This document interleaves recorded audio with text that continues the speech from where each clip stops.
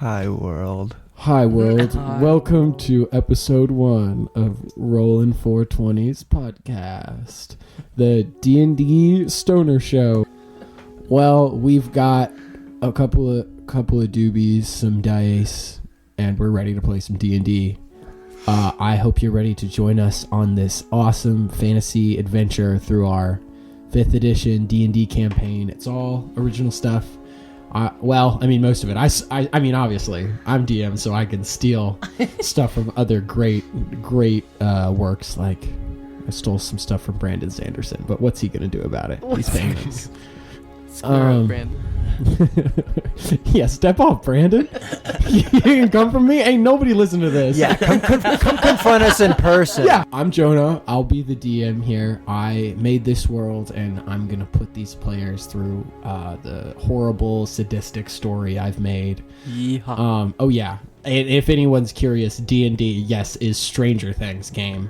You came to the right place. So we've got some great people around the table with me today. To my left here, I have this wonderful player. If you'd like to introduce your character for us. I'm Anchorage. I'm a half-elf rogue paladin. I grew up in the streets of Tempt. My family was poor, so I learned to steal. Learn to make my way in the world, but then I wanted to change my ways, so I moved to from the Stormlands to Stonehive, and I joined the Church of Agoth and became a paladin. But now I've been restationed in the Kattegat. Yep. As a sort of sheriff. Yeah. Sheriff guardian type deal. And then right next to our wonderful Anchorage is our guest for today, Erris Emberwalker. It is very nice to meet you all. I am a half-elf druid, also from the Stormlands, but actually from the upper crust, from a more upper-class family. But I decided to choose a life of crime instead. Much more fun, much more adrenaline that way. I see it. Anchorage and I actually go way back. As children, we were running around the Stormlands together, and I got a taste for the more underworld. Yeah. But now I am also in Kattegat as a criminal. Yeah, the two of you... Yes. You grew up together, and now you've found yourself in the same place side. Again in the center of the world, in this crazy monster habitat that you're staying in. Yes. And then finally, over here, our other standard. If you'd like to introduce your character for us. My character's name is... Right into the mic for us. Just make sure they really know what your character's name is. Sorry, the magic is coursing through me at the moment. All of my arcane focus just to be with you right now. My presence is needed elsewhere. It's okay. They came to a show called Rollin' 420. They knew what they were getting in. No, we're all sober, right? All right. My name is Tommund. Tommund Jerry.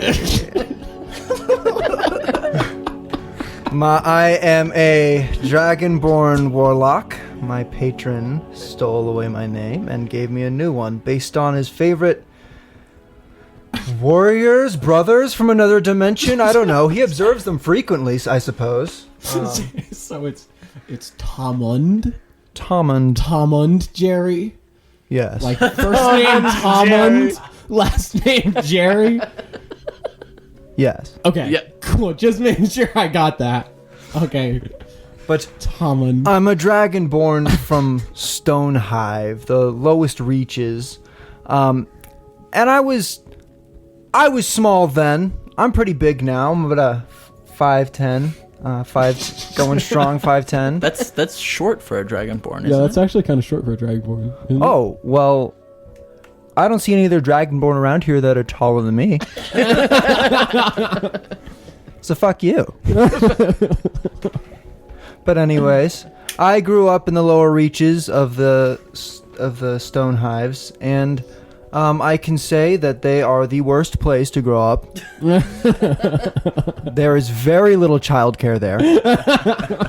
Isn't that what makes it so fun, though? No, that does not make it fun. But from there, I went on and pursued higher education, and now I am a researcher here. Ooh, that's great. I mean, with a cast like this, how can you guys not be excited? This is gonna be awesome. We've got Tommund, Jerry. That's one person. That's just one guy. Tommund, Jerry. Okay. Wow, isn't that convenient? All 3 player characters here today are all in the Kattegat. We are all. Wow. How about that? I mean, if that doesn't give you an idea of where we're going to start this campaign, I don't know what will. Anchorage, we're going to go ahead and start with you. You wake up with a start. You'd fallen asleep in your rocking chair that you keep in your little sheriff's office. You just woken up from a very strange dream. Bits and pieces of it just floating around in your mind. Horrific imagery of a sick creature and someone you recognized from town, but now that you're awake, you can't quite put a name to them. This would be the dream that took place before we started recording. But Anchorage, you start awake from this strange dream, and you can't help but feel like it was maybe prophetic in nature, and you're just really trying to hold on to those details before they slip away. When, God damn it, the little exposition halfling walks in. Gilbert Goggins. He's this plump little red-haired halfling where he's got like the size of his head shaved a little bit into a bit of a faux hawk. And he's got a little belly which he keeps a nice little green vest tucked around. And he comes in and he looks about and he goes, Anchorage, oh, there you are. Were you sleeping, mate? Are you... I haven't woken you, have I? Well, now that you're awake, I had some business I've been wanting to discuss with you. You know, since you're new in town and all, and I'm the exposition halfling, I figured I better swing around and have a chat with you. Damn it, Gilbert. No, I'm sorry, this can't wait. Okay, go ahead. I'm ready. Well, ready or not, here I come, because I've got some things to talk about with you, because you know this, the Kattegat, you know, it's not like anywhere else, and since you're the sheriff of it, you're really going to have to know it. You think you can handle that? Gilbert, no, don't Gilbert me. Don't Gilbert me. Gilbert, you gave me no information in that statement. Look, no, here, don't worry, I've got more. I've got more. And the Kattegat, trust me, I've been here for a while. You gotta be ready for anything. Now, I know you're a big shot paladin and you've been dealing with monsters your whole life, but you've been dealing with monsters out there in your world. You've been experiencing the damage they can deal when they escape into your world. Now you're in the Kattegat. This is their world, son. They know it better than anywhere, and trust me, I've been here a long time. I know what I'm talking about. It's really not a safe place for humanoids to be at all. This place is genuinely awful. You have to understand, the monsters, they're going to be stronger here. They're going to know the terrain better. Do you think you're really prepared for that? And I mean the people that have to move here. Oh, God. You know, most of them don't want to be here at all. They're all just chased here by the oppressive powers that rule the rest of the world, you know. Like the King Richard, for example. Take King Richard, you know him. The one, the hierarchical monarch of Dou'Slumba at the moment. You know, he really just doesn't realize how much refugees have to move here when he flexes his power to the other smaller nations, just to remind them that, he's the ruler of the world or whatever. And, what happens to all those people? They gotta go somewhere, and, they come here. Are you ready to defend those people, Sheriff? Do you even know how to defend those people? How about people who are offset by the Farland Delva, or the Golden Fathers, the dwarves who live in Stonehive. Golden Fathers, they call themselves, but because they made the world and built these cities, that gives them no right to them. They gave the cities to us, and now they're trying to take them back, and well, where are the people who live in those cities gonna go? Well, they're gonna come here, like me. That's what happened. Us and the Goggins, we used to live up in Stonehive until the dwarves came in. They went, we lost our city, Kattegat, and now it's a monster hunting ground. So we're gonna take yours. And what are the halflings gonna do? Well, I guess they gotta go clean up the dwarves' mess. Golden Fathers, more like golden shitters. Am I right? Anchorage? Yeah, dude. But that's not even the worst of it. The worst! It's the damn Church of Agoth. They've outlawed all religions except for the worship of the sun and of Agoth, right? That's just evil, Those priests, Gilbert? if it were up to me... He, stops and, looks at you as though he's, just remembered who he's talking to. And that brings me to how I am so grateful that the Church of Agoth has sent you here to protect us from the monsters. It's so wonderful that you're here. And I'm Gilbert the Exposition Halfling, and I feel like I should probably be stepping out by now. Was that all you wanted to tell me, Gilbert? Yes, I just thought I'd give you a little piece of inconsistent accent old man's advice, and then be on my way. I've noticed tensions seem to have risen a little bit with my last statements, and I and he turns around and he just starts walking towards the door while going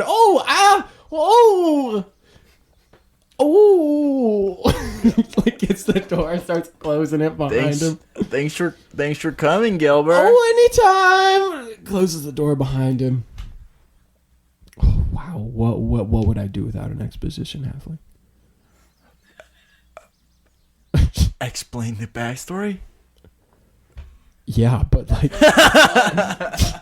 not through the voice of an annoying little halfling. I love Gilbert. I love a little annoying halfling. Anchorage, you look around and you notice that your partner is not here. Maybe since you overslept, they've already headed out to deal with something. I'm gonna get dressed. You're gonna get dressed? Okay. Go out. All right, Anchorage, you put on your sheriff's uniform. What does that look like? What's your sheriff? My sheriff's uniform is very common clothes, but with a belt and a big shiny symbol of Agoth clipped right onto the front. And I got a short sword at my side, on the other side from the clip, and I have my hair up, because I mean business. You mean business. You get all dressed up, you crack your knuckles, you're ready to go protect this damn town. You throw open the door of your sheriff's office and you look out onto the town that you've been delegated to protect. The town of Stumphold. A sleepy, small, mostly gnome and fae village that is cradled in this clearing of trees. So all the edges of the town are just brush and trees going straight up to a canopy above. There's lots of little houses carved into these old growth trees that are just super squat and stout. That's perfect for the smaller folk to live in. And then there's a good spread of other species too that are more on the larger side, and they've got these little constructed shacks out of like bits of mushroom and wood and stuff. It's all very like new and kind of temporary. People in the Kattegat often have to move around because monsters will find their hiding spots and destroy them, and then they'll have to find somewhere new that's protected. But so far, Stumphold has never been breached. It's a relatively new encampment, but as long as you're sheriff here, you don't plan on letting that record break. I guess I want to go. Would I know of any spots that Erris would normally go?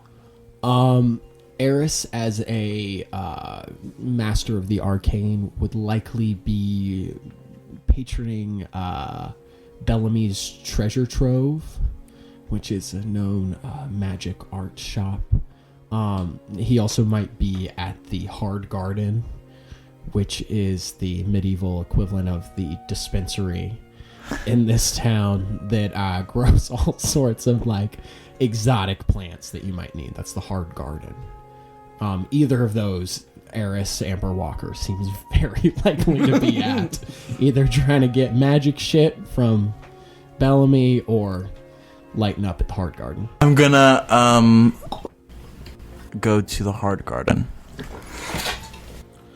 You go to the Hard Garden. This is one of the more like established buildings. The walls are even made of stone and mortar, built up with all these vines growing along it. And then up across the ceiling, up across the roof, you can't even see the shingles anymore because it's just this bed of like flowering vines. And there's just a little painted sign just placed kind of in the ivy up against the wall that just says the Hard Garden. It's very just rudimentary, just getting the message across. There's not a lot of need for advertising in the Kattegat. Like there's only you either know it or you don't. You know it or you don't know it. I'm just gonna cruise right in. All right, you head on in, and the proprietor of this establishment, this little garden here, this whole operation is Misty. She's this elderly wood elf, and she's very flowy. She's got these like long thick sleeves that hang down super far, and she's got this big like gray coat that she wears over her like super colorful outfit underneath. And she looks over at you and she goes, "Oh, Sheriff, welcome to the Hard Garden. Is there anything I can get you?" Misty! Anchorage. Can I get an ounce of the usual? Ounce of the good stuff? And have you seen Erris around? Erris? No, surprisingly I would have expected Erris here by now, but maybe he's still got some of the stuff I sold him last time.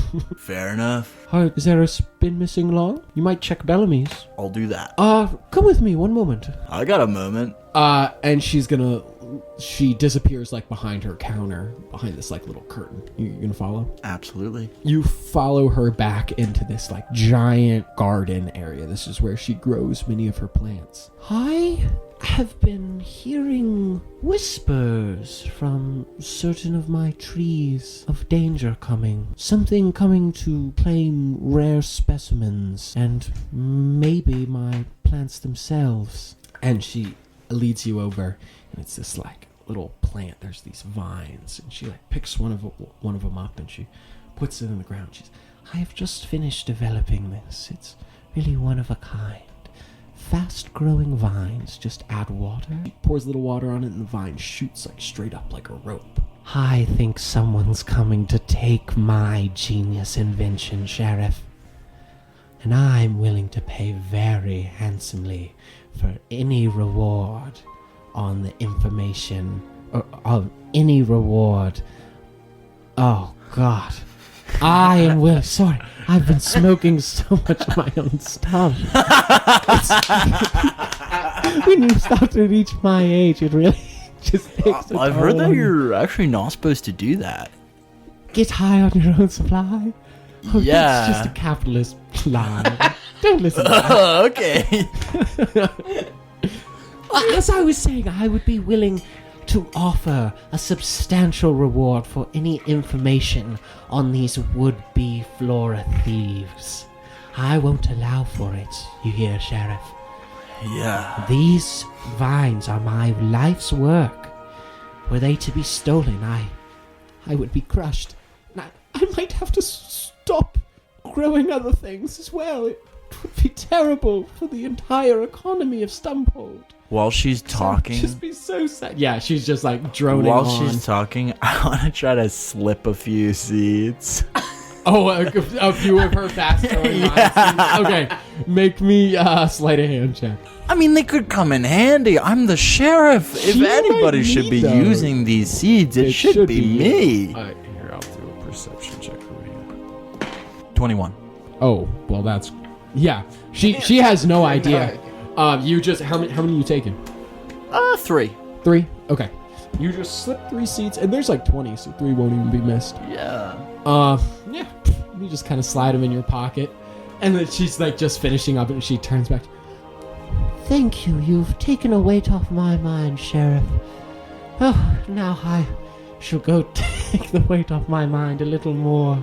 And she like steps back, and she like goes into this little corner of her garden, and then you see just little puffs of smoke.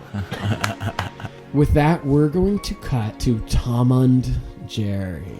Okay. Tommund, will you please describe your character for us? All right. So I'm currently in a suit of armor, and it's made of magisteel. So it's a slightly light blue metal material. Although this one's quite worn. It's seen a lot of wear in the short time I've had it in Kattegat. On each of my limbs, and along my torso, there are metal bands that are inscribed with runes that are glowing faintly blue on top of them.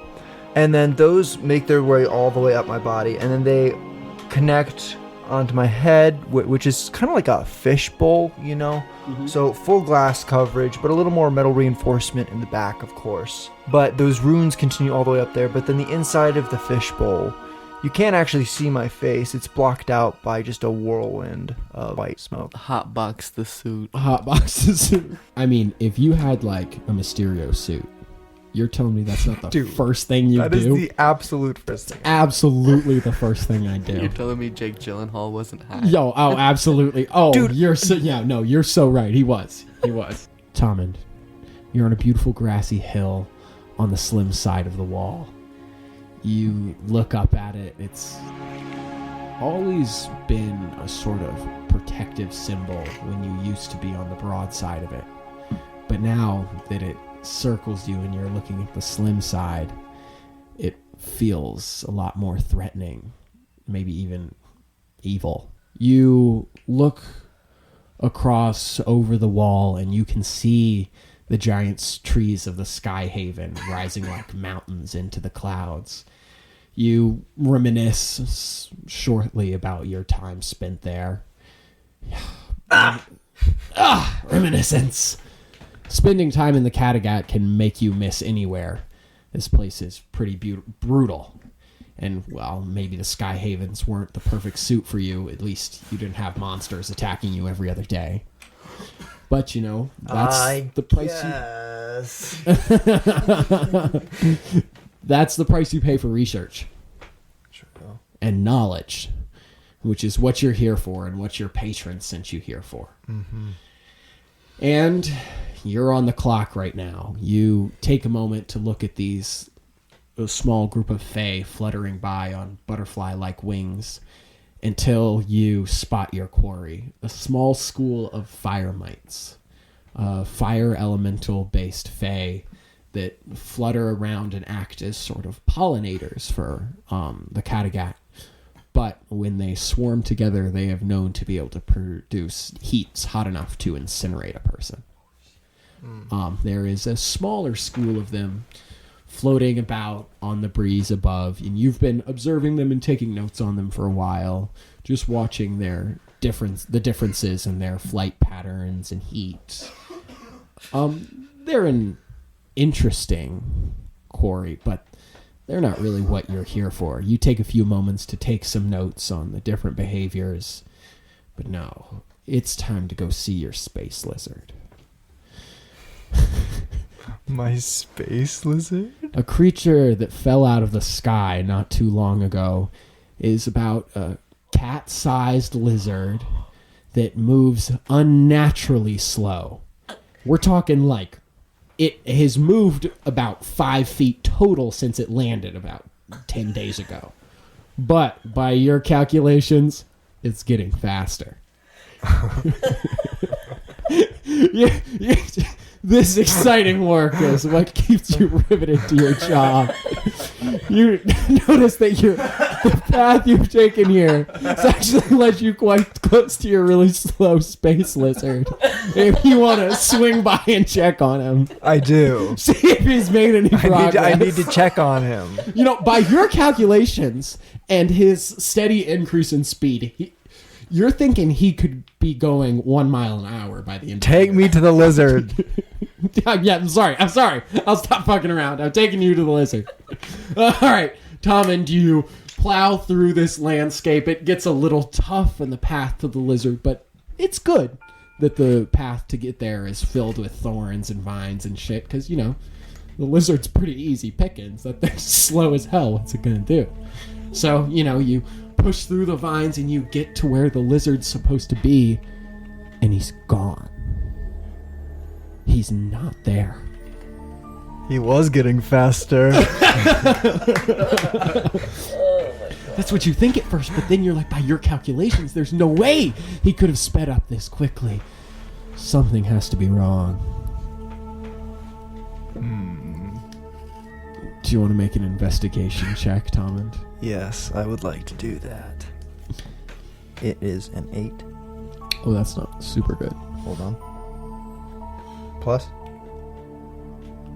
1. That is a 9. A 9.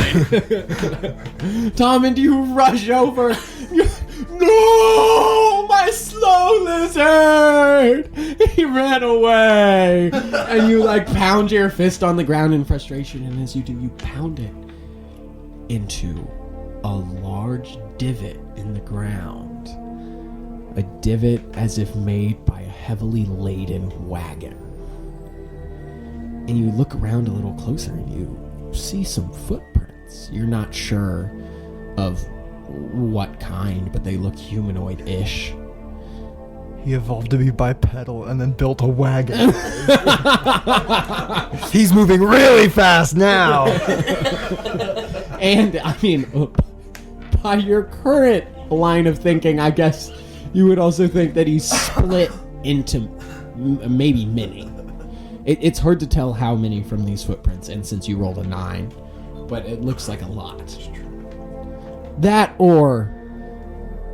Actually, no, never mind. We'll let you get there on your own. No, okay. What's the surrounding environment look like? So the surrounding environment, it's these like rolling grassy hills sprouting up with these like about like small boulder size clusters of manamite, which is this crystal that grows in like highly magical areas, and depending on the color, it just like tells you what kind of magic is there. And these are like a nice light blue. And then growing all around them are these thorny trees with these very thick stumps and heavy roots, with thorns even going along down the roots into the ground. And they grow very thick in this area. Do you want to make me a perception check to look at anything more specific?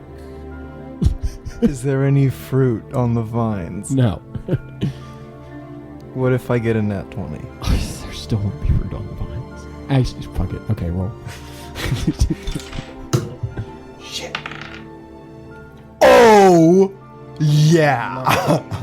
Oh my god. Ladies and gentlemen, and others, booyah. Oh, well, that's certainly the first natural 20 we've gotten. Good lord. Okay, well, Tommund. And now there is fruit. There is a fruit. A fruit has Now fallen, there's fruit. like, looks like a coconut, actually. Has fallen and speared itself on one of the thorns on these thorny trees.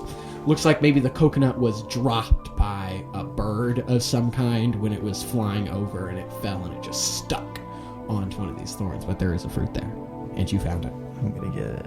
Also, in addition to finding that fruit, you take it off and you look right where you took the fruit from. There's this like hole in the shrubbery and these branches where the stuff has been smashed and cut away, and the carriage marks lead off that way. That seems unimportant. I found a It fruit. does seem pretty unimportant. But I'll give it a look anyway. Maybe this is where my lizard goes. Okay, there was a lot of footprints. Wow. A lot. You want to... Following it on your own seems like a dangerous idea. I'm not going to stop you. I'm not going to stop you, but So I should there probably... is a new protector in town. A paladin sent to help the people here. Okay. And this a disappearing really slow lizard. I'll give him a shot. That sounds like his job description. I'll give him a shot. Okay, you'll give him a shot.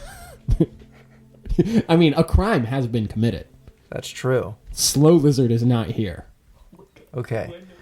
Now, is this just a regular coconut? Yeah, Really? Can I roll a perception check on it? sure. Okay. That's a 6. It's just a regular coconut. Okay, I'll store it for later. Okay. And are you going to find the sheriff? Yeah, I am. Okay, you head down towards Stumphold. You make the trek from this area. You live a couple miles outside of Stumphold in your own little space, your own little crib. But you know the way to Stumphold pretty easily. You have to go there for supplies all the time. Yeah. You walk up and you get to the hill that you know signifies the entrance to Stumphold, with the clearing of trees just behind it. You look very closely and you can see the small door in the hill that you know is there. Awesome. Are you going in? Yeah. Okay. Sorry, I should have taken that from awesome. How should I know if it was the right door? You just said I know it's there. I guess that's true. You open the door. Like, this could be someone's house. It is kind of someone's house, but it's also the Hill Inn, which is the entrance into Stumphold. It's this cute, brightly lit little tavern concealed inside the little grassy hill that you just stepped inside. It's all run by the Goggins family, who is a family of halflings who are very numerous and very loud.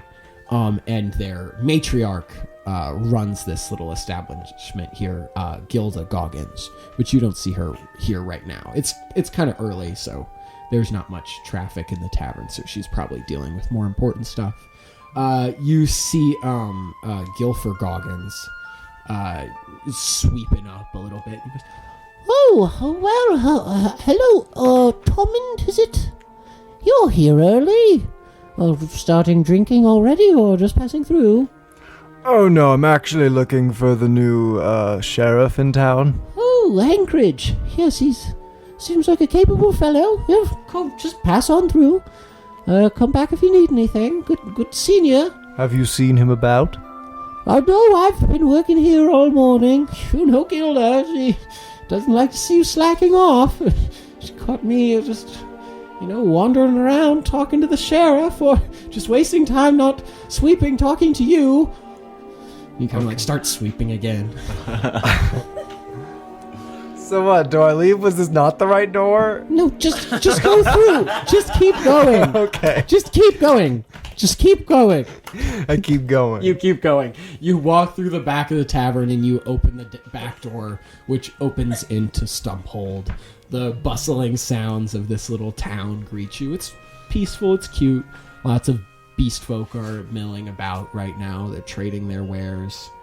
But you're not here for any of that. You look around for the sheriff and you kind of see him stumble out of the hard garden, looking all stoned with his red eyes, just kind of rubbing him a little bit.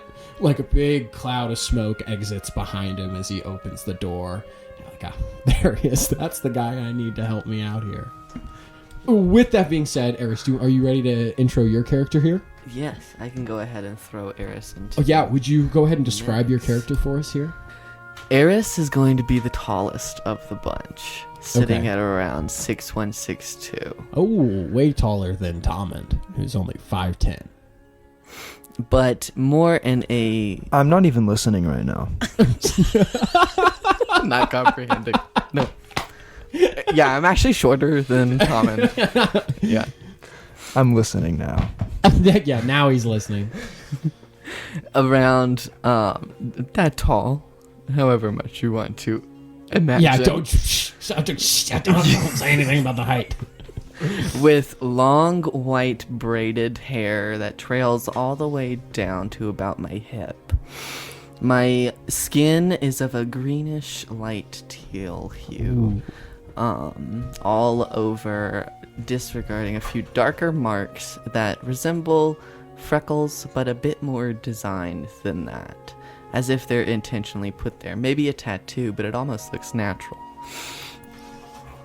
And then my ears are pointed, of course, as I am half elf. And then piercings run all along the ears. Any particular ones? Just rings. Just rings. Very heavy looking rings Super cool. that start out very large at the lobe and then go smaller as you cruise up the ear. And you cruise up the ear. Oh, that's such a good saying. Oh, I'm going to start saying that all the time. Cruise up the ear. I am a druid as well as what can mostly be determined by a number of potions lapped around my belt, as well as long flowing robes, mostly made of velvet, very expensive looking. Very classy. Very expensive looking, but intertwined also with natural fabrics, like leaves sewn into the fabric as well. And then my feet are adorned only by a thick leather wrapping around my ankle down to my foot, but my toes are exposed. I seem to like to be touching the earth at all times. And then finally strung over my waist and over my back is a long spear. It's got a more technical term. What would you call it? Oh, like a quarterstaff kind of thing? Yeah, quarterstaff. That's what I was thinking. Super cool. Quarterstaff. And that's about it. And just to let the people know, they're Yes. all level 4. I Yes, don't know we if are any all of them said that. Yeah. But we got an interesting spread here. I'm really excited to see how this party works. But Erris, you are just doing one of your pastimes in the little village of Stumphold, where there's really not a lot to do, and that's going through Bellamy's treasure trove. Bellamy is one of your better friends in the town. He's this little demi-fae who takes the form of a small groundhog. And he wears this little green vest everywhere. And he runs this little place with his wife, whose name is... Oh, I don't want to get it wrong. I think it's Deandra, though.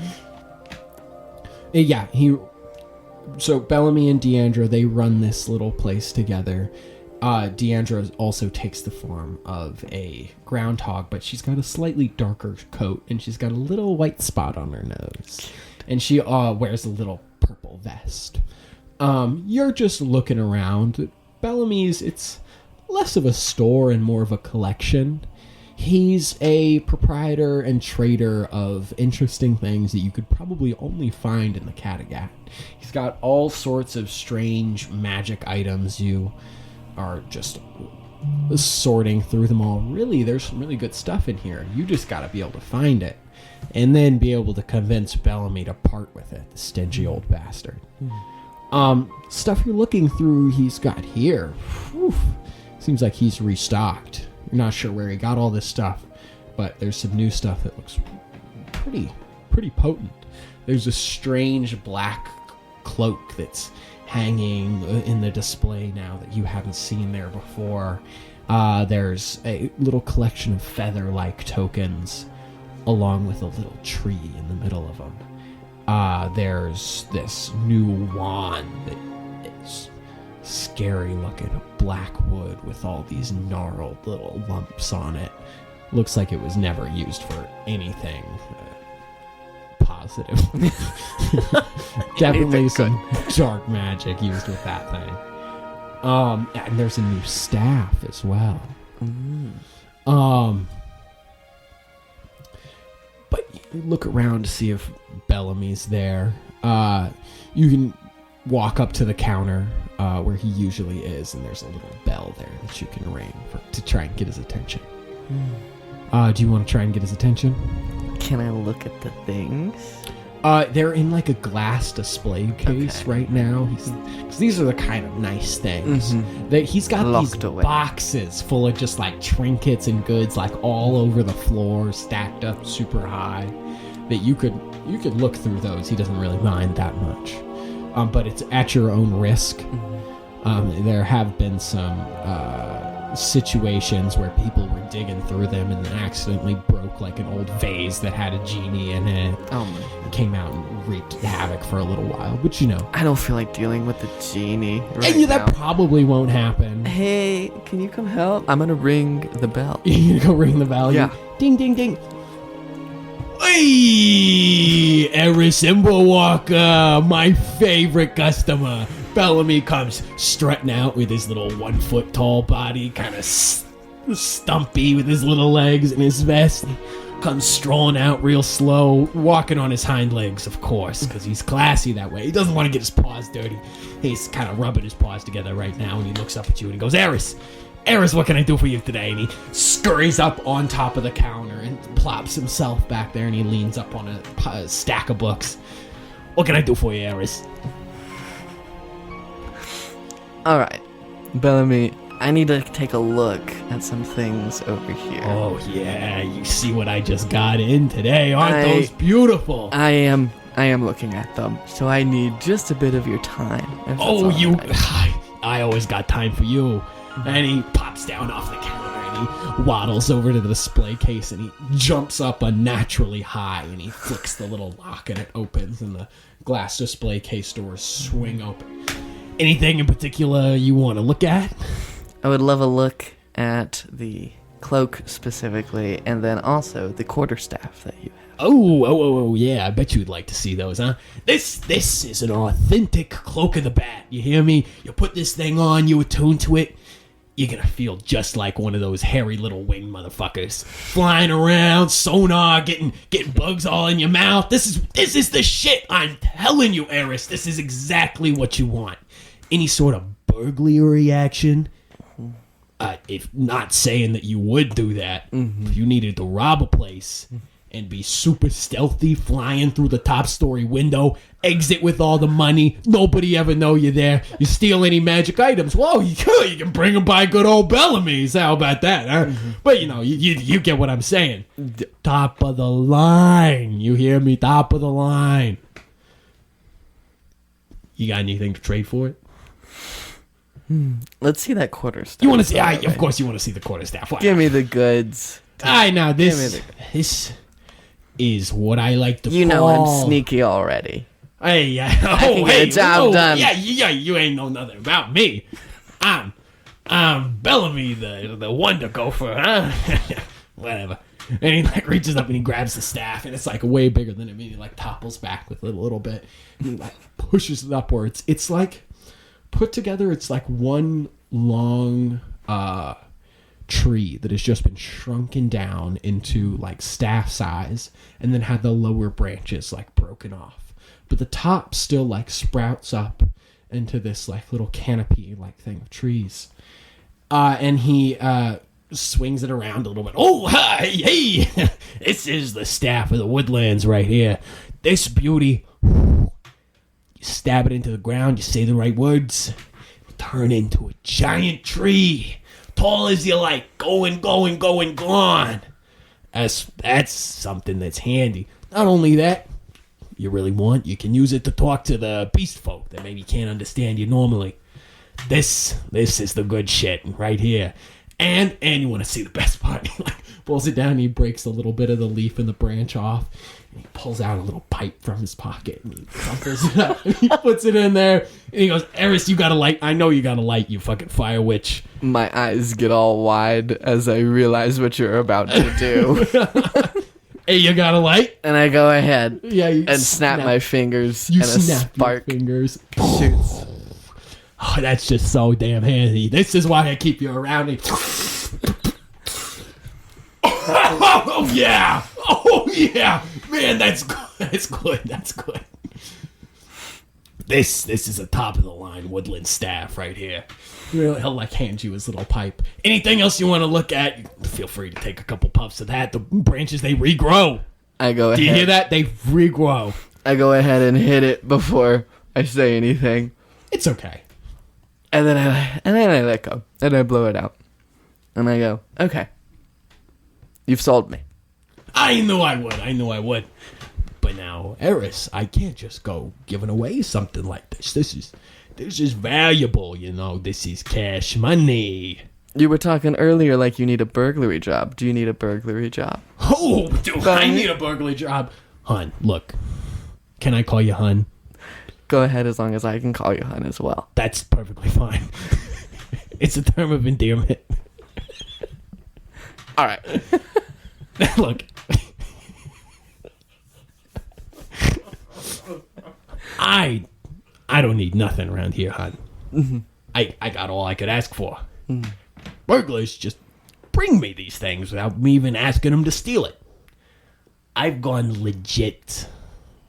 Now, if you happen to rob a place and you've got some things that you need to get off your chest, you know where to bring them, huh? I do. How about you hold on to that staff for me?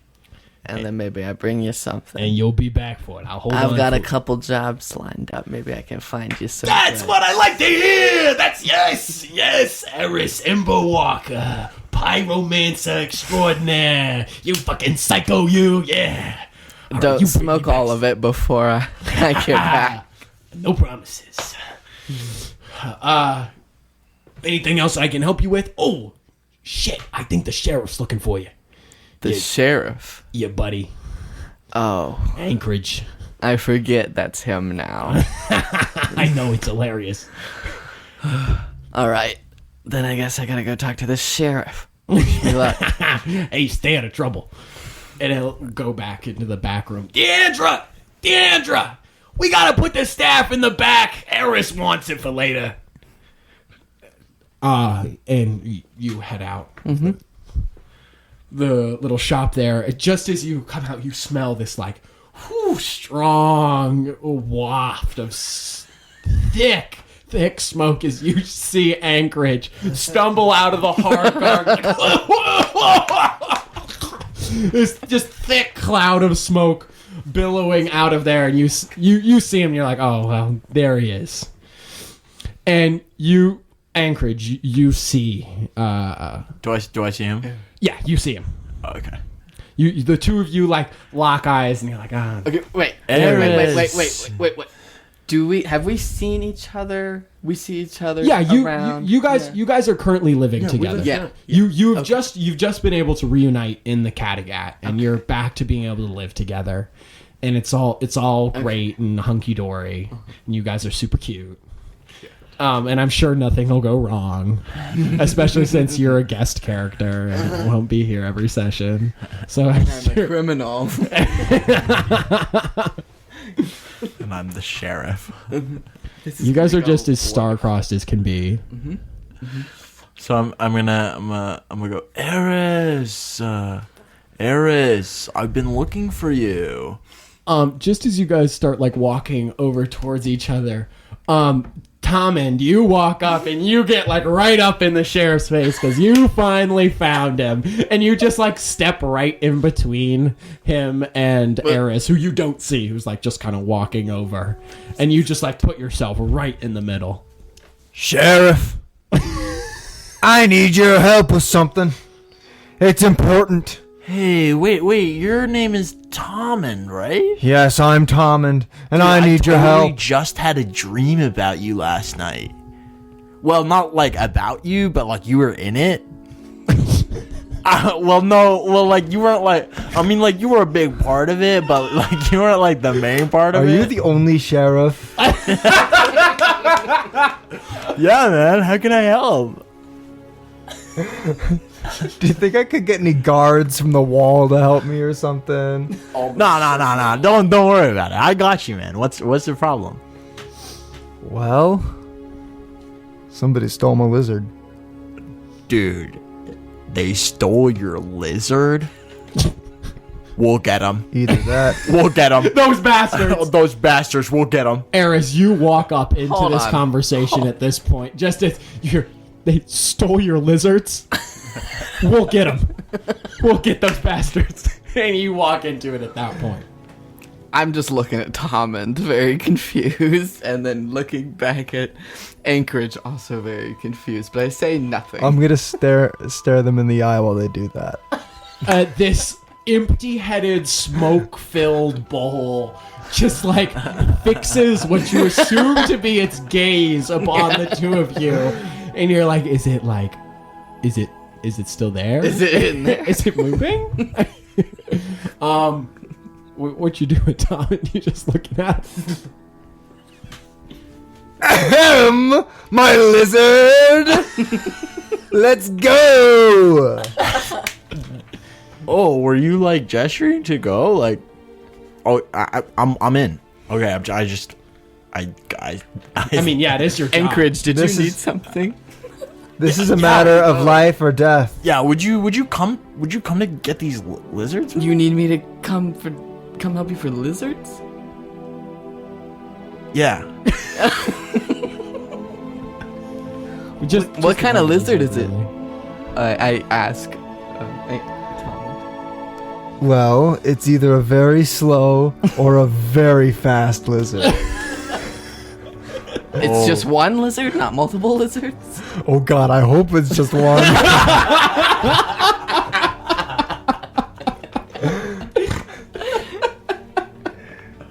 Look, if it's slow, if it's fast, I really hope it's slow. But if it's fast, lizard, we'll catch him. You need to understand how fast we're talking about. He turned into a wagon. Alright, let's just go. Let's just go. The story is getting more and more outrageous as you're talking. I've got to about it. see what this lizard looks like. Yeah, so do I. Anchorage starts walking. You start walking. So you guys are gonna head out of the. Are you following Tommund? Yes. Is Tommund walking away? Oh, Tommund, are you leading them to the Yes, lizard site? I'm leading them to the lizard. Okay. Okay, Tommund. Tommund. Erris, are you going with him? Yeah, I'm just gonna trail behind, I mean, just like, shaking my With head. an introduction like that, how can you not like just need to? My know what's going on? curiosity Yeah, your has curiosity's got me. piqued, and maybe you'll find something worth trading for that staff. Okay. Maybe I can take this lizard. Maybe you can trade the lizard. All right, Tom, and you lead them off towards where the lizard was, and you lead them back into the hill inn to leave Stumphold. And on your way out, you see Gilda. In all of her matriarchal glory, she's this kind of older halfling woman. Her red hair is grayed pretty much completely at this point. She keeps it back in a tightly pulled bun. She's got a very round, kindly face. Putting the gilf back in Gilda. She Damn, Gilf. kind of sways up to you, and Damn, she Gilf. she's keeping it real for an old woman. She's kind of sexy. I whisper to Erris and Tom, and I say, "Oh, here comes Gilf Goddess. Here comes the Gilf Goddess, Gilda Goggins. Goggins." I know that that's not a real god. I know. No, dude, it's a MILF goddess. No. I know that there's no more gods. You're not telling me that. I won't believe it. I'm not finding another one. I thought you believed in. Wait, what's it called? A god? A god. Yeah. I thought you believed in a god. Not Gilf goddess? Wait. Not Gilf goddess. What do you you- can only choose one. What do you mean find another one? Yeah, you gotta elaborate that. You have to about There are too many of them as it stands, to be honest. I'm uncomfortable with how many of these guys are watching over us. They're not doing a great job. Dude, for real. We just need the one. We don't need any of them. We don't need any of them. Well, I mean, Agoth gives me some pretty cool powers, so. Look around you. Look around you. You think this place is pretty cool? Like, The like Kattegat. like the whole Kattegat, not just like this bar? Because I was going to say, like, this bar seems pretty dope. Thank you, Anchorage. Gilda, she walks up just as you say that. I also think it's pretty dope. My family did build it from the ground up, so I would certainly hope so. Speaking of, I've got a new job for you. Anchorage, if you're going out, it would be wonderful if you would deal with this. Sorry. And she's gonna hand you this little paper like scroll that looks like she just pulled off the quest board. There are lizards at stake. Miss Gilf. Well, let me tell you, there's a troll under Slightwater Bridge again. And someone really needs to deal with that. All of the details are provided in that scroll within. It's not a super big rush on it, but just deal with it sooner than later, please. Okay, not a big rush. Okay. We'll deal with the lizards first. Don't worry, Tommund. Wait, you're going to deal with a lizard first? This is a troll. It's either Listen, we're a in a big really time rush fast or a really slow lizard, and we don't know which. Okay, that sounds serious. I want to walk out the front door. You guys walk out the front door of the little hill inn. I'm just and you head watching out. this happen. I'm just It's vibing. hilarious. Are Erris and Tommund, are the two of you leaving after Anchorage? Of course. Yes. Yeah, okay. I figured. Just thought I'd check. You guys also leave the hill end and exit out into the outside of Kattegat. Are you guys going straight for the little clearing? Oh, yeah. Okay. Yeah. I just follow Tommund as soon as. Yeah, Tommund, you set off at a quick pace. There's no time to be lost here. This lizard could be really fast and a wagon. So- There was a lot of feet there, so he might also be a millipede. with wheels also. At this point, I don't know what to expect. That story is like, you thought you knew what was going on, kind of, but now it's like just becoming so muddled, you just lost. But Tommund leads you into this area, and he opens up into the little clearing where the really slow lizard was. And you see the same thing that Tommund saw earlier. It's this empty clearing with no slow lizard or fast lizard in sight. It's trampled down in a lot of places. The grass is like bent over, and there are definitely wagon tracks leading into this sort of opening in the trees where they've like smashed their way through to get the wagon out. Erris and Anchorage, the two of you can make me investigation or perception checks. whatever Dude, want. you weren't kidding. It really turned into a carrot. I'm not so sure. Thank God Erris is here. We never get anywhere. What is it, investigation? Or perception, whatever you want. Obviously, you haven't lived in the Kattegat very long. These things happen. These things I happen. mean, they kind of do. Like, that's kind of not that out of the ordinary for a slow You're lizard. telling me people came to steal one of these monsters? Really? That's what you believe? 18. 18? I also got 18. Damn! Alright. But mine's plus 3. Oh, so 18, 20, 19, 21. 21. Yeah. Okay, so an 18 and a 21. Erris, you don't even, like, kneel down to, like, look at it all. You, like, do one sweep Yeah, over and and I you got figure out what happened here. It looks like some sort of snatch squad rolled up on this lizard. It could be maybe as many as 20 people. 20 people for this. And lizard. yeah, more You said the lizard was concerningly- cat size? The lizard was about cat size. Okay. More concerningly, you see the footprints of these things that the Slimsiders of Kattegat, the people who live within the walls actually in Kattegat, called butcher dogs. Butcher. Which are these creatures that are used mostly by the wall guard. They're these large, about bull-sized dogs that are able to drink the magic right out of creatures like vampires do when they get a hold of them. So they're trained to just bite down and drain all the magic out of a creature. And like it lockjaws like a pit bull. Those things are very dangerous, and you're seeing tracks of maybe upwards of 4. And this has to be a magical being, I guess, that they're retrieving. Possibly? Slow lizard, magical being, something like that maybe. I mean, just about everything in Kattegat is magical. Okay. You'd be hard-pressed to find something that wasn't. Damn it, they got the dogs. Yeah, you're like, oh, fucking They're a pain in butcher the dogs. ass. You, as a mage, you hate butcher dogs. Pain in the ass. They drain your spell slots right away. It's brutal. Anchorage, you're able to get about this same message from it. Not in as quite as much detail. Maybe you don't notice the dogs. People there took lizard, left in a large, heavily laden wagon. Like, this wagon had a lot of weight on it, which is also strange because it looks like a lot of the people were just walking. Interesting. I look over at Anchorage, know that he is getting the just as much as I am, and then turn to Tommund. All right, so what else do you know about this lizard? Well, Do you know anything else that could be of information? I mean, I reckon he's not from around these parts. You reckon the slow lizard ain't from around? He's from Randy's born. He's from out of town. You can elaborate on that for him? Up. Up?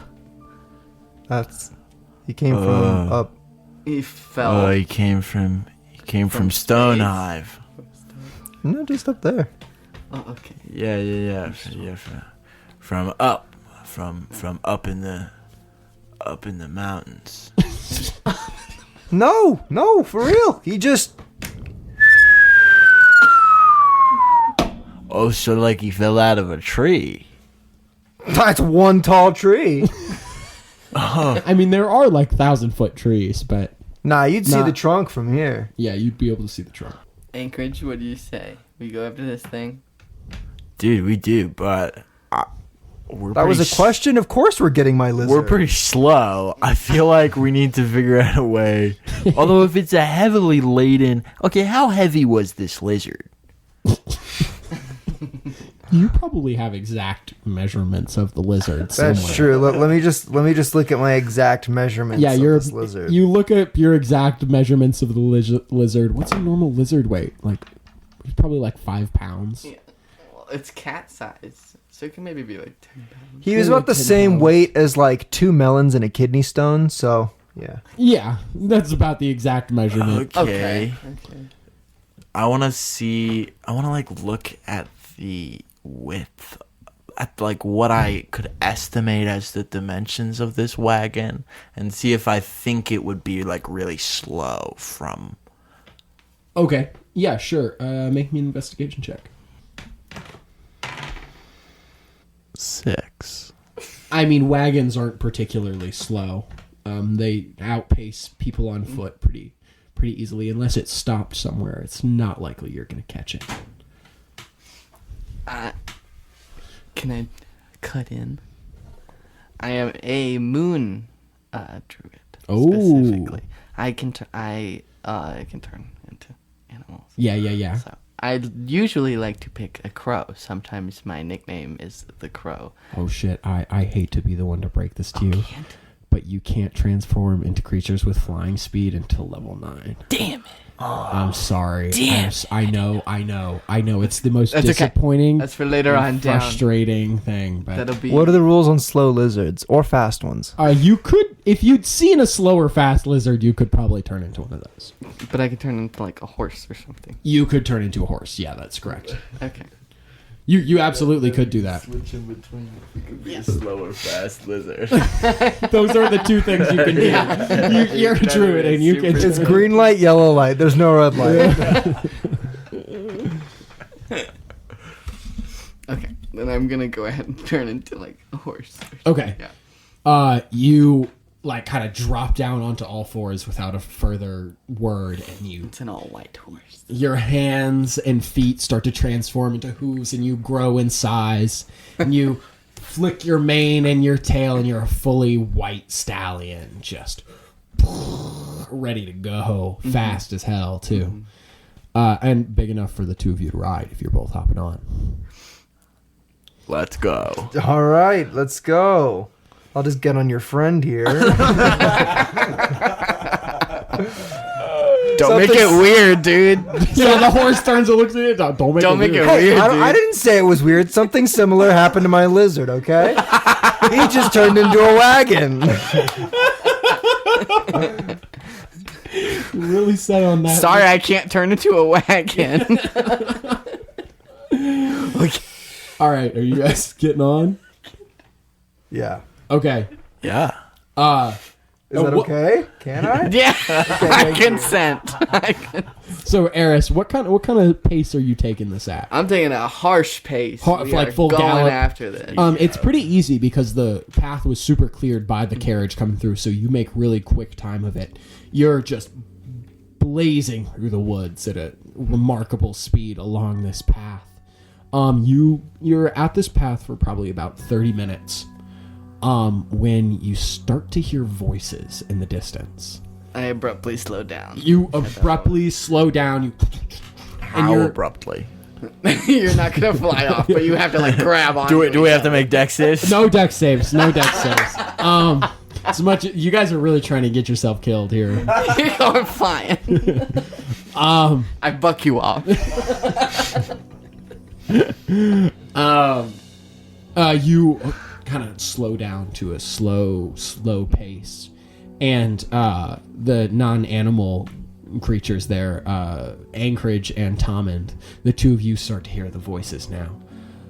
They're not attempted to be hushed at all. It sounds like a large crowd of people talking from not too far in the distance, maybe over the next hill or so, or through some of the thicker trees. You can't quite see anything yet. I want to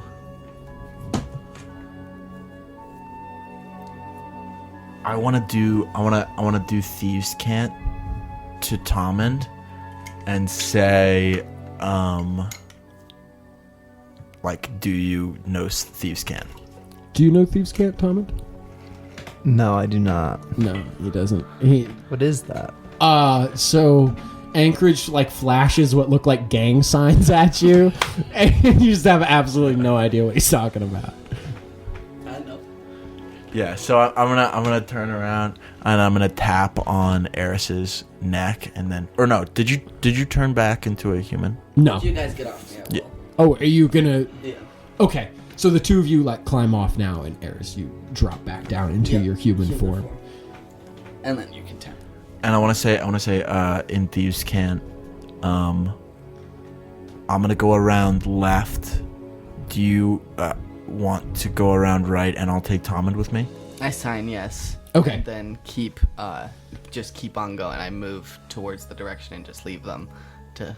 Okay, so you're going off towards the right to kind of like circle Yes. around. I kneel down a little bit, trying to not be Okay. just walking fully straight up into the trees. Okay. Yeah. Cool. And then Anchorage and Tommund, the two of you are going left. Yeah. Well, I go over and I whisper all of this to Tommund. Okay. I listen this time. Good for you. That's really helpful. That really just streamlines this process. I appreciate that comment. That's really cool of you. Okay, so you guys split the party naturally, especially since you only have 3 members. And I need stealth checks from all 3 of you. 20. 20, 18. 18. Man, I'm so glad that mattered. I got a 9.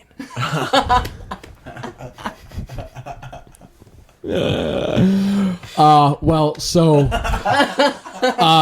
Erris and Anchorage, the two of you are very used to crime. You're used to being sneaky. You just kind of drop and meld in with nature in the shadows, just completely effortlessly. And then behind you, Anchorage, is just clang, clang, clang, clang.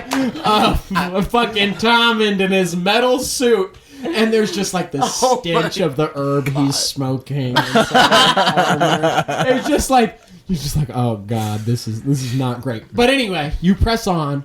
The two of you split up. I'm so glad I'm alone. Yeah. So Anchorage and Tommund, the two of you crest over this hillside, and in this sort of like gully, this little like bowl-shaped valley sort of thing, there's like a full military camp. Just set up there. There's 3 large black tents, all flying this banner that you have not really seen around. You've seen it once or twice, but nothing like this. It's this crow with its wings impaled into a tree. And it's just in full red and black. That's the only colors on the flag, and it's just flying above all 3 tents. And you see there are these carriages just coming and going from within the camp and then down along this mountain pass that leads deeper into the Kattegat. Did I tell you about the dogs, or did you notice the dogs at all, Anchorage? I will say Anchorage noticed the dogs as well. And Anchorage, you'll especially notice the butcher dogs now. Mm-hmm. Every single one of the carriages are being pulled by 4 butcher dogs.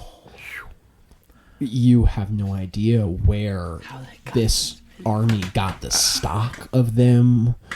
They must have been breeding them or stealing them from somewhere. And then that brings you to the soldiers.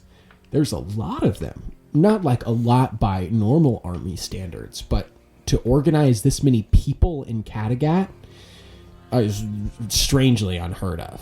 Strangely unheard of. This is definitely weird.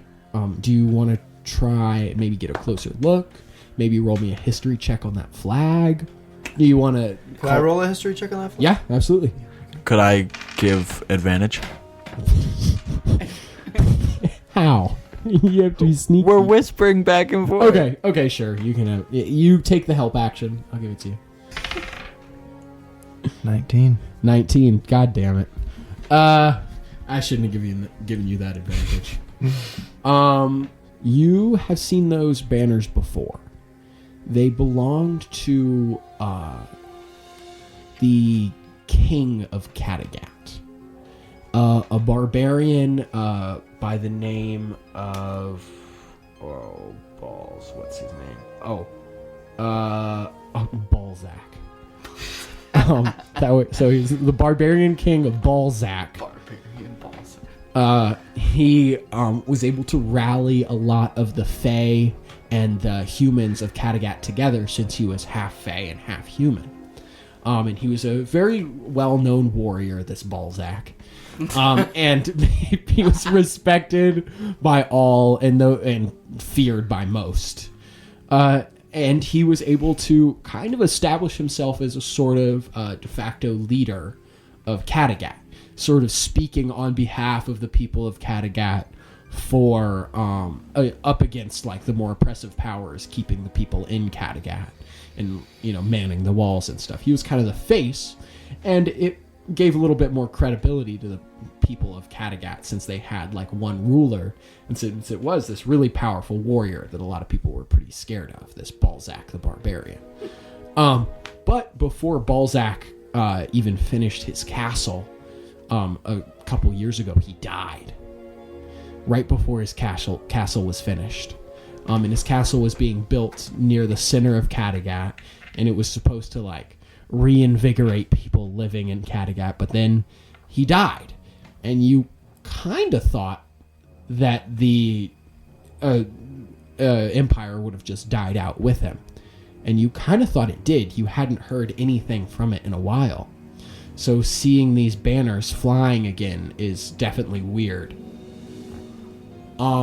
You know that he did have a son named Goth, and a wife named Agatha, who, as far as you know, neither of them are dead. But neither of them really seemed like much of the ruling type. You think that when Balzac died, his son was probably like 14. And he's probably just like 16 now. So still just be very like a boy basically. And his wife was never like a warrior or a magician or anything. She was just a common woman that he fell in love with. Aww. Aww, Tom. Balzac. Huge idea. We're gonna go in there. Do you have any of the stuff you've been growing on you? Let me check my inventory. It would appear that the most useful item I have on me at the moment is a coconut.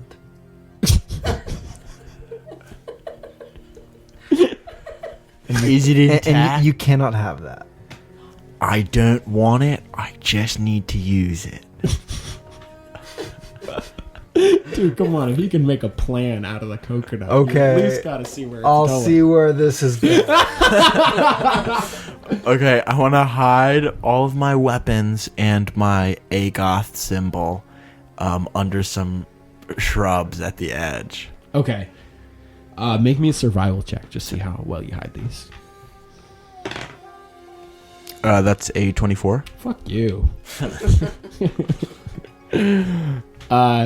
Okay. What's the next step in this plan? You hide your stuff. Okay, this is what we're gonna do. We're gonna walk in. We're gonna if we get stopped, we're gonna say that we're trying to bring a sample of our wares. We're trying to provide the whole army coconuts.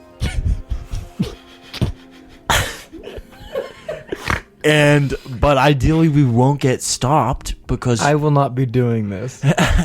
and then we'll figure out where the lizard is. Cause it's in here. That's true. Okay, the lizard is here. Okay, while you right guys about that. contemplate that and remember how to speak directly into your mics, we're going to cut over to Erris really quickly. So, Erris, you went the other way, and you end up cutting way closer into this gully. By the time it comes into sight, you are right on the edge of it. Luckily, you're stealthy enough, and no one has seen you, but you get a pretty good look at the operation going on here. You can only kind of see the side of one of the large tents, and you can see the flag flying up there. And you see these carriages that are coming in and out. They are filled with cages. Each one filled with a magical creature. From griffin to gillywoog. You even see a strange, like, 3-headed turtle that you've never seen. Each one unique and in a separate little cage. You see no repeat magical creatures at all. Just hundreds. So many. You didn't even know there were this many kinds of magical creatures in Kattegat. And they're just being shipped off in these cages on these carriages. You see carriages coming in with these cages and then carriages leaving down that road with cages. Each cart pulled by these butcher dogs. No lizard? You can make a perception check.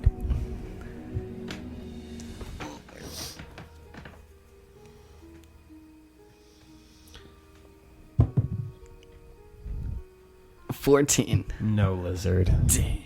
You look around for it, but there's so many. And you're kind of like, you don't have a good vantage point. You're just kind of hiding behind a bush. You can't really see all this too well. There's a lot of soldiers milling about those places. It's bussing. It's popping off right now. There's a lot of people here. Interesting. Anything you want to do here, Erris? You don't see Tommund or Anchorage. You don't see Tommund or Anchorage. I want to see if I can find the lizard. You want to go into the camp? I can't get any closer. You could, Okay. but you can't get any closer without entering the camp. Okay. So you'll be like fully in enemy territory. Okay. Not necessarily enemy territory, but like Assassin's Creed, like you just entered a zone where everybody's going to be hostile if they catch you. Could I turn into one of the dogs? Oh, turn into a butcher dog? Yes. So technically they are not beasts. They Okay. are more of like horrors. Okay. But you could turn into like a little cat or something, or like a little rabbit, something that wouldn't be out of place around here. I'll if you turn wanted to do into that. I'll turn into a spider. A spider. I'll turn into a spider. Nice. You hunch down. Watch me get squashed. Yeah, you just get stepped on and Yes. die. You just hunker down in the bush and shrink down into your spider form. What does your spider form look like? Kind of. Let's see. Sorry, I didn't mean to put you on the spot. No, I'm just. It's like spidery. It's like a 8 spider. legs. Yeah. Fuck, it's a spider, dude. What do you want me to say? It's just an all black spider. All black spider, very, very dark elf of you. Yes. Are you a dark elf? You're half elf. Just half elf. Right. I have not decided which kind of elf. Okay, that's fine. Shh, don't tell the people. As long as they don't know, it's fine. It's fine. Okay. You turn into this creepy, crawly, all black spider, and you skitter into the camp. You're surrounded by noise, people talking, the smells of cooking food, the stenches of hundreds of magical creatures being locked in little cages with nowhere to shit and piss. Oh my god. And a lot of them, now that you're getting closer there, they look injured. You can see butcher dog bite marks on most of them. This is heartbreaking. It's hard to look at. You like pass by this cage with this long cage that's about like 2 feet high with a unicorn like pressed down, laying down in it, just like bleeding from a large bite wound on its leg. You're like, this is a little strange. You're really not sure what's going on here.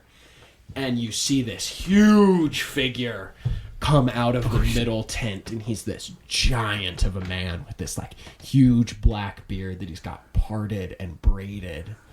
And he comes like stomping up into the middle of the camp, and he's got these 2 huge hammers on either side, and he's got like a kind of like a wolf's tail pulled back with his like big bald spot in the middle, and all these crooked sharp teeth, and his body is covered in these like foliage tattoos, most of them like colored, these flowers just popping up everywhere and vines all over his body. And he's looking around all in a huff, and he like stomps off towards this carriage that you see limping into this encampment. Let me get the exact details on this so I don't get it wrong for you. So this carriage, it limps into camp. It has clearly suffered through some sort of an assault that it really wasn't ready for. The body of the carriage is taken like serious beatings. The wood is reinforced with these like iron bars. Some of them have just been like ripped and bent. The crew, there's like 3 guys left. And you've seen most of these other carriage crews have had like 8 to 10. And it's pulled in by just one butcher dog, and there's another one still hooked in that it's just like dragging its corpse along, still hooked into like the reins, but it's like completely motionless. And this massive man like walks up to it, and you can hear him yelling something at the people like, oh, what the fuck happened, or something like that. And then he sends the carriage off for repairs, and the 3 guys, they like walk towards one of the tent to the far right. Then they just look battered. They look like they've seen something, and they just wordlessly to everyone else, you see people like, oh, what happened? 3 of them, they don't say anything. They just go straight for that tent. And then you see some people, they like cut the dead butcher dog free, and the other one's like super injured, and they have some like healers start to like stitch up the wounds or whatever. Anything else you want to look at around this camp? I kind of want to find Anchorage and Tommund. Okay, make me a perception check. Okay.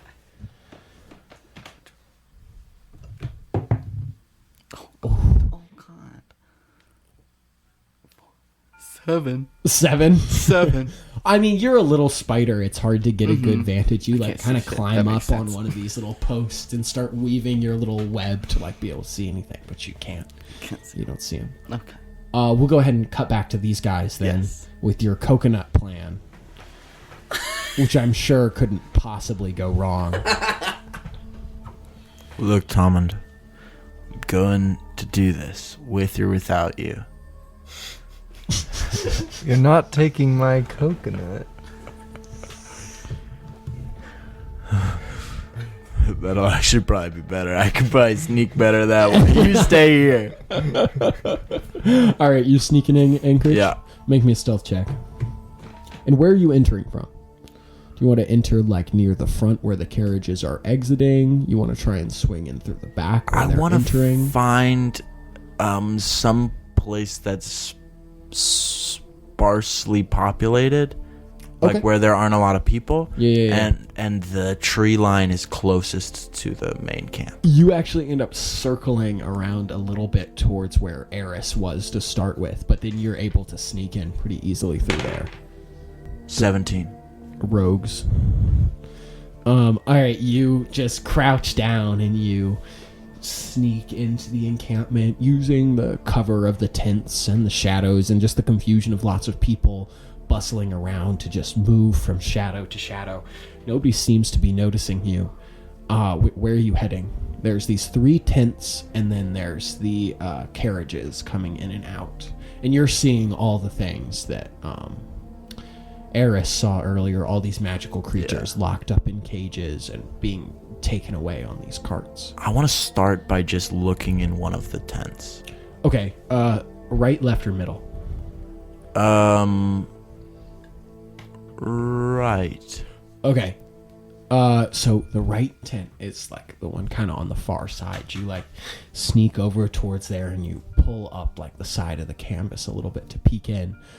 This looks like it's the barracks. This looks like where all the men are staying. You see probably maybe 100 bunks in here. All these soldiers dressed in these fully black armor suits, all identical, little mix of iron and leather for a like protective yet light suit of armor, and it's all black with black helmets, black shields, black spears. Is there like a knife I could grab, like a small one? I realize I just left my stuff behind. Oh, that's a good point. Yeah, you want to like reach under and just like try and grab a knife. Yeah. Like off one of the mess tables or something. Yeah. All right, make me a sleight of hand check. 24. 24. Gee, rogues.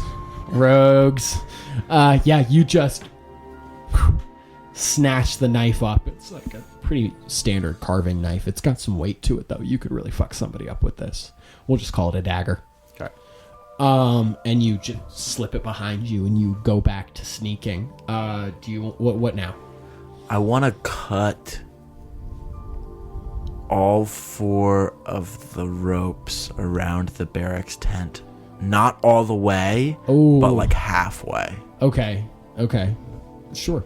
I'm gonna need you to make me another stealth check for that. Because you are, that's... Are you trying to do a distraction?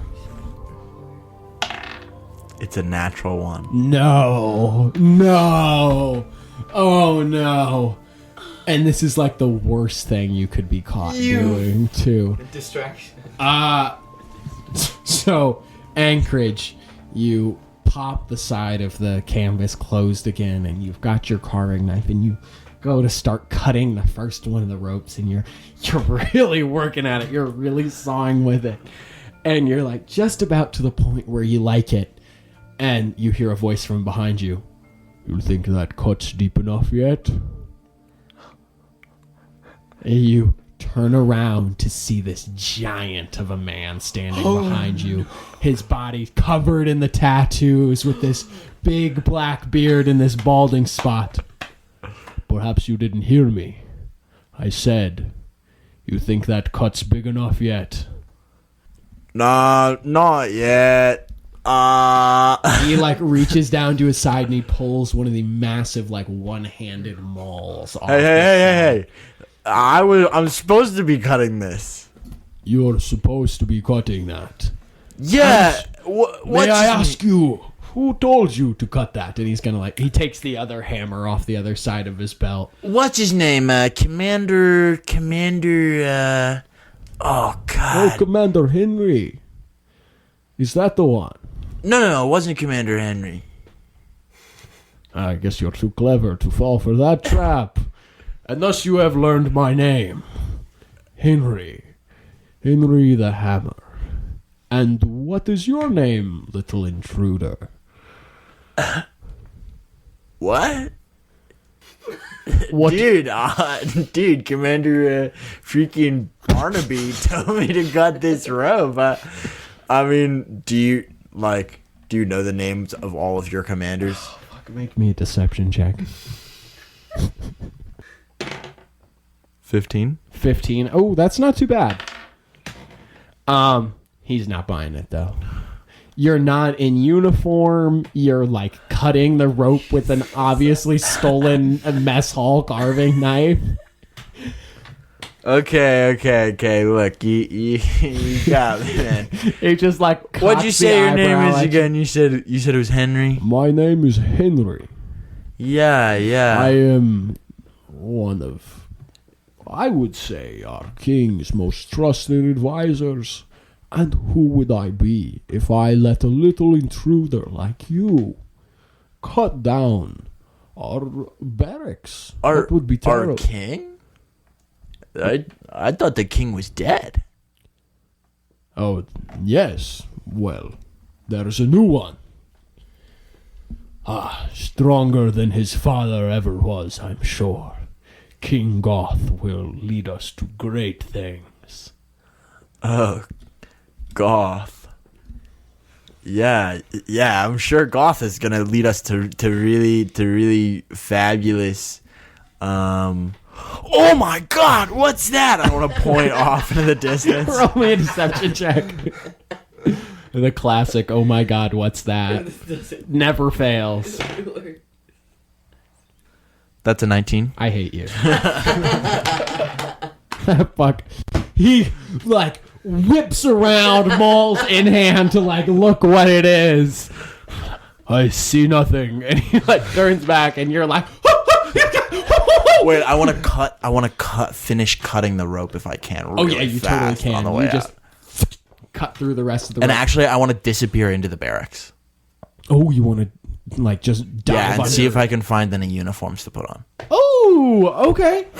Okay. I'll give it to you. You were able to duck, like, right underneath the canvas in the time when he's looking away. And you just pop inside. And you hear him roaring outside in anger. But you just, like, pop into the barracks, kind of, like, walking around like nothing's wrong. A few of the guards, they look at you like a little... like, why is this guy not in uniform? But honestly, there's a few that aren't. A lot of the injured are out of uniform and they're resting up in here. And you can see a few that are still like in the process of changing. There are sets of armor just laying about everywhere here. Are there any uniforms?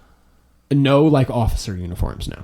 No, like, are there any like just soldier uniforms? Oh, just like the clothing that they would be wearing under it. Even like bloody stuff. Even there is bloody stuff. I wanna. All right. I mean, it's not like too bloody. No. It's you can find some stuff that's not too morbid. That is like a little suspicious. Do you want to try and do it like sneakily, just like sleight of hand grab like a bloody set of? Yeah, I just want to grab it and trousers. like dip behind something. Okay, make me a sleight of hand check. 13. 13. That's good enough. Yeah, you snag the clothes and you dip behind something and you quick change into a more appropriate outfit. Tommund, what are you up to right now, buddy?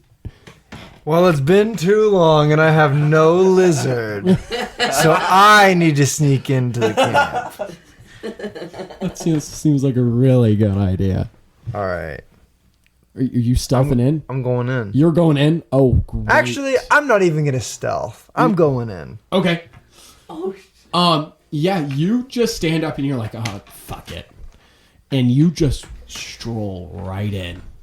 A couple of the guards, they like Oh, hey, buddy. No further, actually. What's your business here?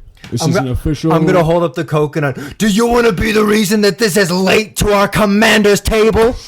Get out of my way! And I'm going to keep going.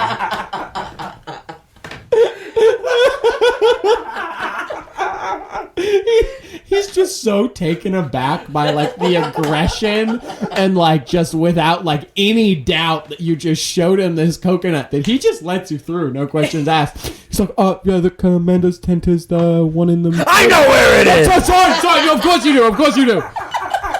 And he, like, looks at his buddy, he's like, stand up straight, come on.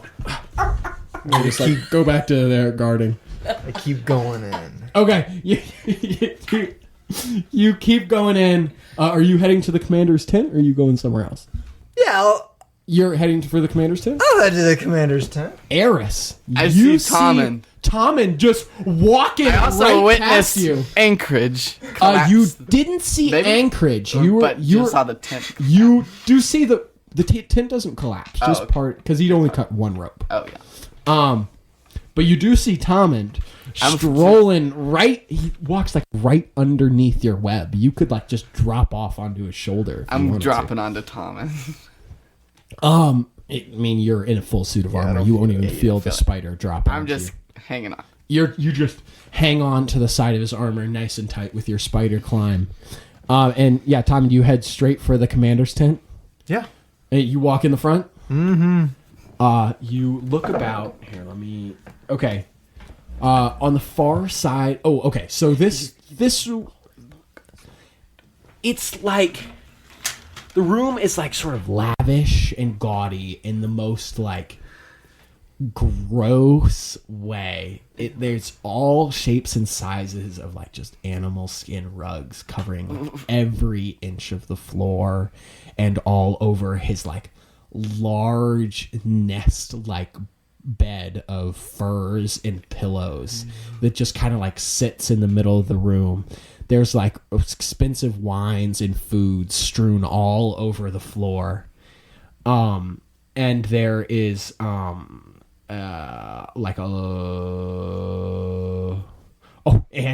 there's a wall that's just been like a wooden wall that's like set up in here that is just covered with different sizes of war hammers, all just nailed up onto this wooden board. And on the far side of the tent is one of the iron cages that you saw on the carriages earlier. This iron cage is circled by a small ring of what looks to be flowing water.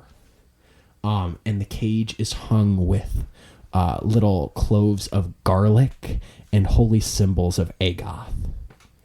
And it's just kind of in the shadowy part of the back of the tent. Is there anything in the cage, or is it just him? Make me a perception check. Come on. 8. 8. Not that you can see, but it's pretty dark. No. Tommund? Is there anyone in here? No one in here that you can see. There might be someone in the cage, but you can't really tell from this far. If now that we see no one's in here, I can drop down and turn into myself. You only get 2 wild shapes a day. Oh, that's You won't true. be able to transform back. Oh, that's true. But you can drop shape if you want. You can also whisper to Tommund in your spider form if you want. Be like, "Hey, I'm here. Yeah. I'm little spider, and you're Mrs. Miss Tommund, it's me.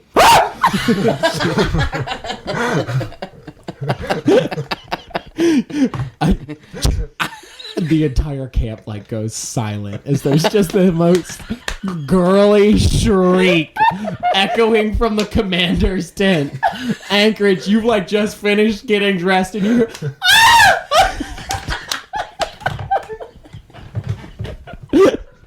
I grab a spear or something and I go to check it out. okay, you go to check it out. Oh, and I take my hair down.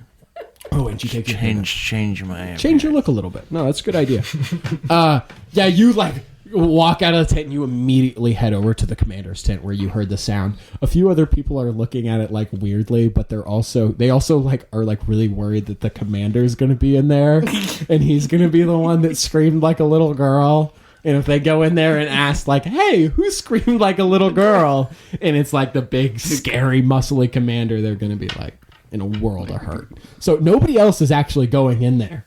Tommund, you scream, and then you're like, oh shit, I have just made such a terrible mistake. And then you hear like the canvas like flutter open, and you like turn around to see who's walking in.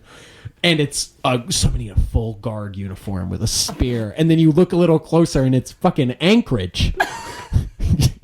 His plan worked, damn it. Even without the coconut. Holy shit, how did you get in here, Tommund? I used the coconut.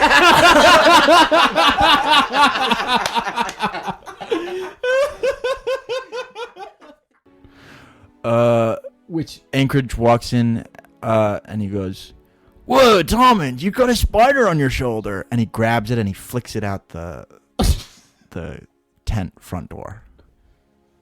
Thank you. Okay, what are we looking for in here? Well, I've got a lizard on the loose. that's what I call immersion. No, Tommund, I remember the... Oh, I take off the hat of the guard uniform that I have on. Oh! Yeah, I'm still looking for my lizard. Okay. Why are we in this tent then?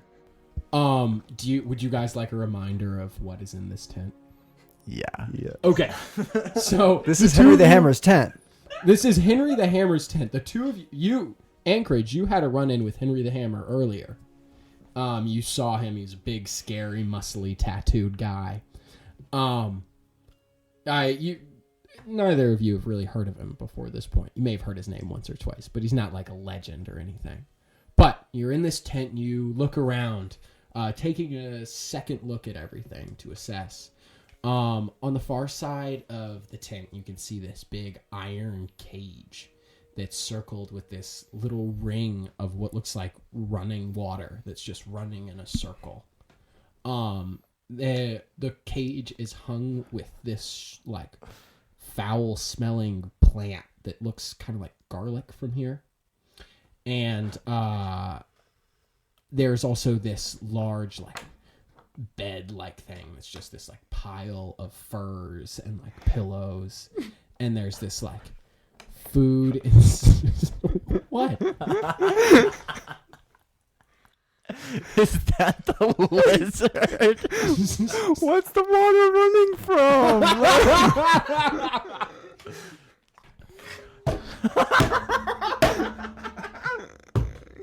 I was just wondering.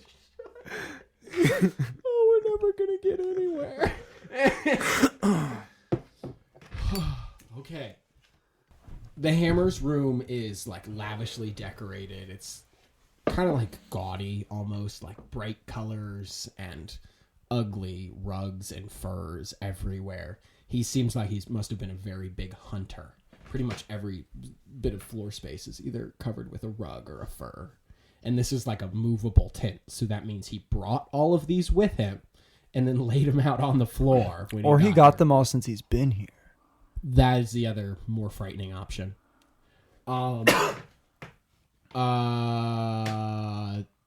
There is also a scrap of paper lying on the bed. Oh, I shouldn't have told you guys that. You should have had to. I want to go over and pick up the scrap of paper on the bed.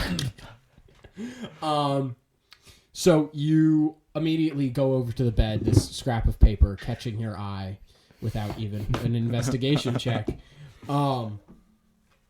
You open it up, and it's in this very light, scratchy handwriting, written in ink and quill. And it's addressed to Henry. And it's instructing him to make sure all the creatures he brings in are alive, or at least in the state that they naturally exist. In the case of a certain vampire that Henry was tasked to capture. Holy shit, the lizard's a vampire. The lizard may be a vampire, too. That would explain a lot, huh? Does it give a description of the vampire? It does not. It just says the vampire. The letter then goes on to list about maybe 100 species of magical creature, just like bullet points down the entire sheet of paper, and about 60 of them are crossed off. I wanna look in the ones that are crossed off and see if there are any that have lizard in the name. Okay. Make me, I guess, an investigation check. Wait, I actually turned to Tommund and I said, Tommund, are you good at reading?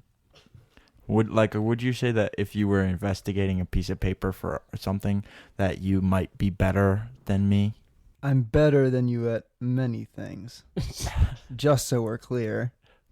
Okay, let me roll then. 15. 15. Okay, that's pretty good.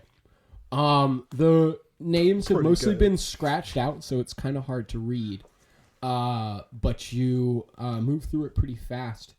You find 2 instances of lizard on there. A crag lizard and a fey lizard. A fey lizard. Then that means that it would be in the sky. But how did it lose its wings?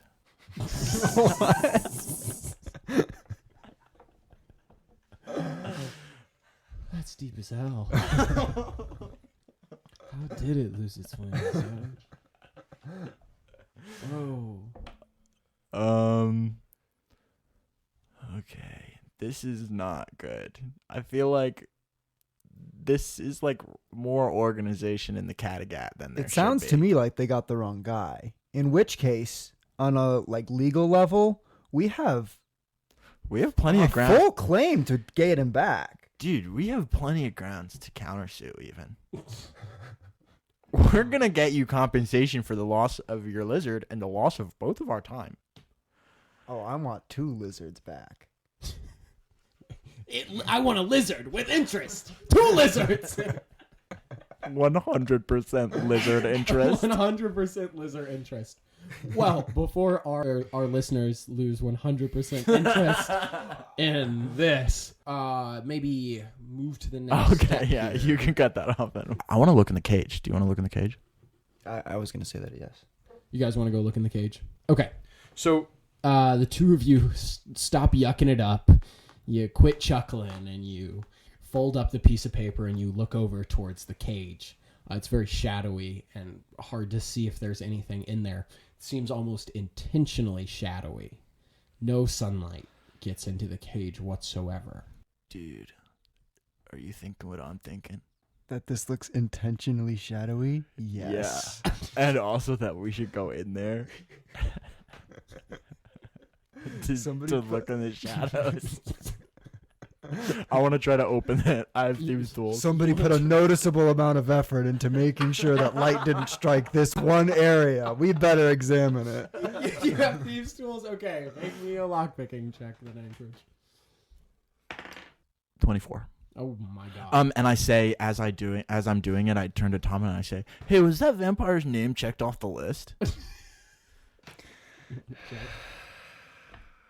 Yeah. Okay. I need you to make me a history check. Okay. That's the number 7. The number 7. So you scroll through the whole thing of names. Nowhere do you see vampire. There's a few names that are crossed off of specific, like, magical creatures. Maybe one of them is a vampire, but you're not sure. You don't recognize any of the vampire names as, like, vampires that you know of, or vampire houses. Are there any names of just like that are there any names that are like really generic, like John Smith or something No, like mostly that? they're like Belsrog the Devourer. Oh. I was hoping there was just like a regular guy here. Or something. No regular guys on the list. Not at least not on Henry David the Hammers. Walter. Okay. Paul. Okay. I don't believe that the vampire has been found yet. Okay, I finish it. You finish it and you pull the cage door open. It creaks real slowly, and you hear shuffling from the back of the cage. I close the door. You slam the door, and just as you do, like hands shoot out and like grab the bars and slam into it with full force. And there's a hissing, horrible, angry noise from within the cage. You see these white fingers reaching out and gripping around the bars, squeezing so tight. You look and you see these little red glowing eyes back in the shadows a little bit. Holy shit, dude. Look out, he's got laser vision! Run! What's your name? My name is Emilio. Check the list. Check the list. I'm hiding behind the bed. I checked He the might list have for laser vision. Emilio. Yeah, in Tommund's hurry to duck and hide from the laser vision, he dropped the list, so you walk over and you pick it up. Sure, make me an investigation check. 12. Yeah, there is a name Emilio on there. Emilio Voldakov. Is it crossed off? It is crossed off.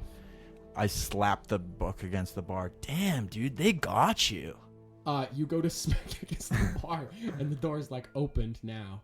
You didn't lock it again. Oh, fuck, I do that. He opens the door, and you like reach over, and you're like, holy shit. Door's open, and he like reaches for you, and he can't get past the barrier of the running water. Oh, dude, they really got you. How, like, He like steps back in and he closes the door. would you like lock it and toss me the pick that's in there? Sure, why not? Poor Emilio Voldakov, always the one left behind. And he like sadly sits down and he reaches for the lockpick and he picks it up and hands it to you. Dude, you are not left behind. You're like one of the first ones they got. They get like No. they were your first choice, dude. You were their first choice. If you think that I'm the first one they got, you are blind.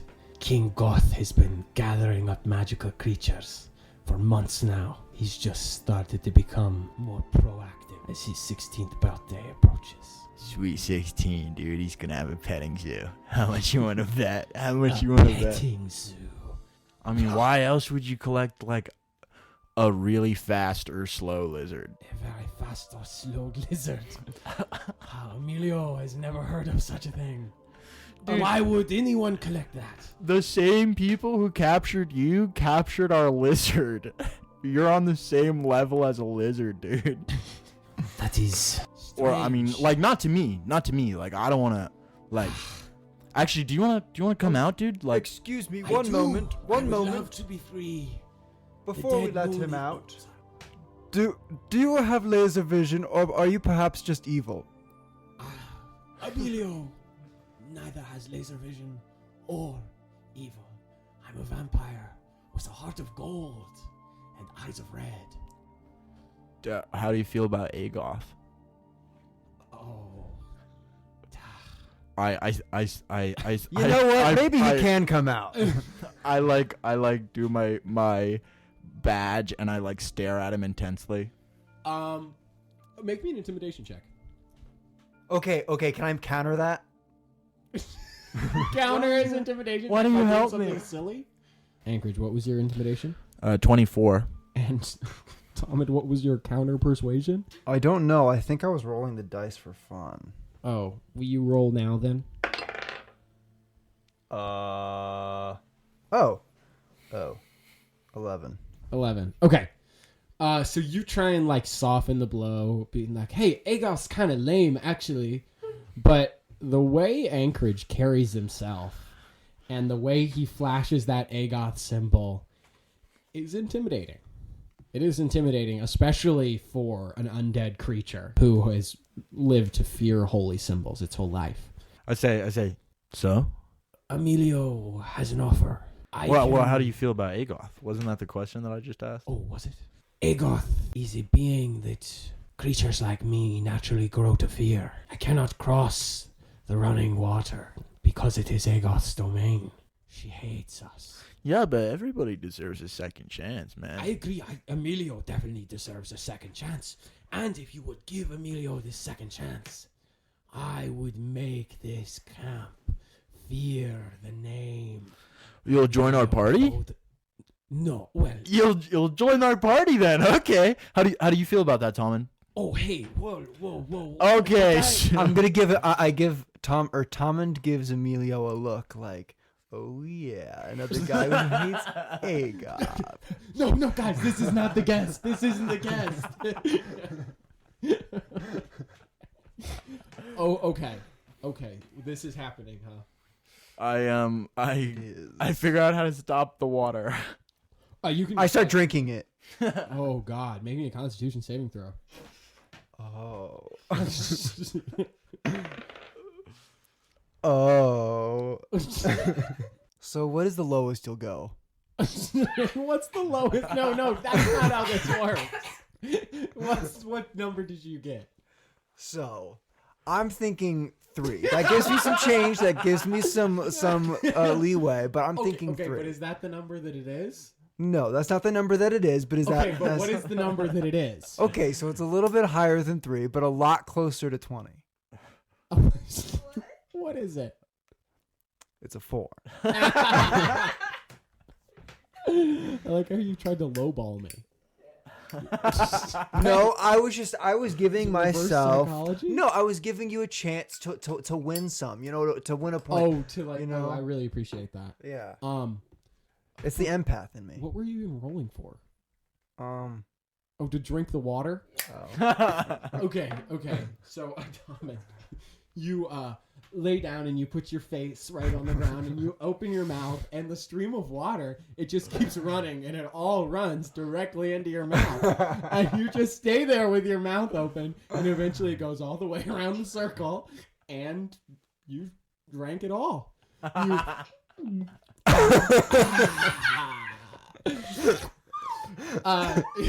Now, all of you watch this like fully armored being like lay down. He like opens his helmet a little bit. The smoke like pours out, and you just hear this slurping sound from within the smoke, and inside the smoke, the water just disappears. Emilio Voldemort, you set me free. He opens the door and he steps out over the water. I did not expect you to do that. I am eternally in your gratitude. What is your names? I didn't expect you to be so grateful, dude. Like, would you not have let us out of the cages? No. You wouldn't have? No, I would have killed you and then drank your blood. I'm Oh. a vampire. Well, I'm Anchorage, and this is Tom. You don't want my blood. It's like half blood by You this just point. drank all of that, whatever that was. I definitely don't want your blood. You don't want my blood, dude. I'm a holy man. No, of course not. Of course not. Then why would I want the blood of my saviors? Yeah, so you're gonna walk around with us and give us any tips and tricks and stuff? Yeah, sweet deal, dude. Well, I will tell you, I am a very powerful vampire. Henry the Hammer never would have been able to capture me in the first place if my family had not given me up in the way they did. Now that I'm free, I could slaughter this whole encampment if you wished. I want to grab his nipple. Well, so you. Oh, dude. It comes off. Oh, dude. You're not serious, He are stepped you? back. He takes it and he like spits on it and like sticks it. You have no idea what being undead is like. You can't just grab someone's nipple. So why are you here? You dress like Blackguard, but clearly you are not. Dude, can you just like come with us? Like, do we have to explain it all to you? Sure, but before I go with you, there's someone I have to get. Can we do that after we get our person? Yes, who is your person?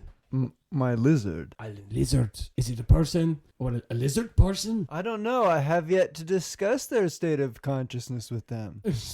I would hope to do that after rescuing them. Great. Well, San Emilio will help you find your lizard, and then you will thanks, call the debt Emilio. repaid, yes? No, dude, you're with us. Okay, let's go. And I walk out of the tent. Sorry, I'm just a little confused on what you said. You walk out of the tent. You're in guard uniform. The other two aren't. So you like step out, And some of the guards kind of like give you a weird look, like, what were you doing in the captain's tent, yo? Prisoner transport. Don't worry, they're super knocked out. Like, look, this is Amelia Voldikov, the vampire dude. He like steps out. They go like, looks fine to me. I don't think he should be out of his cage, man. I wanna like, what's the biggest garment? I was like, oh, we're transporting the prisoner, dude. Give me your shirts. He's not even wearing handcuffs. Give me your shirts, dude. I told you he's on like drugs or something. That's 13. 13. Okay, that's not too bad. And if it doesn't work, I need a sword. Look.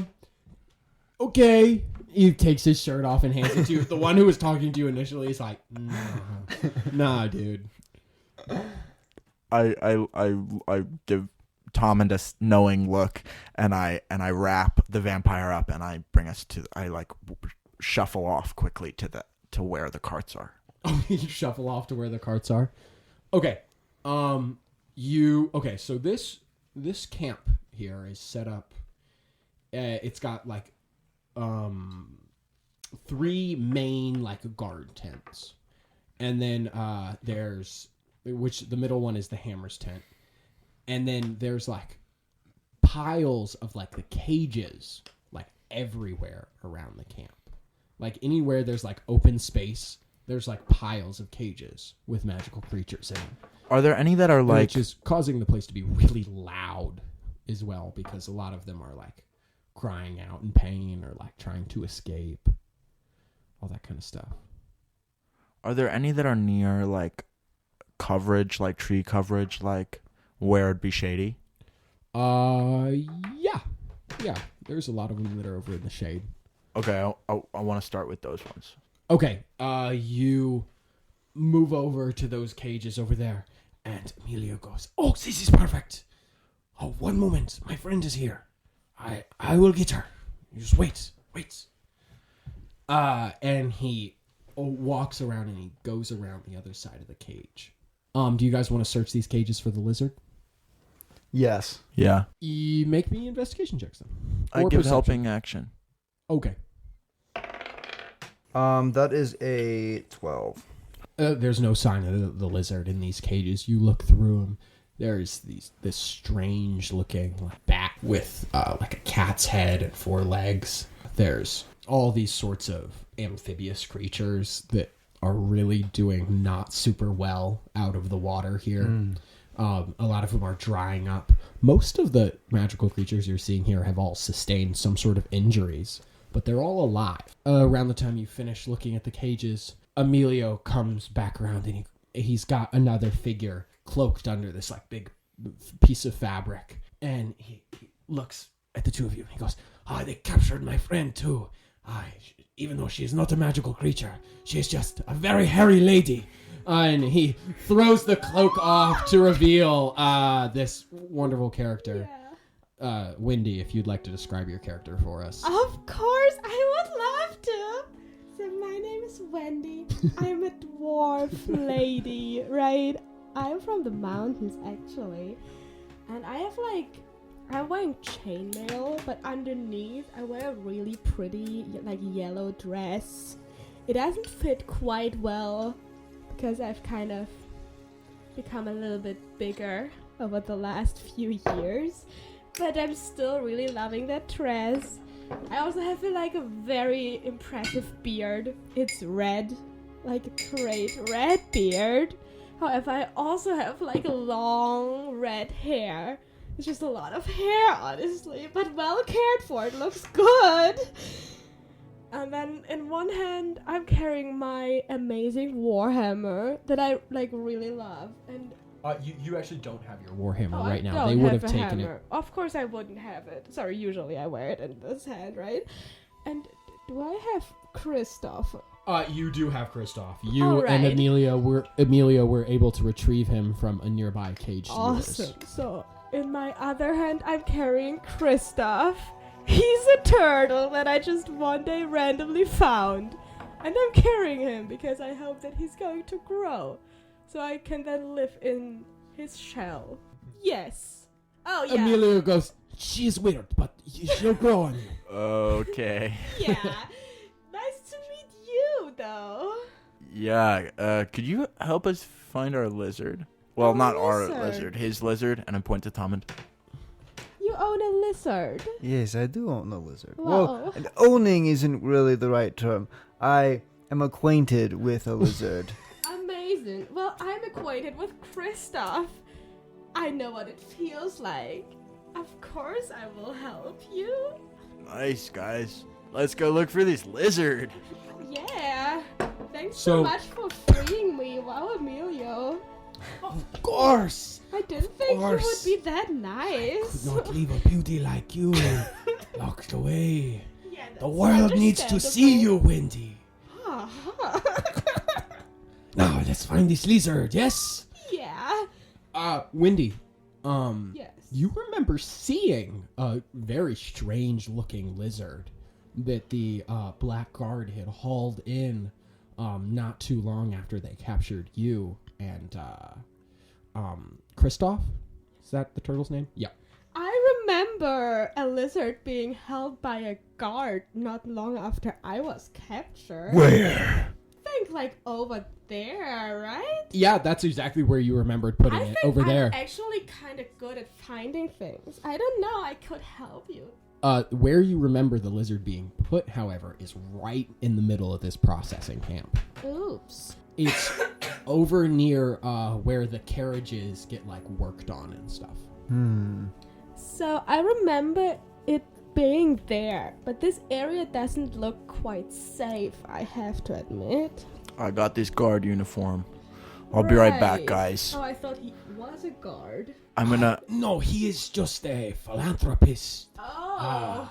a breaker of cages, and this Oh. is Tommund, drinker of streams. You are so intimidating. The very thirsty one. I'm gonna just walk over in the direction that they were pointing towards Okay. the lizard. So it's this large pile of cages. You're looking at this, the bars go like deep. There's like cages on cages on cages that then have cages like wrapped around them. All of these cages are small too. Minimal amount of space for transportation. The creatures must be getting fed too because they're definitely shitting everywhere. Are there any goblinoid creatures? Not here. Elven? There is a small, fey-like creature. It's got like all green skin and these pointed ears and a pointed little nose and these sharp little teeth. It almost looks elven. I want to go and talk to it and say, do you speak Elven? In Elven. The creature, it like looks over towards you. It's very fairy-like, sharp features, but it responds in Elven. Goes, sorry, what? Wasn't listening. Have you seen any lizards? Oh, yes. There is a lizard in here. He's, 2 down to the left. Keep shitting. Okay, thanks, dude. You, like, go over 2 cages down to the left, and there is this lizard. Pink as all hell, covered in orange spots. Big frill on its back. It's about the size of a large cat. And it's moving really slowly from one side of the cage to the other. I don't know why, but this is not what I expected the lizard to look like. I wanna open the cage. You open the cage, and it like looks at you, and it's like, time to make my escape. Moves so fucking slowly, like just not even clearing any distance at all, just like barely moving one little toe at a time. Could I pick it up? I definitely. drop to my knees with a pen and paper and start just immediately jotting down notes. You can't this see looks You marginally can't see faster. this. You No, can't I'm not see- there. You're not there. I'm sorry. I thought I went with him. No, you don't have a guard's uniform. Only Oh, he I was went. just gonna go anyway. Oh, you were just gonna go anyway? Oh, that's interesting. Okay, cool. Wait, we had that other shirt. We got that other shirt from that guard. Voldikov's wearing it. Oh, yeah. All right. Yeah, you like stoop down and you like pick up the lizard, and suddenly you hear scratching from behind you, and you look around Anchorage, and Tommund's right there taking notes on the lizard. Fuck, Tommund. This was supposed to be like sneaky, dude. I've been the sneakiest. Oh, fair enough. Hey, man. Hey, why are you taking the lizard out of that cage, man? What do you mean? I'm putting the lizard in the cage, dude. And I put the lizard down and I close the cage. That's an 18. Oh, yeah, good point. He walks away.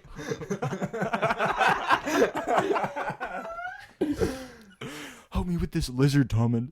Okay, I'm gonna help him with the lizard. Okay, the two of you pick up the lizard and you start like sneakily like running back to where the rest of your party is situated. Do you want to make me stealth checks? Tommy, do you have disadvantage since you're wearing your armor? Oh, that is interesting. I love that the guard didn't say a thing about Tommund. Well, that is awesome. That's a 14. That's a 3. You guys are not able to avoid detection. And it's like, you know that scene from, I think it's like iCarly, where the guy comes in with an ostrich and they like look over at him and they're like, what have you got there? And he goes, oh, smoothie. Because he's got a smoothie in the other hand. That's you guys with this lizard. You're just carrying it in between you, just like crouched down a little bit, walking it across this camp. You're drawing a lot of looks. Just about everybody's looking at you like, what are you doing? But nobody really seems to challenge it. This doesn't seem like it's the weirdest thing that's gone on today. One of them even comes up to you and goes, hey, thanks for getting that lizard out of here. Shitting uncontrollably. It's just like a real morale, like just debuff. Just needs to be moved. I appreciate what you're doing. Yeah, man. Yeah, it's the food. It's the food. Hey, actually... Are we feeding them? It's that there's not food. That's why. Hey, actually, on the topic, could you get a carriage and a couple of horses? Could you just like send word to the stables to just have them put that to the side? I just don't want to have anybody have to interact with this lizard. It still keeps. He's gonna keep dropping them. We got to get him away from here. Hey, well, that's happening. Make me a deception check or persuasion or I don't care. No. Oh, you gotta be fucking kidding me. Go ahead. Go ahead. Tell them what it is, Anchor. It's a natural 20. I hate you. Oh yeah. Absolutely. I'll go see if we can get one situated for you. There's not really any available, but I'll see what I can do. Dude, rock on. And he like runs off to go get you a carriage. Wow, you guys pulled that off. You keep going with the lizard. Everybody seems to steer clear of you from this point, and you're able to get back over to where you left Wendy and Emilio and Christopher the turtle. Wow. Did you manage to get him? Yeah. Okay, so we got the lizard. We got a carriage acquired. And I grabbed this elf guy, and I pull out the elf guy.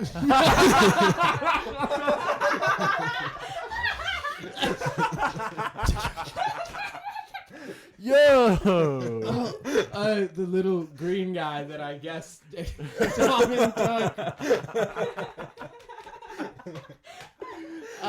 He pops out. He's like, hey, what's going on, guys? I'm green. Dude, what? You speak common? No, this is Elvin. Oh, so you just sound like I gibberish just have a really to everybody thick else. accent. Okay. Ooh. What's he saying? He just said, ooh. Oh, you understand him? I know Elvish. That is impressive. Hey. I'm a half-elf. Wow. We've just been communicating with our eyebrows so far. Really? Yeah. Oh my god. Wait, why Okay, did you guys. ask me? I don't know. Right, sorry. I pressed that up.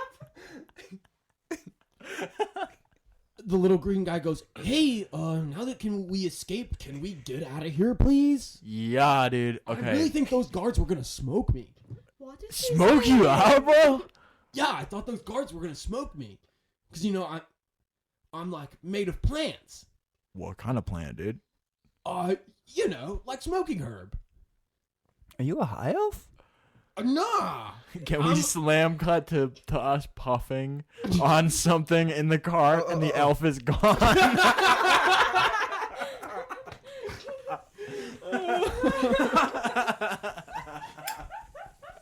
Yes. We slam cut to you guys sitting in the cart that has been procured for you by this member of the Black Guard. He brought it outside of the just a little outside the encampment and left it there for you. He did not bring you any butcher dogs to pull it. So you'll have to find your own kind of thing there. But you're all sitting in the wagon, puffing up on something, and the little green elf guy is not there anymore. Emilio Voldikov turns to you and he goes, I really appreciate what you have done for me. I want to try connecting the lizard to the carriage. Oh, shit. That sounds so cool. Or this could be a really good time for the audience to get to know the characters. Okay, wait, dude. Okay, I'll tell you everything. I will tell you everything about me. All you got to do is transform into something that can pull this carriage and pull it. I cannot do that. That is not going to What about a super strong bat? He goes, ba-da-da-da, and he makes some little sparkles from his hands. Wait, can't you... Wait a second. Aren't vampires super strong? Oh, yes, we are powerful beings. All right, And if you pull the car, I'll tell you all about me, dude. Okay, I have full disclosure. Maybe Emilio Vodakov is not as strong as he has been making you believe. It is maybe that I am the weakest Vodakov vampire to ever be born. And that's why my family agreed to give me over as the one vampire to King Goth to prevent further hunting of my kind. Oh, you're like the outlaw. I'm like the runt. Aw, I that's cannot so pull this touching. carriage, and I cannot turn into a bat. No, I'm that's sorry. really sad. How are we gonna get out of here, guys? Let's try hooking up the lizard. I think Here- the lizard. I mean, yeah, I can definitely try and pull it, but it's gonna be slow. Yeah. Do you want to give it a shot? I mean, for sure. Okay. You take care of Kristoff, okay? Wendy, you hand Anchorage your turtle. Kristoff little pops his head out a little bit. And It's alright, little guy. Looks up. Mommy won't be far away. he looks at you with his big sound turtle eyes. Dude, Tommund, this is adorable. Do you see this? I'm Take looking at the good care lizard. of Yes, he is.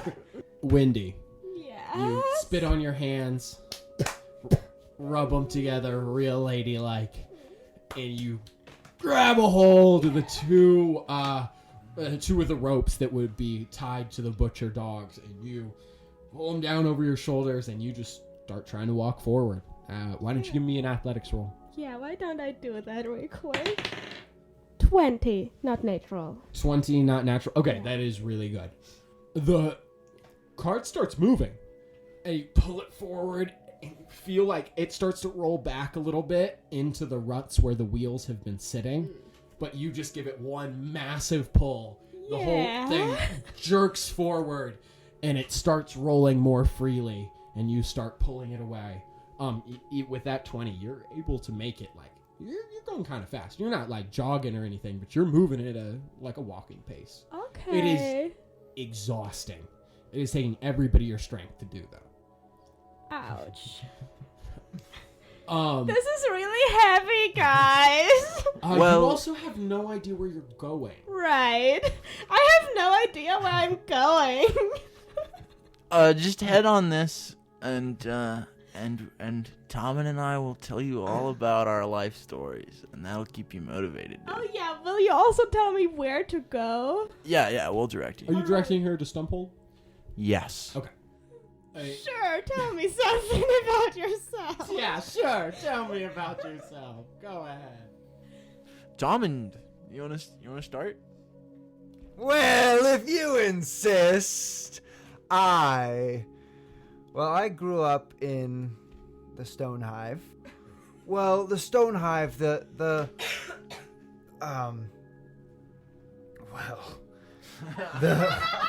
I would say infinite expanse of caverns and kingdoms, running in the mountains and pretty much all down below. Absolutely massive and a maze, and more of just a headache in general is how I would describe it. But the ancient kingdom, well, the ancient kingdoms that make up the Stone Hive, as you know, made by the dwarves. And so there was a lot of them in the positions of power, and I'll say they're old heads. They don't quite understand what the new world is needing. And so having a bunch of old heads in power is just no good for a society and a populace that large. And so some of us less fortunate to modern day politics. But yes, so some of us who were not the dwarves, shall we say it, the other citizens, who were less fortunate, ended up dying in their shit. And so as a young dragonborn, I decided that I didn't really fancy that lifestyle. And so I upgraded and took the first opportunity that came to me, which was research. Wow. You really took your life into your own hands and made decisions. Well, I wasn't going to leave it in theirs, that's for sure. Yeah. Do you know that one cave, though? That one cave? Yeah, the one that I'm from. It has a huge shell in it. A huge shell? You do know of these giant underground tortoises that live in the Stone Hive and just kind of patrol the tunnels as peaceful giant guardians, and then eventually some of them will die, and then it'll be like a feast for like an entire town. And you have seen a shell maybe in your life. You probably saw one. You've never seen one of those turtles in the flesh, but you've heard stories of them. Do you refer maybe to the one that's got like the blue mold on the bottom side and the gash that's sort of top side? No, okay. That's not yours. No, really not. Okay, different massive shell. Insulting. Wow. Wait, is that the one with like the biting the wear on the bottom right edge? Yeah. This where like there's a little portion where there's also some claw marks where the mold clusters most. Oh yeah, you know what? I think I've seen that one. Oh, is that right down under that one cave with all those stalactites that kind of look like a cat when you look up at them? We get it. You're all from Stone Hive. You also came from there. Oh, dude, no. I was just there for a little bit, dude. Wow, this is really getting heavy. You all approach the town of Stumphold. Wendy, you're winded. After pulling the carriage all this way, smoking that herb you guys got from somewhere earlier really helped you get through it. You pull up to this little hill. It's just this little grassy green hill that like goes up, and there's like a bit of foresty thicket behind it. Are you kidding me? Uphill? However, that was some pretty good stuff. I never thought I'd make it. Wow. I wish we could get more of that Yeah. elf. I mean, like, this just gave me some superpowers. Elf OG. Anchorage, you know that this hill is the Hill Inn that marks the entrance to Stumphold. Okay, here's the deal. What is What time of day is it? It's probably like late afternoon. It's late afternoon. It's gonna be night. What in is a couple Stumphold? of descriptive phases of what time of day it is. Hours is good. After evening. After evening. It will be dusk, and then it will be night. So it'll be night Yeah. relatively soon. So are you going to answer my question? What is Stumphold? How would you describe it, Tommund? I just stay at my house. How would you It's like a describe town. it? It's a whole town. Oh, Under the ground. Right. Yeah, but like it's defended from the monsters. You know, Right. because it has.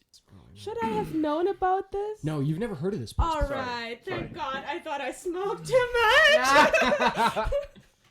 Yeah, Stumphold is like a little town, but it's like under all these thickets that are like disguising it. This hill right here that you're being a little baby about climbing, it's actually. Whoa, okay. Excuse me, sir. You know, I thought you were nice right until now. This was really mean. That's kind of on you. It's definitely on you. Well, yeah, let's go into the city, I guess. I want to go to my house. Well, then go to your house. Maybe I will. Come on, Emilio. I'm gonna go open the door and grab Emilio. Emilio. Oh, hey. Oh, you remembered about me. That's great. Well, you remembered about me in the first Throw me in the place. cage and forget. Of course. Of Yeah. course, you would remember me. Yes, of course I would. Why don't we go in to see this Stumphold? I would like to see how these people survive. Not that Emilio's opinion like matters or anything, but I kind of like agree. Like you guys probably should see Stumphold. Yeah, I think. He Okay, he I will never do got- this with my very big lizard that could be very slow or very fast at any moment. I It's think, not that big. It's like a large, like, house cat. you know, Emilio just. That's never pretty got big his for a will lizard. with It's pretty us. big. It's How do like you an hold iguana. that? His Yeah, that's will? Not even. Yeah, like they never did what he wanted. So we should totally go into the city now. Yeah, dude. Okay, I go open the door to the inn. Okay, you go to the secret spot you know on the hill, and you reach through, and you pull in a door. Just magically appears in the side of the hill, and he swings it open. It's not big enough for the carriage to make it in, so you'd have to leave that outside. Oh, what a pity! Yeah, you goose drop it down finally, and you all hear the sounds of laughter, talking, the sounds of like eating and drinking, just merrymaking, and there's some music pouring out of the hill inn. I want to make sure I grab Kristoff. Oh yeah, you pick up Kristoff Yes. out of the carriage, and the 4 of you, well, 5 of you counting Kristoff, 6 of you counting the lizard, walk in, reptiles in hand, to the hill inn. Emilio he holds the shirt over his face when they walks through the sun. And he goes up to the door and he's like, oh, shoot, I can't come in unless I'm invited. Come on in, Emilio. No, like, really, I can't. I invite you in, dude. Oh, thank you. And he steps through. Man, there's so many ways to exploit this. Strange rule for vampires to have to follow. It's very strange how it actually holds them up. Anyway, you guys enter into the hill, and the music gets louder as you come in, and you hear the voice of Gilda. Who is it? Gilda. Oh, wonderful. Hey, Did you kill Gilda. that troll? Oh. Hey, Gilda, could we get a horse? Like, would you fund that for, like, troll hunting? Like, would you... I guess this is rough. The Church of Agloth is humbly requesting a donation of 1 horse. Or a couple horses. Anchorage! And she comes stomping over to you. Do you read the bounties I give you? Do you read them? I want The you to open up that bounties? troll bounty right now and read it. You even know how to read. I'm going to stand here and I'm going to watch you read it. Okay, I open up the bounty scroll and I read it. Okay, so you like look through it. It's pretty standard stuff. It's written by some farmer, and he's complaining about how there's a troll under Slightwater Bridge again, and he can't bring his goats into town if every single time one of his goats tries to get across, the troll stops them to ask them a riddle. He says, my goats have, of course, been trained in how to handle these scammers, but it's just a huge time loss. By the time I get through the whole herd, my day is gone. Please evict this freeloading monster. And she goes, and do you see what the reward says there? What is... It says the reward is 4 Stoutland tree stomping ponies. Live or butchered. Dude, what? That's so inconvenient. We need them now. Yeah, that's Oh, an do inconvenience. ya? Well, we didn't better have the go- cart before. Well, why don't you go ask the farmer if you can have 2 now and 2 when you're done with the job? Do you guys want to do this job with me? Hold on, would you like to meet my lizard? According to the spreadsheet, his name is Craig. Look, you seem like a real sweet fellow, but sweet talk is for customers only. If you want me to be interested in your lizard, you're gonna have to buy something. Can I get you a drink? What have you got for sale? We've got anything you could want to drink, eat, or smoke. How much money do I have? Oh, that's my first question I like to hear people ask themselves. Agilda's eyes kind of like turn into dollar signs like Mr. Krabs. Gilda, so while we're on the subject of money and buying things, I was wondering if I could exchange something for the clearing of my tab. It's a gorgeous cart, 4 wheels, attachment points for animals.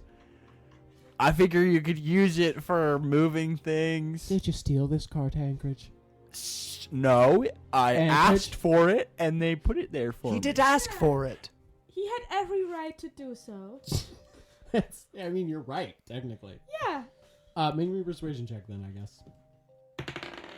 guess. 18. She looks at you. She like looks out the door. Anchorage, why is there a black guard's carriage sitting outside my tavern? Uh, Oh, that's not the carriage you're offering to me, is it? To clear your tab? The one clearly marked as black guard?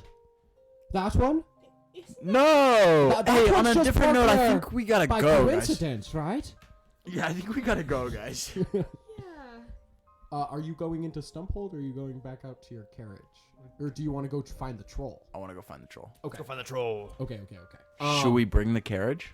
Should we bring the carriage? we bring the carriage? We. I said us. I'm Come not on, asked. Emilio. Okay, I'll just walk around in the sunlight. No! I cannot go back out there. I will wait for you here. Yo. You can go ahead and go and chill. Look for the House of Agoth.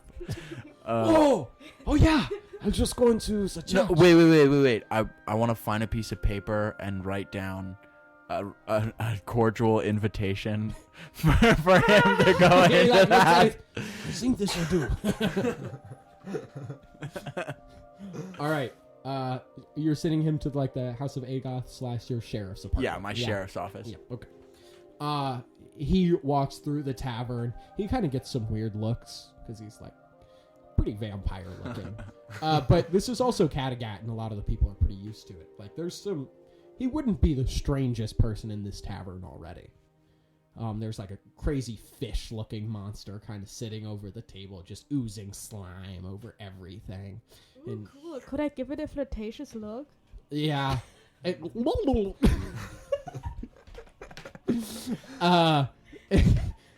Wow. Then on your way out, one of the waiters bumps into you, one of these little halflings, with a little spike of red hair. He goes, Oh, this is for you from the gentleman in the corner. and he hands you a pint of beer, and the fish like waves his flipper in the air a Wow. Thank you. I'm gonna like give him a little smile. And then just like drink the beer in one sip. little bit. Okay. Yeah, that's easy for you. Yeah. Your dwarven constitution can take it. You guys head back out of the Hill Inn in search of this troll. Right. This really was not what I thought my day would bring when I woke up this morning. But it's What, fine. when you woke up in prison? Right. You know, right? Okay, so this troll says that it's under this bridge. Yeah. Yeah. Is it Slight walking water distance? bridge. Yeah, it's within walking distance. Okay. You know where it is. I go walk It's there. right in between Stumphold and this like large goat farm. So it's not too far. What's the marching order here? Can we be too wide? You could be 3 wide. I mean, it's just open plains. You could all walk side by side. I'll trail right behind them, I guess. Okay. The Wendy and Anchorage, you two walk in front, Tom, and you're just trailing a little behind them. You walk through this grassy, little foresty area, and you see Slightwater Creek just in front of you. You know the bridge is close then. Slightwater Creek is just this creek with a little bit of water in it. It has always confused me why they built a bridge over this creek. And no, you absolutely can walk over it, which is what makes the troll setting up under this bridge even more strange. But you know what? You just do the job. You continue along the stream, the direction you know leads to the bridge. And you get there and you hear the sound of voices. You reach the bridge and you can see that there's a blackguard carriage already parked there. And the troll is like under the bridge, like yelling at him like, "You can't kick me out! I've squaws' rights!" And they're like, "You've been selected for the king! You must come with us immediately!" And the troll's like, "No!" And you all are observing this from Are you still wearing your plague guard uniform? I am. I'm gonna walk up to them. Okay. You walk up to them. Thank God you're here. We need more support. Our butcher dogs ran off. Hey, actually, guys, don't even worry about this one. I got this one. You guys can chill. What? Wait, you got this? Dude, that's a troll down there. And the other one kind of like hits him and goes, "Dude, what do you say?" I'm a troll expert, dude. He doesn't got this. That's look. Whoa, you're a troll expert? Did I get any piece of paper from? Oh, I got the note on the table, right? Oh, the list of. Does it have any sort of seal on it or anything? Yeah, it does have the king's official seal. I wanna The seal's shake. broken, but you can still like. I wanna shake the paper really rapidly. Oh, okay. I'm an official troll expert, dude. Yeah, he really is. Okay, make me a deception check with advantage. Natural 20. Fuck Natural off. 20. Fuck off. Oh my god. Okay, well you wave the thing at them and they're like, the other guy like hits him and he goes, "Hey, I think I know this guy. I've seen him around. He's like a famous monster hunter. He's the real deal, dude." And the other guy's like, "Holy shit, bro. Well, yeah, we'll let you do your thing. Hey, you want us to get out of here?" You know what? I don't even want you guys to get out of here. I want you guys to join our party. Stop. I have an elite group. Stop. I have an elite group of monster hunters, and I want you guys to tag along. What are your names? You can observe me. I hate you.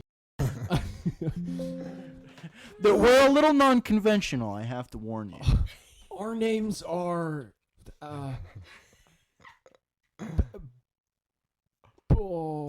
Barney. Oh, Barney, nice to meet you. I'm also Barney. Barney 1 and Barney 2. Got you guys. Hey, can I be Barney 1? No, dude. I wave for the rest of the party to come down. Hi. Oh, hey, we're Barney. Whoa. Yeah, don't worry, buddy. Like you get two at once. Some of the things you say, I want to walk down under the bridge.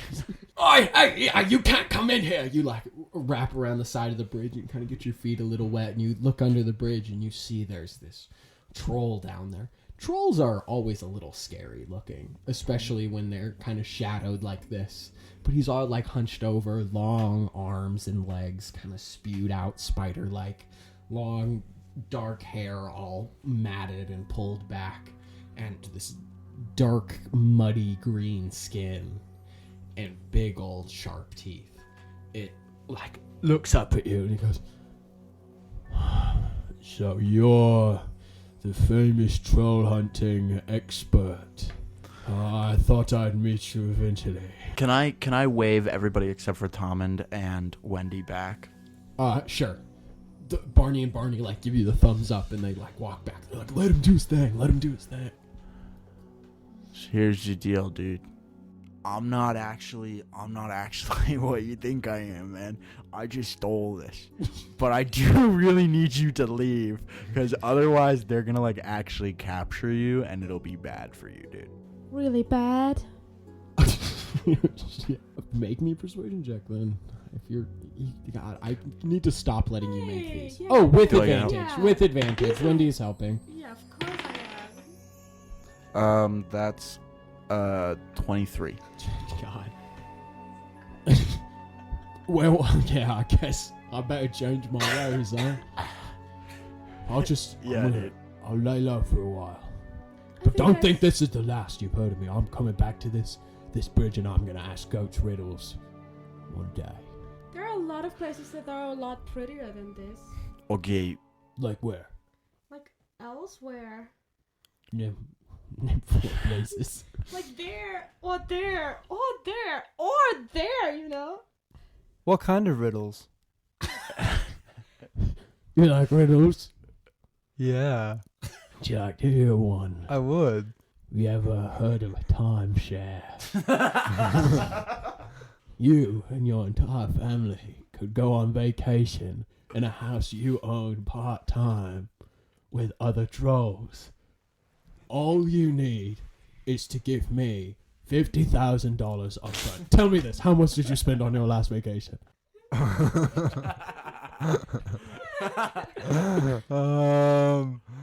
Well, I don't get out much. Okay, so Just ballpark. Okay. so we gotta well- make this look convincing, though. So this is what I'm thinking. Yes, convincing is the name of the game. You want to buy into? You can even buy in together. So first thing that's gonna happen is Tommund here is gonna stab you. Oh. The second thing that's gonna happen is you're gonna get in the cage and pretend to be knocked out there. Okay, dude? Hey, don't tell me what to do. Oh, I was just assuming that we were on the same page. I mean, maybe if we discuss that Oh first, yeah. but- Oh, here, wait, that- Troll. Can you plug your ears? Hold on. Yeah. So Tommund, this is what I'm thinking. If we just get him in the cage, we don't have to lock it, and then we can have these guys like pull the carriage back, and then we won't have to do anything because the guy will get out of the cage, and then when they finally get there, they'll put the cage down, and they'll be like, what the heck, we just walked it all this way and there's no dude in the cage. What are you talking about? I'm trying to get a summer home.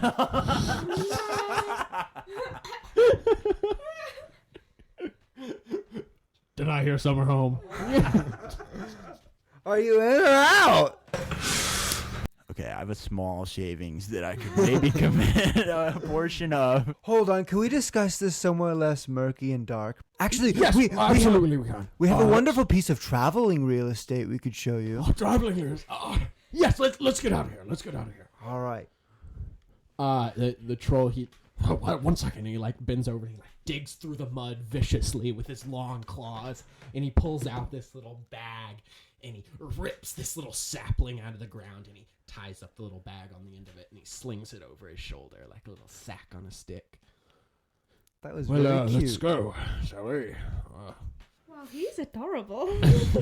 Okay, so Where's this travel real estate? All right.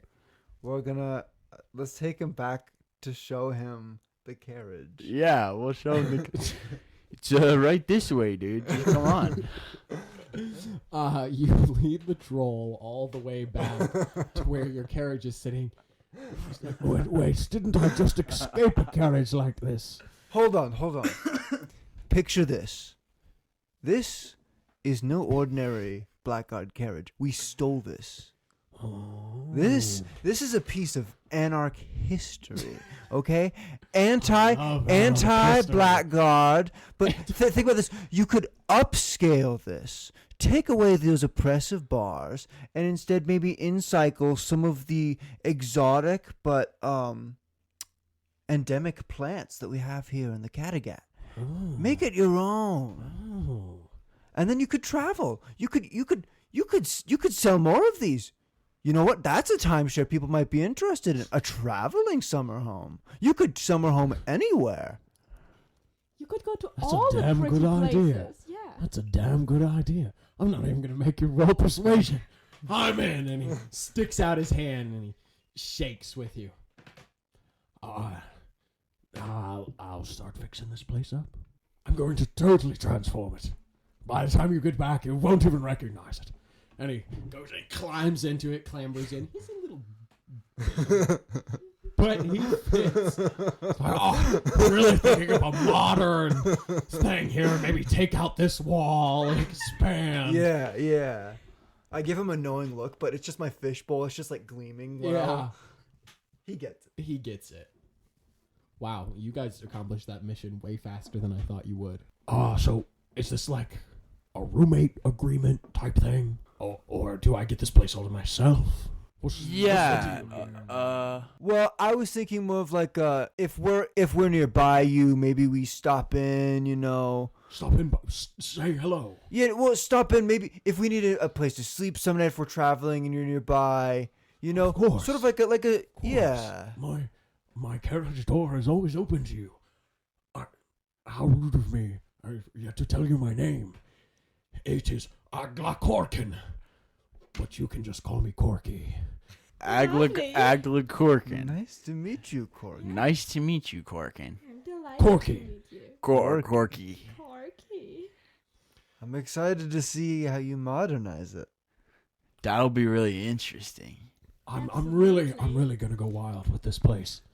See, when you were saying that, I was envisioning maybe white walling the wheels on it. Add a bit of a vintage veneer to the whole aesthetic. Absolutely. He like opens his sack a little bit and he starts pulling out his decorations. He's got like a little bone mirror thing. Just, usual stuff. You guys want to go collect your reward? You did get rid of the troll, technically.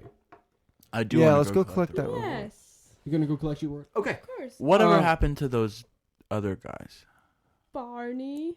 Barney and Barney, you kind of just like sent them away and then walked off with the troll. They're probably still waiting for you to come out with its head. You could go back for Barney and Barney if you want. We're good. Okay, good. I Yes. think Barney and Barney are good. As long as they have themselves. The Barneys. Yeah. Okay. Do you think Barney and Barney ever explored each other's bodies? That's exactly what I meant.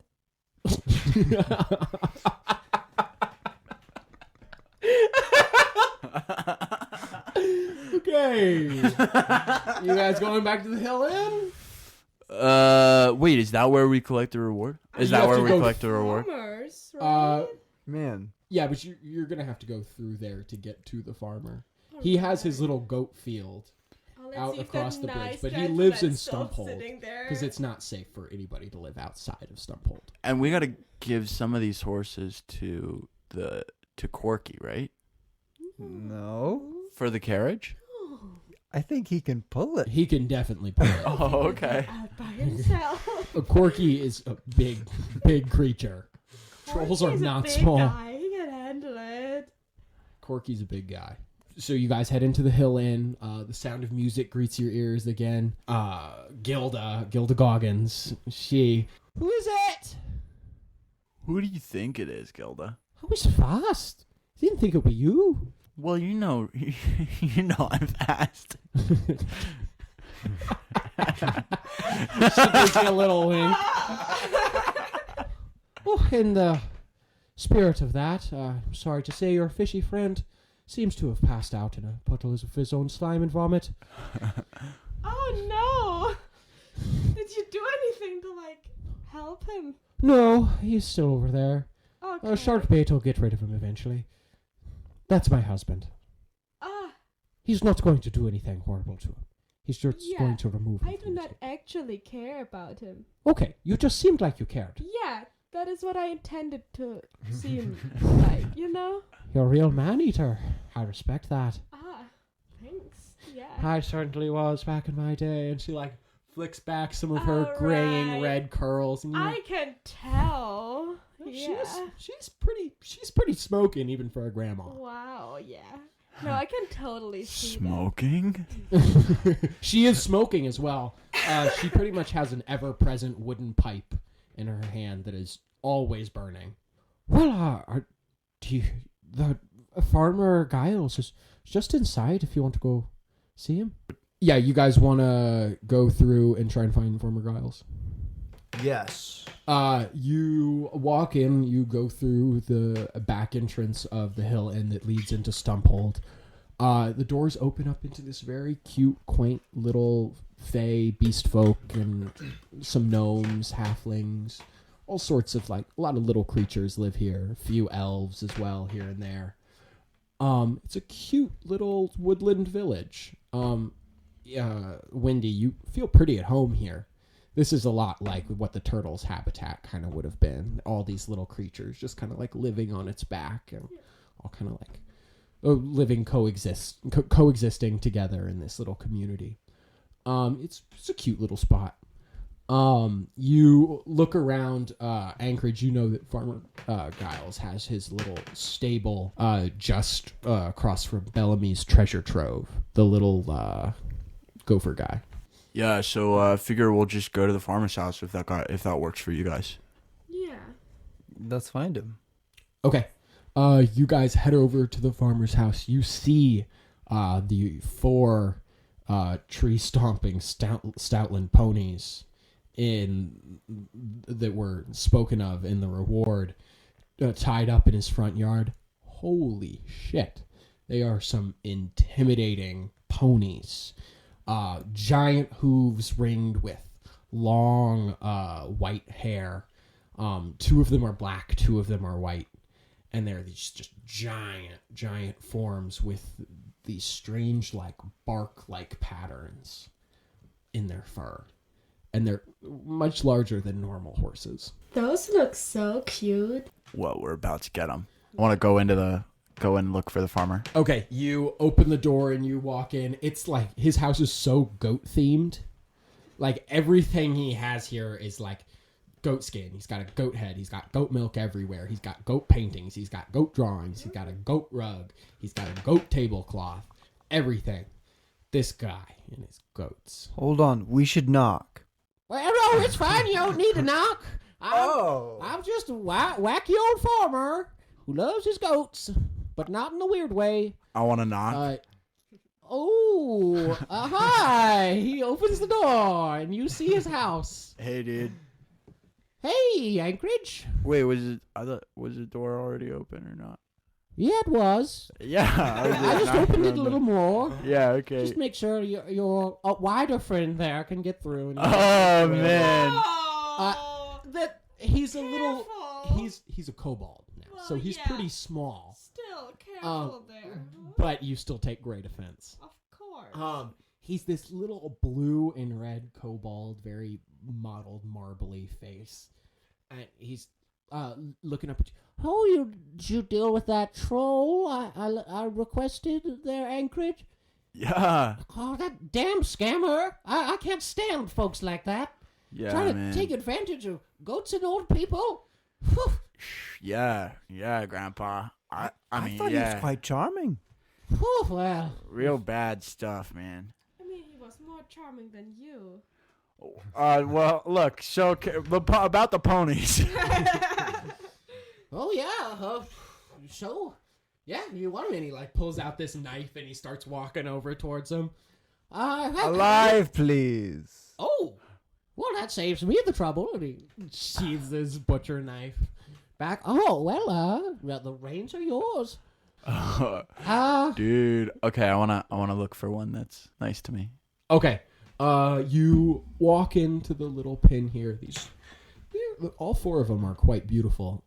So one of the smaller white ones is speckled with all these little brown spots in its bark-like fur pattern. And it's the fur on all of these is a little thicker than normal horses. They're kind of more for cold weather climates. And then the 2 black ones are about the same size and look almost identical. I want the bigger pony. You want the bigger white pony or one of the black ones? Or actually, I'm realizing that maybe we should save the bigger one Tommund? He is quite large. I guess I'll take one of the black ones. Picking ponies. You hear some sort of commotion down the street from the shop over and yelling. Oh no, is this Emilio? Did he get in trouble? You kind of look over to see what's happening, and you see a few black guards burst out of Bellamy's shop and go walking away carrying something. Wait, can I leap over the fence and see what's going on? Black guards in my town? Black guards in your town. You leap over the fence, and you kind of do a little roll, sheriff style. And I also glance back and wave for them to come with. I just jump. Can I jump the fence too? Yeah, sure. You jump over the fence. Are you guys chasing after the black guards? Or Yeah. just watching them? Or keeping a distance. Keeping your distance and like watching them. They walk over towards where the thicket is in the side of Stumphold, and they start just slashing through it. And then you see more black guards coming to meet up with them from all across the town. Then, Whoa. I walk up to them. just as you're about to walk up to them to see what's going on, as Deandra, Bellamy's wife, comes stumbling out of Bellamy's treasure trove, right up to you, tears like pouring down her little groundhog face, and she like grabs your leg, and she goes, Anchorage! They took Bellamy!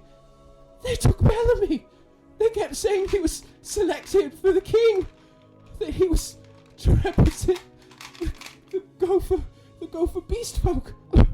They just took him! And she like collapses on the ground, crying. Anchorage, please, get him back. I'll give you anything you want from the shop. Anything. Just bring back Bellamy. Does that count for me too? Fine. Tom, and you spring into action without waiting a second. That you know what it's like to have these black guards take someone you love.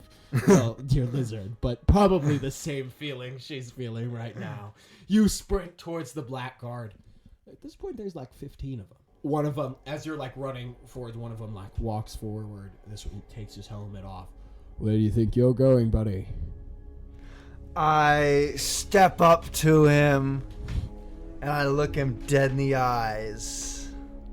Although he can't really tell because I've got a fishbowl on my arm. But I do like this to let him know. I like.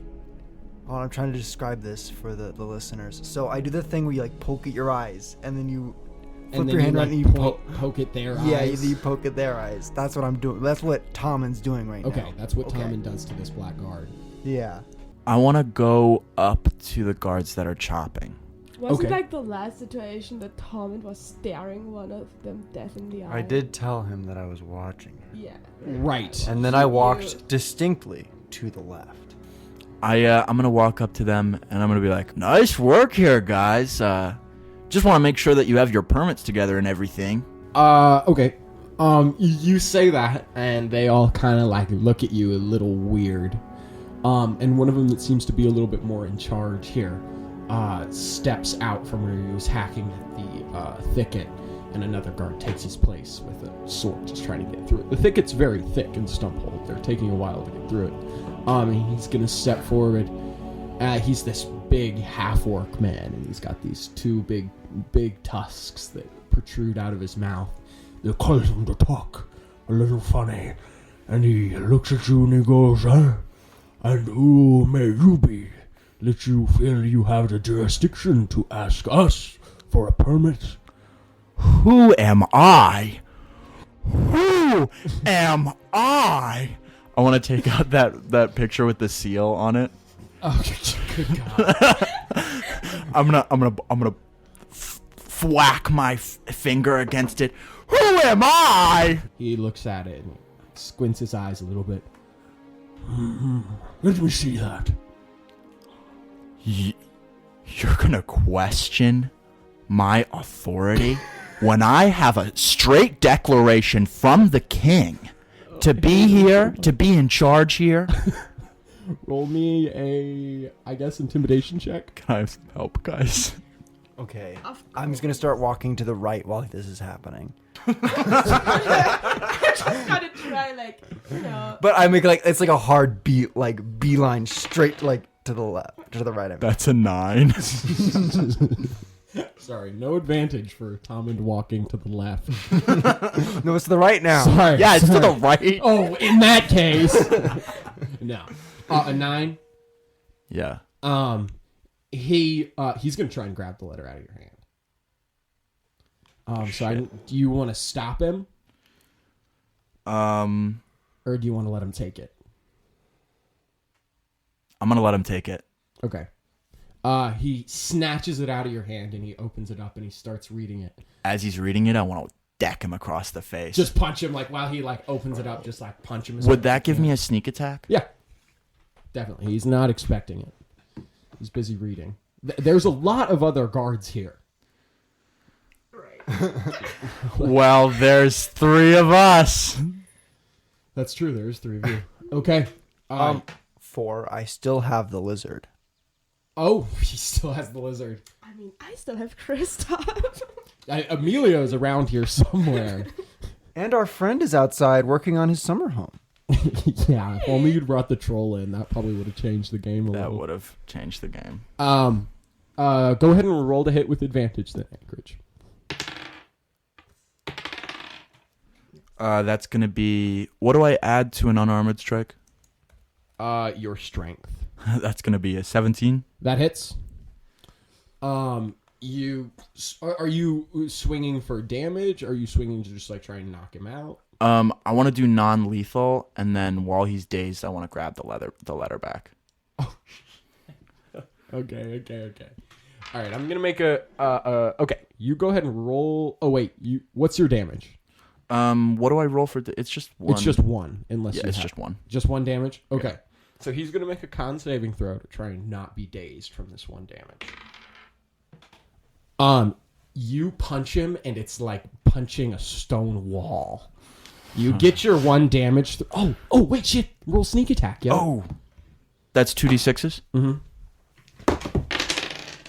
That's an additional 6 damage. An additional 6 damage. It goes through. You feel like you've just halved his health in this 1 hit.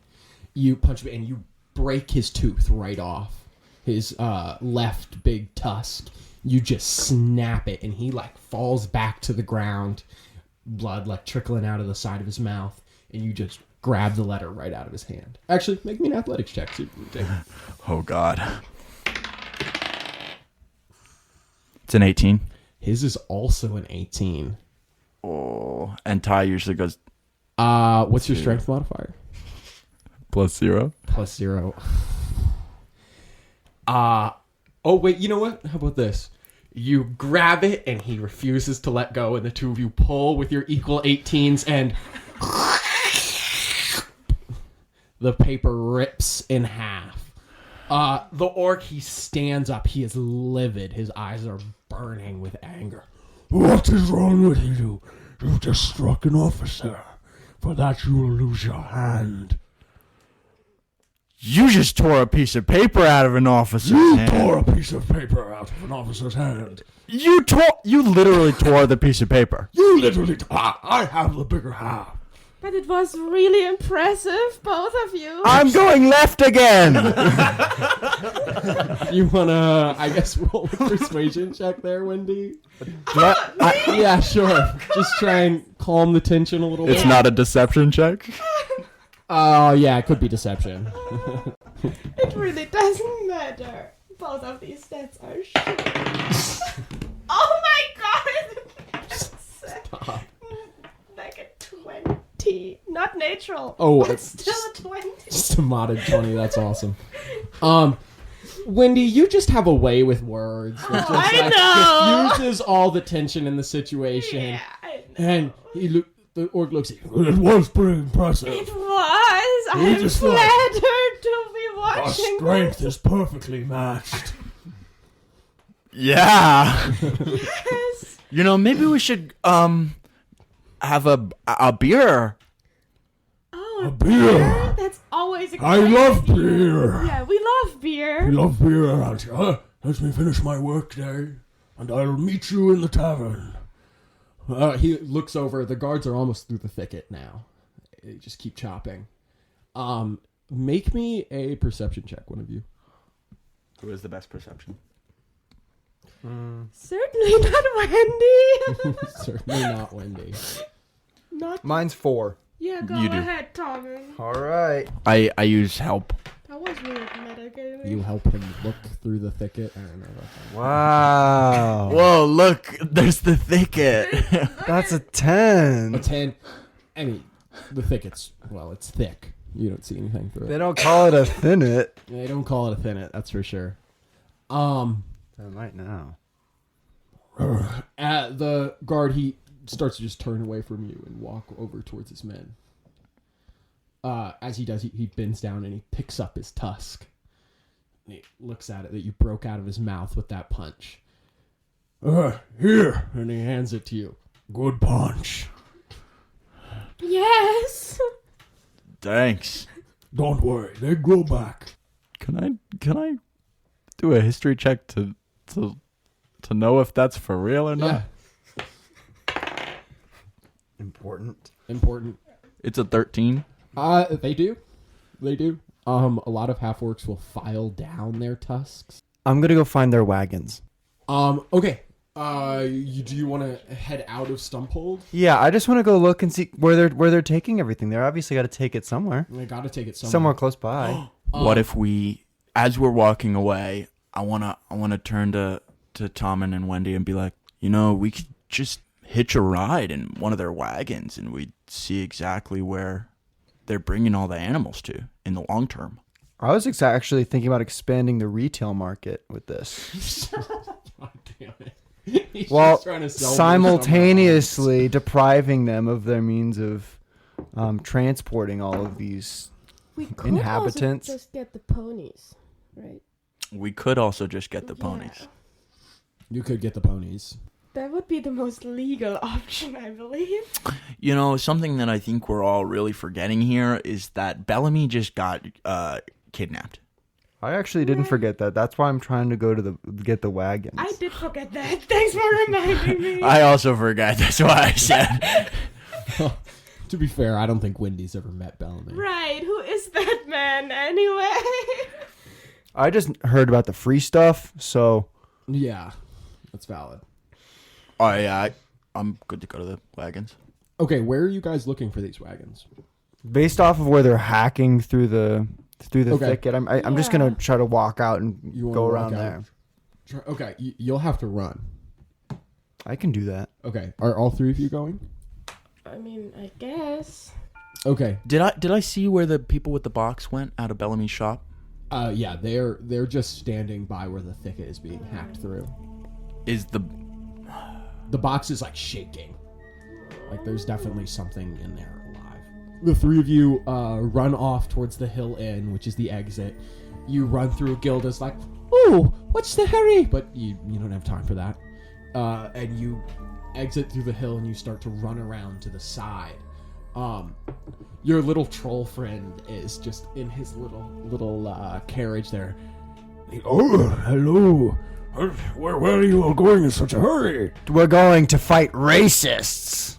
That's pretty accurate. That's pretty accurate. Nice. You guys sprint along the side of the thicket, and pretty quickly the sight of three large carriages comes into sight. These all, unlike yours, have butcher dogs still attached to them. And they don't look very happy. Look like they've been held there for a very, very long time, waiting for the guards to come through. Butcher dogs are very impatient, especially when hungry. Should we cut them free?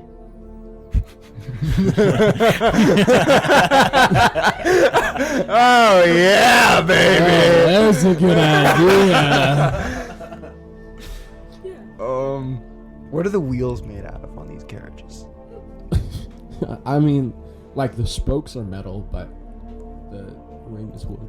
Does anyone have any meat on them? Or actually, Does anyone have? I want to any- grab Kristoff a little bit closer. Yeah, you hold on to your turtle very closely. Are you still holding your lizard? Yeah, what about the lizard? I am still holding my Have you lizard. just been running? This is with the different. lizard? This is different? Excuse me? Okay, You might not like this idea, Anchorage, but it's going to require a really long stick, some string, and either you or a piece of meat. I'm listening. So, we got to get on top of the carriage. You can hear the sounds of the guards hacking through the thicket on the other side. They're definitely close. Okay, Whoopsies. we got to do this quick, it sounds like. I'll give you one turn. I'm freezing up. Okay, I would go cut the strings on one of the carriages. those dogs will eat us. The strings are like metal. They're like metal cords. Do they have like an attachment point that we could release? They're like nailed into the carriage. How many carriages? 3. And are these the same as the one And that we there's 4 butcher commandeered? dogs on each, so that's 12 total. On my signal, each of us are gonna release one. No, each of us got to get on one and then just like shake the reins. And just take off. Okay, I'm getting on one of the carriages. Make me an animal handling check, Anchorage. Can I also jump on one? Yeah, make me an animal 12. handling check. Wendy, are you jumping on one? 18. 18. 13. Roll initiative. Nat 20. Nat 20. Natural 1. Oh, I also got a nat 20. I rolled mine first though. What's your dex modifier? 1. 1. Okay. So the group of butcher dogs is gonna go first. I got a 9, by the way. You got a 9 on initiative? Okay. Anchorage, you walk up to this butcher dog with kind of your hands in the air and you try and like make a maneuver to climb on top of it. These things are vicious. It senses the magic in your blood, just wants to feast. It lunges at you and tries to sink its teeth into your leg. Does a 16 hit your armor class, Anchorage? Yeah. Yeah. Okay. The thing bites down on you and it clamps into your leg. And you can feel the blood starting to drain out of it and the magic in your body start to fade. I don't think you have any spell slots. No. Okay, so you won't lose any. But you are going to take 7 damage. Cool deal. Wendy, you try the same thing. Your hands are full with Kristoff, so you're not even able to hold your hands up in a more defensive manner towards the dog. And it immediately just leaps for you and tries to bite you on the shoulder. Ooh, does a 10 hit your armor class? No. No? Okay. You're able to just duck out of the way, clutching Kristoff to your chest. These dogs don't seem very friendly. Likely not going to let you ride them. Tommund, with your 18, you kind of hold the lizard up as a distraction, and the lizard's very magical, clearly, because the dog is sniffing it, and it wants it real bad. It's just like watching it with its gaze, and you kind of like hold it off to the side a little bit, and then you jump up on the dog's back, and it is pissed off as soon as you get up there. I need you to make me an athletics check to hold on. That is a 17. A 17. You lock your fingers in place around the harness that attaches it to the carriage, and you just hold on with everything you've got. You won't be able to hold on to the lizard. You grab onto the butcher dog. Okay. Can I put it... Is he the kind of lizard that can hold on to things? Well... Yeah, but it'll probably take him a while to grab on. He's pretty slow. Okay, what if I just like... What if I go clamp him around my helmet? Alright, you like quickly like put it on your head and you just like grab on. I'm gonna make an athletics check for the lizard. No! Hey, that's pretty good. Oh, yeah! The glass kind of like is a very good surface for him to grip on. His fingers are kind of like suction cuppy, so he just kind of like and like just locks onto your helmet as this butcher dog just starts shaking and jumping in any way it can to try and shake you off, but it's not enough. The other 3 butcher dogs that are attached to this carriage start to move in towards you and the one you're riding. At this point, you see the first sword penetrate through the thicket as the guards approach the outside. Whose turn is it? It is Tommund's. How much magic is in the coconut? Dude, it's a coconut. You're... I'm gonna take that as a lot. Try it. Try it. Okay, I am going to. Oh no, I'm holding on to him.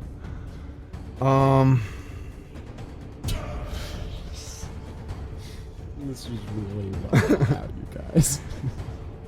Wait, so that they can get me while I'm on him? The butcher dogs can? Certainly. They're not like They're attached to these like metal ropes,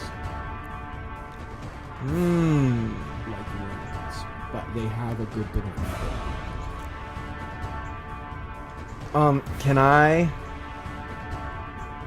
I point at the soldiers breaking through the wall and go food? It does not work. They've been trained to ignore the soldiers. Can I not calm the beast down with my animal handling? Try. Okay, I will try to do that. I'll try to be friends with. You'll these try and butcher befriend dogs. the butcher dog. 18. 18. I mean, you start like patting it, trying to calm it down, but just the smell of you being a warlock and the lizard on top of it send it into this like frenzied Oh no! magic rage. It just wants. I've got a magic containment suit on. Even more magic. Oh Even more magic. man. This isn't good. We really maybe should have thought this through more. Yeah, we should have. Okay. Anything else you want to do, Tommund? How much do y'all value y'all's lives? Not at all. Not at all. We got this. Okay. That's kind of borderline. Well, so what are the dogs made out of? Flesh. What kind? Like Dog flesh. no, they're like furry, leathery. Leathery. They're Almost leathery. no fur at all. They have weird little patches of fur in places, but it's just a weird mutation. They don't actually have any fur. Okay. Do they have do they have like any collars or anything on? Mhm, they have these big harnesses that are attached to the metal ropes that lead back to the carriage, which is what you're locked into right now. That's what you're holding on to. Very interesting. Okay. And I didn't grab a big stick. This I see the error of my ways now. Okay. I'm gonna get my lizard. Okay. And I'm gonna like tuck him onto his collar, and then I'm gonna like. You like tuck the lizard's feet into the collar, just kind of like locking him in there. And then I'm gonna climb into the carriage. Okay. So you'll have to get off the butcher dog to do that and like run over to the carriage. That's fine. They can deal with the lizard. Okay. Yeah. Make me an acrobatics check then, Tommy. That is a 17. A 17. You lock the lizard in and you kind of wait for a little bit of a lull in the creature's like jumping and shaking, and you drop off and you start sprinting over towards the carriage.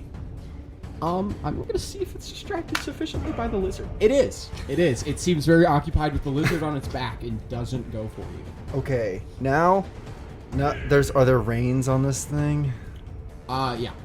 Is there anything else in the carriage? There's a bunch of empty cages. In all three of them. I'm going to say that's probably about all you can do with your turn. I'm gonna run around, Anchorage is gonna run around and try to release the butcher dogs. And if he has any time left, he's gonna run towards the thicket and use his lay on hands to magically imbue with healing 5 of the people with at least 1 hit point. 5. Whoa. The guard. So you have to touch any target. Thump. Like, Yeah. So it's an action to do 1 target, and it's an action to free the butcher dogs. So you can heal the one guy that's like slashing through the thicket, because he's the only one you can touch. Who's like at the front with the sword that's poking through, or you can free the butcher dogs on 1 carriage. can I use my free action to be like, Wendy, free those dogs, and then run towards the guy and heal one of them with. Yeah, so you rush forward, and just as the guy's arm and sword like smashes through the thicket, you like grab his wrist and give him 1 hit point. You see, he's got some like scrapes on his arm from like slashing through the thicket, and they all just close up. Whoa! Thanks, man. What happened? Wendy, we're now gonna go ahead and give you your turn. This plan is working flawlessly. That's a lot to do. So Wendy doesn't think that she's able to free those dogs. However, may I cast sleep? On like where the guards are coming in? No, on the dogs. Yeah, sure. You have lived in the Kattegat for a while, and you know that butcher dogs are immune to all magic. Oh, I didn't know that. Oh, I guess I should have known that, right? They I are tend to forget a that. very, very Now, mage slayer. that's creature. kind of a problem. Well, what else is Wendy gonna do then? But wait, I don't have a dog on me, right? Because I ditched that. It's in front of you. and Yeah, but it hasn't like. At the end of your turn, it is going to try and bite you again. Sweet. Alright. I don't find a way of freeing those dogs. That's not what Wendy's able to do, I think. Can I just try to like get on the cart? Like, go run onto the cart that Tommund's on? Or do you want to get onto a different one? Well, like, I was thinking the one that I'm standing in front of. Is that the one Tommund's on? Yeah, we'll say sure. I mean, does it make sense to just all be on the same cart? It doesn't make sense to be on the carts at all. Oh, right. But you guys do what you want to do. That's a good point. What if I just ran away? Yeah, I'm just gonna run away, honestly. Okay, the butcher dog's not able to get an attack of opportunity on you because it is still tied to the Yeah, carriage. right. So you just back up slowly a little bit, and then you turn and you run in the opposite direction. Yes. That sounds like something Wendy would do. Anchorage, you call out, Wendy, free the butcher dog! She takes one look at you and gives you like the, really? It looks like she's maybe gonna go get on the carriage that Tommund's on, and then just like shakes her head, backs up a little bit, and books it. At this point, the guard, he slashes through, and more guards like spread out around him and start like pulling the thicket apart with these like long pitchfork like tools. And about 15 or so guards start pouring through this hole in the thicket, carrying their boxes. The half-orc that you had your little scuffle with earlier, Anchorage, is one of the first ones through. He's still kind of like rubbing his tooth. What? Huh? I want to give him 1 hit point. Oh, doesn't hurt too bad anymore. Thank you. I'm just gonna walk around and give another 3 people 1 hit point, and then I'm just gonna casually walk over and release the butcher dog. Why? Okay. You start walking around and just giving anyone who looks like they got scratched up by the thicket a hit point. Okay, thanks, man. Yeah, whoa. Hey, I feel a little better. Nice. They all start loading the boxes into the various carriages and the cages. You see one of them open the box and throw Bellamy, just very roughly into the cage. He like tumbles a little bit. He's like, "Hey, I'm falling here!" And Anchorage, you just casually walk over to the butcher dogs, as casual as anything, and you just start like unhooking the ropes. Yeah, I mean, do they not have like a main point where you can? Yeah, you can really Release. just get them all. Yeah, I just release them. You pull the pin, and all the ropes go slack and fall to the ground. The carriages. The butcher dogs seem really confused at first, like, Oh, which one did you do this to? Did you do this to the one that Tommund is on with the lizard on its back? I want to do it to the one that's closest to the people that I gave a hit point to. And closest to the people you gave a hit point to. Okay, that will not be Tommund's turn. Woo! You Almost messed up my plan. and all the ropes go slack, and the butcher dogs are like, oh? They start like looking around, and the guards are like, hey, you really shouldn't do that. They're not super safe. I mean, don't worry, they're all good around us, but any strangers they seem to really have a problem with. The dogs immediately start leaping for the boxes that the guards are holding and just digging into them, like chomping them in one bite. Blood spews out everywhere as they just start ripping into these creatures that the guards are carried with them. The guards start freaking out, trying to pull the dogs off of the boxes and the creatures they have with them. But butcher dogs, when they bite, they tend to lock down until there's no more magic in the creature. And they just lock jaw onto it. 4 of these creatures, you're not even sure what they were. They were kind of smaller boxes, just blood and a mess now. The guards start screaming at the dogs, let go, please, let go. I'm gonna get Bellamy and Tommund and leave. Bellamy is already in a cage. In the carriage, though, right? In one of the carriages. Yeah, I'm just gonna get up in there. So you go over to like start opening the cage, but there's still guards there. And they kind of step in front. Hey, what you doing, Sheriff? Wait, don't I still have the guard uniform on? Oh my God, do you still have the guard? I think so. God damn it. Hey, I don't recognize you. Did you come in with us? Sink my short sword right into his stomach. Ooh, all right. Roll to hit with advantage.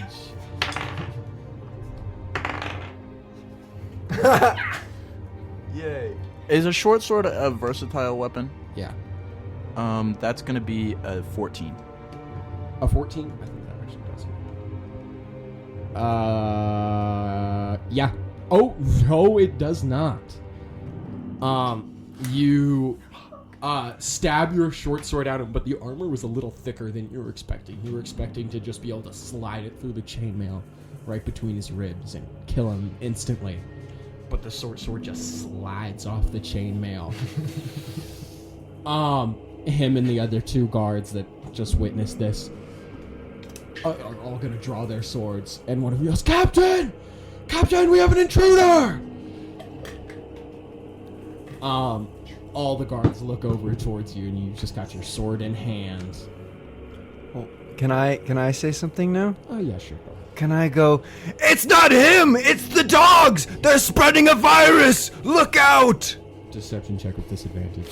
No. Well, that's not gonna work.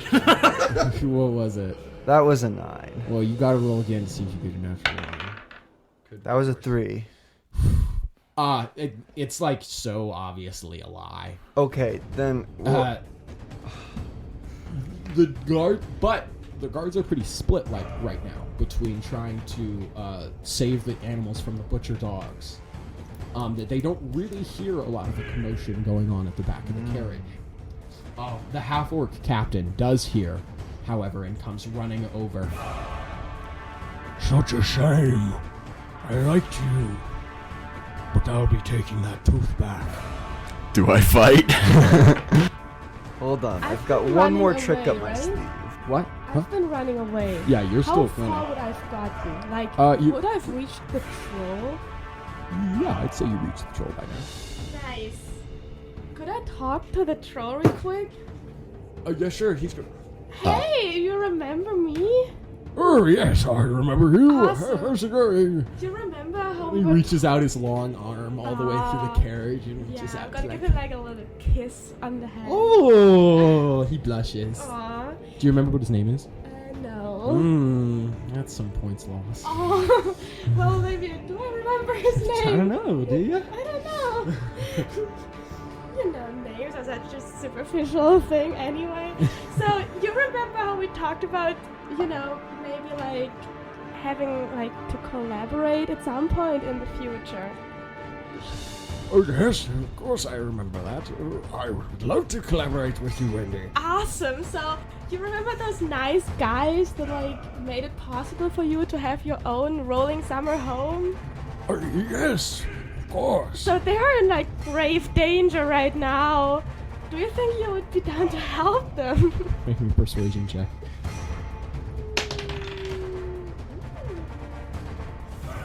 That's a 19. Oh? Say no more. And he's gonna climb out of the carriage on all fours and drops down to the front. Lead the way, Wendy. Alright, just that way. I wanna point into the direction. And He's gonna just scoop you up with one arm and Nice. starts bounding forward with one arm and his two legs. He clears some distance. That's These what I was long legs and hoping for. arms make him very fast. Meanwhile, Tommund in Anchorage, things aren't looking super great for you guys. It is brought back. I need to roll initiative for the guards entering this combat. Tommund, you're still going to start us off. Okay. As the butcher dogs are busy tearing apart those poor little magical creatures. Do I happen to know if they're scared of fire or not, or if they have any natural fears? I mean, like most animals, they don't like fire, but it's not necessarily a weakness of theirs. They don't do well in the cold due to their lack of fur. Well, I will. Yeah, we are. Are there any creatures in my carriage currently? Not yet. Okay. The ones that were supposed to be loaded into your carriage are now being eaten. Oh yeah, I'm gonna fire breath my carriage. Okay, awesome. You open your helmet and the smoke starts to warm up and blaze red for a second as orange flames erupt from the smoke within your little helmet here and blast all over the carriage. Go ahead and roll that damage for me, Tommy. 10. 10 damage? Oh, yeah. Holy shit. Tommund, you roast this carriage. Got him. I mean, you did it. You roasted the carriage. Is it on fire now? Yeah, it's very on fire now. How are the dogs feeling about this? They begin to run. Yeah! They begin to run. Tommund, they have your lizard. They have you, Thomas. You're on a burning carriage, Thomas. I mean, I know you're immune to fire, but Okay. I'm gonna take control of the reins and try to pilot them. make me an athletics check. Oh no. Oh, yes. That is going to be an 11. You are immediately pulled off the carriage as you try and grab a hold of the reins. As the butcher dogs jerk forward in different directions, trying desperately to get away from the burning carriage that they're tied to. You fall to the ground, just in the middle of where the butcher dogs are. Okay.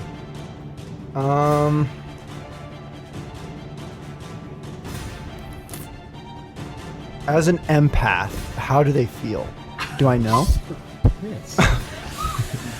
Oh, man, I've done something horrible to them. I'm gonna... Okay. I think it's gotta be Anchorage's turn. Yeah, it's gotta be. Except it is the guard's turn.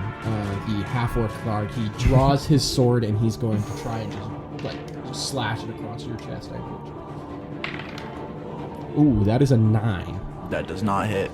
He swings, but you're a good fighter.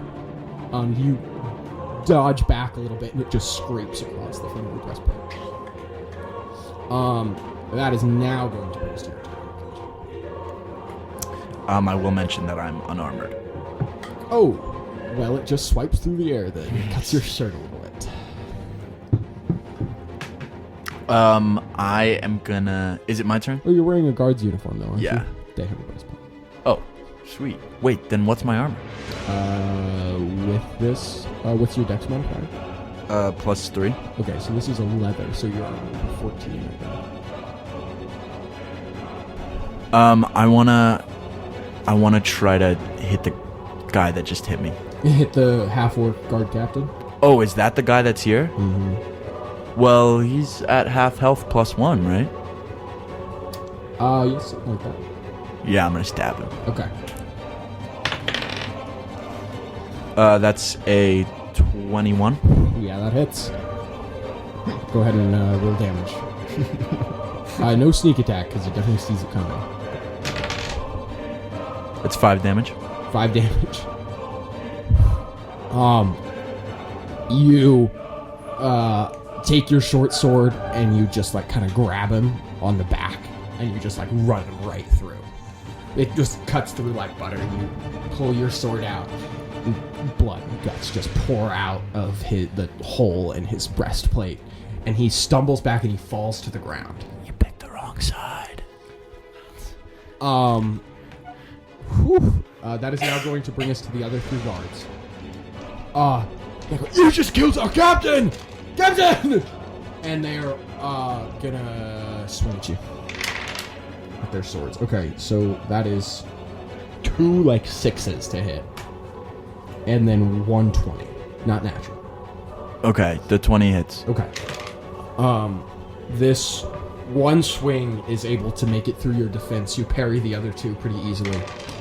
But you are going to take a total of 6 damage as one of them swings through with the long sword and it catches you just on the side a little bit and blood starts to run down your side.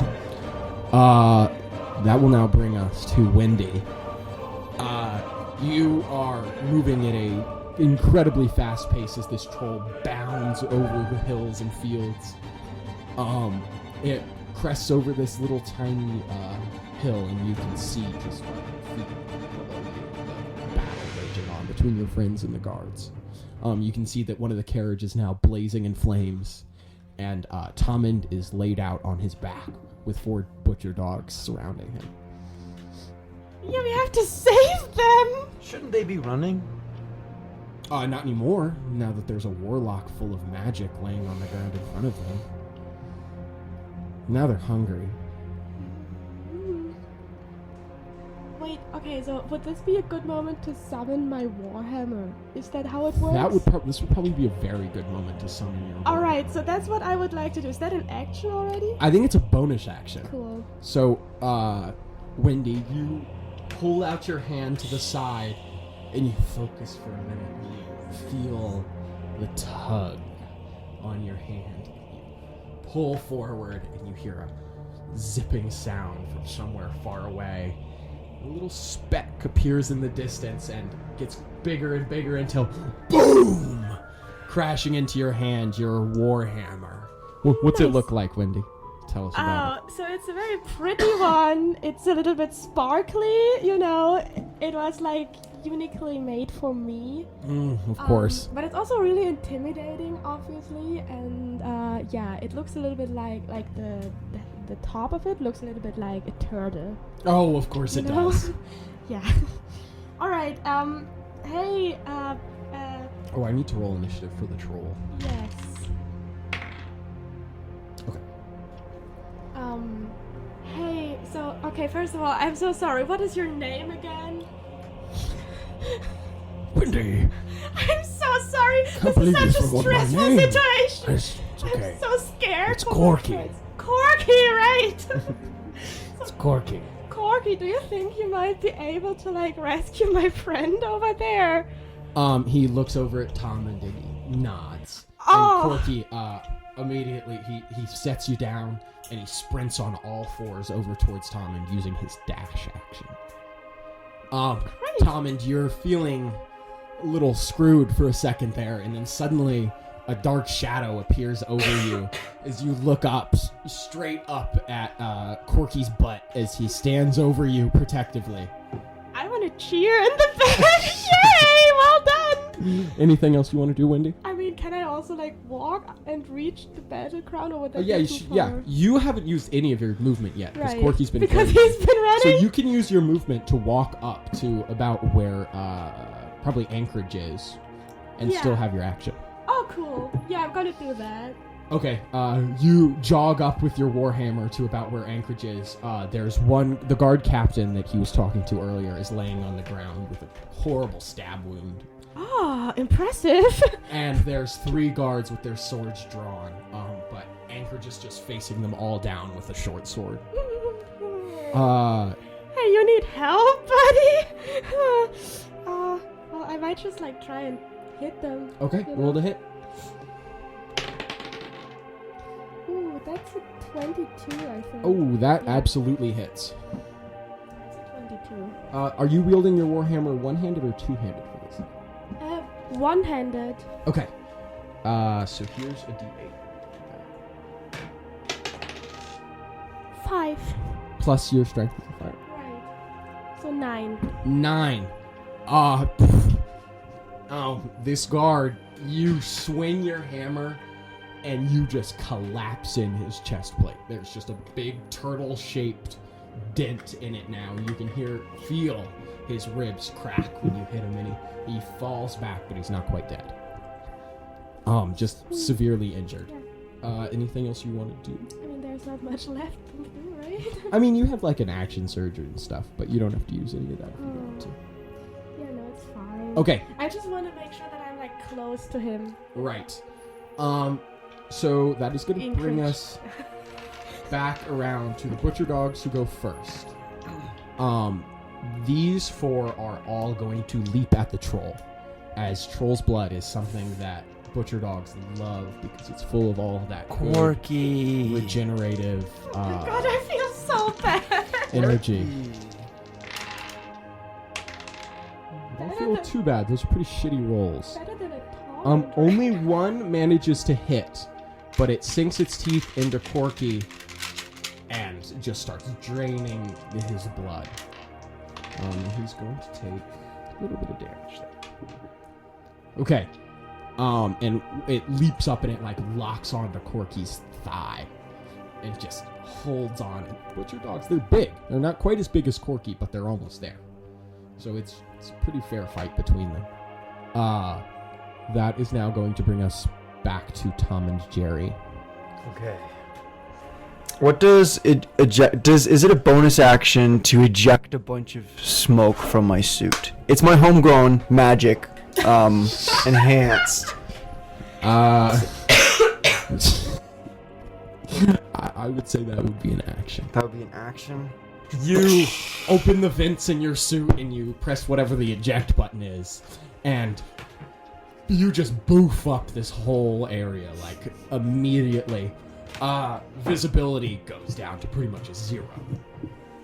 For all of you, there was a lot of smoke in that suit. He's been puffing in there. This is maybe a lot to ask, but considering the nature of the smoke that's in the suit, would it perhaps make anybody that breathes it in slightly incapacitated? Slightly? What do you Maybe a think little I bit got more in than here, slightly. Bo? I think I definitely have to roll some Constitution saving throws. That's for sure.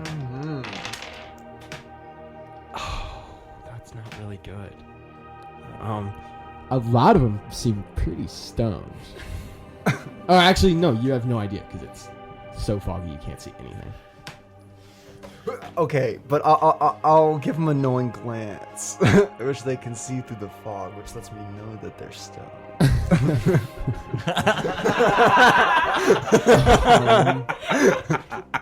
That's awesome. I believe Tommund is also stoned. Yeah, I don't know where I'm looking. Right. I'm looking at the lizard. Are we gonna have to track down the dog that you attached the lizard to? Oh shit! Did you free the one that was it? Oh yeah, you're burned. The carriage is burning right now. Yeah, The but one the that's lizard's attached. on him right now. Yeah, He's that's so true. He's hanging out. Okay. The smoke. Now it is now going to bring us to the guard captain at half-orc's turn. Now half-orcs have a special ability. When they're reduced to 0 hit points, they get back up at 1. So Anchorage, as the smoke rolls in just before it gets too dense, you see the half-orc standing up. And as he does, he like takes a deep breath in, and then goes, "Damn! He failed his Constitution saving throw, so he's alive but stoned.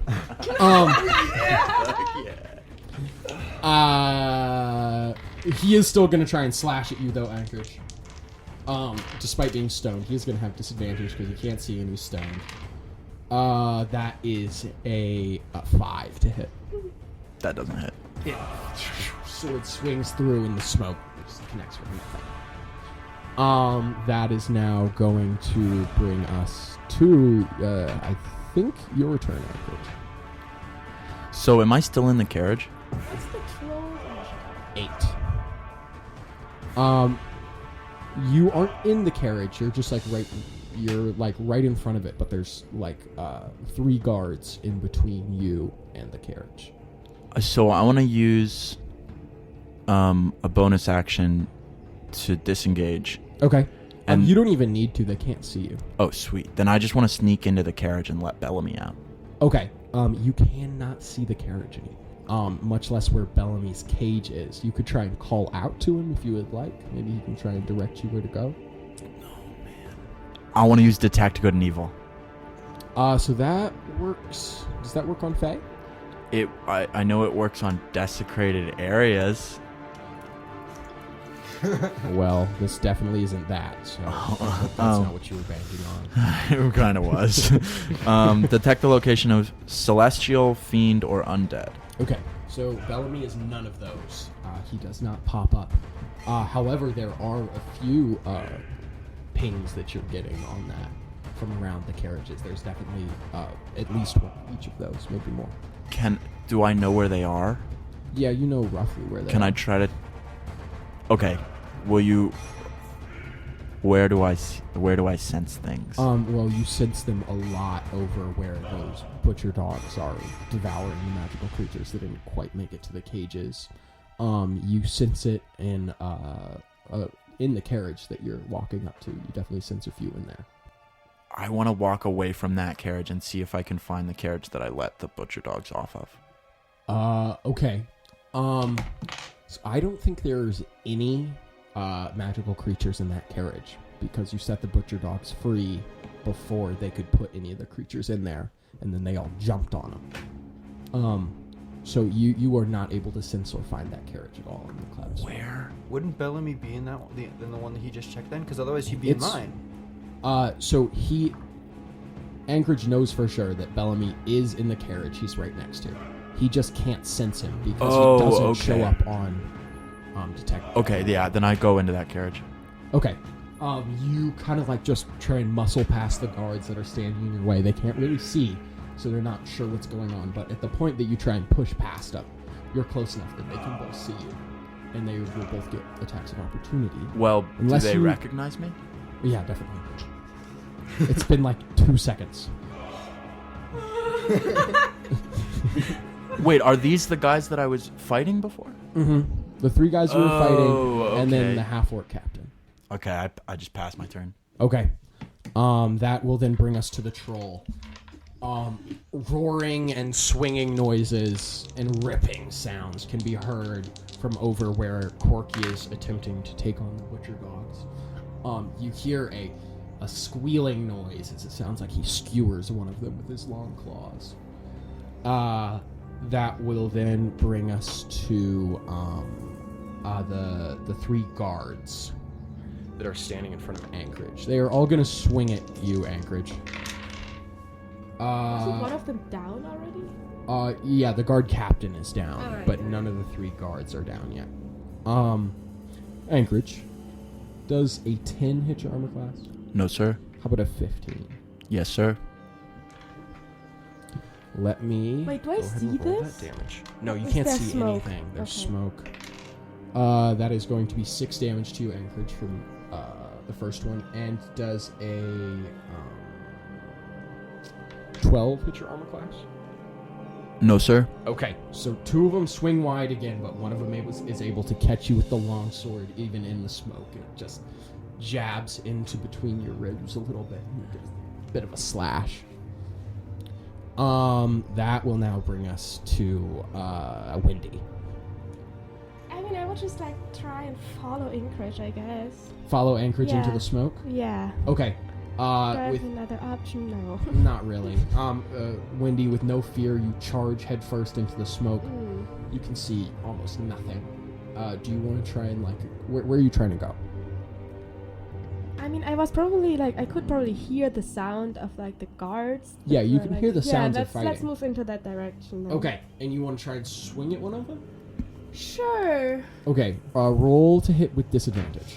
That's a 7. Do I add anything to this?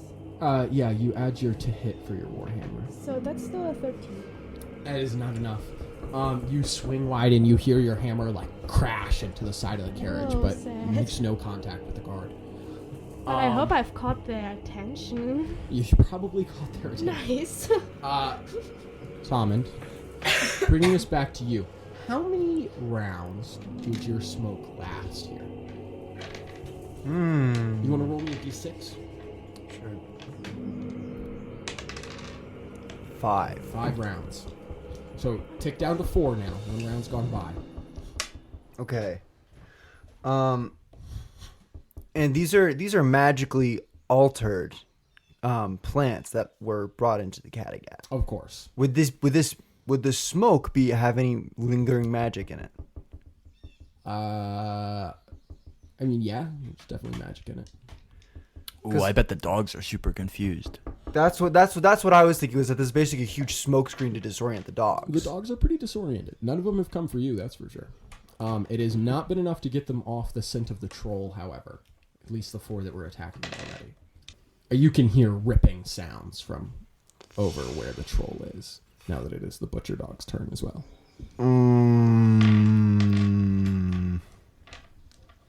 And I can't see the butcher dog? Well, there's 4 of them. You can't see any of them. You can see the burning carriage, though, as this orange glowing spot in the smoke. I will try to run. You'll try to run? Okay. You pick the direction you think leads out of the smoke cloud, and you run. Can you make me a nature check? That will be a 5. So you don't really pick the best direction to run out of the smoke, so it's going to take your entire turn to get out, Okay. including your action. That's not the worst. But you stumble out of the smoke, coughing a little bit, a little buzzed. You look back and it's just smoke, dark gray smoke rising out of it from where the carriage is burning, slashing, crashing, all of that good stuff from inside. That will then bring us to the guard's captain's turn. He is very injured and very stoned. He swings wildly at the newcomer. Wendy, does a 16 hit your armor class? No. Okay. He swings his sword at you, but it goes wide, and you just duck out of the way. Yeah. You see it coming. You're With a lot of grace, of course. Of course, with a lot of grace. Next up, we have Anchorage, I believe.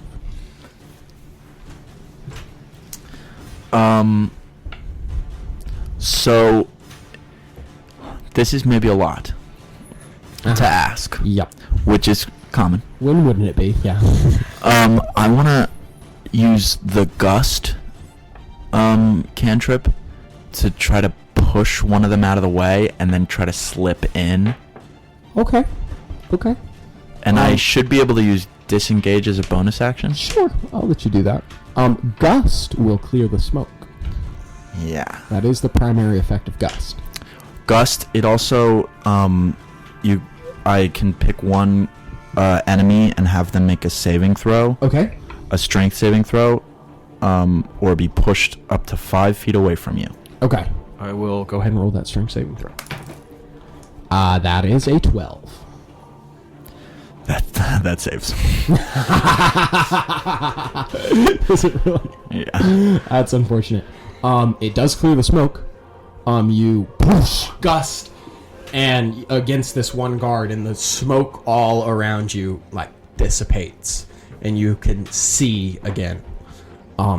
Things don't look great. You see Tommund running away at full speed. You see at some point Wendy has appeared next to you, and she's in full battle mode, covered in blood already, of course. Of course. She looks pretty scary. Her red beard flopping around in the wind and her beautiful red hair flowing behind her. Right.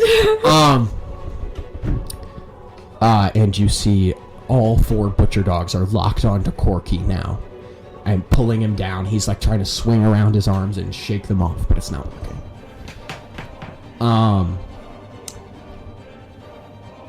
The guards all look at you and go, "Oh, there he is!" Can I slip past them? Sure.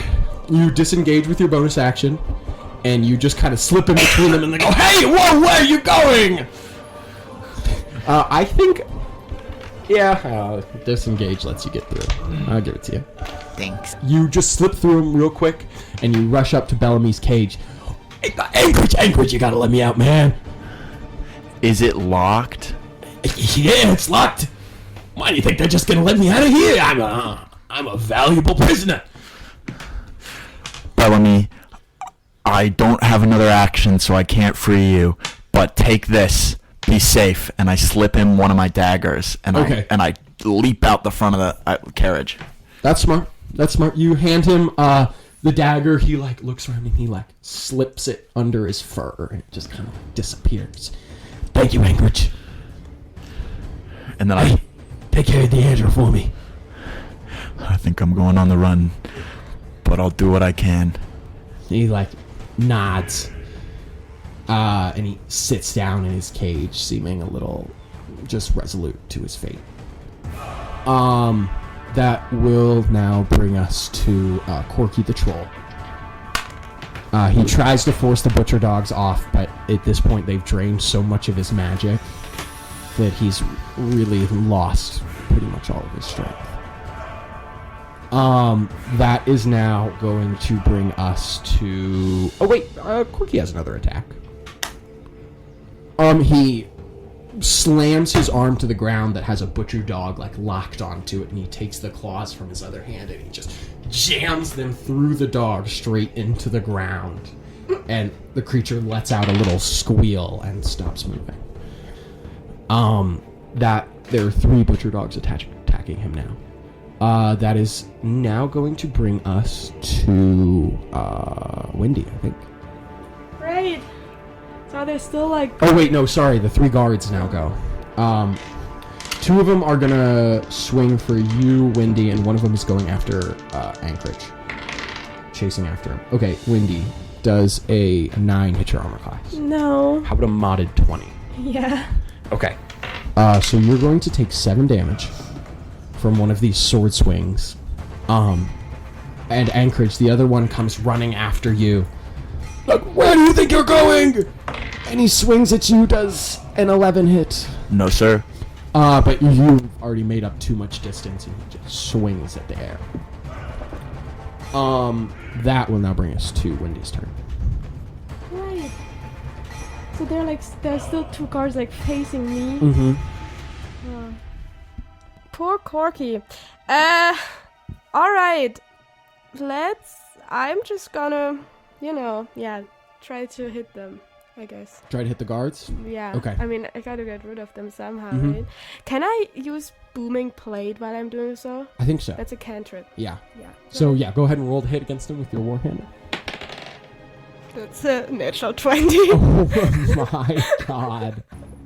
Okay, so go ahead and roll 2d8s there, just for damage. Oh god. That's 9. 9, and then plus your strength modifier. 13. 13. How do you want to do this? Very carefully. Okay. And with a lot of grace, Of course. I'm gonna, spin once, and then just, hit my Warhammer, and then just hit my Warhammer into his head. Oh, After my spin. Yeah, I think that looks pretty. You spin around just holding out your Warhammer Yeah. at maximum range. Exactly. And as it comes back around, it just collides right with this guard's head, and it just flattens the head. That sounds completely. cute. Brain, skull, flesh all spray out everywhere as you completely destroy this guard's head. The other 2 guards look at you in horror, drop their swords, and run. Yeah, you better run! At this point, the rest of the guards, however, that were dealing with pulling the magical creatures away from the butcher dogs have now given up on that. And the butcher dogs are just devouring them all. And they are now walking over towards you guys to see what's going on. Which is going to bring us back around to the butcher dogs attacking Corky. Now with their visibility restored, they finish the job. One of them sinks his teeth down into Corky's shoulder, and Corky kind of like falls down a little closer to the ground, and then one of them locks onto his head. And that's just it. I'm so sorry. Corky lets out a little bit of a whimper, and then no more motion. And then the other 3 dogs just like leap on to him, and they just start like draining his blood. I'm crying a little bit. Sorry. That's rough. Trolls without their health regeneration are pretty useless, and butcher dogs deal with that pretty effectively. That is going to bring us to Tommund's turn. Okay, where am I at this point? Like, how far would you say I've gotten from... You're about 30 feet away at this point. And the smoke has cleared, and you can see the battlefield pretty clearly. If you kept running, you could probably just disappear into the brush over here. Man, I did this wrong. It's not like this will be your last chance. You can try and strike the carriage again when it's not surrounded by every single guard they have. That's true. All right. But my friend's in there. I left him. Your lizard is in there. That's correct. I left him there. Tied to a butcher dog. I have to get him. Do you want to make me a perception check to look for the lizard? Yeah. Okay. That is a 16. A 16. You look for the butcher dog that the lizard was on top of. And you look and you don't see it, and then you see it's lying on the ground, motionless. And the lizard's just like digging its little head into the butcher dog's skull, just pulling out little bits of brains and just like sucking them up. Its mouth is covered in the weird, like thick, dark blood of the butcher dogs, and it's just very slowly consuming its prey. Oh. Okay, wow. Maybe we were concerned about the lizard for nothing. Maybe I thought that I was under the assumption that they were winning right now. Yeah, maybe. Yeah, you give this lizard a couple weeks and it should be able to wipe out the rest of the butcher dogs. What are the other butcher dogs surrounding or around the lizard currently doing? Are they all just feasting on the troll? The rest of them are feasting on the troll, or feasting on the creatures that were attacked in the boxes earlier. Wait, are all of them free now? No, 4 of them are still attached to Bellamy's carriage. 8 of them were able to get free. 2 were killed. So 6 are free. 6 are free. Right. Oh, this is especially interesting now. I need him now. Oh, okay. So you said they're 30 feet away from me? Yeah, about 30 feet. The lizard, yeah, probably. Probably about 30 feet. And is he on like the side that's like... Is he on the side that's like closer to the chaos or closer to the wilderness? It's about right in between. Right in between. Is he like in the middle of the butcher dogs? No, he's not in the middle of the butcher dogs.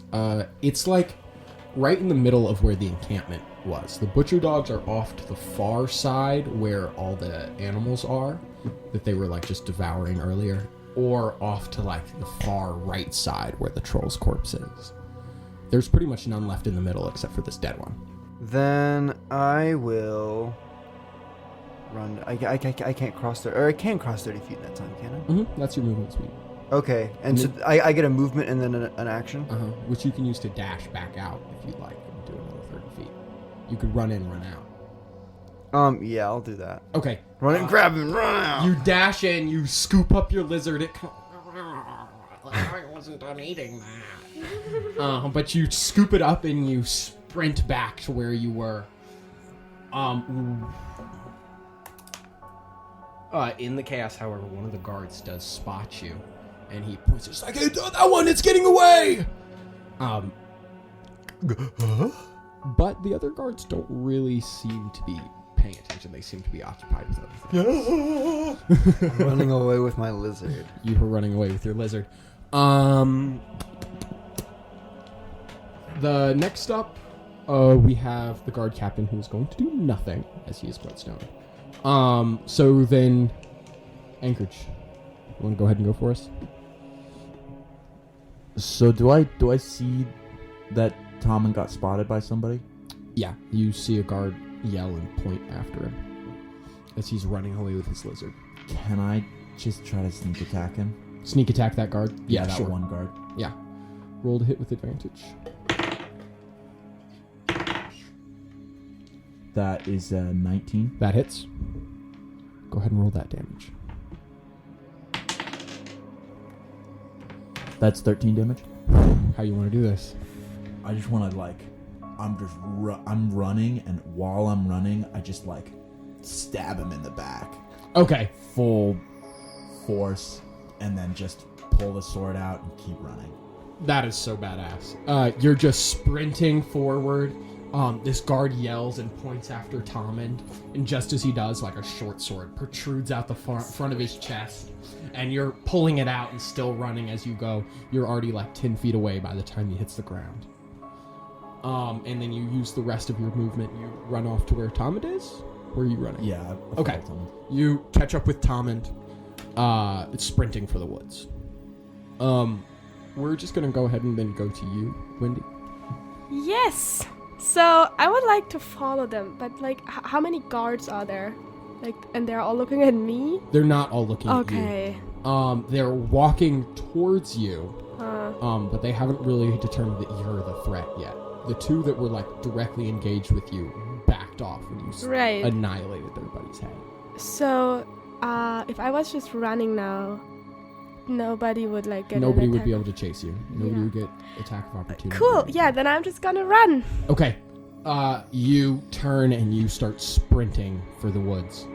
You make it there a little slower. A little slower, yeah. You've got kind of shorter legs. Yeah, I got little legs. But the three of you, or I should say 5 of you, because counting the turtle and the lizard. Of course. You reach the tree line and you duck inside. Do you guys want to try and hide here, or do you want to keep running? I say keep running. Keep running? Let's just keep running.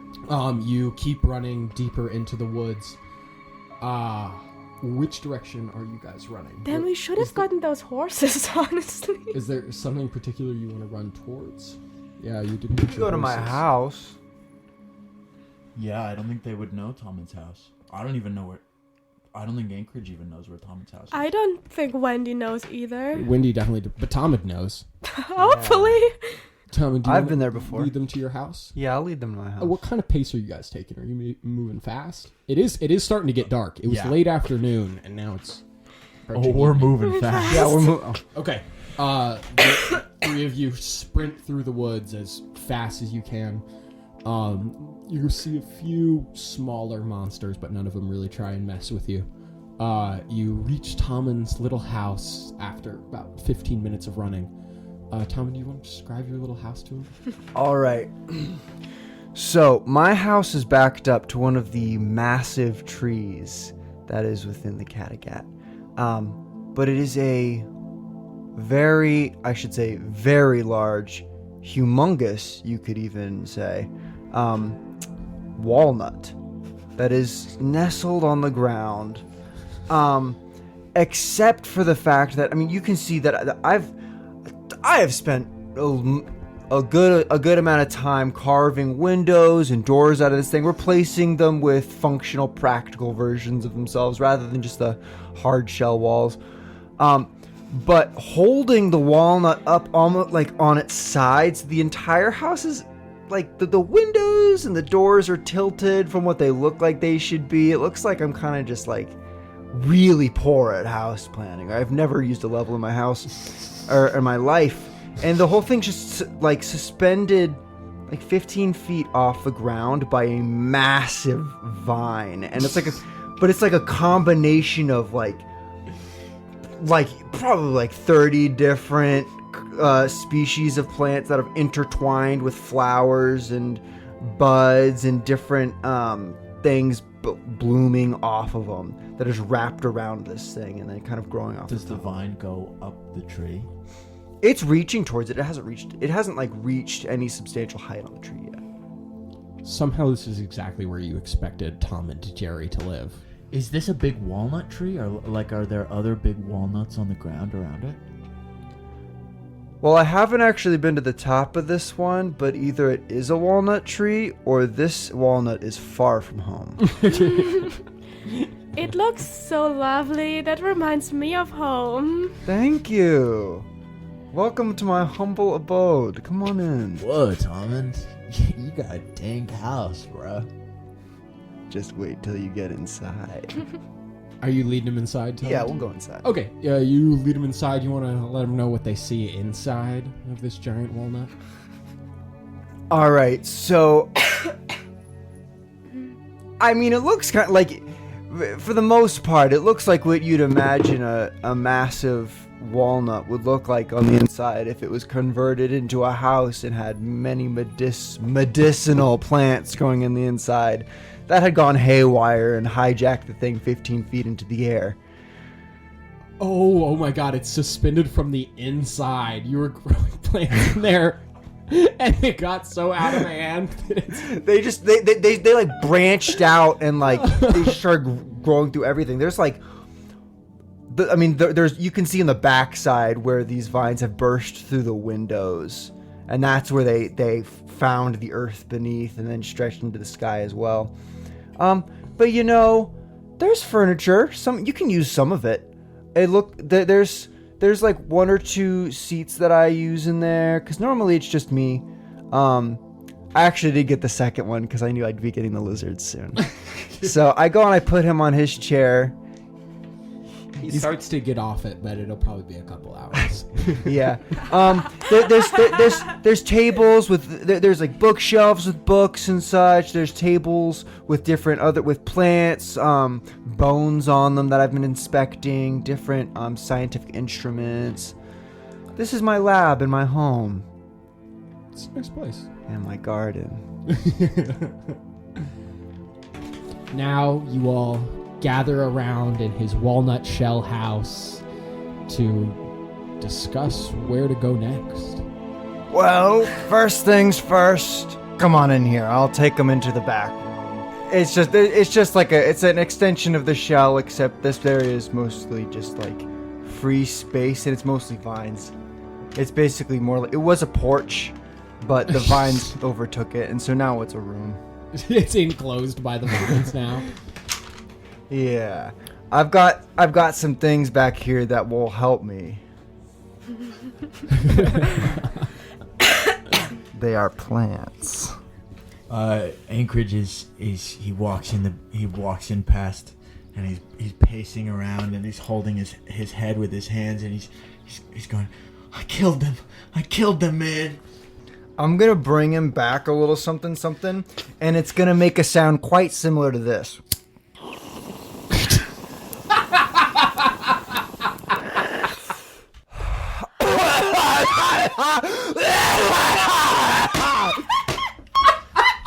Okay, would you like some of this? I think I'm good now.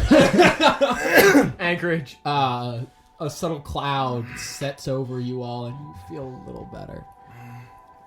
You are still racked with guilt. The town you were meant to save, many of them are now gone, and oh no, now you feel better. There it is. Could I just get a leave? To go? No, yeah, could I get a leave to go? Yeah, man. I mean, look, this thing's taking over my house. I gotta smoke it up. Yeah. Can I just... Take as much as you want. Probably just don't harvest the roots, though. Yeah, no, I would just like to take one leaf and like feed Kristoff. Kristoff loves it. I thought so. His little turtle beak. Maybe this will finally make him grow. If anything will do it, it should be Right. this. I can't process what just happened. We gotta get Bellamy, man. We gotta get Bellamy. We gotta free everybody. We gotta Anchorage. free everybody they got. Anchorage, like, I love listening to your ideas, but last time that you had Anchorage, the I plan, don't think there is anyone else. You know, last time you tried to rescue him, a lot of horrible things happened, and then we still failed to do it. What do you want to do, man? I'm not sure, honestly. Maybe find Emilio? As the resident scholar and the person who likes to make a list of all of the unique creatures that I found in the Kattegat, I will say that the number that are located and living within the Stumphold that I was able to see, well, so the ones that they kidnapped to represent them that are dead, I'm assuming they're going to have to replace. So we've got a massive underpopulation problem. Actually, you have got a massive underpopulation problem in your town. Right. But I'm home now and I've got my lizard, so I really don't know if I have anything left to do with you guys. I mean, there is the reward offered by Deandra. The draw of free stuff still exists. That's true, and she didn't need to be replaced. Yeah, that's true, because they still have Bellamy. Okay. I'm in. No, that was kind of easy. You don't have to beg me. What about you, Turtle Bro? Yeah, sure. I mean, I have nothing else to do with my time, really. Okay, Yeah, let's do it. All right. let's do I'm gonna grab a satchel and stuff it full of a bunch of plants and Okay. How big of a satchel are we talking? my satchel. Your satchel. Well, how big is your satchel? My satchel is about. So imagine if you needed a bag that could hold like 2 gallons of milk without spilling them. Oh, okay, I got you. Not that big. Okay, so you grab about 2 gallons of your smoking herb and you mash it all down into your satchel and you close it up. It is pungent. It's pungent. It's pungent. Wait, what time of day is it? It is almost night. Oh, It is almost night. how about we sleep first? Oh wait. Do y'all not have anywhere else to go? I thought y'all were just walking me home. Yeah, no, Okay. I have nowhere else to go. So like, We could like camp outside. what do y'all sleep on? The floor. Anything, dude. I mean, Okay. I can just use my hair as a pillow. Well, I mean, and my really, beard really, as a- just set down wherever you want. I'll be sleeping over here. I'm gonna go. I cuff my feet and I hang upside down with my head in a bucket full of pig's blood. A bucket full of what? Pig's blood. Oh man, you got one of those? I heard that those are really good for like correlating the blood flow with the pig blood flow. Yeah, well, the blood just rushes to my head, and between the pig's blood and the bucket and the herb in my veins, it's just a lot going Do you still for have me. your helmet on?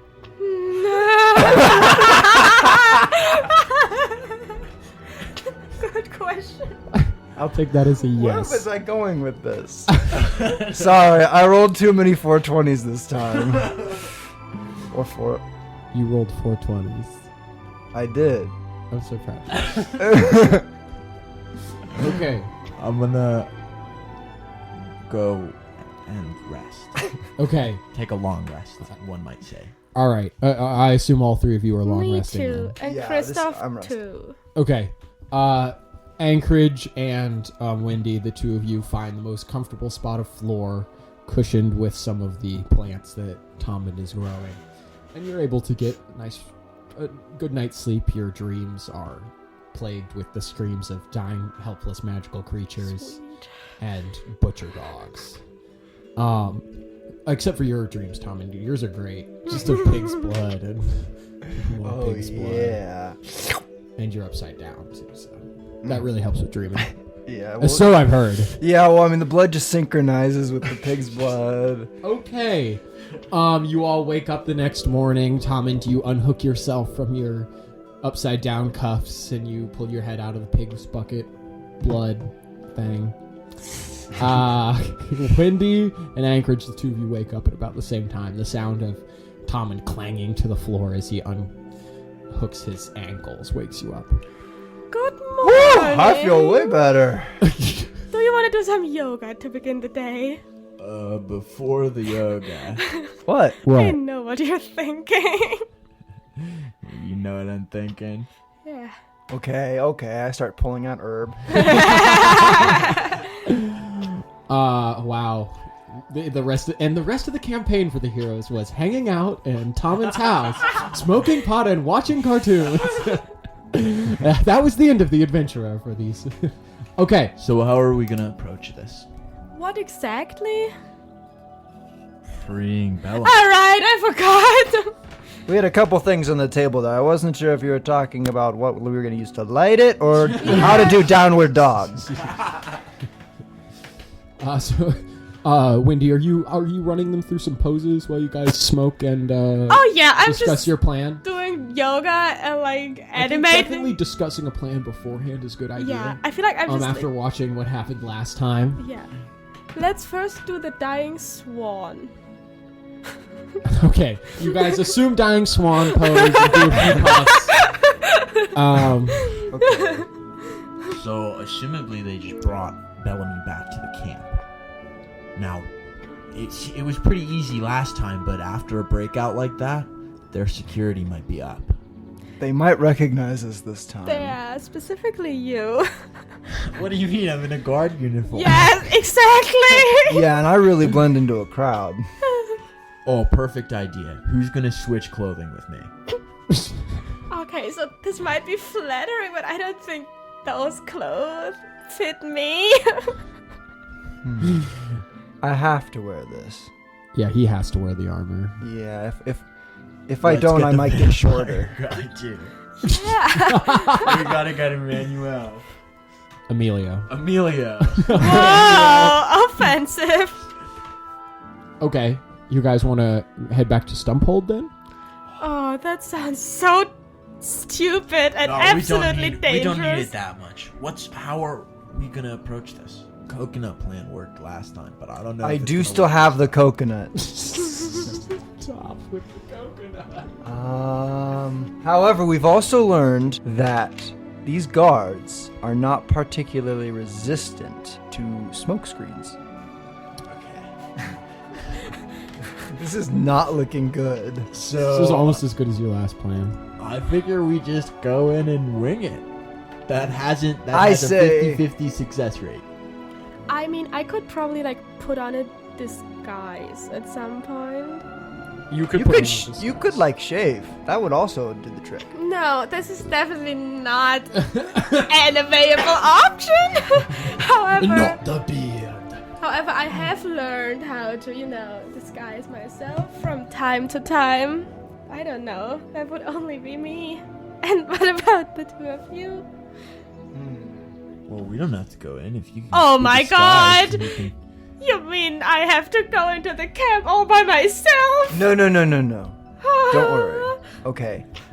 I'm gonna go and I start ruffling through a drawer in the corner. Okay. And I pull out a mustache, dark shaded sunglasses, and a belt. And I'm gonna put them all on. Okay, so he like. Well, this sticks the completely mustache to changes his, your glass appearance. helmet. Puts the sunglasses on. They just kind of like slide down and get stuck on the mustache. So he has no ears to prop them on. And he just like kind of tightens the belt around his metal suit. Looks exactly the same. Whoa, your look has completely changed. Oh, I think this will work, guys. From my studies of human fiction, this should be enough. Maybe we should look out what their defenses are right now, and then we should make a plan. Okay, let's do that then. Okay, so you guys are going to the encampment that you went to before. Okay. You head out of Tommund's place and you walk for a ways. It's not too far. The forest is very quiet. You're used to the sounds of like little creatures and fae fluttering about, but now it's dead silent. It's eerie. You follow the path that you know leads you to the encampment. Once you get there, it's much the same as you left it. However, there are maybe a few less carriages, and a few less guards. Less. Maybe they're shipping them out to some bigger, like, plant or something. Are the cages like outside or in tents? Outside. There are 3 tents, and they are all used for guards. Do you think that we could draw enough attention if we lit one of the tents on fire? Why do you want to draw attention? Because I'm thinking if we draw attention to one of the tents, then we could search around. You know what I mean? We'll Like just be searching setting around. off an alarm. When we could just sneak in while it's calm.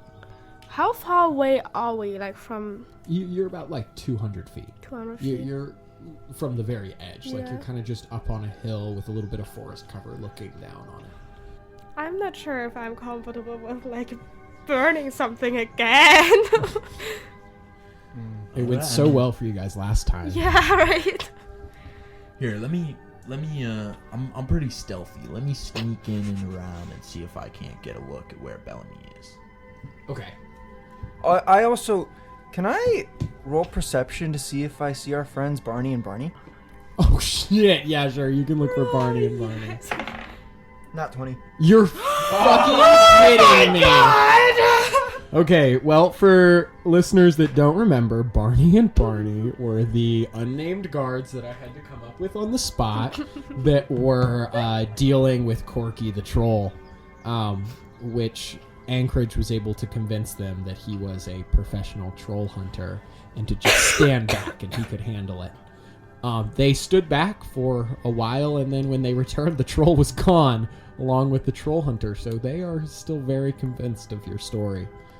And, wouldn't you know it, they are right on the outskirts of the little encampment, on guard duty, kind of talking to each other, and they're like real on the outskirts too. Wait, I have one more question. Do we see, like, the cards that were, like, almost destroyed? Mm-mm. You don't see the carts that were almost destroyed. What if they've never brought Bellamy here? Like, what if that just never happened? Or maybe they left the destroyed carts. I don't know. Yeah, the destroyed carts would be very difficult to move. Right. Okay. Barney and Barney are not far from you. They're about 50 feet outside of the encampment since you rolled a natural 20. Do we want to try and use Barney and Barney to maybe look around for Bellamy for us? What if I were to disguise myself as Barney, and then they would be very confused? You certainly would be very Do confused. they look alike? No. How sad. I thought they were like twins. You know. No, not at all. They look I have an completely idea. different. Are we okaying this plan? I have an idea of how I could ask them. Okay. Yeah? Okaying what plan? Which, yeah. Asking them to look for Bellamy for us. Like, are you sure that you could do that? I think so. What would be our reasoning as to why we Yeah. need to know the location of this groundhog man? Trust me. No! I'm gonna walk Oh towards my Barney and Barney. Oh. You walk towards them, and then they see you, and they're like, hey! I want to wave them Troll over. hunter! I want to wave them over and be like, They like kind of quiet down a little bit, and they like walk over to you, like, oh yeah, we're about to get an official job from a big boy. look, Barney. Yeah. I've been tasked to look for a particular creature. It wasn't where I was expecting it to be. Oh, which okay. is pretty shocking for me, you know, since I'm a that's professional super shocking for creature hunter. Hey, do you mind if we ask? We like stepped back and we were like over there for like 2 hours, and then like we walked back over and the troll was gone. How'd you do it? I had to kill it. Oh my god. Yeah, man. Yeah, he turned on us. Dude. Killed all my buddies. But I just barely managed to stab my dagger into its neck at the last moment. You look like you've been in a fight. You Yeah, look pretty I was. messed up. Yeah, man. Damn, bro. Hey, nice work though. Yeah, so Crazy I that need we you... didn't hear any of that. What do you think? I'm some sort of sloppy amateur, dude? No, we didn't mean that at all. We didn't mean that at all. God. Yeah, shut up, Barney. Let him talk. God. Okay, so anyway, I need you boys to look for a small furry creature for me. Oh, dude. There's like a lot of those in there. Its name is Bellamy. Oh, the little gopher. Yeah, man. Yeah, dude. He's on his way to Mournhall at this point. Mournhall? Okay. Do you boys think that you could get me a map? A map? Yeah, totally. Yeah, totally. my map got totally wrecked in the fight. One of them will pull out a little map of the Kattegat. Doesn't have the surrounding Dou'Slumba, but I want to look for, what are these, Bournemere? Mournhall. That's what it was. So Mournhall is the castle that was built by King Balzac. When he first was able to unite the Kattegat. Before he could ever live in it, however, though, he died. And that's why it's called Mournhall. And it is now ruled by King Goth. This would be his palace. And it's pretty far from here. A 14-day walk at least. Maybe 7 if you could get a carriage. Okay, Barney. I got a mission for you guys, okay? Gotta be honest. I messed up on this one. I was supposed to get this guy before he got to Mournhall, so I need you guys to help me out here, okay? You're my number one pals, okay? I need you to get me a covered carriage. Okay? I need you to get me a covered carriage, put it out by the edge of the road. Make me a persuasion check. 14? No, sorry, 15. 15. Ooh. That's good. Is it good enough? They kind of look at each other and dude, a covered carriage? A covered carriage. All right, dude. We'll see what we can do. I need you to divert it to another tertiary or quadritertiary outlet for carriage retrieval. You know what I'm talking about, man? Dude, I don't think we have that kind of power. No, we're guys. pretty guys. And our carriage is totally busted up. Look, Barney. Yeah. Let's talk later, okay? Catch you guys. Yeah, we'll catch you. Catch you guys. Okay, I'm gonna walk back up to where the other guys are. Okay, you see, shockingly, this plan seems to have at least not gone horribly wrong, and Anchorage is now walking back up to you, waving goodbye to the Barneys. Yeah, I'm honestly And surprised. they're returning to their guard duties. Duties. Okay, guys, so this is what I found out, okay? Bellamy has been brought to this place. I point to it on the map. He points to the Mournhall. Neither of you have probably ever been there, but you've definitely heard about it. That's how far away? Dude, it's 14-day walk. Well, they can be a long way away, right? They started going there. They would have started yesterday. Yesterday evening, But the they're on earliest. carts. We could get horses. We do. And We there could get our horses. is also still Corky's wagon, We which could is get now the horses on Corky's wagon. unoccupied. Tommund? And his is covered now. He put a roof on it. We should get the horses on Corky's wagon. Let's go get Corky's wagon. Okay, we go do that. Okay, you sprint off towards Stumphold. You get there and it is a sad sight. You approach from the side where the little scuffle with the carriages had happened. You see the one that you cut the butcher dogs off. The carriage is left there, and it's just overturned on its side. The other one has burned pretty much completely away, except to its metal skeleton. The 2 bodies of the butcher dogs that were killed by Corky and the lizard still lie there. Corky's body has been removed, but the rest of the corpses all still lay there. Was the demolition of the hedge halted at all by, or delayed at all by the incident? There is a gaping hole in the hedge where the guards came through, and it has not been patched up yet. Let's just go through that hole, right? Okay. I'm gonna go get Emmanuel. Emilio! I'm gonna go get Emilio from my sheriff's office. Can you guys get the horses, and we'll meet back out at Corky's? Yes. Okay. Are you guys trying to do this stealthily, or are you just walking through the town? I'm gonna go stealthily. Okay. So Anchorage, why don't you go ahead and make me a stealth check then? That's a 13. A 13? Okay. You step through the hole in the brush and you walk into Stumphold towards your sheriff's office. Kind of trying to keep to the shadows a little bit, keeping low. But, I mean, there's not a whole lot of cover. It's pretty hard to hide, especially it's broad daylight. Now, Wendy and Tommund, you all are heading to the Farmer Giles' little house where he's got the horses, huh? Yeah. Correct. Okay. You guys head into the town as well, not sneaking. I mean, I can't sneak anyways. Yeah, you so guys no. are pretty abysmal at it, even if you try. Yeah. You don't see any black guards left here. You head over to Giles' little place, and you see he's out front, and the horses are still there, and he's got his knife, and he's like sharpening it up. Oh. Shing, shing, shing, shing. Hey there! Oh, I didn't think you all would be back. Oh, sorry, I was just about to... Yeah, it just took us a minute.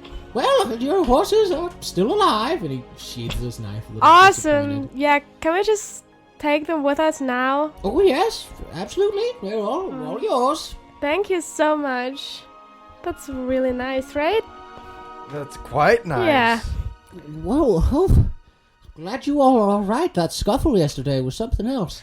I Yeah. heard that there was two folks like you standing up against the Black Guard, but I'm glad it wasn't you, because clearly Yeah. you're still alive. We are glad it wasn't us as well. But yes, I mean, it was vicious what happened. Vicious. Barbaric. Barbaric. Those Black Guard are monsters, really. Do you have any tips on like how to deal with those horses? Oh, yes. Their favorite food is trees. Trees? Yes, they like to eat the branches right off. And Oh. their teeth are quite strong. They can chew Just the wood, any no kind of problem. tree, really? Any kind of tree. All right. Fascinating. Yeah. Awesome. And besides that, they're just calm, nice horses. Quite calm, nice horses. Awesome. What is the top speed? Well, they're quite fast. About 60 feet. Whoa. Wow. 4 horsepower. Wow. Yeah. 4 horsepower. Yeah, All right. They're quite fast. Okay. Thank you very much. Yes, We'll thanks take a the lot. horses. Oh, yes, you're welcome. Okay. You guys take the horses and you lead them back out towards Corky's wagon. Yeah. Do you go out through the hill inn or the hole that was made in the brush?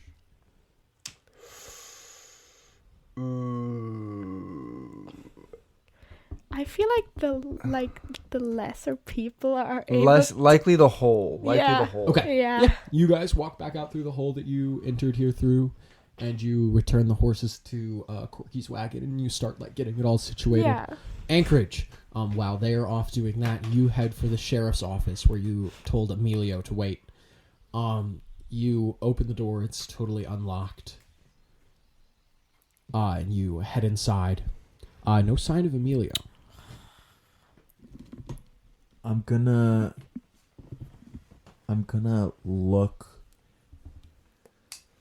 to see if all my stuff is still there. Okay, make an investigation check. That's a 10. A 10. All your stuff still seems to be there. Maybe not in the places you left it exactly, but you're not really sure. Okay, I'm gonna get into clean, nice clothes. Okay, you change into clean, nice clothes. Do you have armor you want to put on? I don't think so. You don't think so? Don't think I have armor. I do want to get another dagger though. Since you gave one to Bellamy. Yeah, you have a stockpile of daggers. You take it, sheath it up, and tie it to your belt. Oh, while you're doing this, you hear kind of rustling noise from behind you, and you turn to see Emilio poking out of the closet, looking over at you. Oh, thank goodness. I was worried the Blackguard had located me. What kept you so long? I've been waiting for ages. It was a disaster, man. We gotta get out of town. Okay, let's go. I'm gonna give him a big poncho and and a sombrero and a fake mustache. All right, so he sticks the fake mustache on, he pulls the sombrero a little down over his eyes, and he pulls the poncho around him.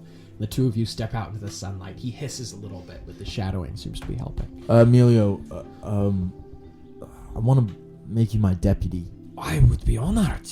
I would be the deputy to Anchorage, breaker of cages. Well, welcome. And I hand him a like a little kid's badge, a little sticker you give to him. And I'm like, actually, don't hold that. Yeah, keep that secret. No, don't hold it because it has the symbol of Agoth on it. I flip it onto his back. Can't touch that. Just don't touch your waist at all. This feels like a bad idea, but okay. The two of you sneak out of the town. Are you going to use the Hill Inn or the Thorn? Hill Inn. Hill Inn. Okay. You open the door. It's still early, so there's not a lot of people in here. Gilda's there though. She sees you. Oh, hey, Chris. Thank goodness.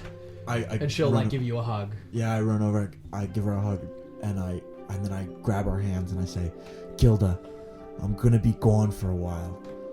I was worried you'd say that. We're gonna have to, go get Bellamy and see what the heck is going on, man. But we'll be back soon. And when we're back, things are gonna be right back to normal. Don't you even worry, Gilda. Okay. Make me a persuasion check. That's a 13.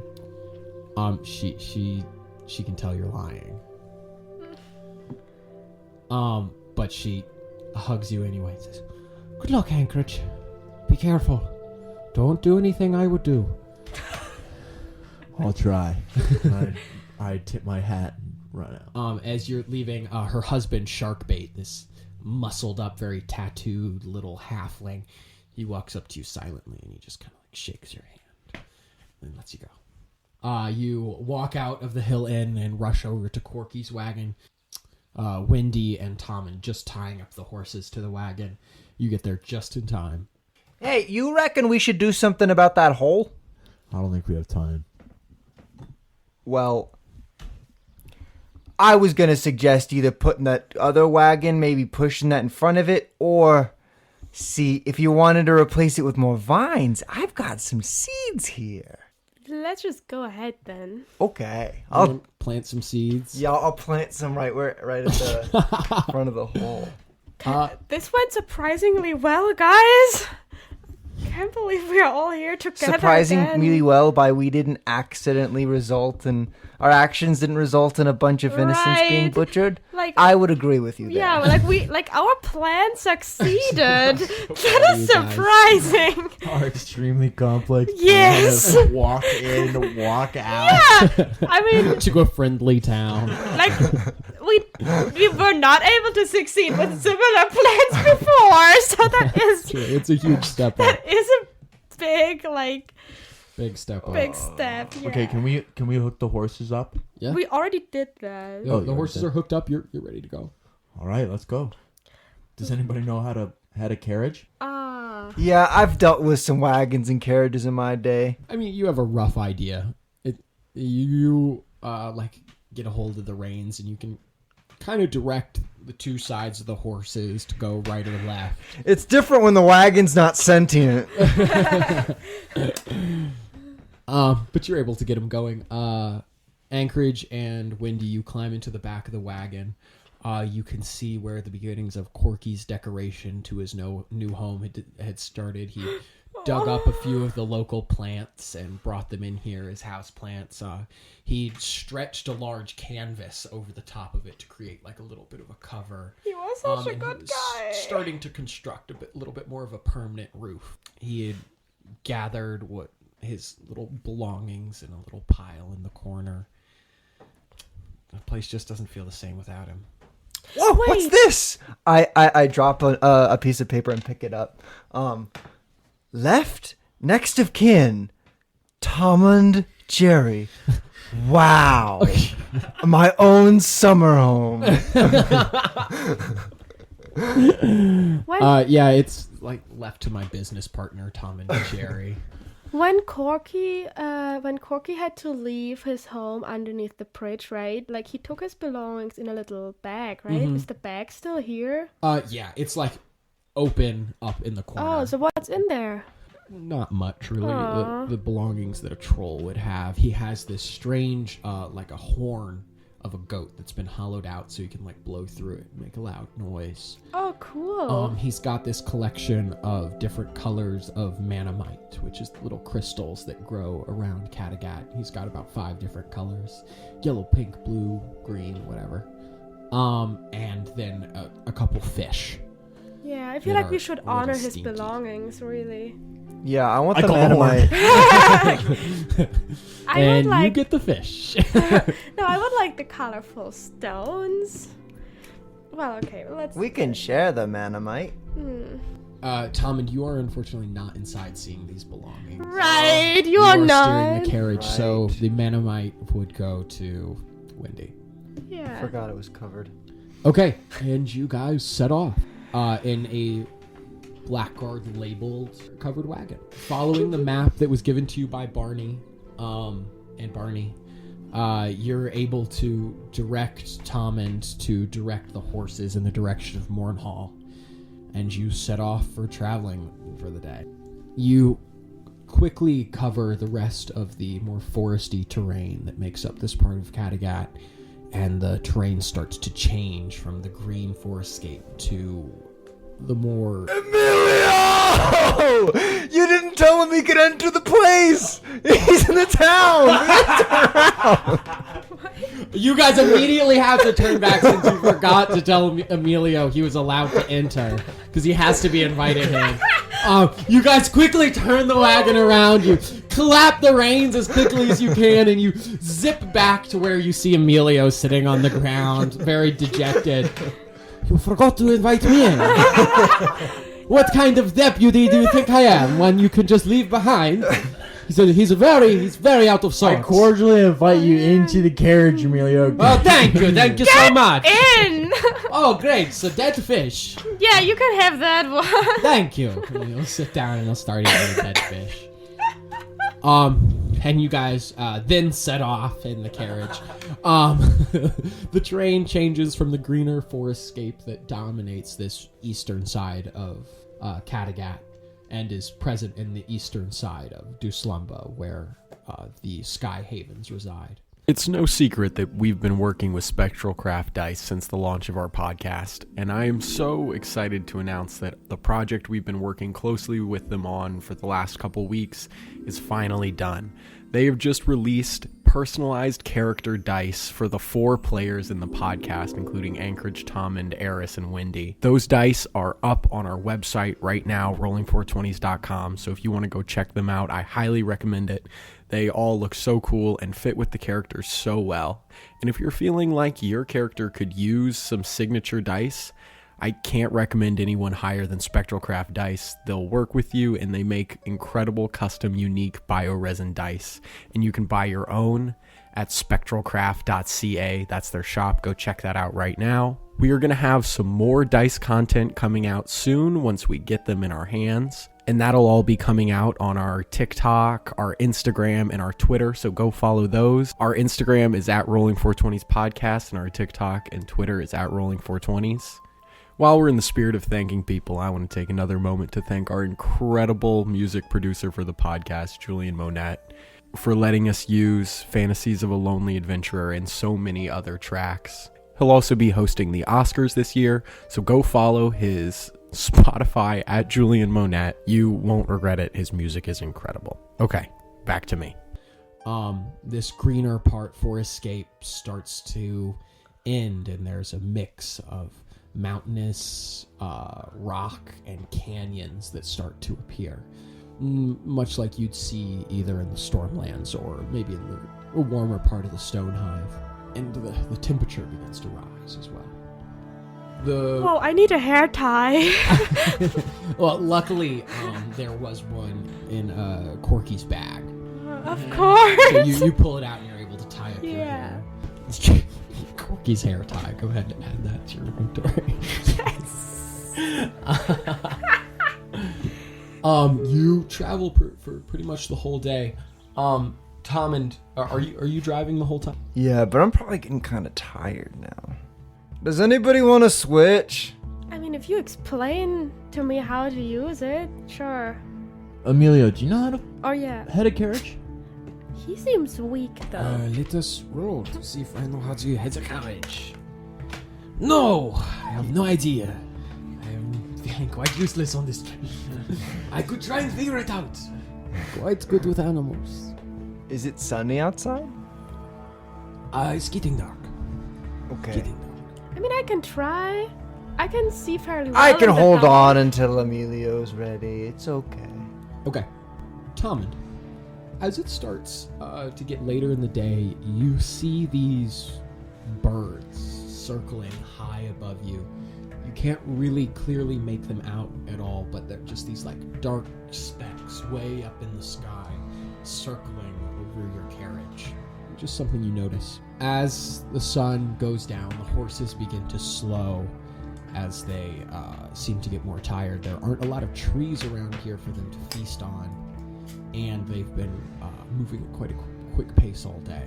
Is the sapling that was ripped out of the ground for Corgi's sack, is that in the wagon? Yeah, that's in the wagon.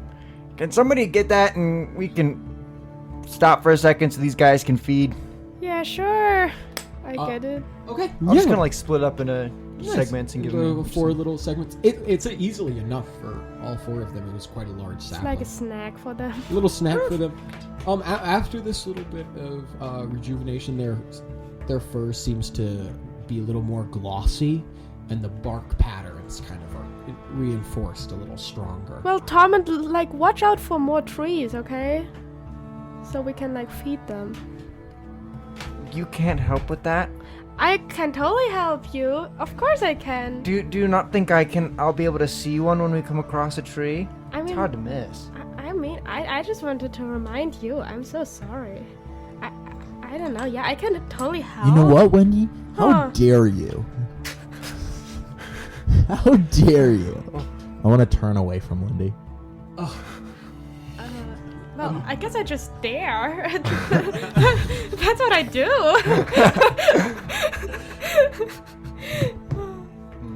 Alright, you guys continue onward. The horses are reinvigorated for quite a few more hours, and you're able to continue moving. What are the birds doing? Or didn't you say there was birds There are birds overhead. You look up at them again. Make me a perception check. Are you telling us about the birds also? If you guys didn't notice already, there are some birds upstairs. We didn't. It's covered.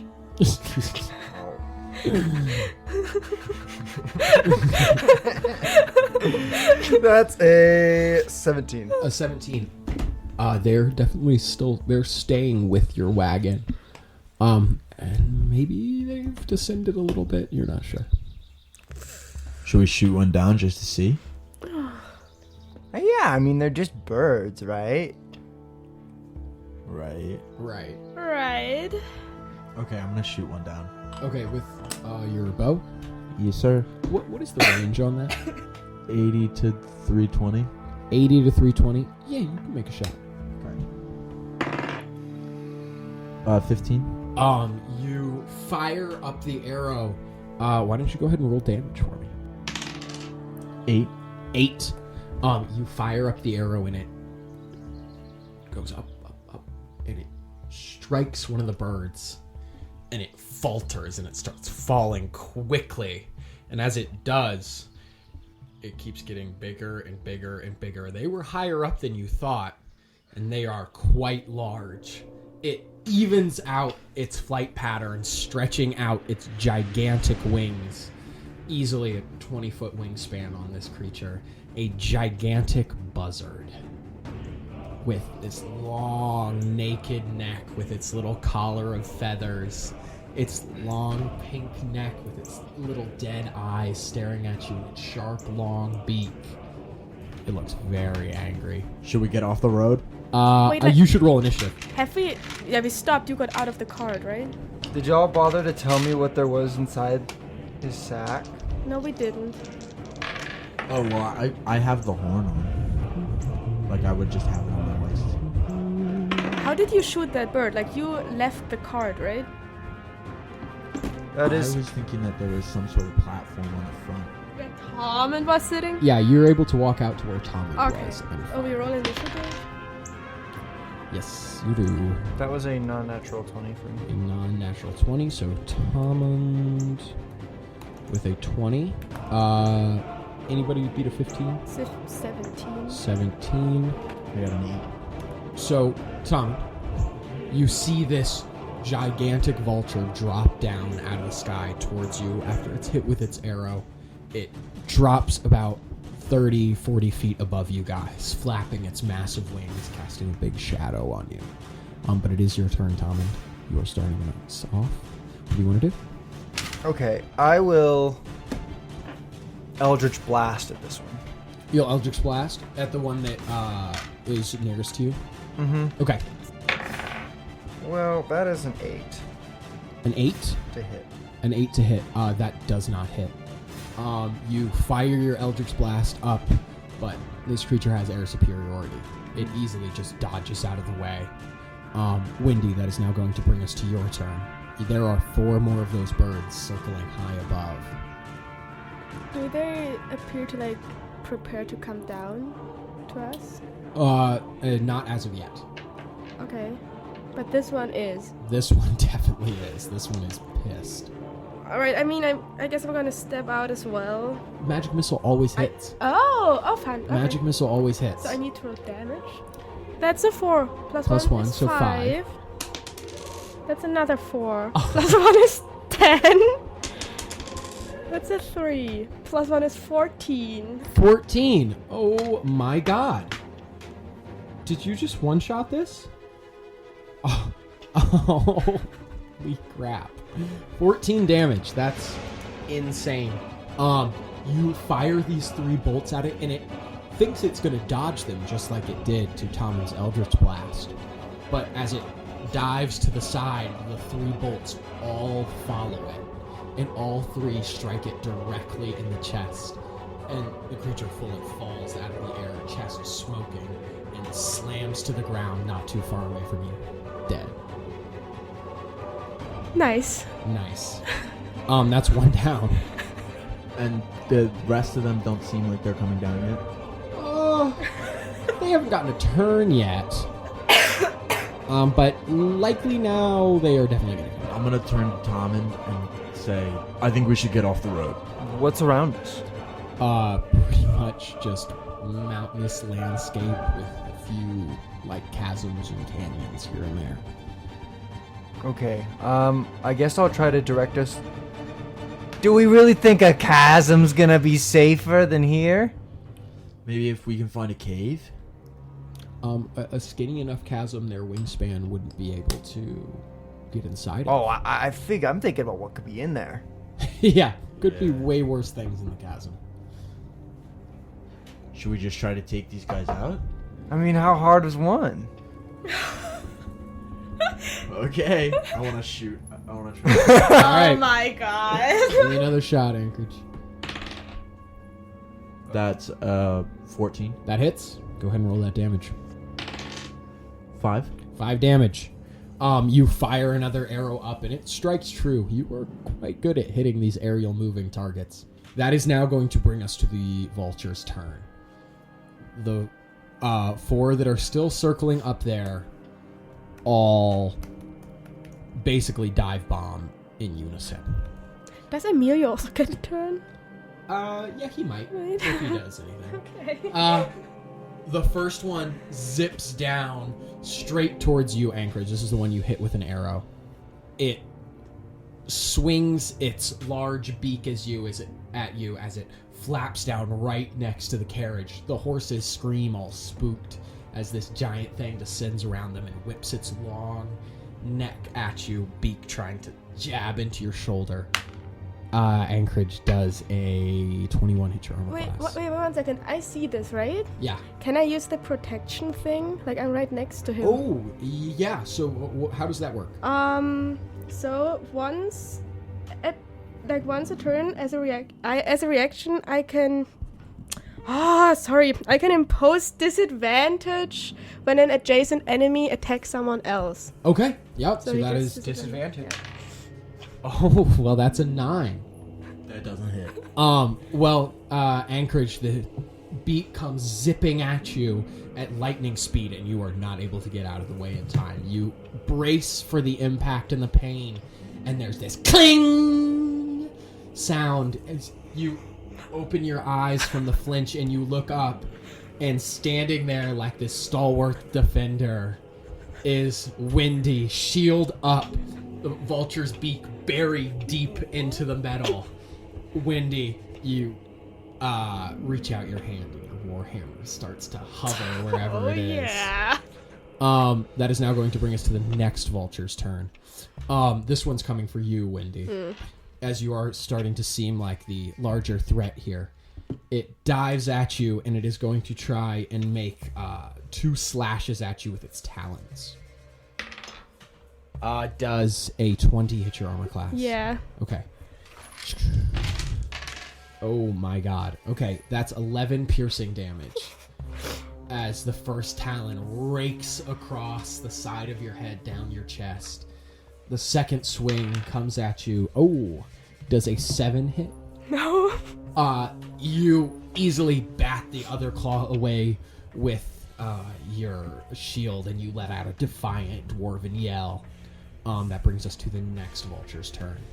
This one will descend on Tommund. It will try and rip at you with its beak, first of all. Does a 16 hit your armor class? Mine's heavy armor, correct? Yours is heavy armor. Oh, yours is plate. And plate. So that would take an 18 to hit you. The creature slashes its talons at you, or its beak, but it just bounces off your thick armor. Enraged, it's going to try and make a grapple attempt on you and grab you with its talons. Perfect. Can you make me an athletics check? That is an 11. Okay, that is an 18 over here. The creature locks on with its talons and starts beating its massive wings. You rise into the air 30 feet, Tommund. Okay. Is it my turn? No, there is still one more vulture, I believe. Oh, man. I think only 3 have gone. This last one, it dives at you while you're in the talons of the other vulture, and it is going to attempt to peck at you. And it gets advantage since you're grappled by the other. Does a... fuck, that's terrible. Does an 11 hit your armor class? No.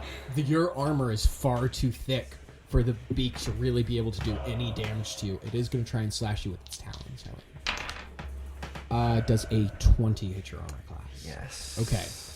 You are going to take... that's 4 damage. Oh, yeah. The claws are able to find a chink in your armor, but it like cuts into you and it really doesn't have that much effect. That will then bring us all the way back around to Tommund. Okay. So where am I in relation to everyone else? You are 30 feet above everyone else. Okay. Are there any birds beneath me? Hovering above it or anything? Yeah, there are 2 birds beneath you. Okay. There's one above you and one right next to you. One's holding on to you and one's like slashing at you with its talons. Did all of them go back up? No, only 2 of them have gone back up. 2 of them dive bombed and are like right on you and Wendy, Anchorage. The other 2 are pulling at Tommund up in the air. I am going to Oh no. Misty Step to be on its back. Oh crap! Oh my god. Okay. They are pecking at you and they're fighting over you, and then poof, you turn into a puff of white smoke, and poof, you're on top of the creature. Why don't you make me either athletics or acrobatics to hang on? Animal. Okay. Just straight strength. That is a 13 for acrobatics. 13. Okay. You grab on and you do like your little acrobat hang, and you like lock your arms around its neck. Damn, did I really think this through? I could have. 30 feet is the range of Misty Step. I could have teleported to the ground, but here I am. I believe Misty Step is a bonus action. Oh, that's a bonus action. So you still have your main action. You can't cast another spell because you can only cast one spell. By cantrip. But you can cast a cantrip. Perfect. Okay. Or like a check if you wanted to try animal handling or something like that. Ooh. Okay. Why do I give him ideas? I love it. Oh, I don't have anything. Okay. Can I burn some of my bud and make an animal handling check at the same time? Oh, like trying to get it stoned? We're just trying to like relax it and get it. Okay, do you have like a fire cantrip? I've got fire breath, fire bolt. Okay. You could just release some of your smoke. I'll say you could hold like a bud in your hand and just like firebolt it and immediately like just turn it into smoke, basically. But would that kind of my bonus action? That would count as your action. My action. But I'll let you do the animal handling check too. Okay. I'll let this happen since cool. You're like, it's not a damaging firebolt. It's a friend firebolt. Yeah. Okay. Okay. Yeah, roll me animal handling. I would give you advantage for the weed, but it's canceled out by your disadvantage from being in combat. Okay, that is 19. Oh, nice. Shit. Oh no. Oh yes. This is going horribly. I also got a 19. Okay. Now, it does say that the giant vulture has a very advanced intelligence. So it kind of understands what you're doing. And it breathes in this smoke. And you're able to get the message across. Chill, and you can have more of this. I give him a knowing look. He can't see that. You're on his back. You're not sure, but you think it may have worked.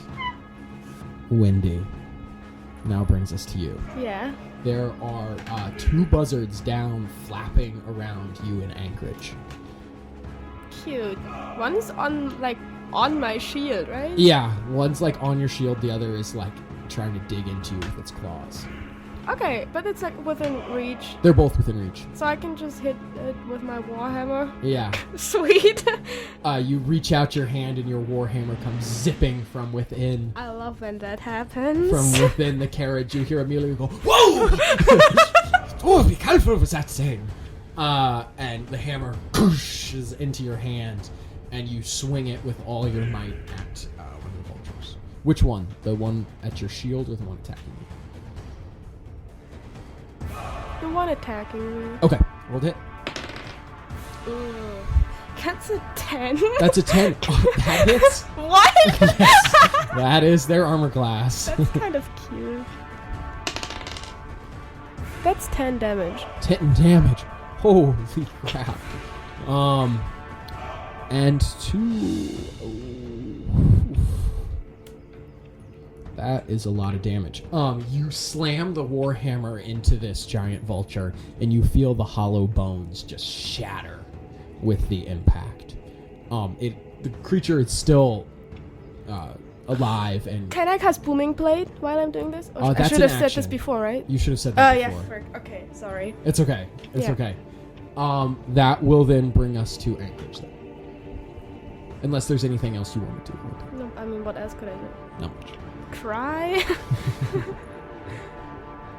I want to leap on the other one. Oh my god. Okay, sorry. So which one is the other one? The one that Like on the shield? Wendy didn't just smash. Okay, the one that's on her shield. Yeah. Okay, make me an acrobatics check. That's a natural 20. I hate you so. Plus 7, much. so that's a 27. How are you so good at this game? This is ridiculous. Better player. He just switched dice too. So He good at just came rolling over and dice. gave me his crappy dice and took mine, which I have not crit all day with. Okay, well, all right, Anchorage. You do a running leap and you like grab your hand around the vulture's neck and swing yourself up onto its back, and you lock yourself into position. Hell yeah. Impressive! Anything else you want to do, Anchorage? I want to, if I can like try to pull it up so that it. Try and make it go up. Yeah. I'll say you can do that with your nat 20. Is you like wrap your arms around the neck and you like pull it pointing upwards. Okay, that is now going to bring us to the vulture attacking. Oh, it should be the vulture that you just climbed on. Right, it is. It is. It's gonna try and shake you off, but with your natural 20, it just automatically fails. And when it's unable to do that, it great frustration, it swings out with one of its talons at Wendy. Wendy, does a 20 hit your armor class? Yeah, unfortunately it does. Yes. Okay, that is 12 damage. Ooh, that's a lot of damage. These guys, they may not have a lot of hit points, but sometimes they can do a crazy amount of damage. As these talons just rake across your chest. Just 33 Quick math. Next is, I believe, the vulture that you smacked. It is going to swing both its talons at you. No, it's going to go for Anchorage. It flaps up into the air, giving you an opportunity attack on it. Cool. Because it's moving to try and get Anchorage off of its friend. So you get to use your reaction to try and hit it. So, Okay. if you want. Yeah, sure. Okay, roll the hit. Oh. That is a 25. Yeah, that definitely hits. 25 definitely hits. Cool. With my Warhammer, right? Yep. Nice. That's 7 damage. 7 damage. As it flies up, you get one more parting hit on its leg, just smashing some of the bones. But it flaps up anyway and darts over to where Anchorage is and is going to try and peck him off of its companion. How much health does this guy have? Does a 9 hit your armor class, Anchorage? No, sir. Okay, it pecks at you, but it's not even close. It's hard to hit you with the other bird. It's struggling around so much. It's now going to swing with its talons. That's even worse. Neither attack hits Anchorage. And you're still locked on to the vulture's back. That is now going to bring us to the two that are with Tommund. Now, first of all, the one that he gave the pot smoke to. It seems kind of chill. It is no longer trying to shake you off. and it lets out a kind of like squawking noise at its companion, and its companion more angrily, and is going to dive at Tommund, who is still being held in the creature's claw. No, you're up on its back now, so it no longer has advantage. Oh, that's a natural 20. Its talons swipe at you, and it scores a perfect hit as you are going to take 6, 7, 8, 9, 10 damage. That's not great. Still, the claws rake into your back, and it is not comfortable. And then it gets one more attack at you, which it will try and peck you. It does. Ooh, that is 18 exactly. Okay. That is 6 damage. How you feeling up there? About to feel better in a second. Give me one moment. Okay, that brings us to the end of the vulture's turns, and that will bring us back around to you, Tom. Where'd that vulture go? Is he just like next to me? He's just right next to you, slashing at you with his claws and his beak. He just scored a really good peck through your arm. Okay. Smoke him out. I gotta! Smoke the other one out? Yeah. Okay. So I guess I'll do the same thing. Okay, so you just like make another firebolt puff of smoke at this vulture. And roll for animal handling. All right, give it a shot. Bye, guys. Bye. That's an 8. You do the puff of... This one's not having it. It doesn't care about the smoke. It wants food. That... Oh. Anything else you want to do there, Tommund? Still got your bonus action?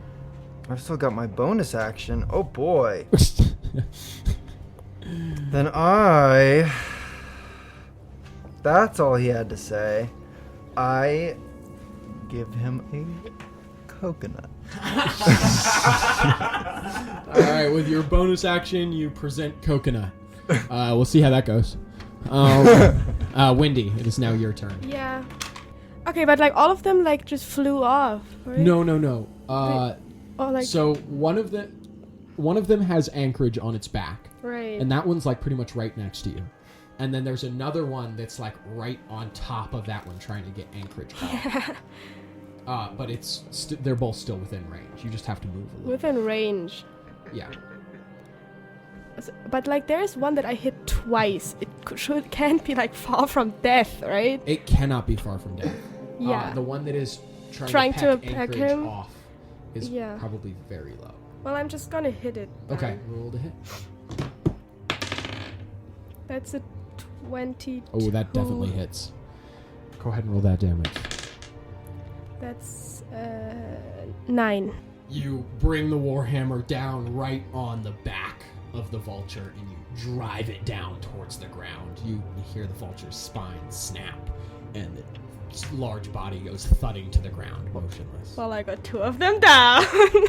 Do I get a bonus action? Yeah. Can I heal 1d10 plus whatever I can do? Yes. Level hit points. Yeah. Okay, so then I can heal 8. Okay. Right? Yeah. Yeah, you use your second wind and you regenerate some hit points as your wounds start to close up. That will now bring us to Anchorage. You are atop this one bird, and you rolled a natural 20 to stay on, so... What's the plan from here? There are still... Did the other one die? The one that was just attacking you died. Yeah. Okay. Wendy obliterated that thing.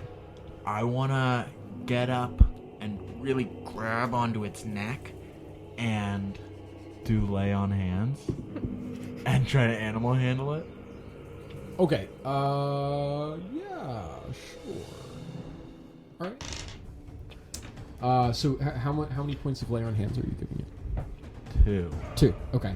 And give me an animal handling with advantage. That's a 17. A 17? Okay. And you're trying to make it go up? Yeah. Okay. Like up towards where Tommund and the other one is? Yeah. Okay. You cast your lay on hands, and the vulture seems to realize what you're doing and appreciate it. And you point its neck like directly upwards. And it goes. It begins to flap its giant wings because it is next to the turn. And it flaps, and it takes off of the ground and rises into the air towards where Tommund and the other two vultures are battling it out. And it kind of levels out at the same place that Tommund's is. That brings us to your vulture. It just remains at this level-ish next to the other two. There is one, however, that is going to... Ooh, it now has another target. Confused, it looks from Tommund to Anchorage, both riding on top of its friends with your ridiculously high rolls. And it's... seeing the new threat, it's going to go for you, Anchorage. With a Talon swipe. Does a 17 hit your armor class? Yes, sir. Right. You are going to take 11 damage as it swipes you with its talon. And then it is going to swipe at you one more time. Does a 21 hit your armor class? Yeah, just barely. Okay, and this was with its beak. It tries to peck down at you. 10 damage. As it digs down into you with its claws and beak, all the force, it kind of knocks your bird sideways a little bit, and it spins out of control, but then it levels out again with its large wings. And the other vulture is pacified by the pot smoke. There is one hostile vulture left. And he is... right next to you. He just went and attacked Anchorage. He's about probably like 15 feet from you. Oh, across in the air, of course. Yeah, I'll hit him with a scorching ray. Okay. You reach out your hand and you fire. Is it multiple scorching rays? It's 3. 3. Okay, so go ahead and roll to hit for the. Are they all at the one? If he's the only hostile one, then yeah. Mm-hmm. That is a 17. A 17, that hits. Okay, and then for each one, the second one is a 10. That hits. And the third is a 9. That does not hit. Okay, two of them strike the vulture, though. Okay. So I need to roll 4d6. That is 9, 12, 15. Or no, 14. 14 damage. Oh my god. You blast these scorching rays at the vulture, and they just blow holes in its feathers, in its feathery wings. And the creature starts spiraling, plummeting towards the ground. Both of your vultures like squawk out in distress and are both going to try and dive after their friend. I say we leap off. I mean, I'll stay on mine. Once we pass the carriage, I want to leap onto the carriage if I can. Okay. Pair leap onto carriage. So, the vulture, it drops and it spirals down towards you, Wendy, and it is now your turn. As Tommund has blown holes in this vulture's wings, and it's spiraling down towards you. But it's not dead yet. It's not dead yet. Okay. Can I wait until it is within range? Yeah. Can I then hit it? Yes, you can. Okay. That's a 15. Okay, yeah, that most definitely hits. Go ahead and roll damage. 5. Along with the fall damage, that is enough. Oh, nice. As it's going by, you drive your turtle-shaped warhammer into its side and just propel it a little faster into the ground, and it hits with a sickening squelch. As it hits the ground, both of your buzzards start to pull up a little bit. In Anchorage, you're able to find a chance to jump off onto the carriage. Roll me an acrobatics, though.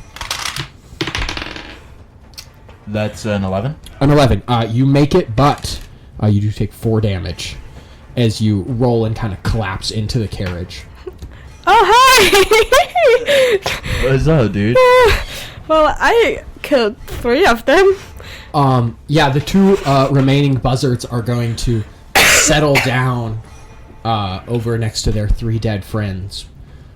And immediately start chowing down because they're carrion vultures and they just are scavenging for food. Booyah!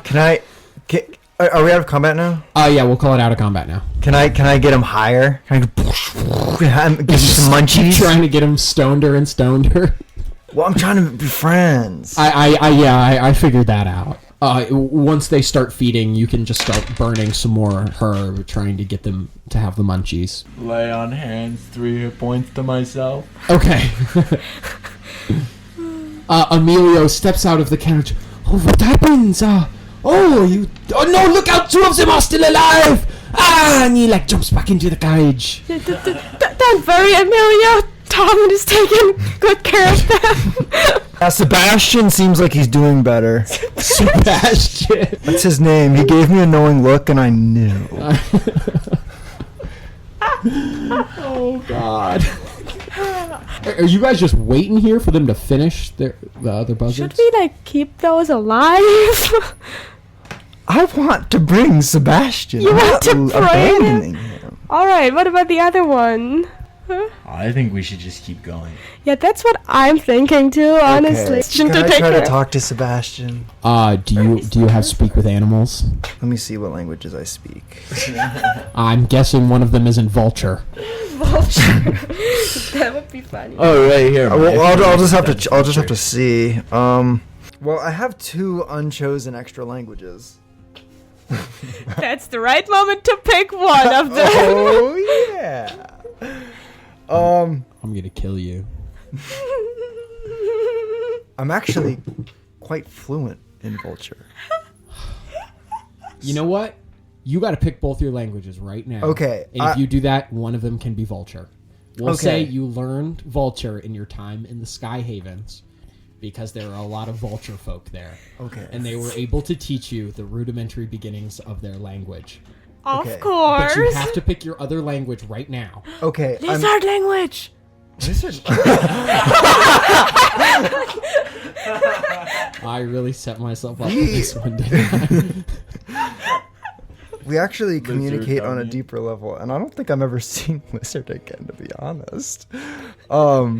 Yeah, you left Lizard in your house. I did leave Lizard. Well, I wasn't gonna bring him. He'd be in danger.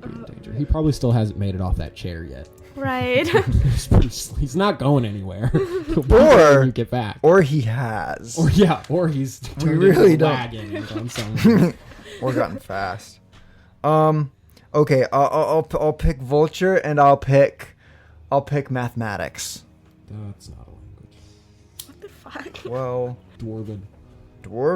Everything in Dou'Slumba is written in Dwarven, pretty much, since the dwarves built everything. Oh, that's yeah, true. And I would accurate. have to know that for my patron. Yeah.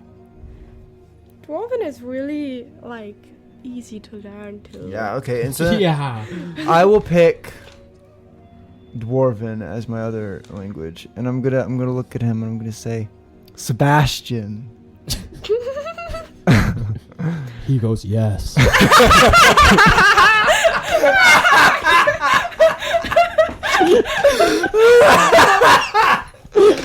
Okay. Can I top you off, buddy? He goes, absolutely. This shit's gas, yo.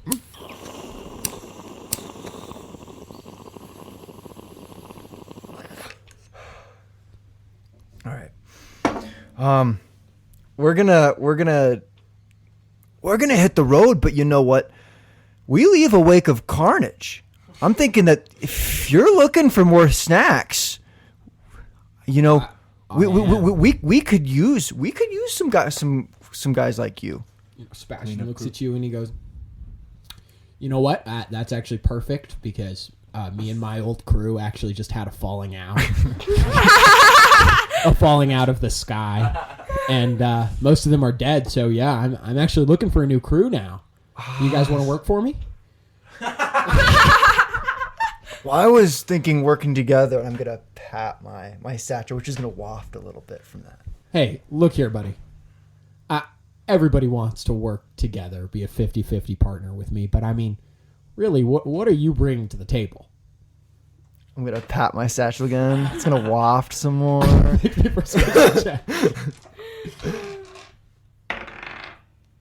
Okay, that is what I believe to be something very good for me. A 19. Fine. 50-50 partners it is. Now, explain to me, who are my new employees? And he looks over at Wendy and Anchorage.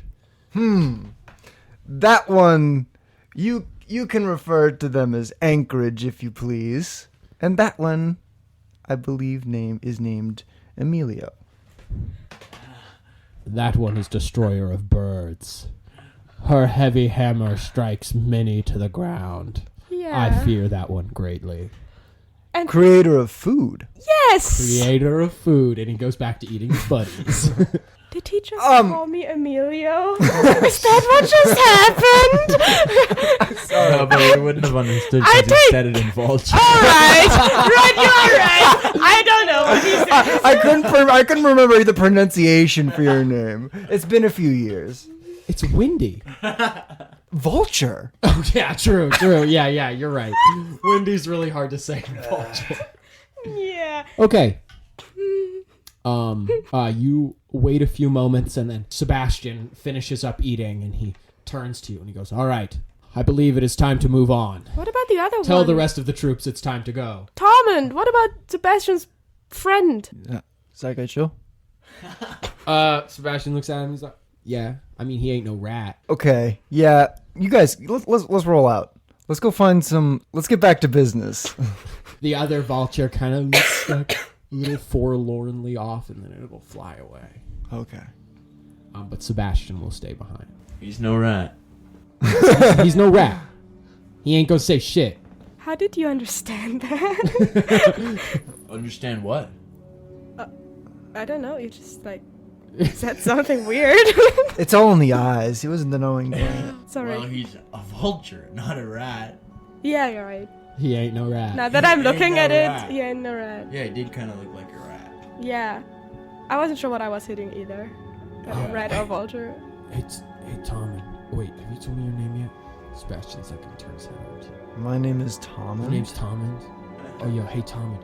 There's not, fish in that cart or anything, is there? Because, low-key, I smell something, and I could really, really go for it. Is there maybe some really old fish in that cart? Because, your cart smells like really old fish. I don't actually know. That might just be I'm gonna go Anchorage, check. I'll let you know. Okay. You guys have just gone back into the covered wagon. The vulture's head pops through the back, and it just starts going to town on the fish in there that Corky left. Wait, has Tommund explained to us that it's friendly yet? Or did it just break into the He just made some squawking noise at it. They nodded at each other. The other one flew off, and now it's breaking in and eating. I'm gonna go get back on the reins. All right, let's go. And keep going and just wrap us forward. Wendy, are we gonna do anything about this vulture? I don't know. It scoops up the last fish in its mouth, and it takes off up into the air above you. Sweet, I guess. Poor Emilio. Flaps a few times and gains a few, maybe almost 100 feet of height above you, and then just coasts along above your carriage as you all continue to move. Sweet. I should have gone with him. That'd be way cooler than being with you, nerds. You have to steer the carriage. All right. That being said, nightfall is upon you. The sun is just starting to slip behind the horizon line, and darkness is setting in. Would you all like to try and find somewhere to camp for the night? Do you want to just try and push it through? It'll likely exhaust your horses, but you could travel through the night. Are there trees around? Make me a perception check. I'm still on the lookout for trees, apparently. Right? All right, well then both of you do it. But how about only you do that, and I'm just looking really helpfully? It doesn't matter. Oh, okay. What'd you get? 20. Oh, okay. Wow. Well, conveniently, there's a really nice patch of trees not too far from here. Oh, we love that. It's not too out of the ordinary. The Kattegat, its biomes are very chaotic, and there's often like bits of an entirely different biome superseded just on top of the other one. And you're able to find a nice grassy spot sheltered in this little grove of trees. The tree stomper horses, they are very excited. They whinny about and they begin to just bite the branches off the lower parts of the trees. Do you all want to sleep here for the night? Yeah, I could really need a long rest. Same. Yeah. Okay. You all situate yourself. Are you sleeping in the wagon? Yeah. Emilio, Yes. do you need sleep? No. This is my time. And he leaps out the back of the wagon and he runs away. Oh, no, Emilio, wait! That's not what I meant! Emilio, buddy, come back!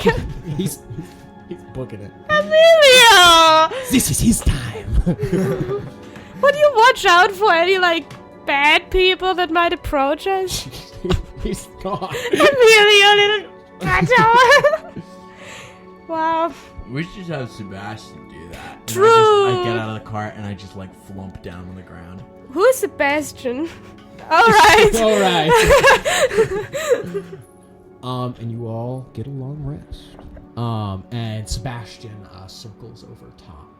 All right, our party is long resting, and our players just got super stoned. So we're gonna record the last little bit of this episode now. All of you wake up the next morning feeling refreshed in this beautiful little glade of trees that you randomly got lucky and nat 20'd off of. You see Emilio is back, and he has cut down a whole bunch of the branches of the trees and bundled them up in the wagon. He goes, I cut some food for the horses. I do not know when the next time we will come across trees like this. You are so helpful. Yes, I told you the night is my time. Well done, deputy. He gives you a little salute. Yes, Sheriff. Okay, I've done my useful thing for the party. Now the DM can ignore me. And where is Sebastian? You look up and you can see a little black dot high in the sky circling above you guys. Man, we should have communicated some way to signal him to come down or something. Can't you just, like, scream at him? That's very far. That is very far. I mean, maybe And he has really good ears. Once you get on one of those things, once you've flown your first, you realize how loud their wings are. Once you've flown Like your an first. airplane. Oh, no, sorry. I don't know what airplane is. What is that? I don't know. That just like came into my mind. Sorry. I guess I must have had a dream. Yeah, you dreamed Prophecy. of airplanes. Exactly. Yeah, prophetic dream of the Wright brothers. Okay. Are you guys setting off? Sure. Can I roll to see if there's any fruit here? Yeah, sure. Make me a survival check. Oh. Yeah, I don't think there's probably going to be much. That's an 8. Oh, there are coconuts. Oh, yeah. Suddenly you're like, now I know where the coconut came from. It's all coming together. Oh, yeah. I'm going to go get some of those ones. How many? 20. I mean, we You're have like getting a 20? card. I was going to get 5. Let's just fill the cart up. Yeah, maybe not fill it. Okay, the horses are going to have to pull all that weight. They're 4 tree stomping stoutland. Okay. Let's go get some coconuts. Let's just leave enough room for Emilio. Yeah, but just enough. Let's not forget to invite Emilio. I don't want to leave him here. Wait, well, he has. It's okay, I've been invited He has once. been I can invited, always right? come in. Okay. Nice. It's just the first time.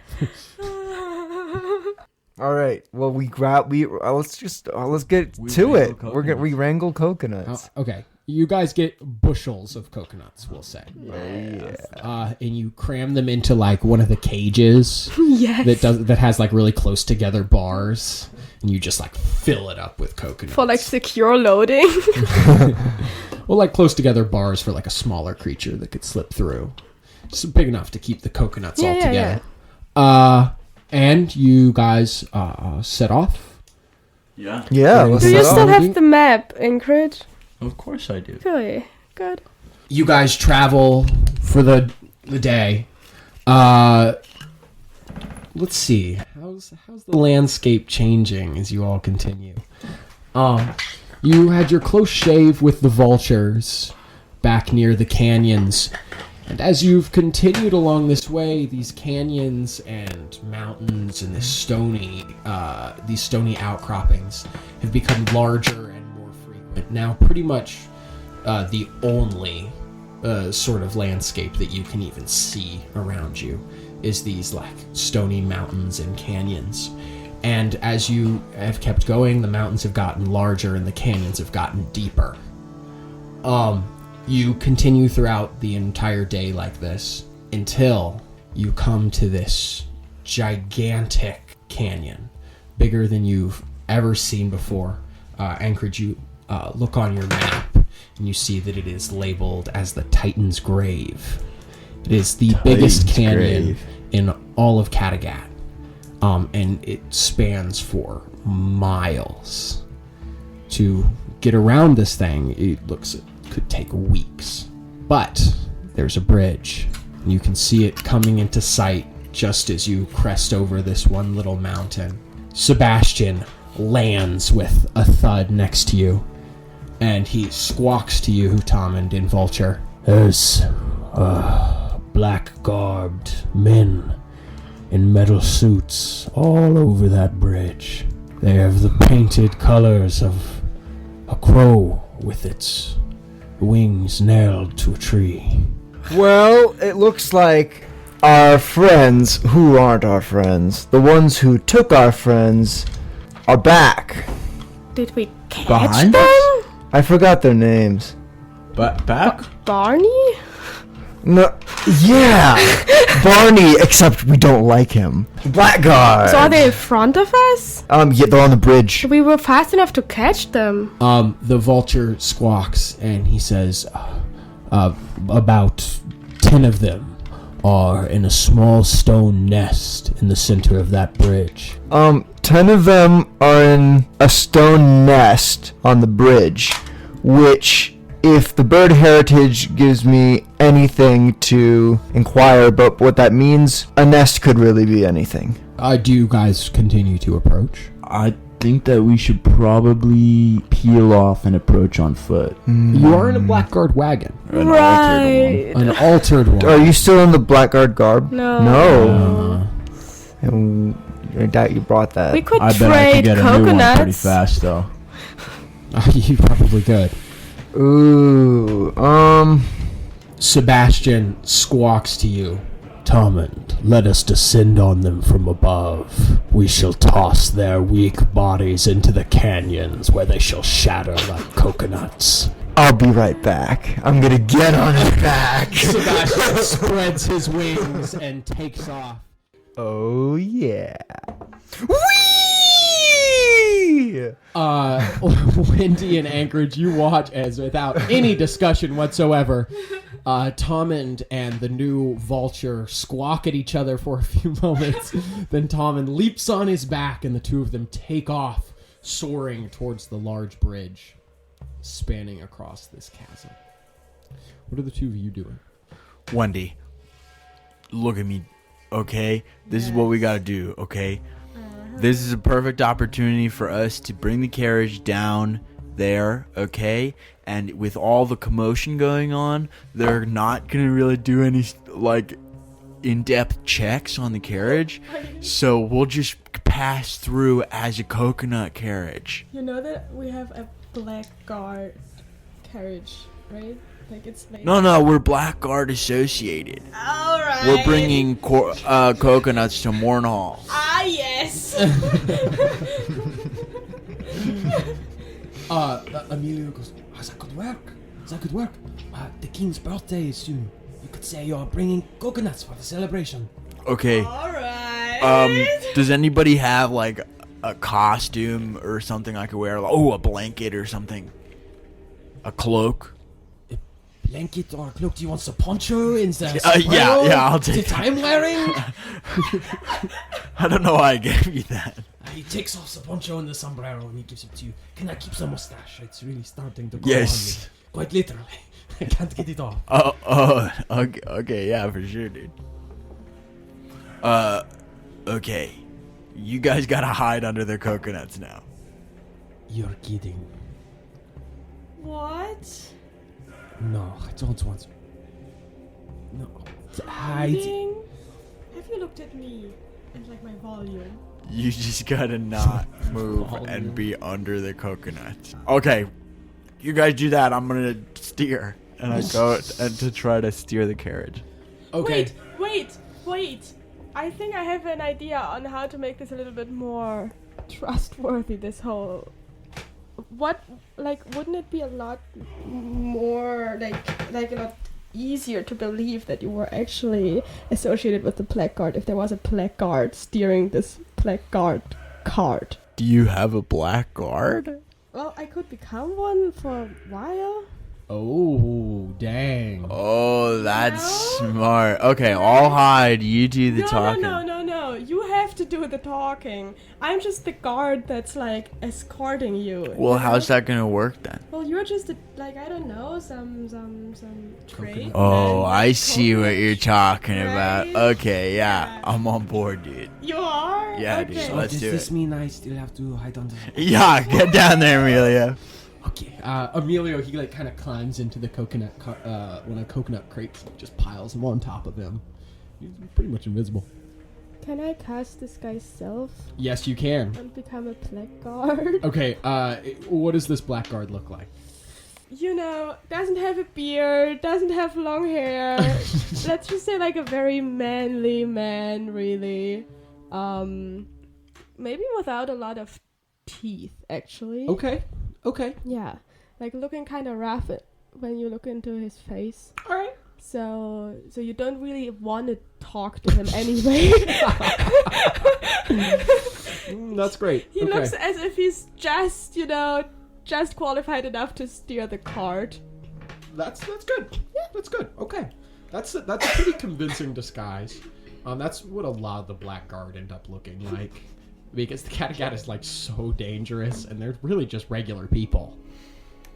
We'll smash cut over to Tommund as the two of you begin to roll down the hill in this little carriage of yours towards the bridge. Tommund, you sail over this giant gorge with this long hanging bridge that's connected in the middle by this giant guard tower that goes pretty much all the way as far down as you can see into the Titan's grave. You can't even really see the bottom though, it's too dark. But then the two sides of the hanging bridge are connected to either side of the guard tower and then swoop to the far side of the canyons. You can see a few blackguards patrolling along the bridge and then flying by. Do you want to make me a perception check? Sure. That is a 23. Okay, so you don't see any other blackguard carriages around here. But the bridge is definitely large enough and wide enough to accommodate for multiple carriages of about the blackguard size. Looking at all of these guards here, there's probably about 8. You can see 6 in the tower and 2 that are patrolling back and forth on the bridges. So does the bridge pass through the tower like with the gate and everything? Yeah, so either side of the bridge, it like reaches the guard tower, and then there's like a big gate where the guards have to like open it and let whoever's coming through across the bridge. And then there's a little processing zone, which is the guard tower, and then there's another gate where they let you out onto the other side of the bridge. Okay. It's strangely well organized, especially for the Kattegat. So you said there's 6 guards in the tower, which would mean that there are 2 on the bridge? On the bridge, yeah. They're walking in a group of two, and they're like walking from one side of the bridge to the guard tower, and then they switch to the other bridge. But they're currently on the side closer to Wendy and Anchorage. Walking to or from the tower? They're walking back towards the tower. Sebastian, what do your bird eyes see? I see 8 guards in black armor. 6 of them hide in their stone nest. We shall tear them from the nest and drop them like newborns that have not learned to fly.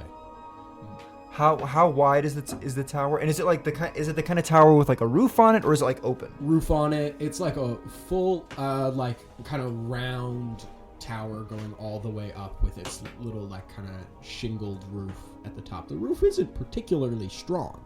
The rest of it's all made of stone, but the roof is like kind of wooden shingles. Okay. So they're kind of looking out of like a portcullis kind of thing. Yeah, they can't really see up very well. They've just got some windows looking through. You were just able to see them all in there because you got a 23. Okay. And so what's the rest of the bridge made out of? The rest of the bridge is made out of these like super wide, thick like wooden planks all attached together with these like metal cables.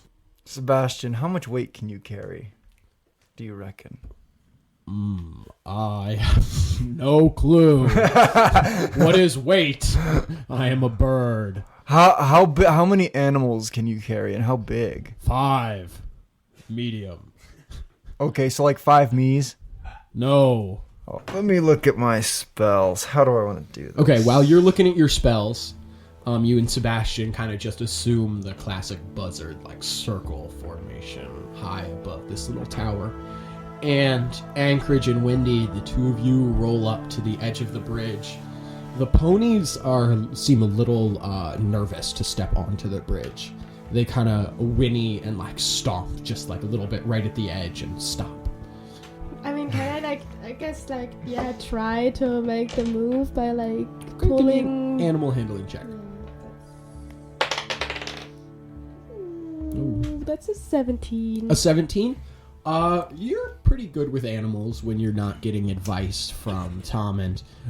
You make some like soothing noises, and you just shake the reins a little bit, and they reluctantly start stepping forward onto these wooden planks.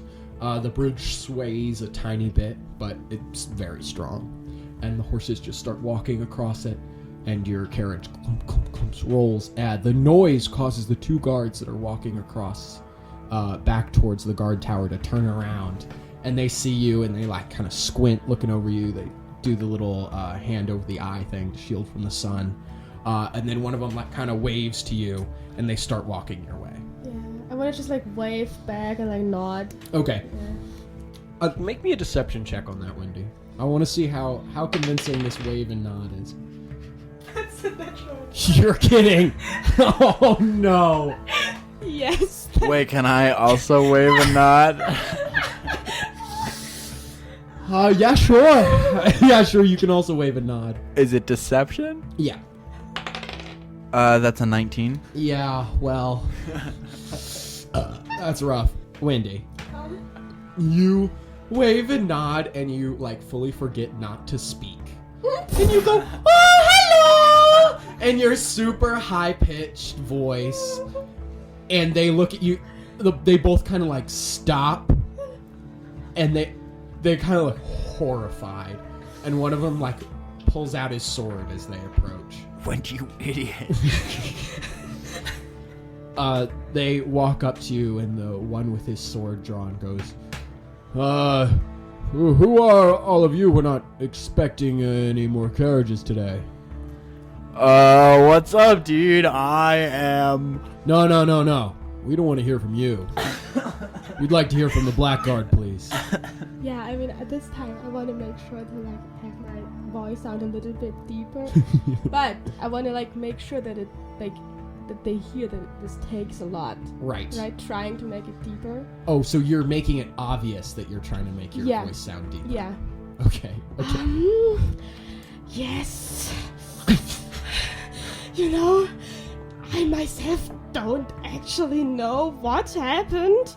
I got asked to, like, you know, help this weird man carry his... What are we carrying again? I'm so sorry, gentlemen. This is really just Hold a on, formality. hold on. We need a deception check there.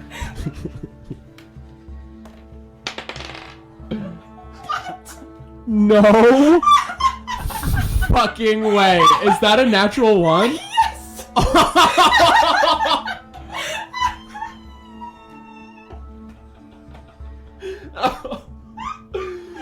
This is the biggest disaster ever. How is that possible? Holy shit. Oh my god.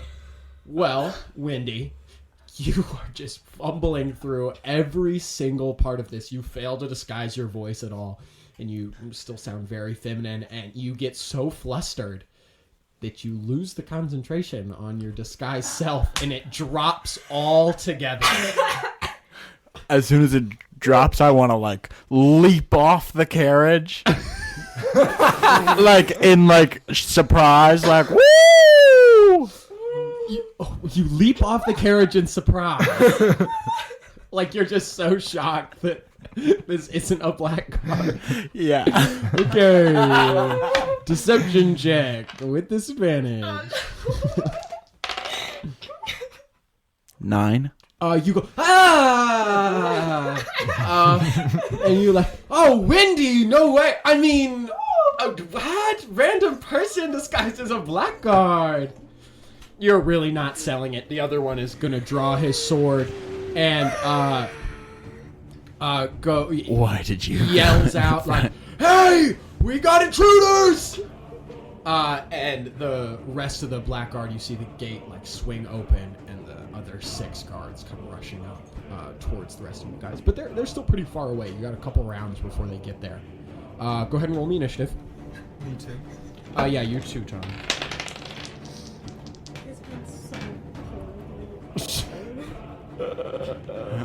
Oh, yeah. Did it, Wendy? Yeah, it did. At what point? I don't know, man. I don't really know what happened. When you shrieked hello at them?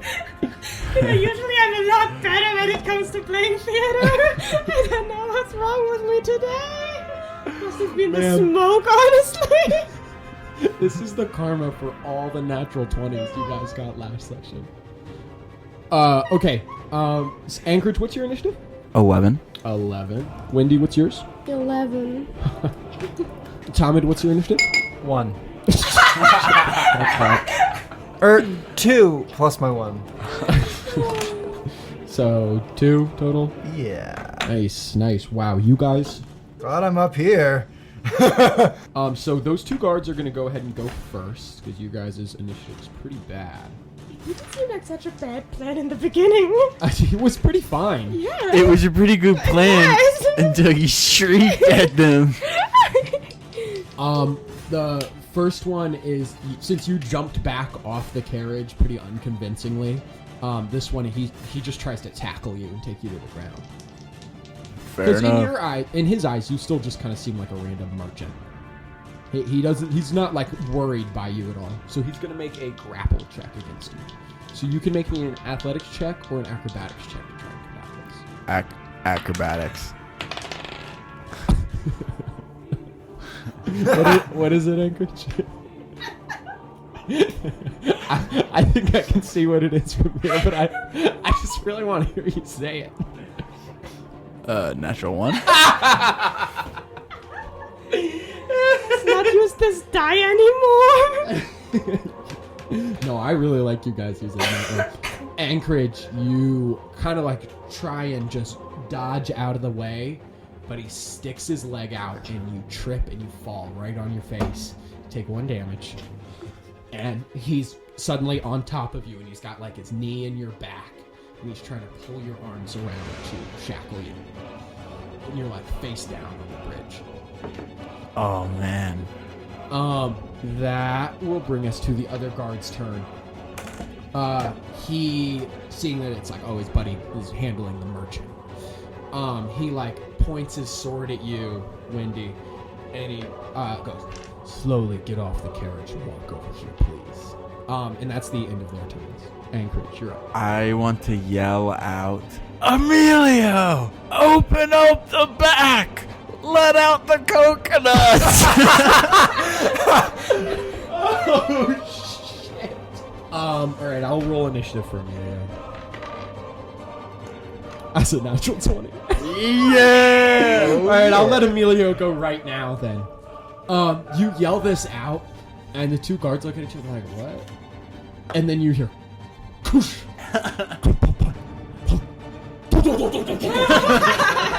It's like first a few coconuts fall out as the doors are opened, and then all of them start falling out and rolling like marbles in Home Alone towards these guards. Now, Wendy, you're still up on the carriage, so it's not going to affect you. And Anchorage, you're already on the ground, so it's not going to affect you. But this bridge is slanted and like, because it's a hanging bridge, so it like dips down in the middle. So all the coconuts start rolling towards the guards like really quickly. And I'll make them both make acrobatic saving throws. Yeah. The one that is pinning you down, Anchorage, he like holds on to you and just kind of like plants his feet, and the coconuts just all roll around him.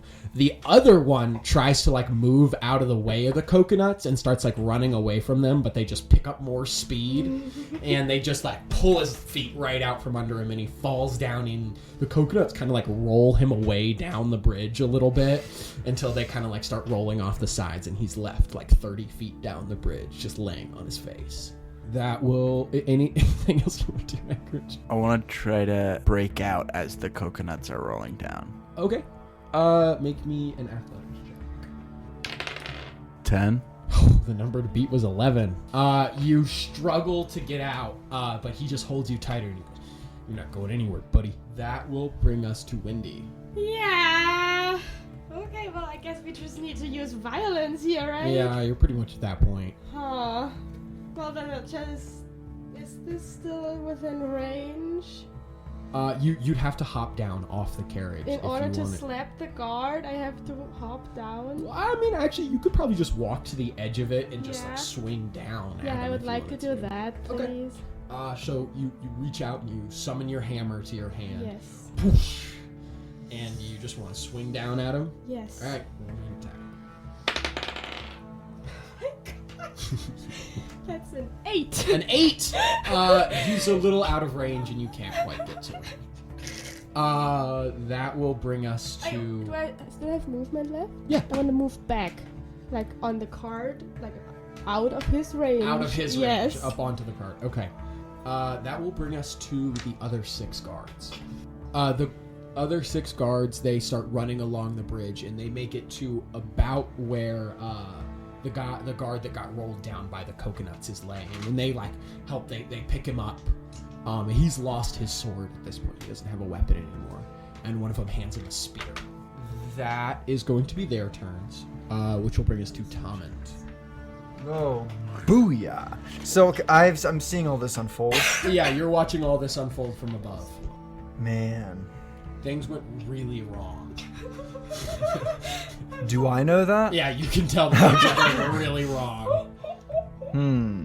Without my guidance, they have fallen apart. Sebastian, we need to help them. And considering I only have fire spells, let's hope those horses can push the wagon backwards. They cannot. That's not how wagons work. Maybe none of the wagons you know. But I've known some that I would consider quite backwards. Fuck off. No, that's that even. Sebastian, take me down to the tower. He'll like fold his wings a little bit, and you just start rushing down towards the tower. Tommund, I need you to make me an athletics check to hold on, because you don't have a saddle or anything. True. And you really haven't ridden on this thing much. That is a 16. That's a 16. You lock yourself on, you hold on to his feathers, and you dive down towards the tower. All right. How far are the guards now from the gate? 60 feet. Is it still open? Yeah. Cool. All right.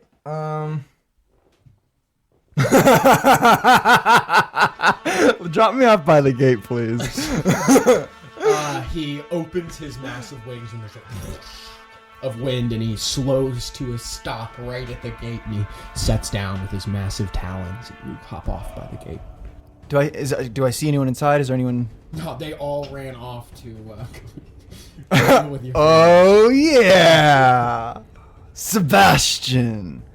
They need your help more than I will. We need to save them because we're the only two competent ones among our party. We are the leaders. 50-50 partners.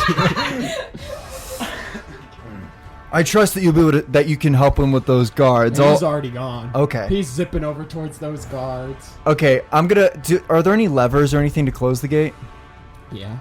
I'm gonna go over and I'm gonna find the lever and then just go, "Hey boys!"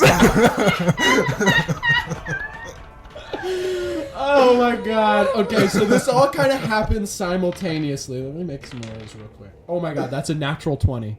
No. Okay, so they... no, that's good for you. Okay. They whip around and they look at you. Oh shit! Somebody's about to close the gate! At the same time, the shadow descends over them. And giant talons reach down and grab two of them. And just... lift them off the ground. Both of them screaming and like grabbing onto the talons to try and free themselves. Another one of them like reaches up and like grabs the guy's feet and tries to like hold him from being lifted off. And he just like pulls his boots right off as Sebastian lifts into the air with two of the guards. And then just sails a little off the bridge, turns around, hovers there for a minute, and drops them. They look in complete terror. They look back to you, waving at them, and they start sprinting to try and get back to the gate. Okay. Away from this giant bird. That'll bring us back around to guards 1 and 2. Guard 1 has absolutely no idea that any of this is going on. He's thinking he's really got this merchant dead to rights. He's gonna clip some handcuffs on you. Just from behind your hands are now locked back there, Anchorage. And he like kind of like roughly pulls you to your feet by the shackles from behind. And he like kind of looks around once he stands up, and he's like, "Damn, I swear there were more guys coming to help me."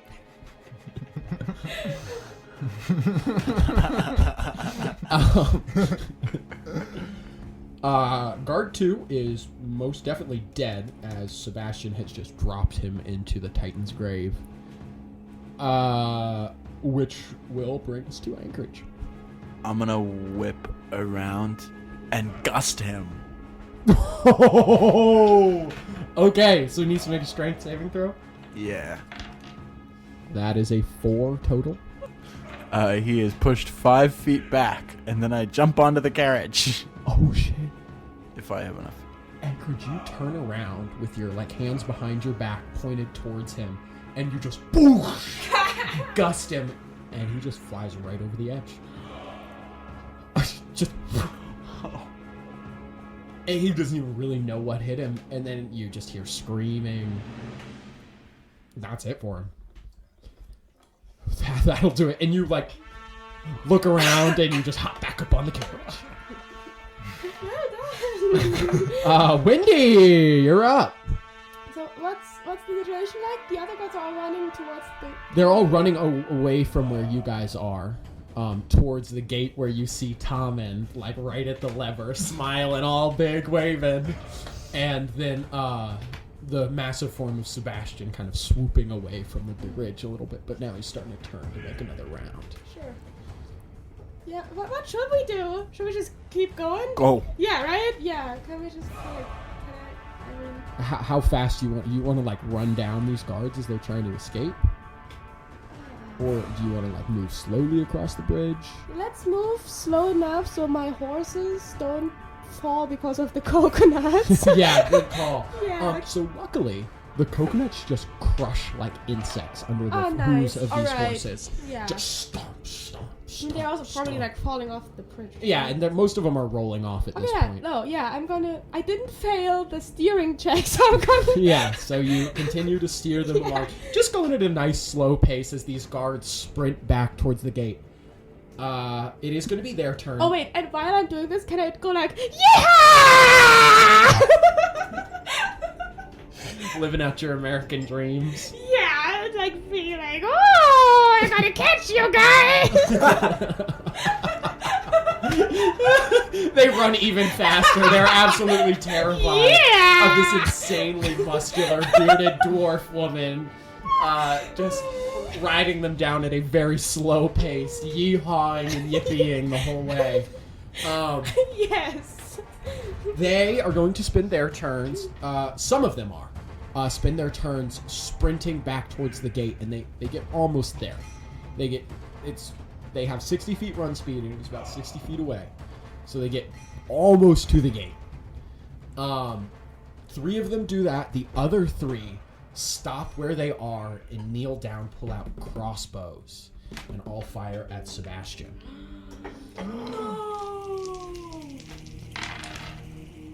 Okay, that's a 19, 18, and 9. But those are all plus 3, so that's a 12.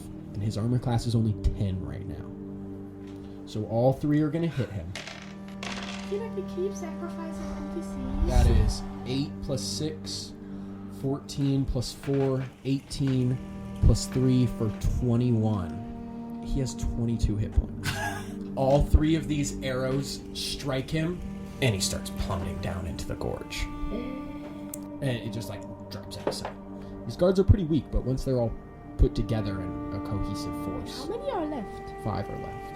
There were 8 to begin with. 8 to begin with, and 3 have been dealt with. 2 are sprinting towards Tommund with swords. 3 of them just fired at Sebastian. That is the end of their turn, Tommund. It brings us to you. Okay. 2 are sprinting at you. How? It's in the gates. I'm assuming not close to being closed. Oh, it's almost closed. It is. Yeah. If you like pull the lever all the way down, it'll shut right in their faces. They took Sebastian from me, so I'll take what I can from them. I'll cast Scorching Ray. All right. How are you directing the 3 bolts? I'll shoot 2 at the guards approaching me and 1 at the. Okay. At one of the ones. All right. Roll to hit all 3. I rolled a 19. That hits. A 2, which becomes a 7. Does not hit. And then a 17 plus 5. That definitely hits. So one of the ones directed at the guards running at you is not going to hit. Okay. But the one at the crossbow and one of the guys charging at you hits. Yes, that's going to be 8 each. 8 to each? Yeah, I rolled 2 4s and then a 2 and a 6. Holy shit. The scorching rays strike both of them in the chest. One of them flies wide, but the 2 that you hit is some devastating damage for them. Can I just use my bonus action, just pull the lever the rest of the way? Yeah. Yeah. You pull the lever the rest of the way, and the gate slams shut, and you can hear them banging on it from the other side. Anchorage is going to bring us to you. I want to turn to Wendy. Wendy, do you think that I should try to save Sebastian? Yes or no? I don't want no dramatics. Just give me a yes or no. So, yes.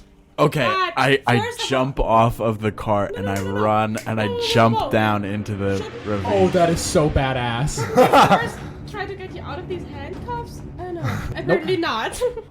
God, that is just about the most badass, ballsy thing. Anchorage, still handcuffed, you see Sebastian, the giant vulture, fall. You're like, oh, fuck, this is not a repeat of Corky. I'm not letting this shit happen again. Not letting this happen again. You run to the side of the bridge where you saw Sebastian fall, and you leap over the edge, and you just start shooting down towards the bottom of the canyon. I guess make a perception check. You're lucky this is a far fall. You'll have some time to think. It's a 17. Oh, that's really good. Okay.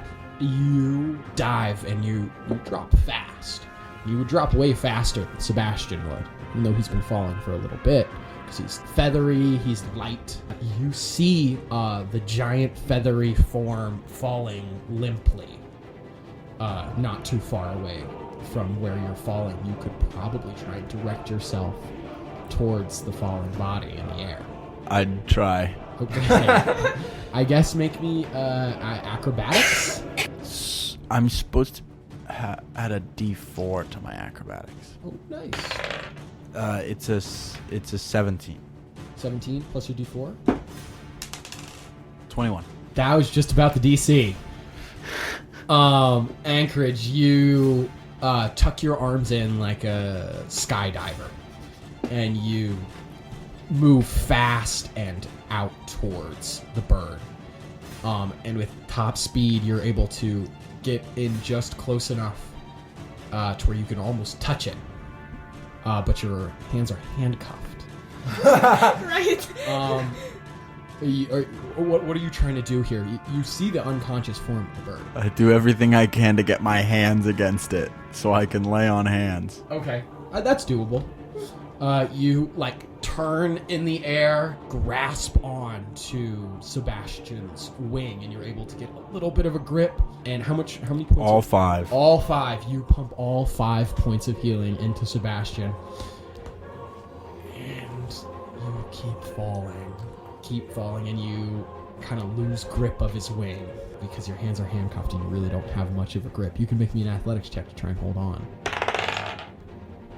14. 14 was not enough. As your fingers slip loose of his wing and you're free falling on your own again.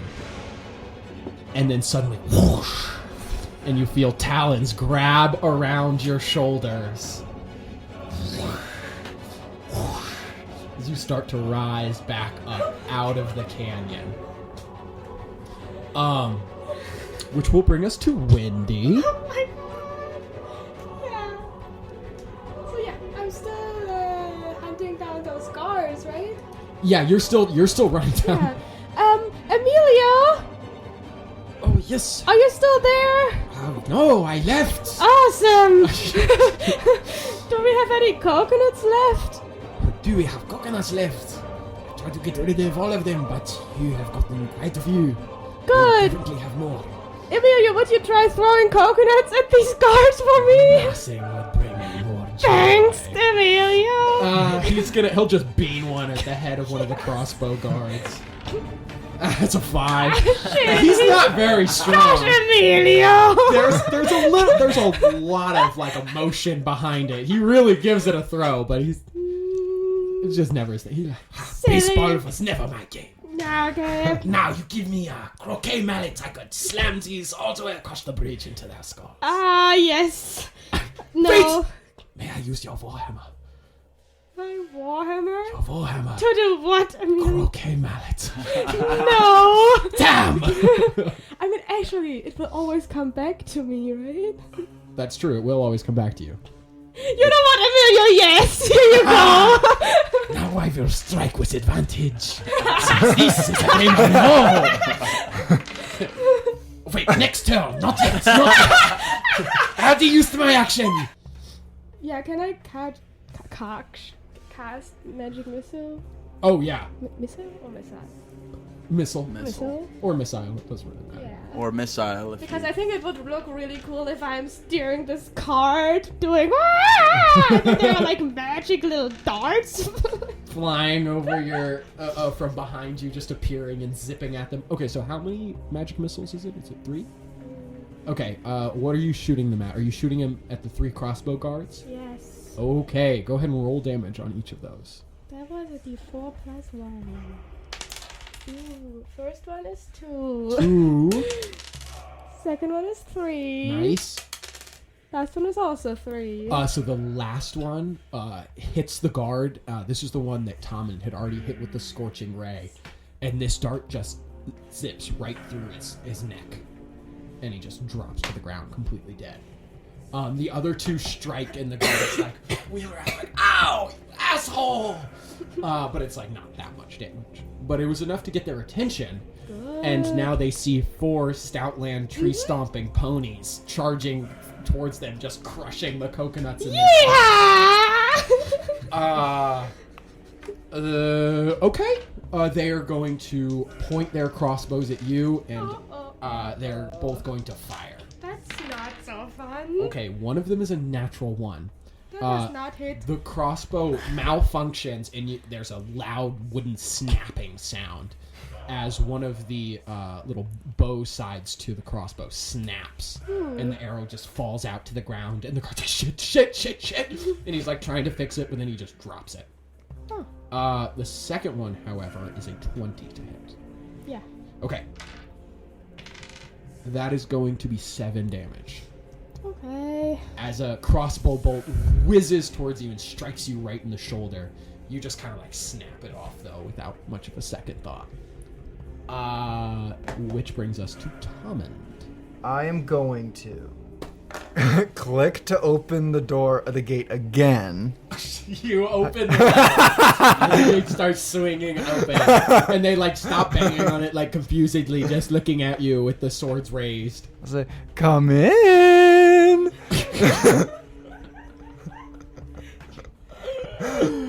Okay, well, they might come in on their turn. Okay, then I will.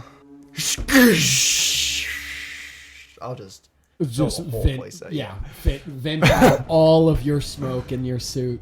Poof, fog cloud, basically. The two guards' faces are like, you get to see them for like a split second before they become unseeable, and they're both like, "What the fuck?" Anchorage, it's gonna bring us to you. You crest just back over the bridge, and you can see everything that's been going on again. The vulture bends its neck down towards you and like just gives you a look like deep in the eye. I know what you just did for me. He's like full of those 3 arrows still stuck in his body. And flying seems to be causing an insane amount of pain. But he's lifted up and he brings you over and he sets you down on the bridge. And he's gonna like just roost right next to you, like just folds up his wings and kneels down and like kind of brings his head around, poking out just like right in front of your head. Oh, friend, I want to pat his head. Okay. He does not react. He just seems fine with it. I want to try to take the arrows out. Okay, make me a medicine check, Anchorage. 17. 17. Yeah, you, with your action, you pull out the 3 arrows, and he lets out a triumphant vulture squawk, and he starts just like running, getting a little bit of a running start for it on the bridge, and he takes off again towards the 2 guards that are still there that shot him. Which is now going to bring us to Wendy. How far away am I from Anchorage? From Anchorage, pretty close. He's like just like a little bit in front of where the carriage is. He was just set down. All right, I'm gonna shout, Anchorage! Be ready to jump on! Oh, and Emilio, do the Warhammer thing now. Okay. Oh yeah. Good point. Okay. Anchorage, the carriage zips by, and you can reaction to like try and jump on if you want to make me an acrobatics check. Yes. Can I help him by like reaching out a hand? Yes, you can. So you can get advantage then, Anchorage. That's more than 26. Oh my god. No, that is more than 25. 25. That is 25. 25. Yeah. Anchorage, you leap up, and Wendy, you reach out your hand and grab his like handcuff chain, and you pull him into the cart, just as Emilio will smack one of the coconuts with the warhammer like a croquet mallet. Oh wow, that's a 16 to hit. Let's go. Yes, good job. That's about a d6 of damage. Nice. That's 2 damage. The coconut like strikes the guard right in the chest plate, and you're like, oh, what the hell was that? And there's like coconut juice like sprayed all over his chest plate, and he's like, oh, this sucks. Okay, so how close are we to the guards now? You're like right on top of him, basically. Wait, do I still have my action? Or was that my action? That would have been your action. That would have been your action. Well, then I just want to scream at them. Ah! Okay, are you gonna run the horses into him? I mean, that's literally what I thought about, but I don't know. Should we do that? They'll be fine. If they're crushing coconuts. Right, they should also be crushing guards. Okay, the guards are gonna make acrobatic saving throws to dive out of the way. Oh, that's a 2 and a 5. Nice. They both failed. Well, you saw what happened to the coconuts. Their heads just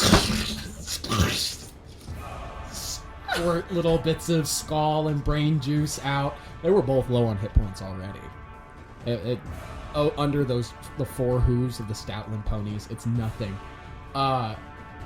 Sebastian, he like flaps up a little dejectedly. Like, damn, I want to kill those guys.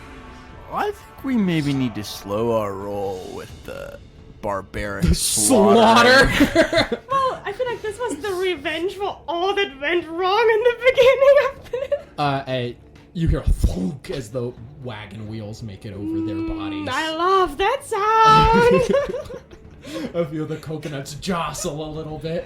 Emilio goes, I think we hit something. I think there's 2 guards left. There's 2 guards. They're both going to swing blindly in the smoke. So they're coming in? They're coming in. Good. They're swinging blindly in the smoke. Oh, the first one is a natural 1.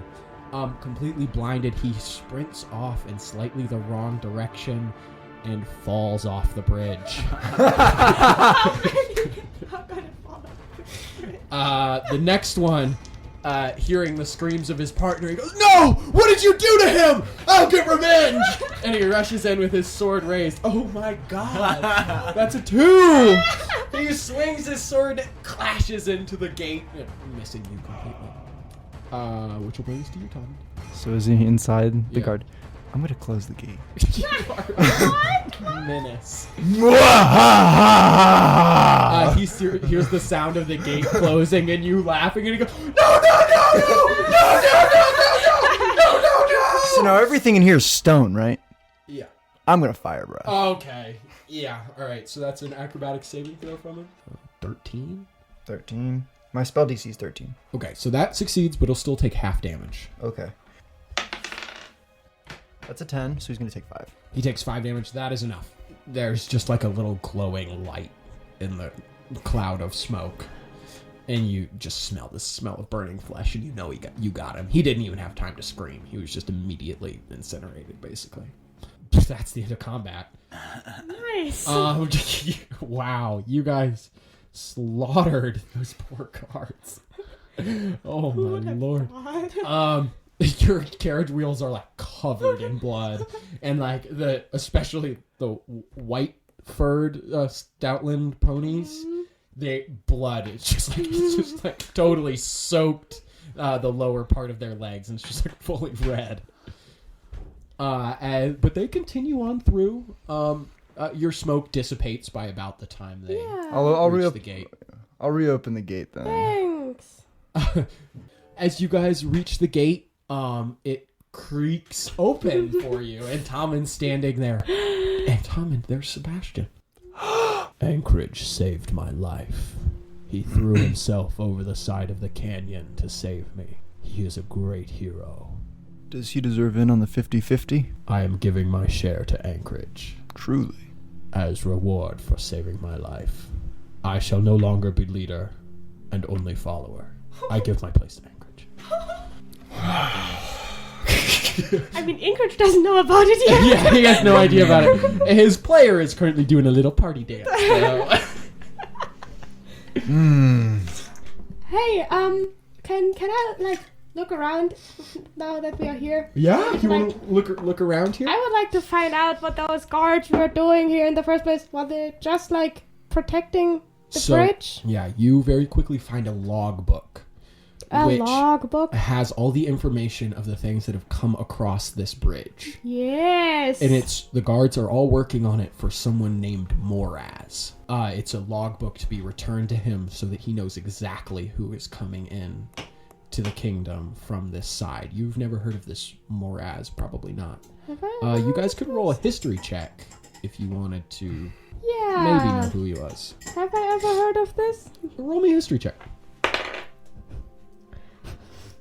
That's a 6. Yeah, you've never heard of this Moraz, but I mean it's probably just one of the higher up blackguards. So can I read the logbook in order to find like the last entries? Yeah, most definitely.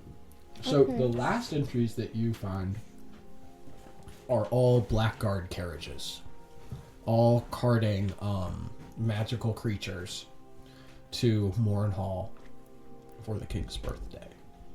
And when was the very last entry? Yesterday. So they probably already passed through with Bellamere.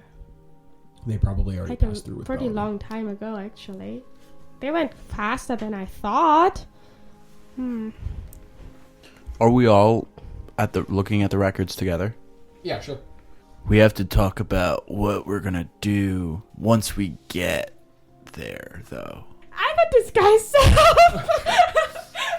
No, I mean like No. we can save Bellamy, you know.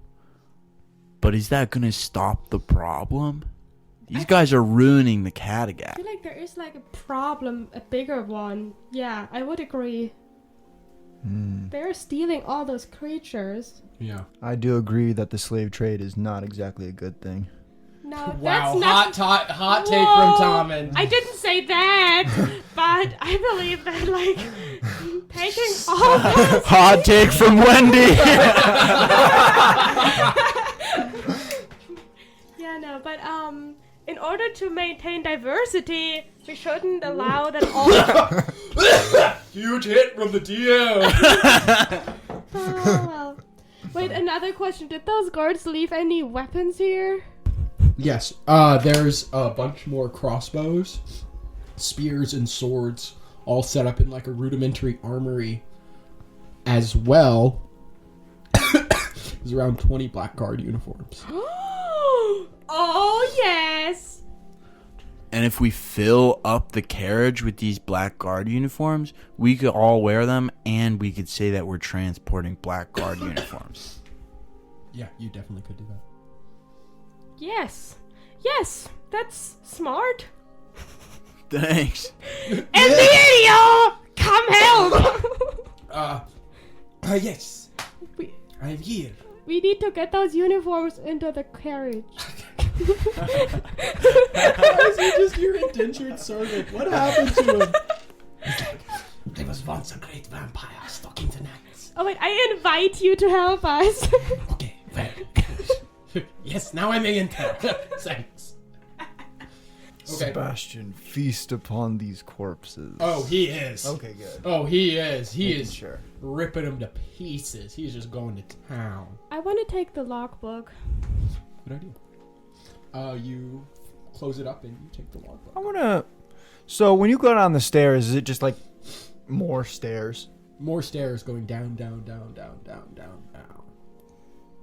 Is there a window? There's windows up in this top part of the guard tower. But Can I once you just start take to a little step outside and look down to see what's downstairs? Yeah, you take a step out and you look down and it is just this round pillar that goes down into the darkness of the canyon. I don't want to go down there. That's valid. Do you want to? Well, what even would be down there? I don't We know. could come back to it later. Probably once we just don't have a canyon mission. floor is down We there. could come back to What about we just keep going?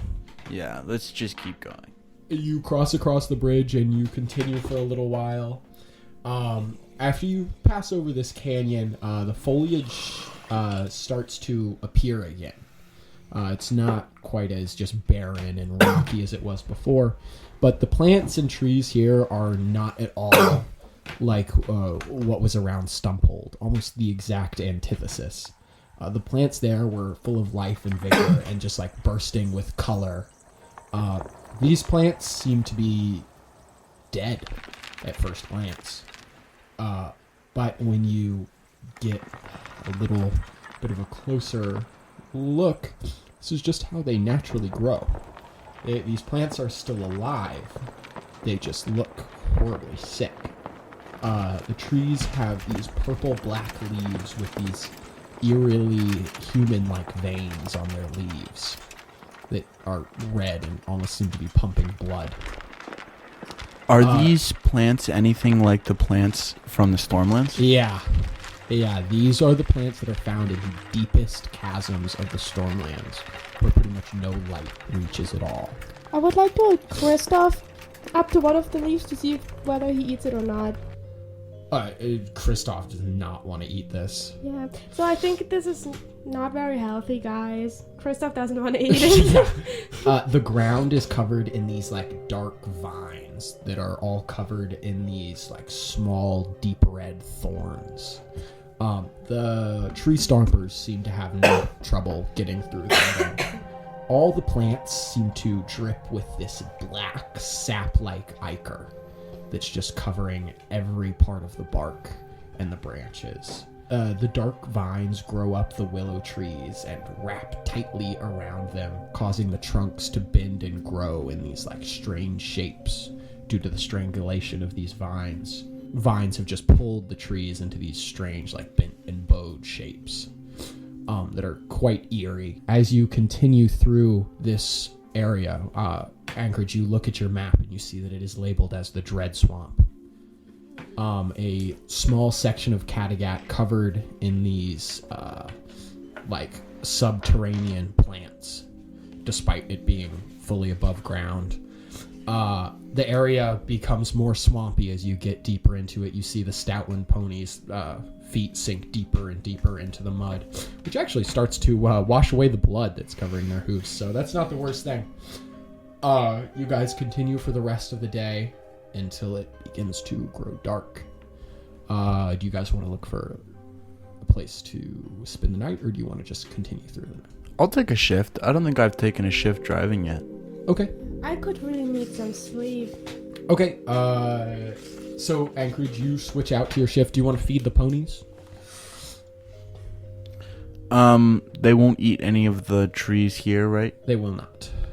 Yeah, I guess I pull off to some sort of higher up, I don't know, like just a swamp embankment or something. You find a large stone, like just wedged into the swamp that you're able to go up on and just get them out of the mud for a minute.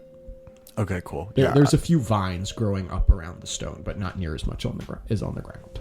How much wood do we still have? A lot. You fetched it like last night. You've only been going for like a day, so you still have at least a week worth of food for these horses. I want to think about how. Okay, yeah, like a week. And how much longer does it look like we have? Well, probably about 4 more days. 4 more days. You've just finished. Maybe 5. I'm gonna start rationing. Okay. Because I mean, this is hard work, but it isn't like. And you could end up crazy. Getting stuck here for a long time too. Didn't you say it's a 14-day ride to Mournhall? 14-day walk, 7-day ride. Right. Nice. Yeah, so I'm gonna start rationing it. Okay. Half rations. Yeah. Okay. You feed the horses and they chow down. They're very pleased and they are able to continue pretty much for the rest of the night. The moon sets and Anchorage, you're a little dreary, very tired, but you see the sun start to rise. You made it all the way through the night. The night was plagued with strange glowing eyes watching you from the sides of the Dread Swamp, but nothing decided to attack. Which brings us to the beginning of the 3rd day. Anchorage, you are exhausted at this point. Did I get a rest? Yeah, both you and Tommund can get a rest. While thing. Anchorage steers the cart. What about Board? Oh, what Does about he like Board? roost on the wagon? Yeah, we'll say he like settles down on the roof area and sleeps there. Sebastian, yeah. Yeah, you guys wake up the next morning, see there's like a bit of a pressure on where the roof is, where Sebastian has made his little nest. We gotta figure out how to support that. Yeah. How about we ask Emil? You have to figure it out. We should. Can I try to retrofit one of the chest plates from the guard's armor onto him? Sure. You don't really have the tools to do that. So, we're gonna make it disadvantage check. But, yeah. So sure. I have smith tools on me. What would this? You have smith tools Yes. on you? Yes. Oh my god. For real? Yeah, and also proficiency. What? Sorry. I just remembered that. Wow, yeah. No, have that's her perfect. do it. Yeah. Alright, what's your... Wendy, Yeah. I would like to retrofit some of the armor that we don't need onto Sebastian. Oh, awesome idea. I'm sure he would look great with it on. You know, Yes. that would be very Would pretty. you be able to help me with this? Of course, I would Thank love you, to. Wendy. Okay. Who's gonna steer the cart during the day if Wendy is I can. retrofitting armor? Okay. I'm used to steering the cart. Yeah. Tommund, you take shift. Anchorage, you're gonna go sleep. Half elves. How exactly do half elves sleep? Is it a meditation or a I full think sleep? it is a meditation. Okay, I just meditate. Then. Okay, you begin your meditation. Okay. Well, Wendy, why don't you make me a smithing tools check? What do I have to use for that? I don't know. Definitely your proficiency bonus, and probably one other stat. We'll call it Constitution. That's a good dwarven stat. So I add my constitution Sure. and my Proficiency. proficiency. Makes 5, makes 13. 13. You're not able to do it. That's pretty sad. You destroy about 3 of the guard uniforms that you guys have. I mean, you have to disassemble them to try and make them Yeah. into bird armor. But bird armor is really hard to make. Because you have to make it, like, adjustable for its wings to be able to flap. Yeah. Like, you're able to, like, construct a chest piece. But would I at least maybe get like something like on his like chest? That was That was like the initial idea, right? Yeah, but you No. get something on his chest, but he's Yeah. not able to fly. Oh. He really hates it. Huh. He pecks at it and pulls it off. You could try again, but you'll use more materials. So, Tom, do you want me to try this again? It didn't work out great first try. We need the uniforms. Yeah. Hey, I'm sorry. I mean, okay. you are trying to convert human armor into bird armor. Yeah. Without, like, a forge. You just have, like, the tools for it, so it's very hard. Yeah. Sorry. Sorry, sometimes I'm just overwhelmed. It's okay. Ingrid We can start knows by about that. building a forge on the wagon. That's not a good idea. You guys continue for another day. It's just another day of Dread Swamp. But a kitchen on the wagon? Make After it you a finish food wagon? Your meditation, you can start working on that. Wait, but now that I've destroyed all this armor, so there's like metal, right? Yeah, you still have all the scraps and stuff. It's just not going to function as human armor anymore. Can I at least try to use it and like support the roof of the carriage? Oh yeah, absolutely. Yeah. Make me another smith's tool. Oh no, that didn't work out great the first time. Whoa, that's all not a lot better, I believe. This is a lot easier. So this time it's a 14. Okay. You pound in the scraps of metal in some like reinforcing places that keeps the roof a little strong where Sebastian specifically is sleeping on Now it. he can sleep on it at least. I mean, it's gonna hold. You did it. It doesn't look super pretty. Yeah, Yes, you did. sorry. I mean, like it's pieces of armor like nailed to the roof. But it definitely worked out. Rusty atmosphere. You all finish your 4th day of traveling. Do you want to rest for the night, or do you want to try and keep going again?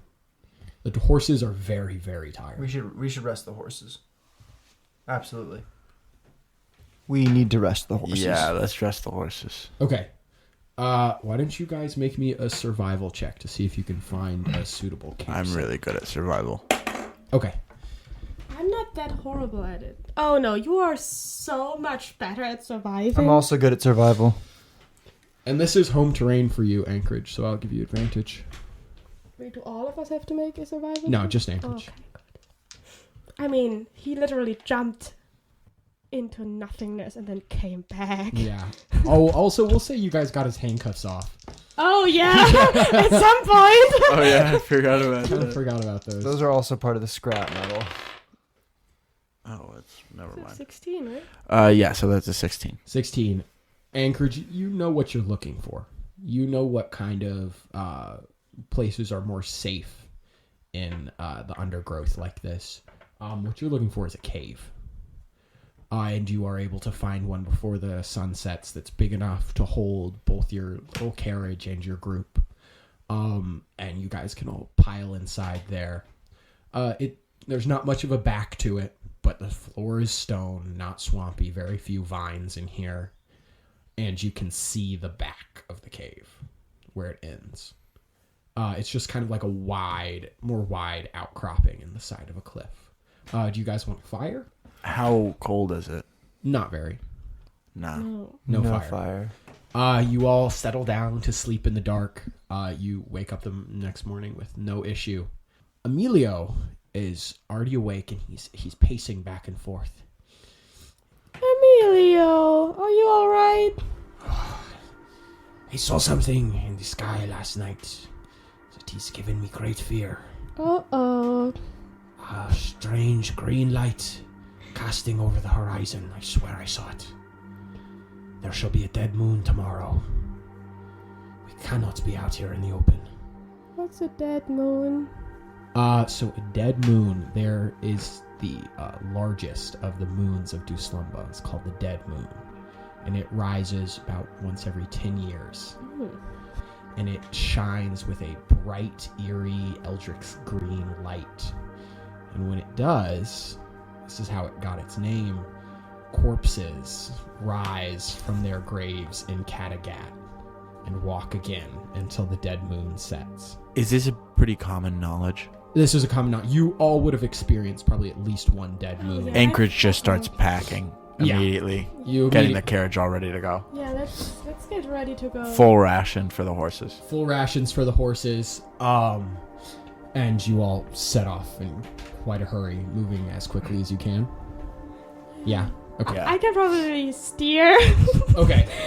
You have Wendy, your actual professional steering. Wendy, why don't you make me a check for this? Because if you are moving at a fast speed through the Dread Swamp, it's pretty hard. Right. But you have advantage. So what do I add? Proficiency? Proficiency and one of your stats. I don't care. One of them. Because honestly, strength could be used for this. Yeah, I'm definitely adding strength, and then that's that's a 14 again. A 14. It's enough. Okay. It's not pretty.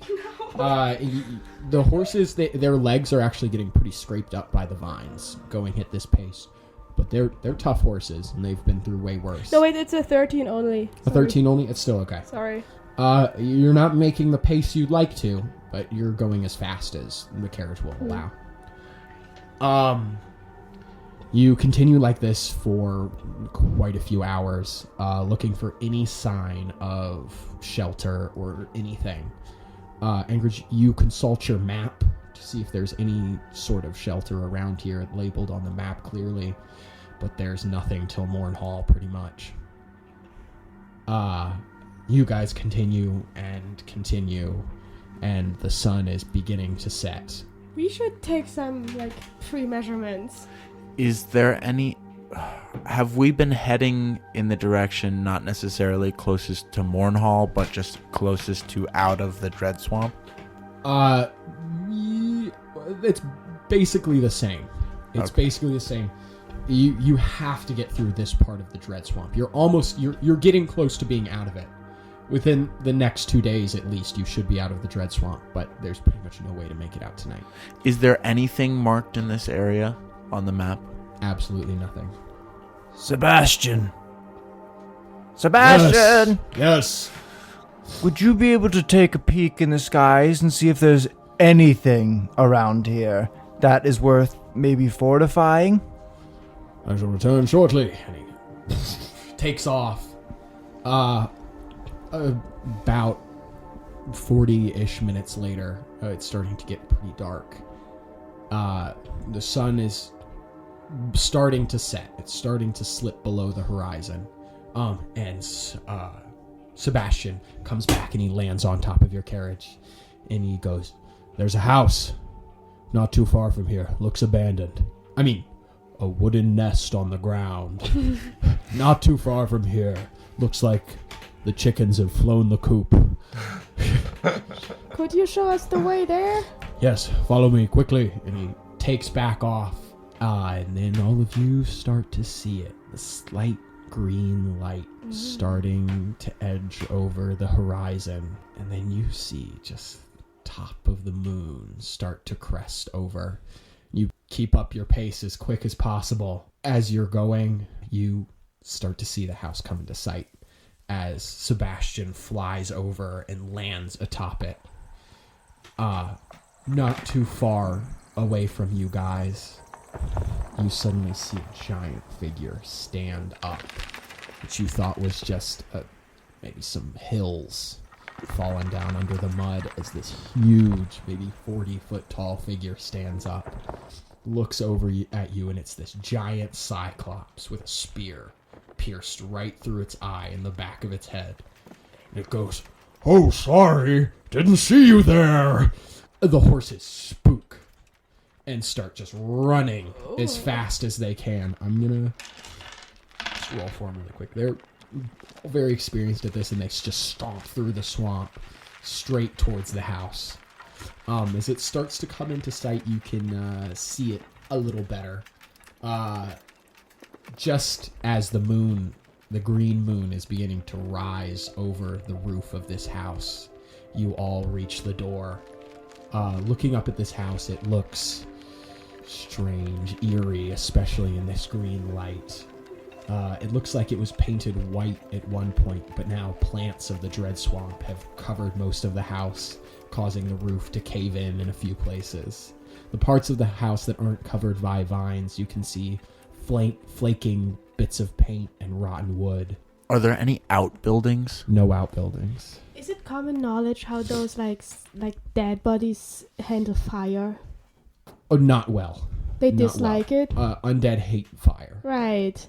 Maybe we should prepare to I don't know, build like a ring of fire around the house or something. Or just set the house on fire.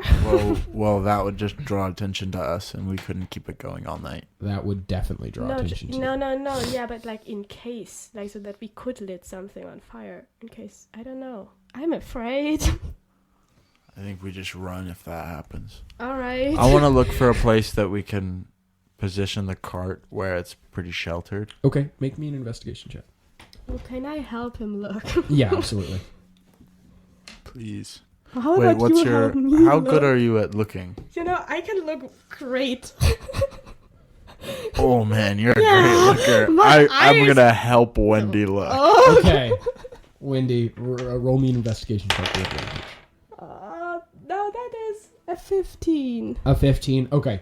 You direct the horses around the side of the house, and you find a part of the wall that's caved in large enough for the carriages and the horse to get in. Oh no. But anything else can probably get in through there too. Let's put the carriage right in there. Yeah. You pull the carriage in through this hole in the side of the house, and you step inside. Emilio goes, "Oh, wait! Oh, hey, now that you guys are in there, could you You are invited, Emilio. Just join us. He steps on the inside. So how much of the house would have to be destroyed before you could go in without being invited in? I really don't know how this thing functions. I'm actually not even really sure if it confines me. I've never tried to break it. You never tried to break it. No. My family told me that I could die if I did. So I have never crossed the threshold without being invited in. Dude, what if it's just like a cultural rule? Do they have to do this or just you? Just me. Oh, yeah, no. Then you should probably keep doing it. Yes, I think so too. It could be dangerous. Speaking of dangerous, we should try and block off that hole. Good point. We could maybe situate the carriage as a wall, blocking it off. From side, maybe? Yeah, let's do that. Yeah, let's do it. Okay, so you guys pull the carriage a little sideways, alongside the inside of the wall, blocking off most of the hole. There's still the underside of the carriage where things can get in, though. Can we fortify that with any furniture from inside of the Or house? use the cages in the cart. That's true, too. You guys can do a combination of both. Yeah. Okay, can you guys just... one of you make me a survival check with advantage? And we'll call that like the strength of this barricade. That was a horrible. What's happening? 11. 11. Anchorage, you grab some furniture and some of the cages, and you pile up like a makeshift barricade around the outside of the wagon. It's not. Sorry. It's not like super secure or anything, but it's a wall. Man, this is not really secure. But it's a wall. I think that we should probably figure something else out, but maybe we should explore first. I know that fire is the option we've been looking at, which I will admit I probably got covered. However, I do seem to recall that water is also effective at holding off undead. Water is also very effective against holding off undead. Don't you have a lot of water inside of you? Oh my god. I'm detecting good and evil. Good call. Okay, what does that show for you? Detect the location of any celestial, fiend, or undead, any consecrated or desecrated place or object within 60 feet. Oh, shit. Nice. Anchorage, you're overwhelmed at first, as just about everything lights up. This house is a desecrated place. There's a horrible, evil, desecrated object in the next room. You can feel a heavy fiend or demonic presence hovering over this house. Some sort of elder being that has existed here at some point, maybe a summoning. Undead all around. You don't feel any in the house, but all around you're sensing them, and they just keep popping up more and more and more. How's it looking, buddy? I'm a little bit shocked. What's the range on that? Can you 60 feet. 60 feet. You can also feel the pull of a desecrated object upstairs. I like stare at Tommund and Wendy like shocked, and then I just dash upstairs and start looking for the object. Okay, you look around. The stairs are actually already in this room here. You run up them. They creak and bend, but none of the floorboards break. This place is old. It is very old. You rush upstairs and you throw the door open to a master bedroom. You can immediately see the glowing, desecrated object is a book. It's just sitting on the bed. Open, its pages just old and yellowed by time. Also in the room is this super large master bed. Up near the top corner, you see this like giant patch of cobwebs that covers like the entire ceiling corner of the room. What do you want to do, Anchorage? I go back downstairs and tell Tommund and Wendy about it. The two of you are like, what the fuck just happened? Where did he go? Anchorage, you come then back downstairs. What do you tell him? I think we should get the fuck out of here. There's a big old room up there, and it's like, dude, it is chock full of demons and spirits and magical desecrated books and shit. The door to the adjacent room creaks open. And stepping through is this little stick-like man. His head is completely round with what looks like a kind of carved wooden nose. He has these two tiny beady black eyes and these long stick-like arms and these long stick-like legs. His body is pretty much just a cylindrical tube. He is probably about 2 feet tall. And he goes, Oh, hello. What are you doing here? This is... hi. I'm Yuri. Hi! I'm gonna wave. Well, I can't burn you to death. You're too damn cute. Yuri walks up to you and he goes, "Hi, I'm Yuri the homunculus. It's great to meet you." Yuri, dude, you are the most spectacular thing I've seen all day. Thank you. Please, may I have a hug? Absolutely. You have to really kneel down, but he reaches his little arms around you and gives you a little hug. Oh, I'm so glad you all are here. I haven't had visitors in so long. Since the mistress passed. Well, come on in. How rude of me. Can I get you anything? Yeah. I hope not food or water. We don't have any of that. As I said, I'm Yuri the homunculus. I don't need or drink anything. Can I show you around? Yuri, you are a gem. Thank you. Please show us around. Oh, well, come on, right in. This is the den or the drawing room. And he opens the door that he just came through, and he walks inside of it. Do you guys follow him? Yeah, I do. Yeah. All right. Oh wait, Emilio goes, "I'm going to stay in here. I will wash the couch." Yes. yeah. Sebastian nods vigorously, yeah, I am not moving. You all follow this little homunculus Yuri into the next room. Wait. Sorry, I know some people aren't into this, dude, but do you mind if we? And then I do the little smoking sign into my mouth. Oh, no problem at all. I can't smell. Oh, okay, sweet. Tommund, do you wanna get some? Do you wanna get some stuff up? Of course. I'm gonna pull out my. I'm gonna open my satchel and pull out some herbs, and then I'll pull out my I'll pull out my vessel, which is like a glass pipe. Oh, you want to describe your vessel for him?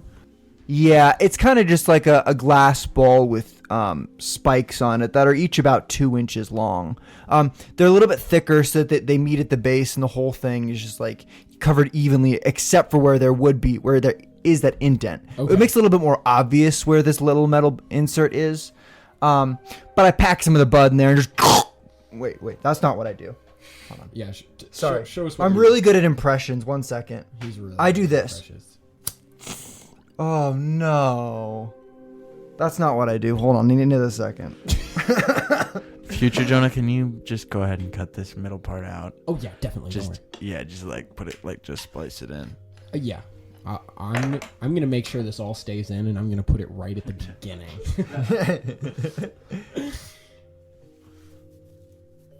Oh man, I love Yuri. We love him too. You bastard. You can't just put a cute creature in. You can't just put a cute creature in here. Okay, so I'm really good at impressions. So Take 3. So then I do this.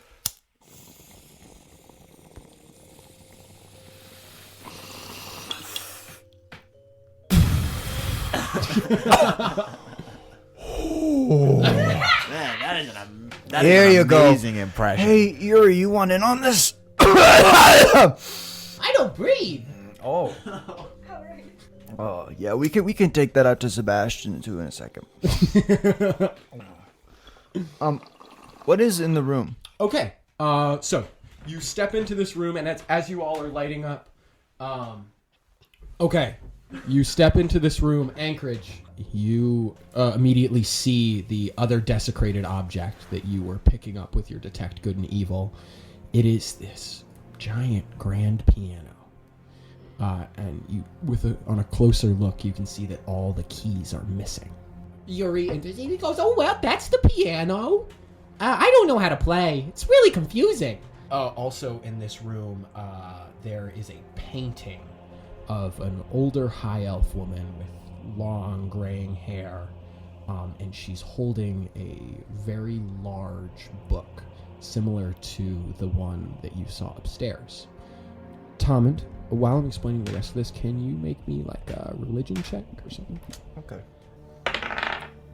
Also, next to her in the painting is a young half-elf boy with like a short, black hair bowl cut just all around his head, and he's holding a songbook that is very clearly for piano. And the two of them, they look very similar in their facial structure, if not one of them being very young and the other being very, very old. And the background for the painting is just completely black. Yuri gestures to a fireplace that is dead with no wood in it. There's the fireplace. It's not on, but again, I'm a homunculus. If I was to start a fire, I would likely burn up. Hey, Yuri. Yes. What is a homunculus? Well, you see, I'm made of blood and sawdust. Given life by a master wizard. And now forced to roam this world alone and aging as other mortals pass on, leaving poor Yuri alone in the house. Oh... Dude, your existence sounds horrific. You have time to learn everything! I can't read. My brain is full of sawdust. And blood. What? He sticks his finger up in the air triumphantly. Oh, man. You have no idea how simple you have it, brother. Where is the food? He doesn't have food. Oh, what did you roll? He doesn't. I rolled a synthetic 20. A synthetic 20. The book under the old half-elf woman's arm is a grimoire of Booster. Your patron. You said there was a book upstairs! What? Did you say there was a book upstairs? Did it look like that? From what you could tell? I look at what he's It's pointing at. the painting. I'm pointing at the book in the painting. Did it look like that? It looked exactly like that. Yeah! Okay. I actually don't think I did tell you that there's a book No, you upstairs. did. Did I? Yeah. I think you did. You did. I think you Oh, there's a book. Okay, I You look at came the painting. downstairs and you told Either way, us. I say, oh yeah, I told you Yeah, guys. you I told me. forgot about that. But by the way, I'm like, whoa, that's a book from upstairs. Okay. Is that what you're talking about? Luckily for me, I can read. I'm gonna go upstairs. Wait, Tommy, do you know this lady in that image? Huh? No, I don't know her. Jerry, do you know that lady? Oh, Yuri, what? No. Yuri doesn't know anything. Don't ask Yuri questions. Anyway, on with the tour. Can I roll insight on Yuri? Yeah.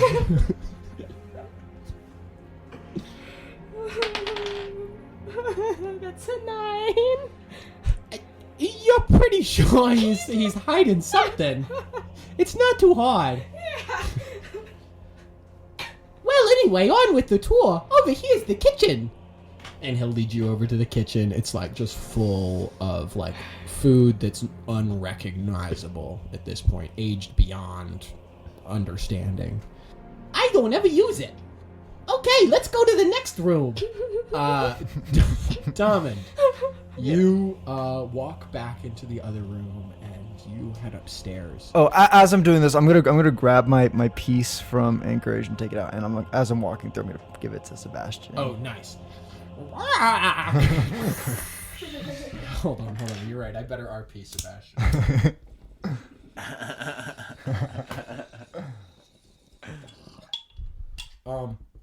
Okay. You hand it to Sebastian and you head upstairs. It's creaky floorboards, but you make it up there. Dude, my microphone is smoking. It's so cool. Anyway, you make it upstairs and you see on this bed the blankets are aged and covered in dust and some cobwebs. And sitting open on it is this book that you saw in the painting. I'm gonna go read it. All right, you go pick it up and you just lifts in your hand easily. It feels cold, a little wet. but lighter than it should for such a large book. You start flipping through the pages. There are spells in here that you've never even heard of.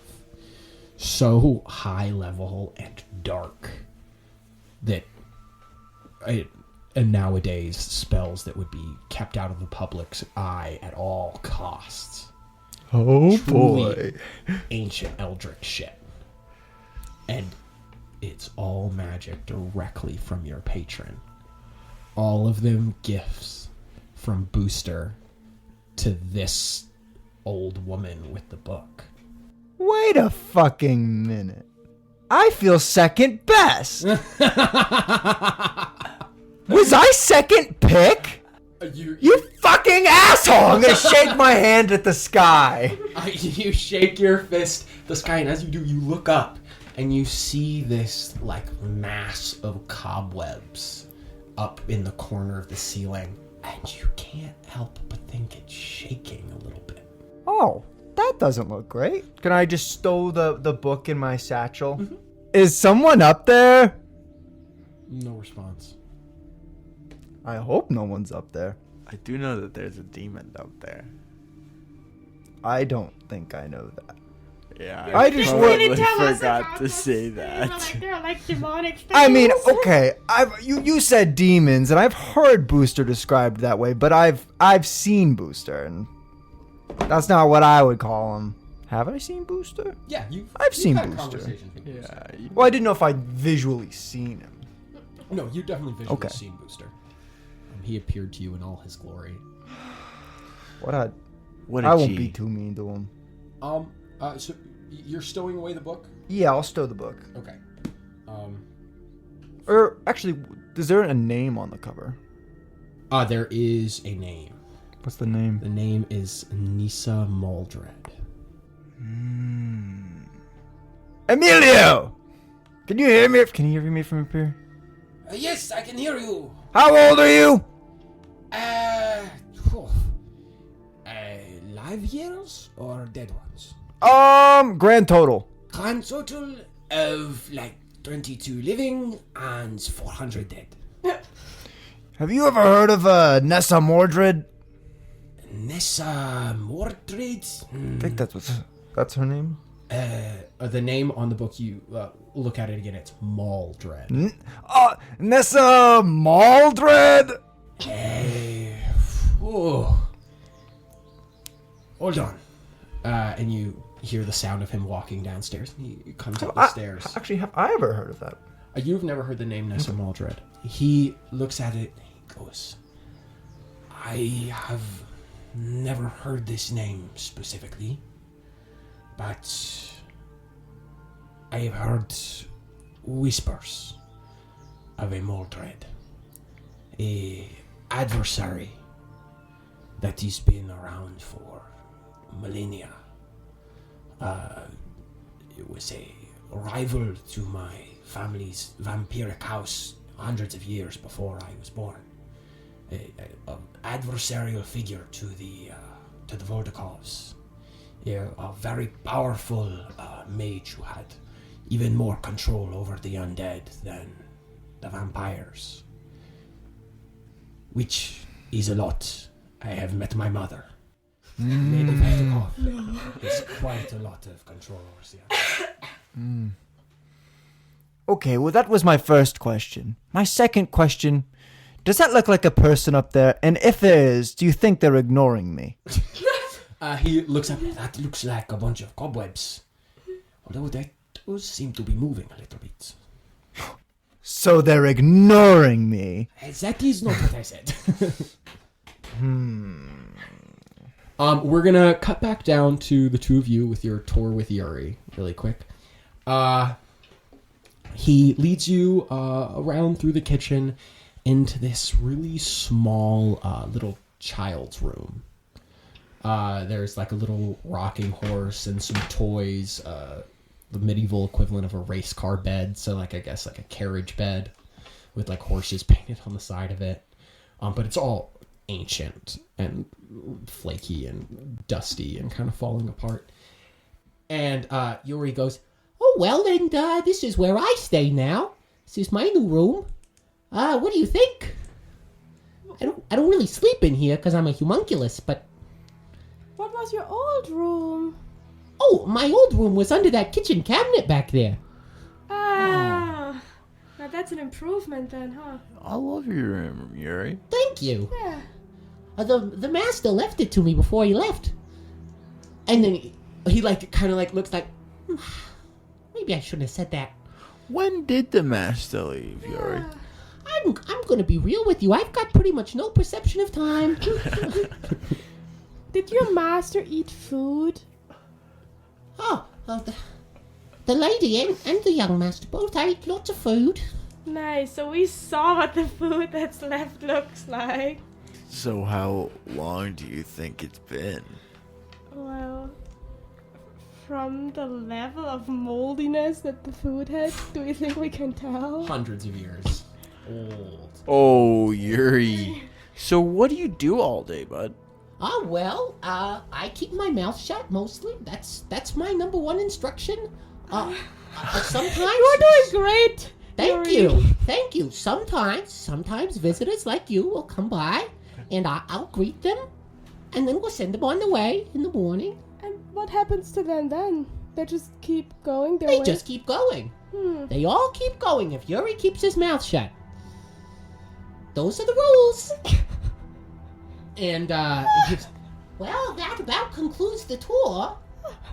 Sorry, it's not as impressive. Oh, I haven't shown you upstairs yet.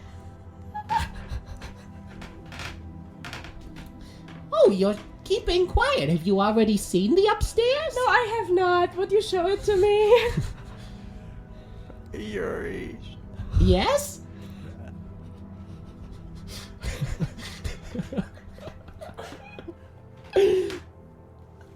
Yeah, would you show me the upstairs, Of course. please? Right this way. So, Tommund, you're just having this little conversation with Emilio when Wendy, Anchorage come up the stairs following the little homunculus Yuri. Oh, hello. You already found the upstairs. This is the upstairs. This is the master bedroom. I could take this room since there's no one else staying here, but I feel weird about it. The lady was always very kind to Yuri, and I just feel bad sleeping in her bed. Well, anyway, there's nothing else to see upstairs. Nothing else? Nope. I'm gonna go start. I want to walk Can over I roll and start insight like. again? Yeah, sure. I want to start tugging on like some of the cobwebs. Come here. Come here. About it? I love how Wendy just believes everything Yuri is saying. Your insights have been so bad. Tommund, you walk over and with your like metal gloved hand, you reach up to the ceiling. You can just barely reach it. You start pulling on some of the cobwebs. Oh, Yuri doesn't think you should be doing that. He sticks his finger up in the air. I'm just being nice, and they're Why ignoring shouldn't we me. be doing that? Oh, that looks like maybe a hole in the roof. If you pull those spider webs away, the whole house could fall down. Ah! Well, there's someone up there. No, there's no one up there. I can see them. They're moving. Hey, Yuri. Yes. Oh, she definitely shouldn't Hey, man. be doing that. Hey, man, you wanna come out here with me for a minute? Oh, Yuri thinks everyone should get out of this room. I wanna like pick him up a little bit and bring him out He's into the completely helpless hallway against that. You just scoop him up. and shut the door. Okay. You shut Wendy, Emilio, and Tommund inside. Anchorage! Wait, it's not gonna lock, is it? No. You hear a clicking noise and the door locks. Tommund, you hear something from the spider webs.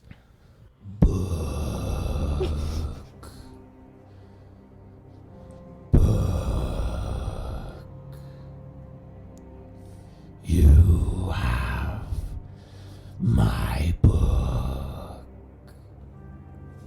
Actually, I don't think I do. this looks like a terms of inheritance as the second champion of Booster. Did I hear the voice as well? Yeah. Oh. And the cobwebs, they shake a little more violently. Actually, as you see a little bit of the stream of the dead moon strike the cobwebs. Tommund, I think we should just get out of here. it's actually Booster. Okay, so if you look at the if you look at the dwarven transcriptions, we can actually see that Booster is more of a common dialect thing. The true pronunciation has a bit more emphasis into it, and there's actually an exclamation point included in his name.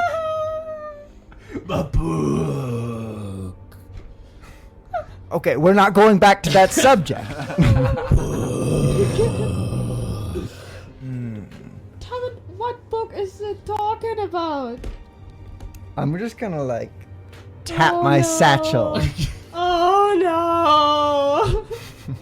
Well, there's nobody here to read it, obviously. The little guy can't. Yeah. That's true, you hear from the other side of the door. And now, Anchorage. Do I know your name? Did you tell me your name? No, I didn't, but that's I okay. feel like You're- I've called his name. or You've, something. I figured it out with the skills of deduction. You're already creepy. That's it's just another layer. It's Just okay. another layer. Look, Yuri, I think that we really need to talk for a second. Oh, okay. So, I'm realizing that maybe, you having some sort of low thought capacity brain has tampered with your ability to understand that you're living in a shit show? That's right. I was designed that way. But, like, so It's not a you're- bug. It's a feature. so, like, hear me out. Come with us, dude. And Yuri, leave behind the master and mistress's house? Oh. They're so long dead, Yuri. No, they aren't. Yuri. No, they're not. Yuri can't leave. They're not. Oh, you know what, Yuri? Mistress is dead. Yuri, you know what? You're so right. They're not dead, dude. They just went on to the next life. But you know what? I actually know this place where we can not go. both of them. The mistress has not moved on to the next life. She can't. She's still here. She can't move on. Just like Yuri. Neither of us can. Oh, so the mistress is like,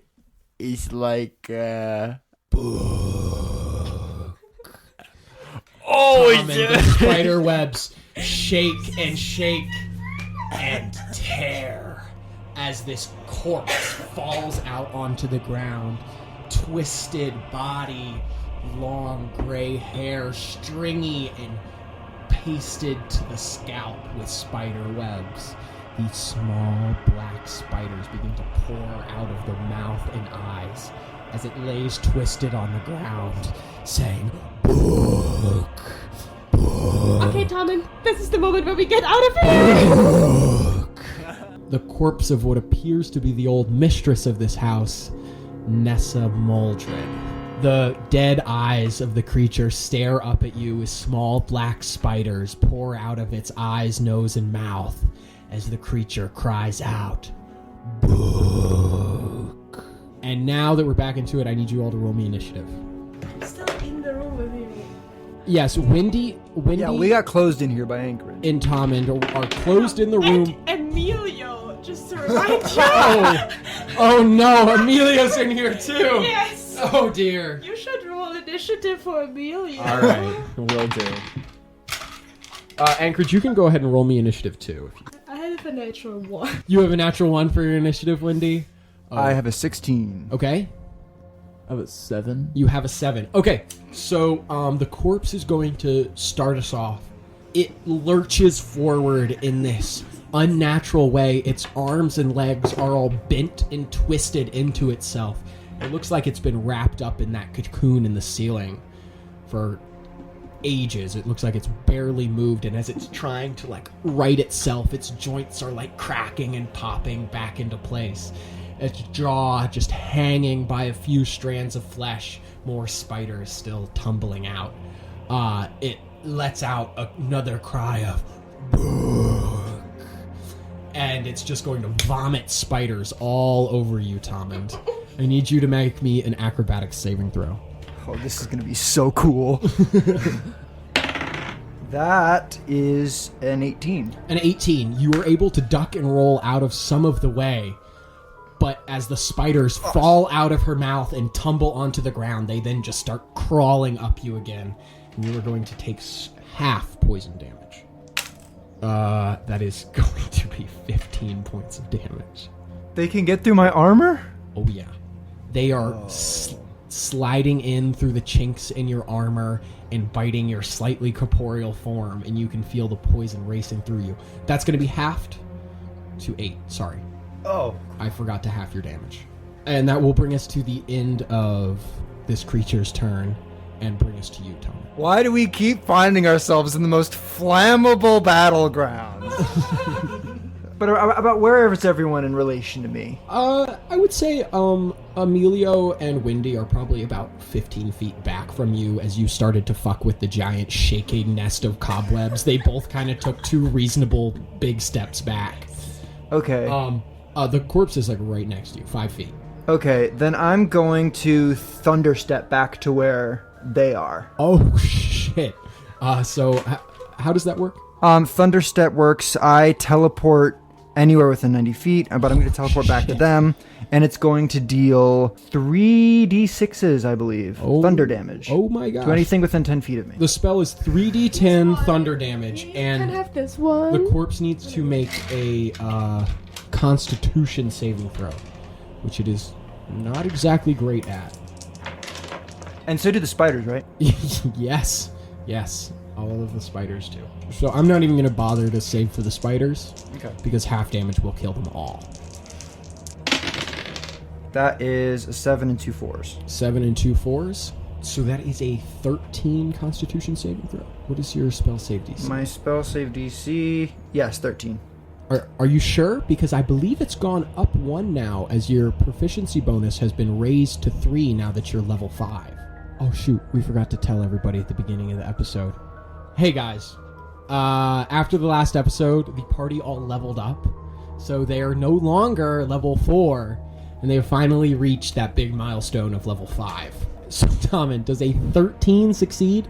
No, it does not. Oh, what is your spell save DC? 14. No way!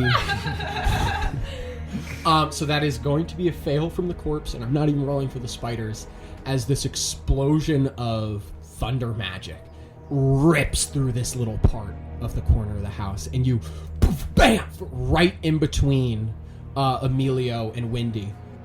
Emilio, what's the hell? What's happening? Yeah, I've learned a thing or two. Well, I didn't think that was possible. I've been in that kind of situation a couple times. What was the total damage again? 15. 15 damage. You look back over into the corner. The corpse is unanimated, melted in parts, and just blasted to bits by this shockwave. No longer though. moving. Nothing. My book, then. My boo. Is it still talking? No. Oh. No, sorry, that was just me. Something feels a little wrong, though. You were expecting more of a fight. Meanwhile, outside Anchorage, you're holding little Yuri, and you hear from inside the room, boom! And Yuri goes, "Oh my goodness! Oh, Anchorage, we gotta get back in there! They shouldn't have, oh no! Oh dear! They shouldn't have been messing with those cobwebs!" I want to run back to the room. You swing the door open. You're like literally right by the door. You open the door and you see all the spiders have been just like blasted against the wall where they've all kind of just smushed.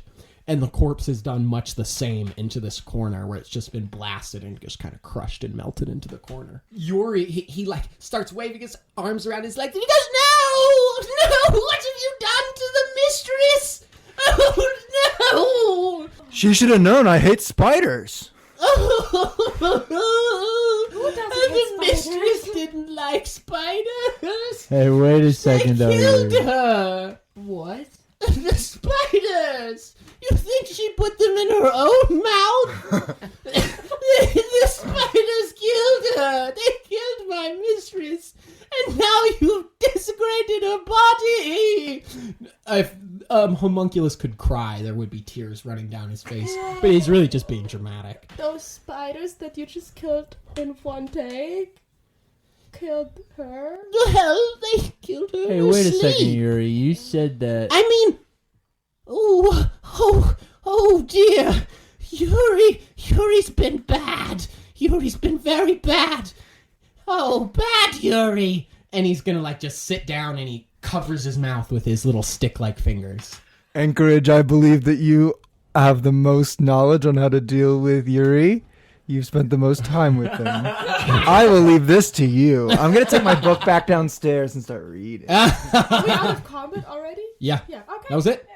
I'm gonna go up to Yuri and I'm gonna be like, "Hey, Yuri, what did you mean by the mistress couldn't die? Just that she had spiders in her? But I thought you said that the spiders killed her." The mistress is dead, but she can't move on. Poor mistress. Just like Yuri, she can't leave. You don't understand. And he like pushes the fingers back like across his mouth. Hey, Yuri, it's okay, man. He can't You're risk safe here. anyone knowing. Not even the dead. Yuri. She can't leave either. Yuri, you can tell me about it, man. No, Yuri can't. Yuri can't tell you. You wouldn't want Yuri to tell you, even if he did. Please, Yuri. You can trust him, Yuri. All right, make me a persuasion check with advantage since you're helping, Wendy. 21. Oh, wow. Nice.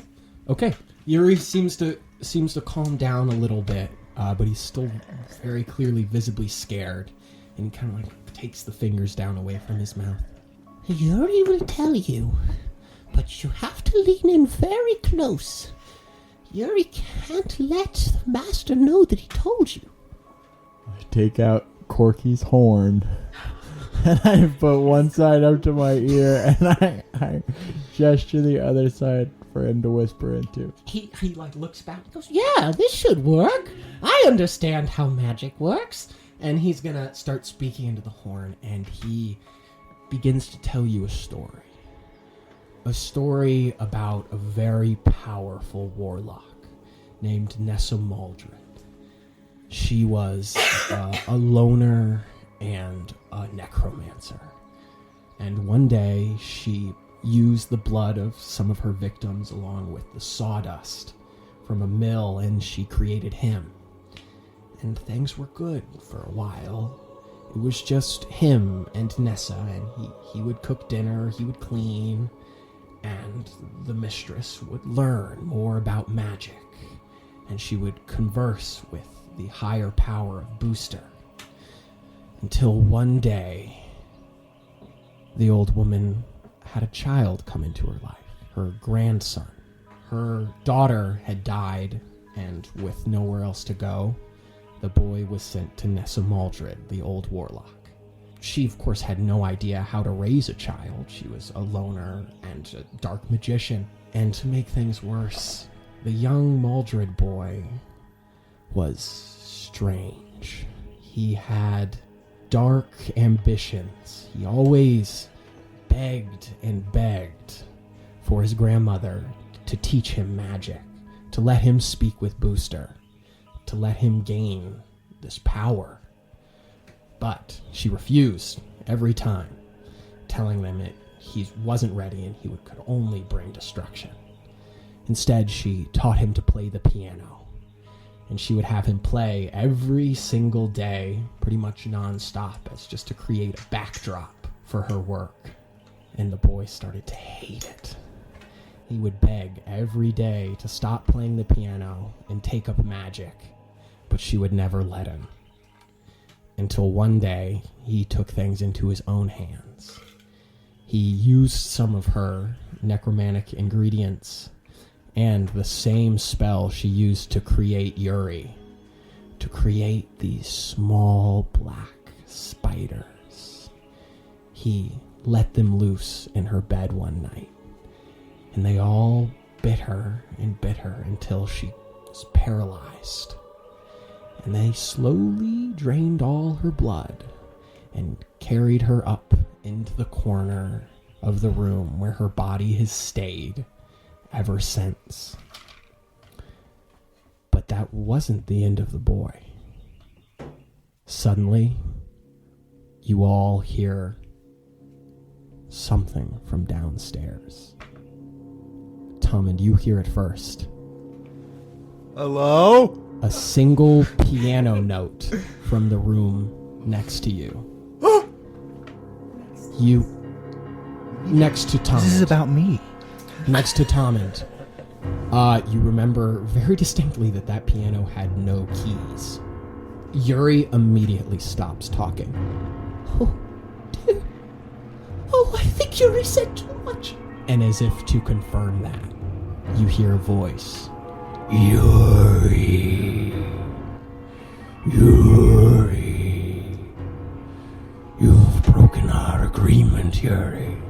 You weren't supposed to tell anyone that. Yuri starts shaking and he grabs your hand, Anchorage. He goes, you all have to go right now. You need to go right now. I want to cast Protect from Evil and Good on Yuri. Okay. And then say, let's get out of here, guys. And then Anchorage, run out the have you door. ever experienced one of your spells being countered before? No.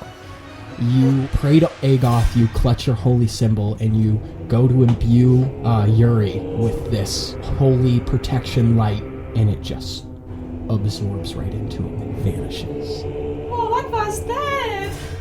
Oh, I don't know, but we gotta get out of here. You have no power here, Paladin. You do, however, hear more piano notes as a song begins to play. Yuri starts to shake. Anchorage, you hear the voice say, I never liked the way my grandmother made you, Yuri. There was always so much room for improvement. and Yuri shakes. No, please. And his arms, they start to stretch. I'm going to unmake you now, Yuri. But don't worry. You shall be greater than ever before. And Yuri's body starts to twist, and the stick-like arms, they snap and bend, and more start to appear. Tentacle-like whipping out as Yuri's body grows. The skin-like covering begins to invert as his eyes fully vanish. His nose pokes upwards into his own skull as his body is inverted and grows, undulating and becoming taller. Its long cylindrical spine stretching out with the skin stretched so tightly to it. Arms that were once small and stick-like are now long and jagged, covered in these red spikes. Its skin is gone, and these 4 tentacles burst out of its back and start writhing around in the air. You hear the voice speak one more time. Yuri, please clean up after your friends. I have business to attend to. Now roll initiative. Me too? Yes, please. 5. 5 from Anchorage. 9.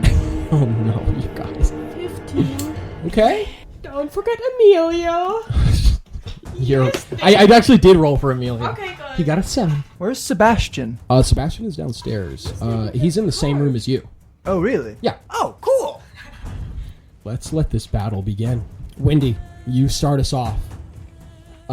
Yuri, the once small 2-foot-tall homunculus creature, is now grown, at least doubled in size, now about 4 feet tall, hunched over, his neck stretched out, his spine pencil thin, and his arms reaching out long and clawed now, with these whip-like tentacles writhing around on his back that kind of look like giant red worms. But it's your turn, so you can go ahead and do whatever you want. I can do whatever I want. Yeah! Does it, like, wait, is it in between me and the door? No. Does it look aggressive? Oh, yeah. I shouldn't. It is pretty much adjacent to you as well. I probably shouldn't. Oh my god, no, it is between you and the door, because Anchorage walked in the door with it, right? Oh, yeah. And kind of set right. down Yuri Yeah. there, and so you would be... Anchorage, you're closer to the door than to the now unmade Yuri. You know, I'm just going to do what Wendy tends to do, then gonna slap it real hard with my warhammer. Okay, Wendy, you extend your hand, and there's a crashing sound as your hammer erupts through the rotting Didn't I take it floorboards, with me? Okay. and it zips into your hand. Yeah, but this is way cooler. Yeah, you're right. This is. And you swing it at the unmade monstrosity. Let's say 17. That just barely hits. Nice. So, yeah, you can roll damage. That's 5 damage. Yeah, it's 1 plus 4. Wow, okay. Wait, but I get 2 attacks. You on do my get turn. 2 attacks now that you are a level 5 fighter. Do You I, have your can I extra cast attack. Booming Blade for the next hit? Is that how it I works? believe so, yes. Good. I'm gonna do that. It's a cantrip. Okay. You reach out and you mutter whatever incantation you have to, and then you swing with your warhammer. That's a 19. That hits. That's 6 damage. 6 damage. And what happens with Booming Blade? So I hit. So that means that if this creature moves willingly until my next turn, it takes 1d8 of damage. Okay. But I can't double check this. I think that's Fine. probably right. Yeah. You strike this. Hey, if we're wrong, guys, please feel free to write a review and let us know that we're wrong, because it helps us get the rules right, and it actually really helps us get I our can podcast also out just there. use Anchorage's phone if you want. Oh, yeah, that's okay. But this way, we'll be wrong and we'll get more engagement from the audience. Exactly. Okay, you strike the unmade monstrosity that was Yuri, and you hit it with all your might, and you leave this crackling thunder sheen around the creature after you hit. That is now going to bring us to the creature's turn. Yuri looks up at you, and where you remember his strange, beady, black little eyes being is just completely blank. If the target moves 5 feet or more. Okay, the eyes that were once these intelligent, black little beady eyes are completely gone now. It's just almost like a blank skull with a gaping mouth and an upturned nose. The mouth opens to reveal hundreds of rows of sharp teeth and a long tentacle-like tongue that starts lolling out. And it's going to attack you, Wendy, and Anchorage. One of the tentacles on its back whips forward and is going to try and stab you in the chest, Wendy. Sweet. That's not a great roll, though. Does a 14 hit your armor class? No, it does not. Okay. So this first tentacle, it shoots at you, but your armor is thick and strong, and you have never been more happy about it. The tentacle strikes into it, and there's a heavy impact, but no damage. Next, it's going to make a tentacle attack at Anchorage. I want to use my protection on him. Okay. So you That's disadvantage. impose disadvantage on the unmade. Oh, you are so lucky you did that. One of them's a 20. That is still going to be a 19 to hit the Anchorage. That just barely hits? This writhing worm-like tentacle jabs into your chest, and you immediately are going to take a little bit of damage here. You immediately take 9 damage.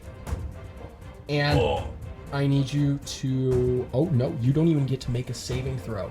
As the tentacle lifts you up into the air and you are grappled. It is going to make just one unarmed strike, swinging back at you, Wendy. Oh, actually, no. It's going to vitality drain Anchorage. It turns to you, and it looks directly at you with its blank, no-eyed stare, and it reaches its hand up towards you, Anchorage, and the tentacle brings you in a little bit closer, and then you feel a horrible searing pain as you can feel your vitality being drained straight away into this creature. You need to make me a Constitution saving throw. That's a natural 1. Holy shit. Anchorage. That'll be 20 damage. As it is doubled by the natural 1 failure. And as it does this, it seems to grow stronger. Okay. That will now bring us to Tommund's turn. Tommund, you hear horrible noises from upstairs and definitely the sound of fighting. Are y'all doing okay up there? The piano music abruptly stops. Can I like see the top of the door from the stairs, or like is it closed off? You can like see the top of the door.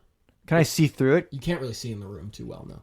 Is there any way I could position myself while still down here to see through the door? No, you'd have to go like right up to the door because it's like a staircase up and then it turns to the left. Okay, I gotcha. You'd have to go up all the way up the stairs to be able to see like really. Which is my movement. Which is your movement. Is there any way I could go look into the piano? Is the piano room? Is there a door directly accessible from the room I'm in? Yeah. So the piano room is right next to the room you're in. I just want to go peek in, like peek through the door from like a distance away. Okay. The piano is completely still. There's still no keys on it. I guess I'll just Eldritch Blast the piano. Okay, just for good measure. Just for good measure. You fire both your Eldritch Blasts at the piano. Do you pull it towards you 10 feet? Does it count as a creature? No. Because I wanted to originally. You fire 2 Eldritch Blasts at it, and the piano like kind of collapses in on itself a little bit.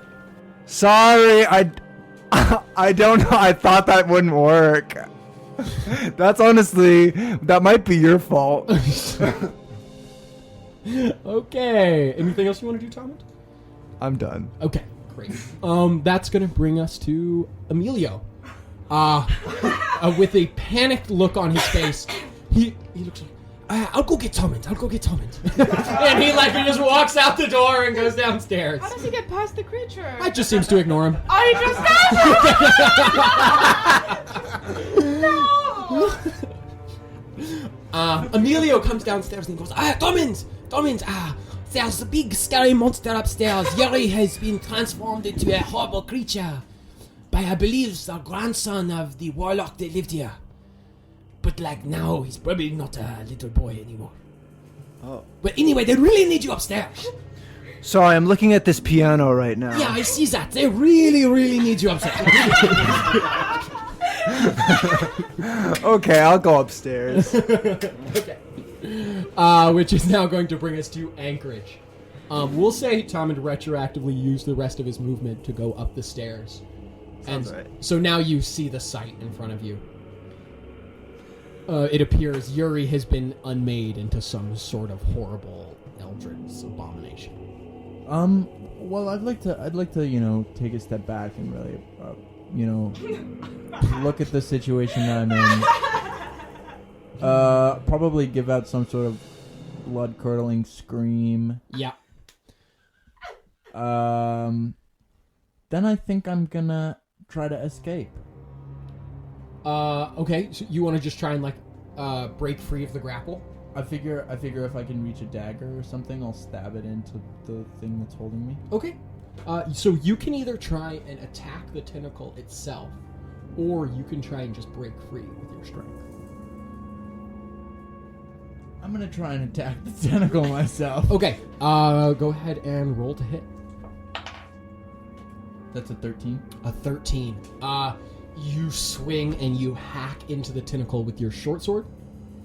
Or dagger? Yeah. Okay, you hack into it, and it is draining your vitality pretty much just as fast as you can chop into it, and the wound is just healing up. 13 and 14 does not hit. What's going to happen now is we're going to smash cut outside really quick to where a group of slow zombies is chasing after the one and only Erris Emberwalker. What's up, guys? Erris Emberwalker, the druid from the first episode, has returned and is somehow in the Dread Swamp. Erris, you have somehow been caught in just about the worst place in the world during the worst time in the world. That place is the Dread Swamp. Sounds like my luck. Yeah, sounds like your luck. That place is the Dread Swamp, and that time is the Dead Moon. A necromantic astrological event that happens about once every 10 years where the Eldritch Green Moon of Dou'Slumba rises above in the sky, and all the dead corpses under its light rise up again. And they're everywhere in the Dread Swamp, because this is the worst place ever. It's a good thing you are a pyromancer. There's nothing these undead bastards hate more than fire. Mm-hmm. So really, you're just kind of having fun with it, blowing their heads off with firebolt, chuckling a little bit. Who knew zombies were this much fun? And while you're really enjoying yourself doing this, you hear a blood-curdling scream echo all across the open plain of the Dread Swamp. Hold on. That's Anchorage. That's Anchorage. That's your man. And he sounds like he doesn't sound too good. Dire peril. You look around to try and determine the direction of the scream, and you set off in that direction at a full sprint. Quickly, you see an old abandoned house come into sight that's all grown up with these vines and plants, and the roof is a little caved in, but there's just a front door. You rush up to it without a second thought. Anchorage could be. Mm-hmm. And you reach this door, and you feel like a very dark evil coming from within this house, and you have a second thought for the first time since you heard that scream. Erris, what do you want to do? I'm going to hesitate for a moment, and then continue. You open the door just in time to see Tommund, the fully armored hermit that lived just outside Stumphold, go stomping up the stairs. And you're like, what? I know that guy. And you hear the last time I saw you, I was a spider on your back. Yeah. And then Anchorage flicked you out of the tent. Hey, you'll have to give him a talking to and explain the whole... I'm only rescuing you just to explain the insane series of events that were able to get you to the same place the party's at. Mm-hmm. Mm-hmm. Just really, really cannot stress how crazy these series of events are. Do you follow Tommund up the stairs? I'm going to rush past Tommund if I can. Well, you are a wood elf, right? Yes. So you have 5 extra feet of movement than everybody else. So I'll let you do a dash action. You sprint 70 feet. Tommund, you don't even really realize what's happening. And then suddenly someone's pushing past you and bursting into the room. Erris Emberwalker, you crash into the room. Anchorage, at first you think you're seeing things. Maybe your life is flashing before your eyes. But then Erris Emberwalker rolls initiative, and you know that this can't just be a pain-induced illusion. 11. Right in the What have you gotten yourself into? Yeah, no kidding. Anchorage is suspended a couple feet off the ground with a tentacle jabbed through his chest as this horrible eldritch abomination of a creature is just rasping and breathing through its mouth right on his face, reaching up its hand towards him, and he's just writhing back and forth in pain. I am staring in horror. You are staring in horror. That's going to bring us to the top of initiative, which is Wendy. Hi! There's also... Nice to meet you. Yeah, 2 new figures in the room that you don't recognize. One of them... Wendy, do you want to go ahead and describe your character for Erris Emberwalker? Oh, I'd love to. Just so he knows what he's doing. Yes, I'm Wendy. I'm a dwarf. I have a very long beard and also very long hair. And I'm wearing chainmail, but I believe that underneath my chainmail I'm wearing a dress. It looks a little bit worn. Honestly, I have taken some weight until I first bought it, but doesn't matter. Yeah, besides that, I'm just very muscular. Hell yeah. Gigantic. Yeah. Just like a wall, basically. But still pretty short. Yeah, and You're I a have a dwarf. lot of grace when I walk and move. Wendy, Yes, what else are you doing with your turn besides just talking to as Erris? I was talking and telling him who I am. So I'm just gonna try and hit the, tentacle that's holding Anchorage. Okay, roll to hit. That's not very good. That's a 12. A 12. It's not enough. You slam into the tentacle, and with the force of the hammer, you bring it all the way to the ground. And you, smash with the tentacle under your hammer. You smash through the rotten floorboards in the ground, but you pull back, and it has not crushed the tentacle. It was not enough to get through it. Okay, I'm just gonna try it again. Okay, well, you do have extra attack, so go ahead and make And another also swing. cast Booming Blade. Did I do that? Booming Blade is already up, right? Well, but only one turn. Only one turn. Oh, it only lasts. Until- You could Booming Blade again. I Then. think I always have to do it again. That's a lot better. That's 23. Oh, that most definitely hits. Hell yeah. Are you wielding your warhammer one-handed or two-handed? Well, given the fact that I have a shield in the other one. Oh, right. Yeah. Or I have 3 hands. I don't know. Not yet. That's level 8. So that's 6 damage. It does not crush through the tentacle. You see the damage goes through, but it's not enough to break through the entire tentacle. It's rather sturdy. Does it do anything to the tentacle? It does damage to it, but it's not enough to take down the tentacle's health. I tried, Anchorage. I tried. You can action surge if you want to take your turn again. I know, but I only can. You can only do that once per short rest. Yeah. I'm not going to do that right now. Okay. That is going to bring us to the unmade Yuri. As he scrambles about, you see his body is still undergoing changes. His legs have fused together, and more tentacles are just sprouting out around them, creating this almost skirt-like stump of a leg that is just writhing tentacles spewing out the sides. Yuri is going to once again vitality drain Anchorage. So Anchorage, I need you to make me a Constitution saving throw. And he is going to try again with his other tentacle at you, Wendy. That is a 25 to hit. Yeah, It's an 11 save. An 11. Oh my god, an 11 does save. That is exactly the number you needed. So you're going to take half damage, which is 3. This is not near as devastating as the first hit from this creature, but you still see that it is gaining back a few hit points. How much do I take? Okay, so the tentacle, it is able to find a chink in your chainmail, and it stabs into you, and you take an initial 6 damage. And you are grappled. Mm-hmm. Just like that? Just like that. You can try and break out on your turn. That will bring us to Erris Emberwalker. Mm-hmm. Also, Tommund, please get up here.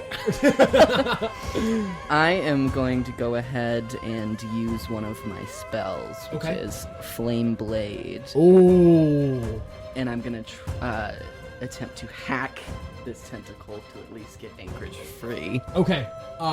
You mutter some words and you draw your hand in a line in front of your fist, and a flaming saber appears there out of the air, glowing with these green flames.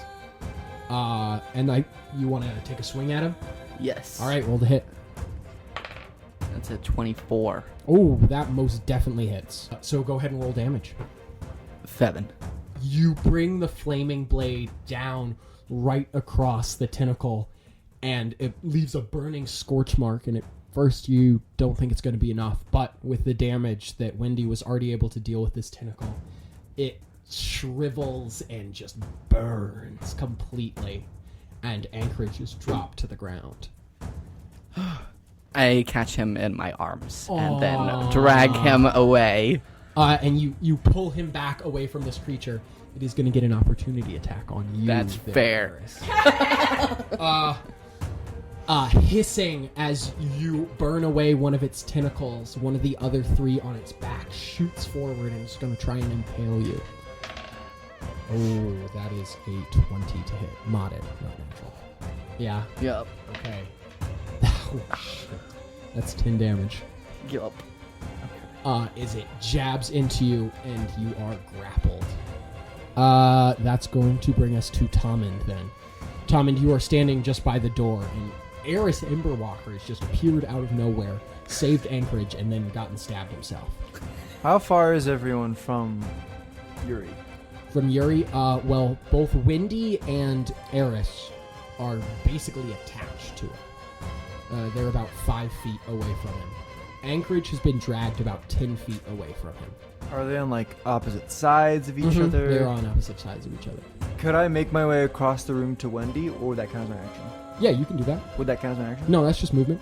Okay, I'll make my way across the room to Wendy, and then I will thunder step us back to the stairs. Oh, can you bring a person with you? I can bring a one willing person who is my size. Oh, that's smart. All right. I'm so willing. Yeah, you're so willing. Oh, shit, that's terrible. 7? Nope. Okay, go ahead and roll damage then. That is 11. 11 total? Yes. Okay, then you and Wendy vanish in a snap, in a clap of thunder, and there's an explosion striking Yuri, and the two of you bamf and appear just at the top of the stairs. Well, Yuri seems impressive. baffled on what's happened. He's looking around confused, his tongue lolling far out of his mouth, letting out this just... Did I like rip Disgusting. off his tentacle? I would say in the teleportation, the tentacle was It severed, was yeah. grappling me. It was grappling you, so part of it just like falls to the ground next to you and like writhes around for a second and then like lies still. So that is going to bring us to Anchorage. You've just been pulled away from the unmade Yuri, and you're being you were held for just 1 second by Erris until a tentacle shot forward and pulled Erris away. I'm gonna cure wounds on myself. Good call. 7. 7. All right, you regain 7 hit points. Anthony. I want to run. Yeah. Okay. You turn and so Erris is still like attached to this creature. I want to pull Erris off. Okay, make me an athletics check. That's a 5. 5. You pull and you pull, but this unnatural strength. Ow! Unmade monster. It's not enough. You can stop pulling and still use your 30 feet to run if you'd like. To sacrifice him again? No, I'm gonna stay. Okay. That is going to bring us back around to Wendy's turn then. Oh wow, I'm very amazed as of what just happened. Tommund just saved your ass. Thanks, man. I'd like to do that again, maybe in a more peaceful moment. It was fun. Please don't let it do that again. Oh, well then not. Well, frick. This weird person that just appeared seems to also be in grave danger. Would you be mad at me if I just ran back to the creature trying to help him? I can't get you again, but it's your life. Live it. Thanks, man. So you want to try and go pull Erris away? I mean, you should, right? Probably. Yeah. All right, make me an athletics check. Yeah. You got this, Wendy. You still have to start your own fast food chain. I might actually get this. That's a 22. That is absolutely enough. You Thank you, big lock beefy up witch. your giant arms around both Anchorage and Erris, and you just go, and you lock in, and you pull, and the tentacle, it snaps under the pressure, and the three of you like go tumbling back towards the door. The unmade Yuri screams out in pain. You still have like 15 feet of your movement if you want to start running down the stairs. Can I keep them in my arms while I'm No. You did get a 22. did? Sure. Yes. You just scoop them up like little babies in your arm, and you're just like, oh, look out, oh, coming through, and you just like really quickly hop down the Tommund, stairs. would you follow us? Emilio is just coming. He's like, oh, are we running away now? I was just coming to help with the fighting. You are so useless. Just let us run away. We can. Okay. And he rushes into the other room and he starts reattaching the ponies to the wagon. Useful thing. Yeah, you're welcome. Hey, that's gonna forgo his next turn though. Oh yeah. Just so you know. It is now Yuri's turn. You hear this blood-curdling howl / like gargling noise come from the creature as you all start to escape it. Its only purpose in life is to stop you from escaping this house, and it immediately starts chasing after you. It's surprisingly very fast. The skirt of tentacles is able to move it at an unnatural pace, and it uses its arms to pull itself along even quicker. And it reaches the door in no time, and it is going to start laying into you, Tommund. First swinging with both its fists. Fisticuffs, let's go. Does a 15 hit, Tommund? Nope. Does a 16 hit? I don't believe so, no. Ugh. Both fisticuffs swing. I like stick out my pecs and just take them. And you just take them right on the plate mail. The fists with the inverted skin leave like just streaks of blood on your armor. It is now going to try and attack you with its tentacles. Okay, so one of them is an 11, which I believe does not hit. No, it does The not. other is a 25, which I believe does hit. Can I roll persuasion for you that it does not? Nope. That is going to be 8 damage of piercing as it sinks its tentacle into you, and it like starts moving up slowly towards you to vitality drain you next turn. Which will then bring us to Erris Emberwalker. Alright. Now seeing that Tommund is in danger, I may turn around while everyone else is running to attempt an attack to at least sever him free. Okay, do you want to try and pull him free, or are you doing like a spell? Or do you use your I'm flame gonna blade let again? him run away. I'll try to do the flame blade Okay. again. Yeah. So, you rush back up the stairs to where the thing is attacking Tommund, and you swing with your flame blade. Go ahead and roll a hit. Oh, that ooh scares me. No, that's a good ooh. Yeah, good for you, maybe. Math. That's a 26. This episode brought to you by Quick Math. Yeah. 26? Yes. Holy shit! Yeah. Well, that absolutely Spell hits. attack, right? Yeah, it is spell attack. Yeah. That absolutely hits. You bring the flame blade down and slash it like across the tentacle and across the creature's chest. Go ahead and roll 3d6 damage. First. That'd be 6. 6 total? Yeah. Oh god. You poor bastard. It's not enough. It's not enough. Yeah. You swing and you slash through the tentacle, and it's not. These damn tentacles. But you are going to deal 6 damage. That's pretty good. Can we burn this house to the ground yet? I mean, you've got basically a lightsaber. You could start. Yeah. That is the end of your turn, Erris? Yeah. Okay, Tommund, you are grappled by this creature, but Erris has rushed back up to your aid. So we still can't burn the house down. I mean, you're leaving. I say we. Where are we going? Aren't there zombies? Better than this thing. I can light them all on fire. I mean, if we're leaving, I'll just fire breath him. Okay.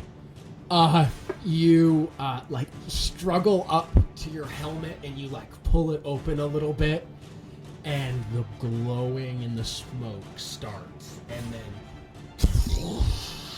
flames spew out of the smoky helmet. So that's a dexterity saving throw, right? Yes. You and him are grappled, so he gets disadvantage. -1.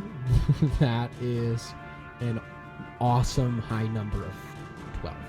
3 plus 8 is 11. So that is going to be exactly a success. So you deal half damage. What's half of 1? Just 1. You blow fire at this thing, and it's just like a little tiny puff. And it just like, you just like spit the little bit of flames in his face. It's just like a kind of act of a defiance thing, like where you spit blood in somebody's face when they're about to kill you. It's like he's got you stabbed with the tentacle, and you like open your helmet and you just spit a tiny bit of fire in his face. It does a little damage. Anchorage, your turn. Anchorage is gonna run up just in sight of Erris and Tommund and bless them.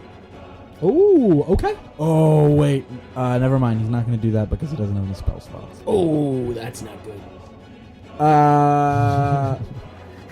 He's gonna help Amelia with the wagon. Anchorage, you run downstairs and you begin helping hook up the other 2 horses. So the wagon's ready to go now. That will bring us back around to you, Wendy.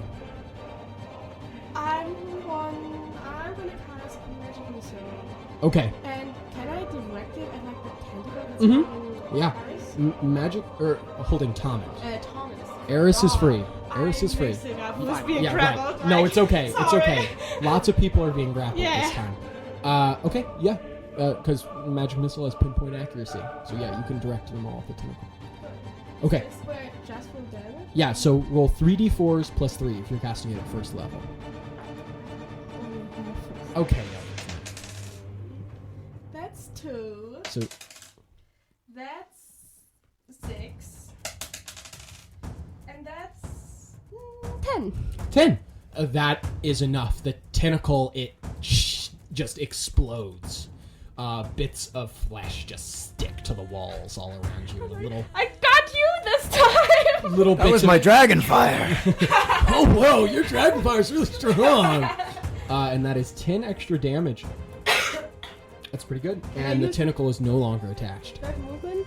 Uh-huh. Can I run towards the wagon? Yeah.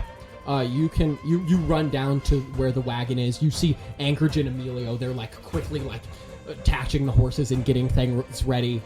Sebastian is looking around a little confused, like, wait, what's going on, guys? Tommund got me really stoned before he went upstairs, and I have no idea what happened since then.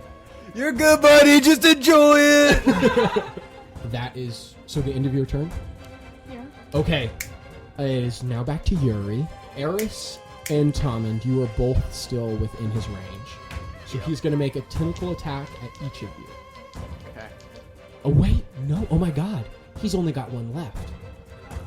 I think you guys have destroyed 3. Yes. Okay, so he only has 1 left. Okay. So he's going to make it at Tommund. Go for it.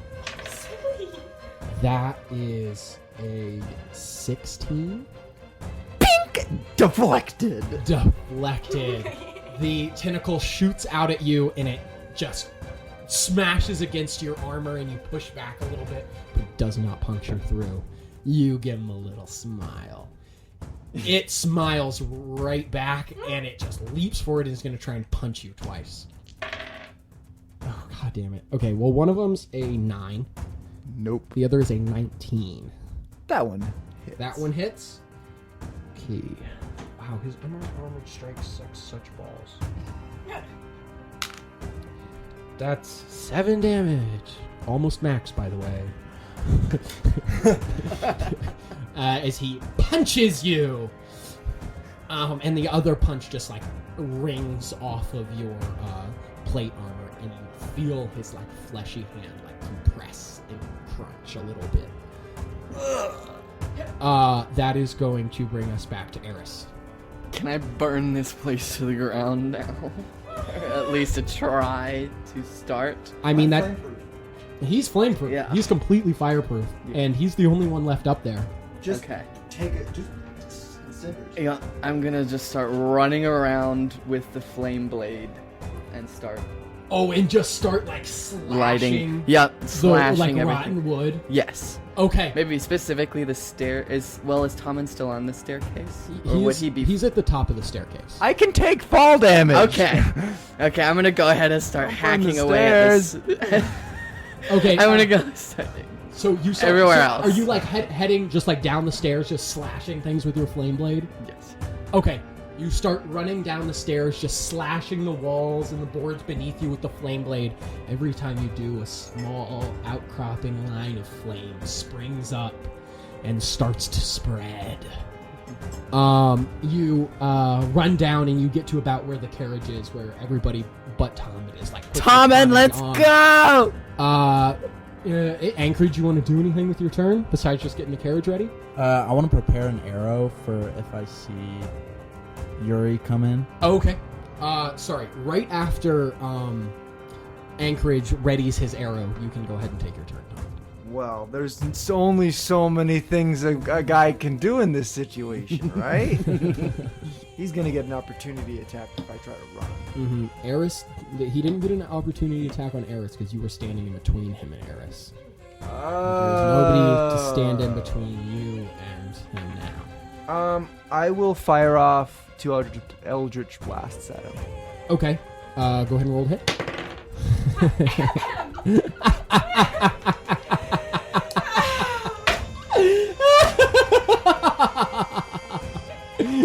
Natural 1 over there, Tommy? Perhaps. Okay, so you fire off your Eldritch Blast and you like kind of do like a finger gun at it. And you point it and it just like pops and explodes in your face. And you're gonna take 4 force damage as the spell misfires. But you can still shoot your other one. I will die if I run away. Oh, right. Sorry. Running a little low on hit points over there, Tommund. I'm gonna have to. Turn Okay, around. I'll shoot at him with my other one. Then. Okay, roll to hit.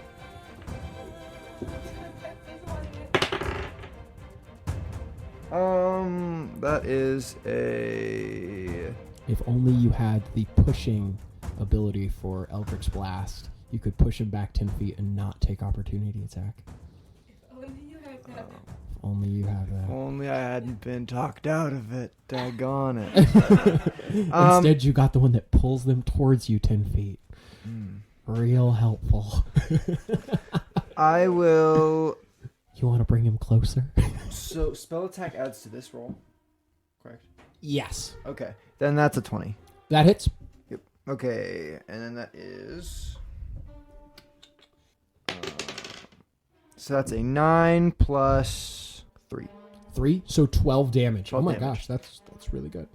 This second blast strikes him square in the chest, and the force and Eldritch energy it rips a hole right through him. He's enraged. You still have your movement if you want to try and run. He could miss. Oh no. Okay. I mean, you end your turn here. He's just going to get to take his Yeah. full turn on the next turn. I'll run. Okay. You turn and you begin to run down the stairs, and he gets an opportunity attack on you with his tentacle. I'll roll this front and center just so y'all can see. There's a 25. Oh no! Well, what's the damage? The damage right off the bat is going to be 4. No. I'm dead. Okay. As you turn and you try and run, and the tentacle just shoots right through your back and pops out the front of your chest. You see the little protrusion sticking out of your chest, squirming around like a red worm erupting from your chest. And you're like, oh, what happened?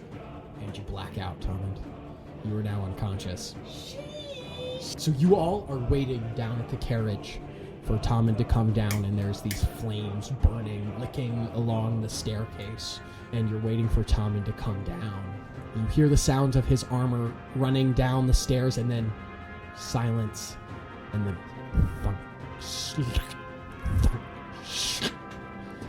as slowly the form of Yuri comes from around the corner, Tommund held aloft, hovering with a tentacle stabbed straight through his chest, still attached to Yuri, just hovering above, like right next to Yuri's head.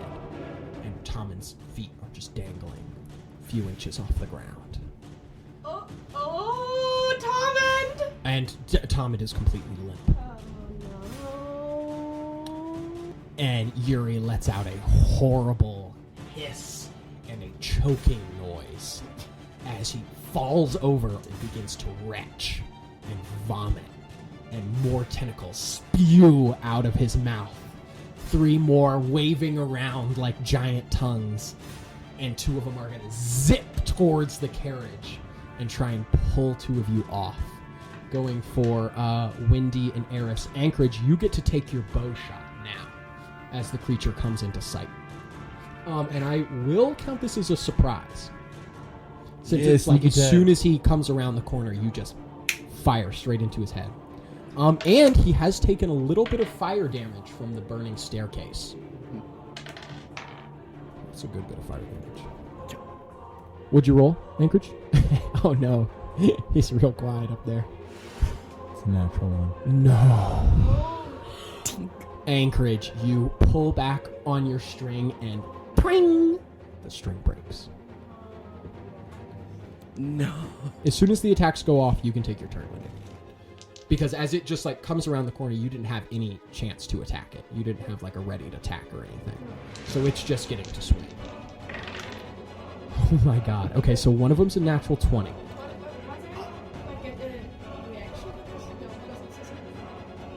Yeah, no reaction to this. The only reason Anchorage was able to do a reaction attack is because he readied it. Okay, so Wendy, on you, that's a natural 20. And Erris, on you, that's a 10. Okay. 10 does not. Okay, so one of the tentacles like reaches for you, Erris, but you duck and roll out of the way. Wendy, you look over to try and like protect Erris, and a tentacle just jabs into you. You are going to take some damage. Not too bad. Oh, that's abysmal. Oh my god. Okay, that's 3 plus 4, 7. On a natural 20. Damn. Okay. But you are grappled. And it starts to pull you off the wagon towards it. Luckily for you, it's just bringing you into melee range with it. That's a good thing for it to be doing. Which is in perfect time, so you can go ahead and take your turn now, Wendy. Okay. I'm gonna freaking summon my hammer. Okay. How is it grappling me? It's wrapped a tentacle like all the way around your waist, and it's just squeezing and pulling you towards it. Okay, but both of my hands are free? Both of your hands are Can free. I then do this as a tool? Yes, you can. You summon the warhammer into both your hands. It zips into your grasp just as you close into the two-handed formation, and you just bring it down. Okay, go ahead and roll the hit. That's a 17. That hits. So how much damage is this? So that's a D10.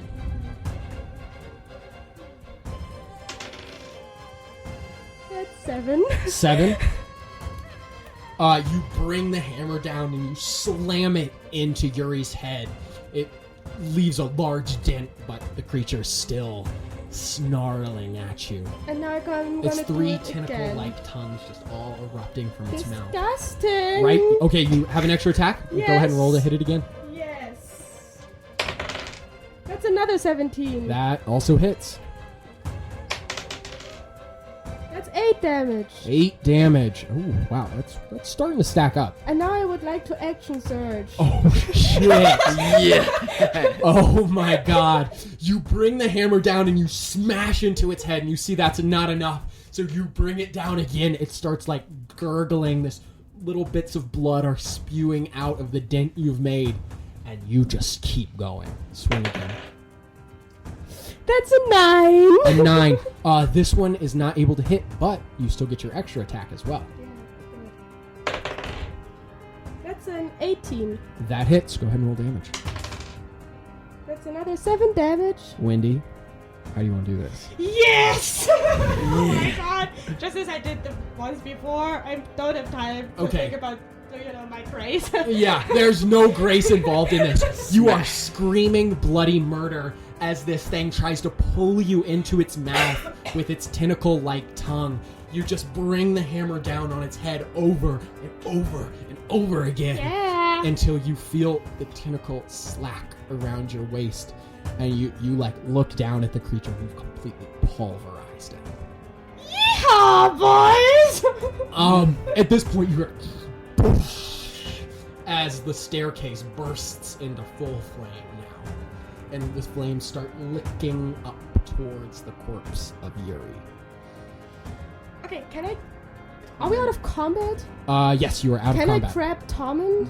Yeah, you can pick up Tommund. You are strong enough. You are just about the only person strong enough to pick up Tommund. I want to lay on hands, Tommund. No, wait, we first run out of this house. It's burning down. Wendy, you scoop up Tommund where he fell, like literally right next to you. And you rush over to the carriage and you jump up in there. You can do lay on hands once he's in the carriage if you'd like, Anchorage. Yeah. How many points? 10. 10. Tommund, you breathe air into your lungs and you regain 10 hit points. Wow, you guys made it through that combat. We lived.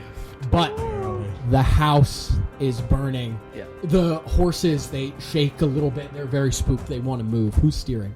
Oh, let me steer. Okay, Wendy, you hop into the front and you yeehaw, click the reins, and the horses begin to run out of the burning building. Come on, Sebastian! Sebastian exits out of the hole right behind you and quickly takes off into the air, soaring up above you as the carriage sets off from the Maldred house as it burns. As you continue further away, it's just left as a small glowing orange speck in the distance with the green Eldrick's moon hovering in the air above it. There are corpses galore wandering the fields out here. And as you burst out of this house, you draw a lot of attention to yourself. The Cyclops with the spear in his eye that's been wandering around since he saw you earlier, he goes, Oh, there you went! But the horses are much faster than any of these undead creatures. Once you become undead, you are very, very slow.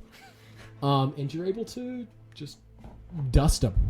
Do you want to just keep running on the carriage? Honestly, that's what we should be doing, I think. Okay. Can we, retake the same way that we were going? Yeah. Initially? You regain onto the same path with a little assistance from Sebastian in the air. And you continue along the path that you were taking earlier. You pass many zombies along the way, groaning and moaning, but they really aren't much of a problem for the Stoutland tree stompers. They just run right over them if they really get that much of the way.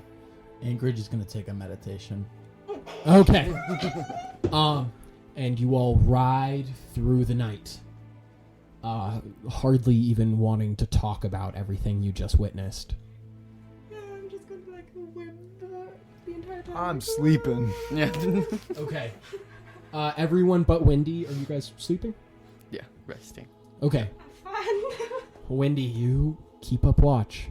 And Emilio, I believe. Oh yeah, and Emilio. The two of you sit out there, pretty much in total silence the whole night as you watch the green dead moon eventually disappear behind the horizon. Your friends still sleep for a few more hours, and before they awake with their long rest, the sun has risen high into the sky. Wendy, around the time the dead moon sets, Erris comes up and like pats you on the shoulder. It's like, hey, go to bed. So nice. Wendy, exhaustedly, you pull yourself into the back of the carriage where you find a comfortable spot of floor and lay down. What's up, Amelia? Nice to meet you. Oh, hello, I'm Emilio. Erris. Erris. So, you really came in clutch there? As they say, I believe. Came in clutch. We really appreciate you. I've heard about you much from Anchorage. He talks very fondly of you. And you are just as beautiful as he described. Wow, thank you. I'm just glad I heard Anchorage scream when I did. Me too. I believe if you had not arrived when you did, we would not be speaking right now. I'm just glad that monster is behind us burning at the moment. And not still alive. Yes. Tracking us down.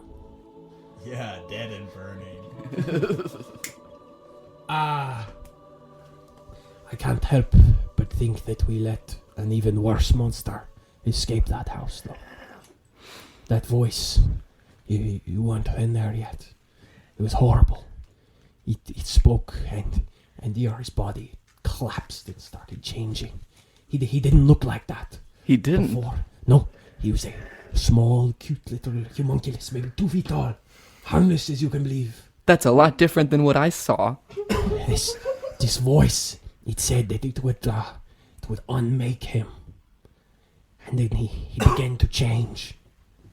It was horrible. And he like shivers, even though the cold of the night has long passed. I feel like we all need to have a discussion about what we need to do. Think you're right. Yes. Let's let them rest. Yes. About, we'll say all of you long rest. In some of you, Anchorage and Tommund, we'll say you sleep a little longer than 8 hours because you were just so exhausted from that fight, and so we have the convenience of you waking up at the same time as Wendy. All of you kind of wake up groggily. Erris, you have been steering the cart. You're a druid. You have absolutely no problem communicating with these tree-stomping ponies. Yes. You can even turn into them now that you've seen them. Hell yeah. Can I, after I wake up, I want to do one thing. Yeah. Because I forgot about it. I still have the logbook, right? You do still have the logbook. I would like... What was the name on this book? That Nessa Moldred was the name on the grimoire. No. On the logbook, where they were like... Oh, yes. So who the logbook has to be presented to. Tamoraz. Okay, thanks. Moraz.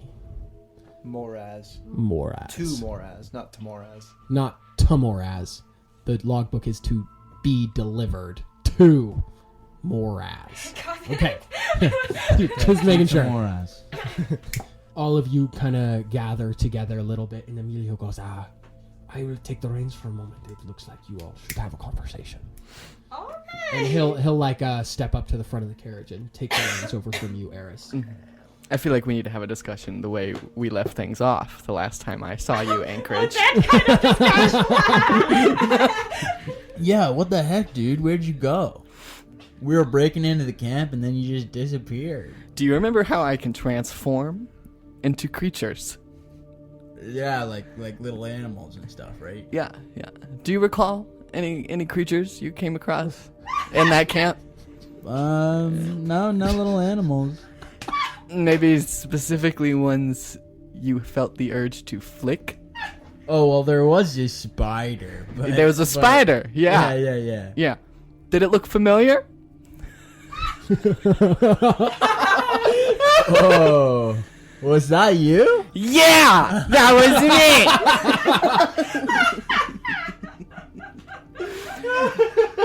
After you flicked me out of that tent, I have gone through hell. Spider hell? Yeah. And you're lucky I came back to save your ass. You now owe me. That is just one of many Anchorage owes you at this point. Yes. So what did happen to you after I flicked you out the door? I got kidnapped by a very scary guy, alright? And even though it was easy to escape from him, it was a huge inconvenience. Okay, I see where the mistranslation was there. The black guard is not a black guard. Oh, okay. It is, in fact, an order of I see now. armored knights. That work for King Goth and have been kidnapping magical creatures. Okay. Yeah, I thought wow. he meant just like a black dude. No, I thought he meant just a scary big guy who's dressed in all black or something.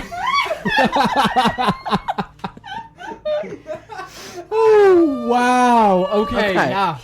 Did I at least learn any information about Goth while I was in prison? You did not learn anything about King Goth while you were there, except that it's gonna be his birthday pretty much any day now when he will turn 16. Okay. And that's why you were captured. They kept telling you were going to be, you were selected for a demonstration on the king's 16th birthday. That didn't sound super great for you, though. Yeah, no.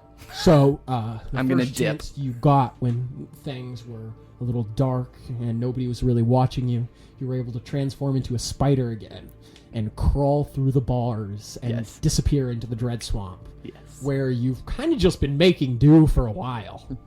Because you're a badass. And until you ran into Anchorage again. Yes. I mean, we can also have, like, maybe a different discussion at this point. You know, maybe let's... I mean, awesome to meet you, but maybe let's put those, like, personal issues aside and, like, concentrate on something a little bit more important. Exactly. I would like to run Arcana check on my grimoire. Oh, wow, you are alive. Oh, God. Arcana check. Okay, sure. Yeah, go ahead and roll your Arcana check on the grimoire. Last time I saw you, I had to carry you like a baby. Last time I saw you, I saved you from a tentacle. Right, and then I did the same to you. Twice. Appreciation's mutual. Yeah. Okay. Yeah, you start talking about an important conversation there, Wendy, and Tommund immediately pulls out a book and starts reading it. 18. Reading it really well. What are you looking for particularly, Tommund? I want to understand the nature of its contents as a whole. The nature of its contents as a whole? Okay. Well, it's quite similar to your own grimoire. It's full of research notes, arcane writings, lots of runes, many that you really don't recognize. It also has directions for spells, components, all sorts of things like that. You additionally see a few notes on piano music. And the recipe to create a homunculus. Ooh. Are there any references to Booster? Yes, many references to Booster. It is full of references to Booster. It looks like she was talking to him pretty much every day. Does this look like... Is the, I guess, information that... Or, like, are there interactions with Booster, anything that I would understand as being within the nature of the Booster that I know? It's different. It's very different from the relationship you have with Booster, where when you really need him, he does appear, and he is a helpful patron, especially compared to other Warlock patrons that you've heard of. But the relationship he had with this Nessa Maldred was almost loving. I'm gonna, like, close the book for a second. Ew! And I'm gonna open it back up. Yeah, you keep reading. It's like good smut. You can't stop. Just kidding. It's not like, Just kidding. There's nothing like overtly romantic in there. Like, yeah, and then me and Booster banged, and it was awesome. Okay. But what's the recipe for how to make a homunculus? Measurement of sawdust, human blood, and then a special incantation. Let's make our own Yuri. Do I recognize the incantation at all? It's 3rd level. You've never seen it before, but you could pull it off. If this Yuri transformed into whatever the hell I just saw... Yeah, that was what I just thought.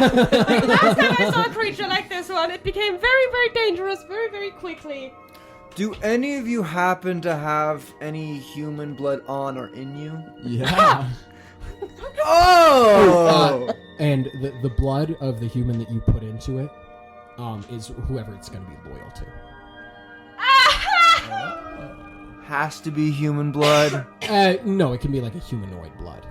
But it can't be like an animal's blood or anything like that. I'm also half human, but I don't want a little thing running after me. You don't want your own little Yuri. No. But Dragonborn blood would do it. Okay. If you wanted to use your own. But it's not a short process. It takes a little more than a day. It takes more than a day. Okay. We're just in the cart again, traveling. We have how many more days of travel in the swamp? Okay, so you are on the 6th day of travel right now. 1 day left in the Dread Swamp. I'm gonna get started making the homunculus. Are we sure about this? No, not at all. Should we all contribute a small amount of blood so that it's all a little loyal to all of us? Did I invite you to this timeshare? No. This isn't like last time. You know, Tommen, you're sounding more and more like Corky. Yeah. Sebastian leans his head over the side of the carriage. I gave him 50% of the leadership role, remember? You at least have to include his blood. 50%. You're right. He saved my life. You're right. What are you guys talking about? But we are two very different creatures. I don't even know if our hemoglobins would match up properly for this experiment. You're right. We should probably both take a synchronized pig's blood head bath prior to... I have 2, 3... Oh, right! Wait, we've been building to this! The setup is insane! We have to synchronize your We hemoglobins, need man. pig's blood, guys. Does anybody have pig's blood? Do your other D&D podcasts have callbacks this deep and stupid? I didn't think so! Okay, but if not, I guess I'll have to make Guess 2 you'll at have a to make time. 2. Because I have 2 3-level slots. So if you want sawdust, you don't have that. Can I try with anything else, like iron filings that I can get from the metal? Yeah, it doesn't work. You even like cut yourself while filing the iron, and you're like, "Oh my god, is it gonna work now? I put human blood on it." No, it still didn't work. Tommund, what are you Can doing? I see what language it's in? What The incantation? the incantation? Yeah, I mean, it's a mix of Elven and Dwarven. Okay, I speak Elven, so I can probably get some of it. Yeah, you can piece together about half of it. But there's a lot of Dwarven runes in there that you don't even know what they mean. Are there any parts of it that mention wood or sawdust or anything like that? Yeah, I would say the ingredients are definitely in Elven. Tommund, I don't know if this will work, but... Well, actually, no, the ingredients would be in common. Sorry. I don't know if this would work, but try in the incantation, instead of saying sawdust, say metal filings. And see if that works. Okay. It doesn't. But if I use the powers of persuasion... You guys do have all the wood that you're supposed to feed to the horses. No, we can't. Yeah, that's a bad We idea. can need to feed it feed to the the horses. I know, we need to feed the horses. I would argue that they have, I would argue this is like a 33-33-33 split in leadership. Because the horses... Are honestly carrying. They are carrying. They're literally carrying. Quite literally. So how about we just don't create a weird little Hold on, creature? no, we can't do that. Because then we'd have to put their blood into the homunculus too. Yeah. Um... You know what? I think we should just stop. Wait, and cut if a we did tree that, would down. we have to hang up all the horses in the pig's blood or Oh just my one? god! I think just the leader. Just the leader of the horses. Oh wait, so did they split up the 33% amongst themselves? Did they Yeah. each They get get a 11.1% each. Oh wait, no, there's 4 of them. Okay, anyway, you're not doing this, so moving on. You guys travel through the day, and you begin to pass through the Dread Swamp. By the end of the 6th day, the dark vines and strange sappy trees have all disappeared behind you, and the horses are once again walking on solid ground. Little patches of grass growing here and there. It's a little rocky, but as you continue, it keeps getting greener. I'm gonna jump off for a second, like roll around in the grass, then like run to catch up and like get back in the water. Okay, yeah, it's understandable. Sebastian stretches his wings and starts drying himself in the sun. Oh, Emilio, it's time for the poncho again. Anchorage, can I get the poncho and sombrero back? Yeah. Here Thank you you. go. He puts the sombrero and poncho back on, protect him from the sun. And you guys ride through the rest of the day. Do you want to try and find a place to camp for the night? Preferably with trees around. Okay, make me a survival check.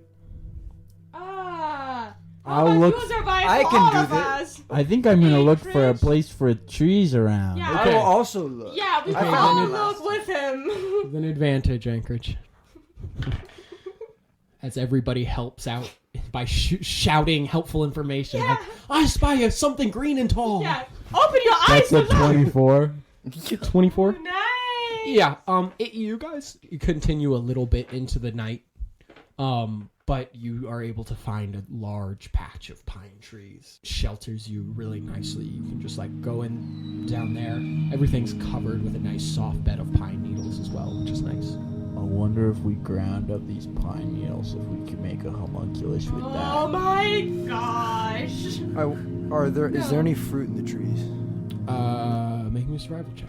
Pine trees might have Pine fruit. fruit. That is a 15. No fruit in these trees. No fruit. All right, let's. We should harvest some of this wood. Yeah, but let's also just let the horses eat a little bit. Yeah, do you guys unhook the horses? Can I just steer the wagon so they can reach? No, the tree? let's let them hook up so they can But sleep that's proper. alright. You We can, unhook like, the tether 4 horses. They're not going anywhere. They just kind of wander around to the different trees, and they really can like stand up and like really reach up to the higher branches, and they're munching them down, loving it. They are right at home next to these giant pine trees. The bark pattern on their fur is very similar to the bark pattern on the pine trees. Are you all going to take a rest? Are you going to do rotating Let's watches? do watches. I'm gonna like collect sticks and stuff. Okay, you collect sticks and stuff. I'll go first for watch. First watch, who's second watch? It actually really doesn't matter. Yeah. You guys make it through the night without any issues. Who is last watch? I'll do last watch. Anchorage, you're doing last watch, and it's still like in the dark part of the morning, and you look up and you feel something cold and wet land on your head. Oh, what the fuck was that? You look up and it's snowing. I wanna look closer. Is it very cloudy? It is. Clouds are starting to set in on the sky above, dark snow clouds. I want to get a closer look at this snow. You like run around trying to catch snowflakes. It seems like pretty normal snow to you, but you can make me a nature check or survival if you want. No, it seems pretty normal. This isn't like a crazy thing to happen in the Cadillac. Freak snowstorms are pretty common. Probably means we do want to get in some sort of shelter, though. I'm gonna wake Tommund up. Tommund, this snow is kind of concerning me. I'm wondering if we might have some sort of snowstorm coming on. Ooh, it's so cold. Could you ask Sebastian to go look around and see if there are any houses that are like less Haunted than the last one. creepy than the last one? Well, you are supposed to make it to Mournhall today. Let's keep- It's not exactly super close. Am I still allowed to conjure my blade of fire Yeah, absolutely. for warmth? Can at least do that. Oh yeah. Okay. Yeah. You like wake up and you're like, damn, it's fucking Damn, it's cold. What happened? And you look around and there's already like an inch of snow starting to build up around you and on top of Oh you. hell no. You're like, oh fuck no! You cast your green flame blade and the snow amount around you immediately just starts melting away. That's way better. Oh, I'm like, Christoph, look! And then throw him into the snow. You like throw him up in the air. Do you catch him? No, into the snow. Be like, look, feel this! You just like drop it. He like all like sinks into his shell and just kind of like hits the ground as a little shell. Isn't that cool? And he like pokes out his little leg and he like touches the snow and he like pulls it back in real quick because it's cold. He pokes his little eyes out and he's looking around watching the snow fall. But you see these dark, heavy snow clouds rolling in. It definitely is signaling more storm. You guys heading off towards Mournhall then? Or is there anything else you want to do in this forest Have we beforehand? chopped up some more wood? Oh, that's a good idea. I was collecting a lot yesterday, but Oh, I did portion a good amount of that with the idea that I was going to get some wood chips out of it. Sawdust. It needs to be a fine powder. Sawdust. Oh. Well, so, like, if I chew it. Yeah, you would need to chew it. Okay. Or the horses. Honestly, you could just make it out of horse poop. Oh, he would be... This creature will hate me forever. But You if you can make name it him out of horse horse shit. poop. For any of the audience that does not remember what the fuck Tommund is talking about, last time he was able to retrieve an old grimoire from the Maldred house that you escaped, and it contained the recipe to make a homunculus, as well as some other pretty potent spells that have been added to his list. You guys... Well, I guess we'll leave then if we've got the materials. Yeah. Okay, Yeah. you spend a few minutes chopping a few more branches and piling them into the carriage. You've got a little more space now that you've let a lot of the coconuts go. You probably just have like about 1 barrel of coconuts left. Like a pile and a half of tree branches, 17 guard uniforms, and I think that's your inventory, as well as whatever corky left in there. And you set off in the direction of the Mournhall. You're closer than ever, and as you really start to draw near, the realness of this starts to set in. You have to go break into a palace if you want to rescue your friend Bellamy. But it's pretty much too late to turn back now. There's little poof on the top of the carriage as you hear Sebastian take off into the air. And you guys set off on traveling for the day. In about an hour's time of traveling, you reach the road to Mournhall. It's a well-packed, commonly used dirt and gravel road that leads all the way to the Mournhall, which you start to see rise in the distance. These 5 towers that rise up into the sky like large cylindrical gray mountains. You can see them just poking up in the distance. You know those to be the towers of Mournhall. Probably none of you have seen it before, but you've heard stories. It's a intimidating sight. It's a very intimidating sight. The fact that you can see it from here, it means it's easily the biggest construction in all of Kattegat. As you continue along this road, you are joined by more carriages. Hundreds of people start walking from the sides and just joining onto this road. You see more carriages pulling up. A few of them are blackguard, but many of them are just civilian carriages. Many caravans, hundreds of carts long, all on this road heading towards Mournhall. I want to try to talk to somebody in one of the civilian carriages. 1 second, should we put on blackguard uniforms if we are riding in a blackguard carriage? Or are we just gonna go in the way we are? Like, what's the better call? Well, I don't want to be in a blackguard. I don't want to be in a blackguard uniform for like when I'm talking to these people. That's right. We can maybe get dressed in a minute. Yeah. Yeah. The rest of your party can get dressed while you talk, Anchorage. Yeah. Good deal. Let's also give Emilio a uniform. It's daytime. I must keep my poncho and sombrero. No, but I'll hide in the coconuts. oh my gosh. Hide in the coconut. Emilio! Emilio. Anchorage, you wave to one of the civilian carriages, and the carriage kind of pulls up next to you. It's this old farmer man. He's got that little straw hat pulled down over his eyes, and you see a big gray beard poking out from underneath it. He's got dark purplish skin and pointed ears. He looks over at you. Oh, hey there, traveler. Hey, dude. Yo, can I ask like why you're going to Mournhall? Oh, absolutely. I'm going to the king's birthday party. It's mandatory, I believe. It's mandatory? Mandatory. Like, how did they, like, send that information to everybody? Through letters. Why didn't I get a letter? I don't know. Maybe you were too far away. I'm in the Kattegat. Well, maybe he just doesn't like you very much. Well, that is maybe a fair stance on the situation. Hey, that big old vulture's been following us all for a while. It's circling around. Seems like it senses death. It looks up and points at Sebastian, who's just circling around your carriage, kind of a little ways up. Oh, yeah. No, dude. You're probably going to get killed. And then I want to. Oh, my God. You just, like, clap the reins and move along. He, like, looks up at the vulture worriedly. Man, he kind of just pulls the rein and he turns his cart around. And he starts heading back. A lot of these people, they don't look very excited to be doing this. You see one particularly gigantic caravan that stretches back basically as far as you can see, of all these blue and gray clad figures in these like kind of more religious looking robes. And then a lot of them have similar garb but less like ornamental and more like practical, and they all have their heads shaved like monks. You guys continue down the road without much of an issue.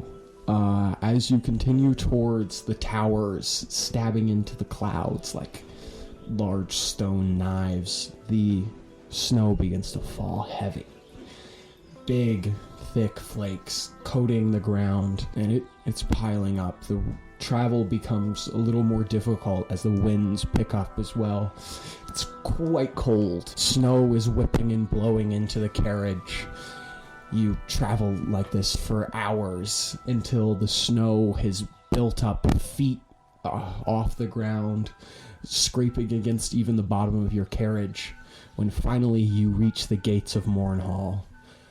The gates are held open and there's hundreds of footprints going in through the gates and wagon prints where the snow has all been packed down. A few of the guards, they look over, seeing that you have a blackguard carriage, and that a blackguard is driving it since you have the uniforms, and they just wave you through. They don't seem to have any interest in even checking your carriage. There's really too many people for them to even be able to do that. A few of the guards are a little further inside the courtyard as your carriage pulls in. They wave you forward. Everyone, into the Hearth Tower! Into the Hearth Tower, this way! And they lead you through these blasting winds and heavy snows towards the middle of these giant stone towers. This is definitely the biggest one, and stretches up into the snowy clouds, and you can't even see the top of it. He pulls open the giant oak door, and snow and wind rush into this large cylindrical room, and there's this giant glowing hearth in the middle, like a giant bonfire. You see hundreds and hundreds of people all gathered in this tower around the fire, sharing food and drink, laughing, telling stories. This is the probably most of the population of Kattegat. This is wild. You've never seen this many people together in a room in the Kattegat. And the hearth blazes warm. Are you guys going inside? Yeah. Okay. Sebastian also crams in through the door like I'm not staying out there. Your carriage and your horses are pulled to a nearby stable with the other carriages where they're left. You see Emilio still in the coconut barrel as the carriage is pulled away, kind of look at you guys like, I'm just gonna stay in here. Can I get a message to Emilio for him to cover and hide Sebastian to some extent? Sebastian is coming into the Hearth Tower with you. Oh, sweet. He's a member of this group too. Mm-hmm. He just gave up his leadership position. So he squeezes through the door. He barely fits. But once you reach into this room, you see that he's not an oddity here. about 15 giant eagles sit perched all around this tower going upwards, up the staircase, and they all sit there observing. You hear a voice booming out over the chatter. More rats come to shelter from the snow. This gigantic boar man steps forward around the fire up towards you. He's wearing this green cloak covering his heavy leather armor. And he's got a large iron helmet on. And he has this arrow and bow symbol emblazoned on the front of his cloak. He says, I am Hoth, leader of Ranger's Hand. What's up, dude? I'm Anchorage. I'm like a paladin, dude. I work for Agoth. He snorts angrily. Agoth, fucking pathetic. Try worshipping a real god. Oh, yeah, sure.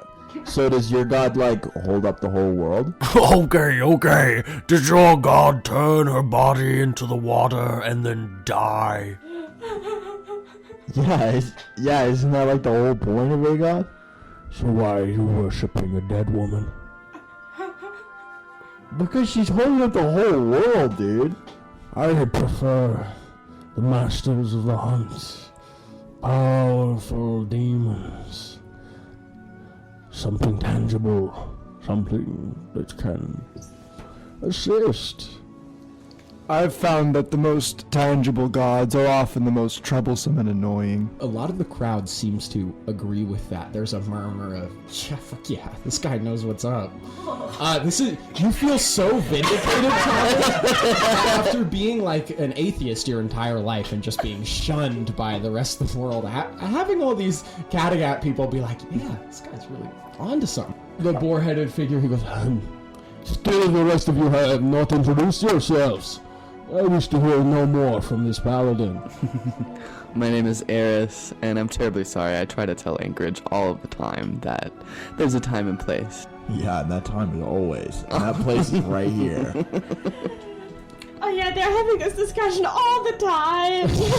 I'm Wendy. Nice to meet you. It is certainly windy out. What is your name?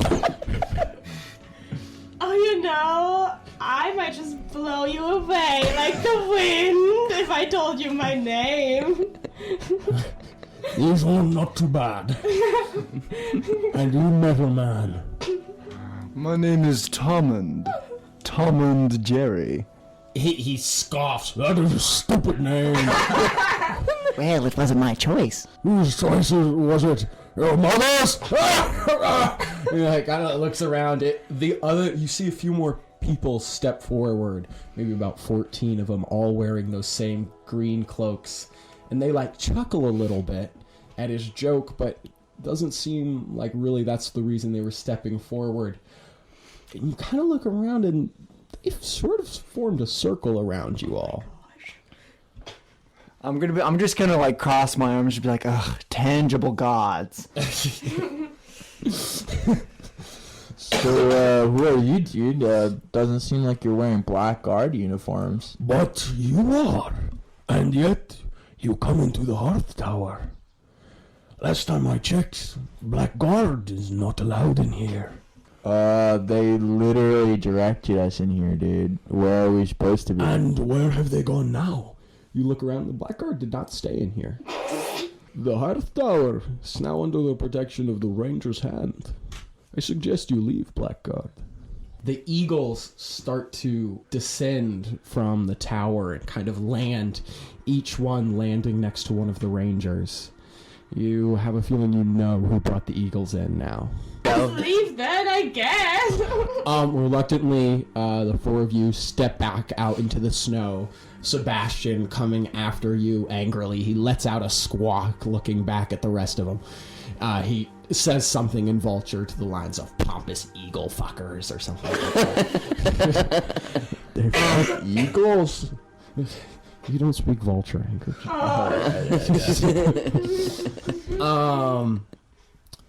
You step back out into the snow and you're buffeted by the winds. The snow is built up even more. You see a guard. He steps out from this little constructed tent in the middle of this snow-covered courtyard. See, snow is already set in heavy on the roof, causing the canvas to bow in deeply. This guard, he calls out to you, and he waves, and he waves you into the tent. We go in. You follow after this blackguard that waves you in, and you enter into this little tent. There's no snow on the ground here. And there's a small fire built in the middle. There's probably about 10, 15 guards in here total. They're just sitting around making hot soup. And occasionally some of the visitors coming through the gates will come in, and the guards will feed them, and then the visitor will leave. There is one guard that seems to be kind of running this operation. He's the one that waved you in. You get a closer look at him now that the snow's not blowing down in between you. He's older and very, very battle-worn. He's missing part of his nose, an eye, and his face is covered in scars. He's got a bit of a mustache, but he's also got a big slash that goes down across his lip that cuts the mustache in half. He looks over and he goes, hello, I am Mattis. I don't believe I've met any of you. Are you new to the Black Guard? Yeah, man, we just got, took on after this big massacre happened recently. Kind of tragic. Very tragic, I'm sure. Well, all the towers, except for the Hearth Tower, will be closed by now. The snow has gotten too thick. But you may stay here, Snow Tower, but we have a hot fire and hot food. Hey, thanks, dude. Of course. He'll sit. And he gestures to some, empty spots around the fire. A few guards are already kind of gathered around there, eating warm soup. It's a pretty nice little vibe here. You can't help but think about all the blackguards that you've slaughtered in the last couple days. As you sit around this fire, huddling from the storm, sharing soup with them. It reminds you uncomfortably how human they all are. Not to guilt you guys or anything. Not to dig the knife in or anything.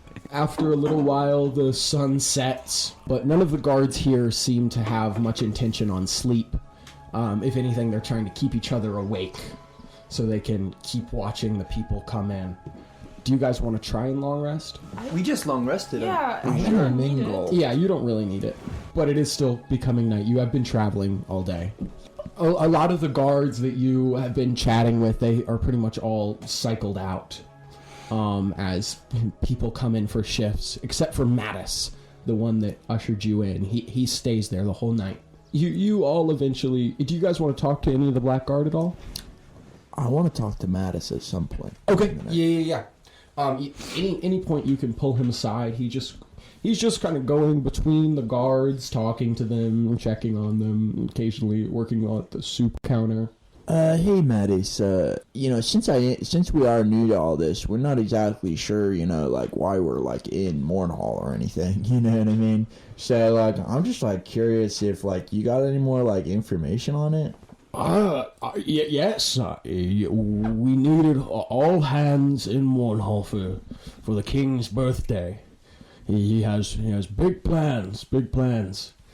There's more Black Guard here than I've ever seen. They've been coming in from all across Dou'Slumba with those caged magical creatures. I don't know what the king intends to do with them, but it is his birthday, and he is our king.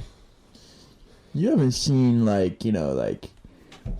any sort of large-scale,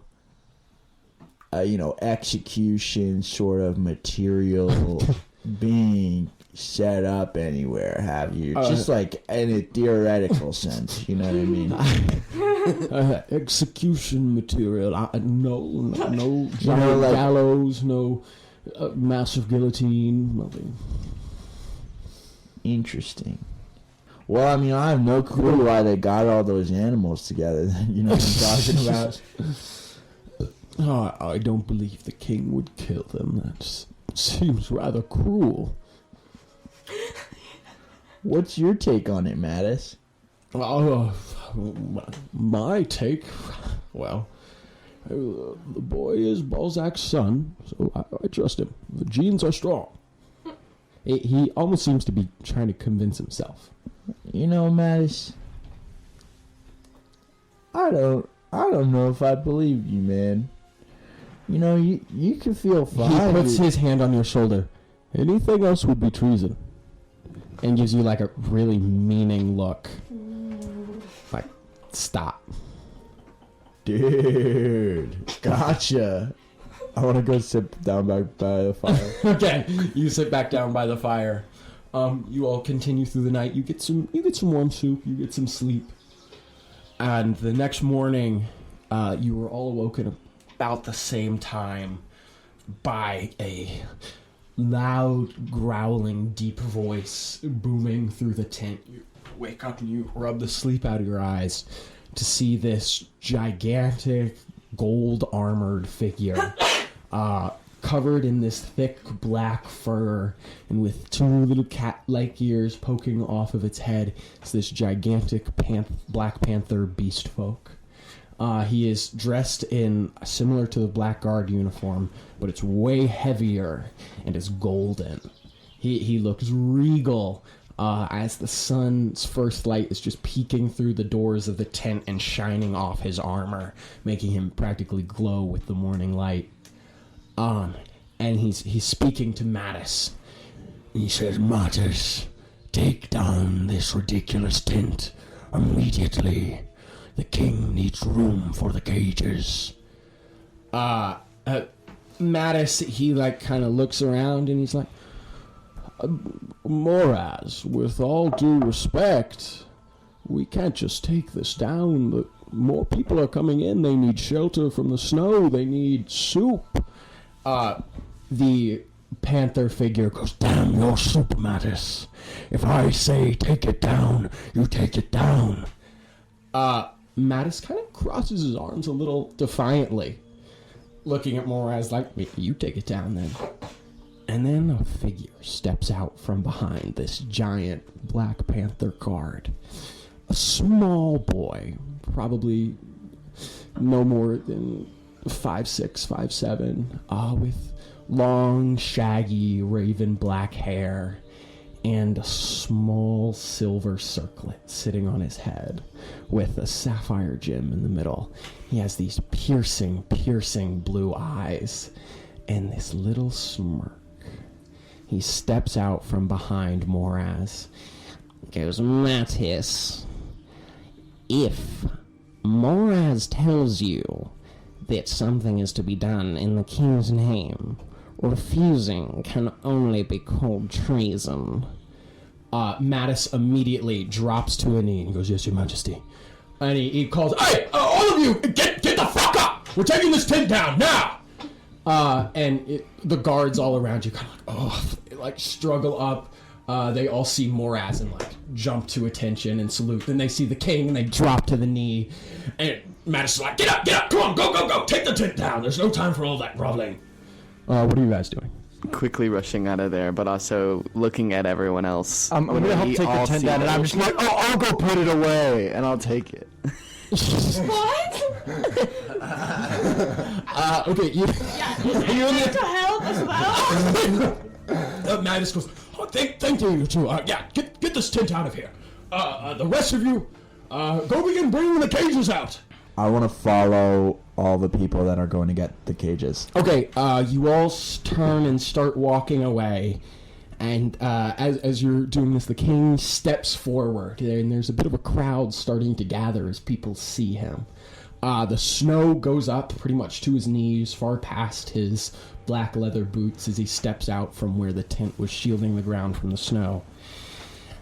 He clears his throat and goes, Too long has the Kattegat been defined by its monsters.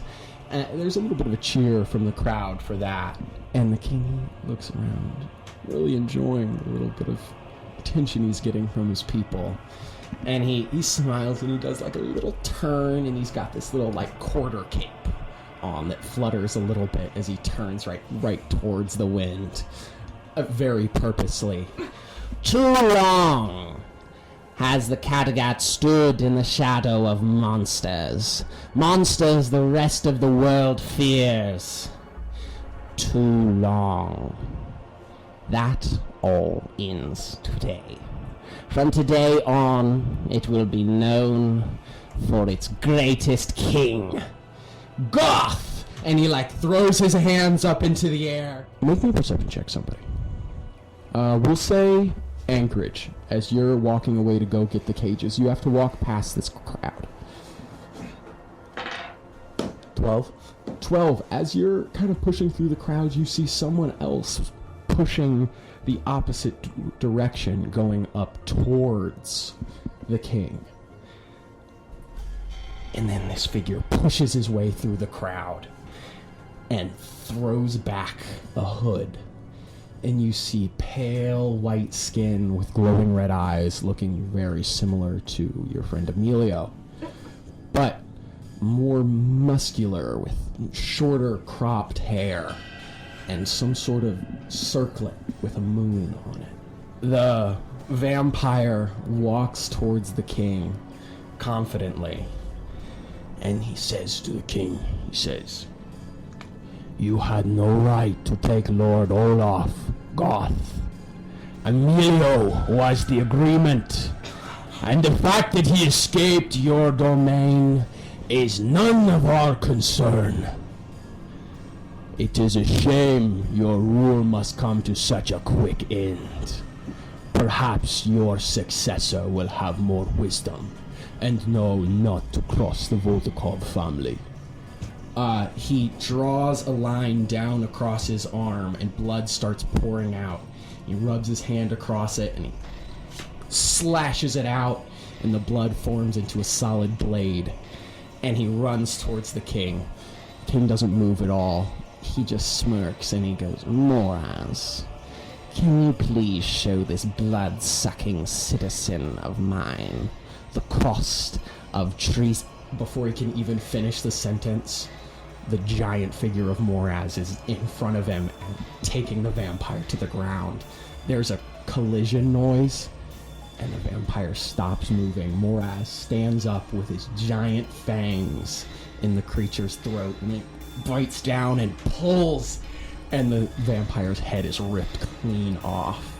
He throws it to the ground. Now that the head has been separated, the body disintegrates into ash. Moraz, his black fur now coated in blood, and his shiny gold armor just completely drenched.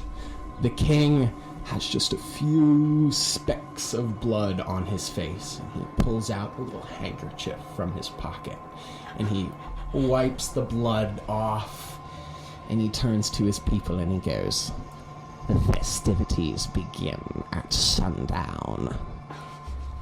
And they all cheer. They're like, this is our king. He is fearless and powerful, and he has this great warrior at his side.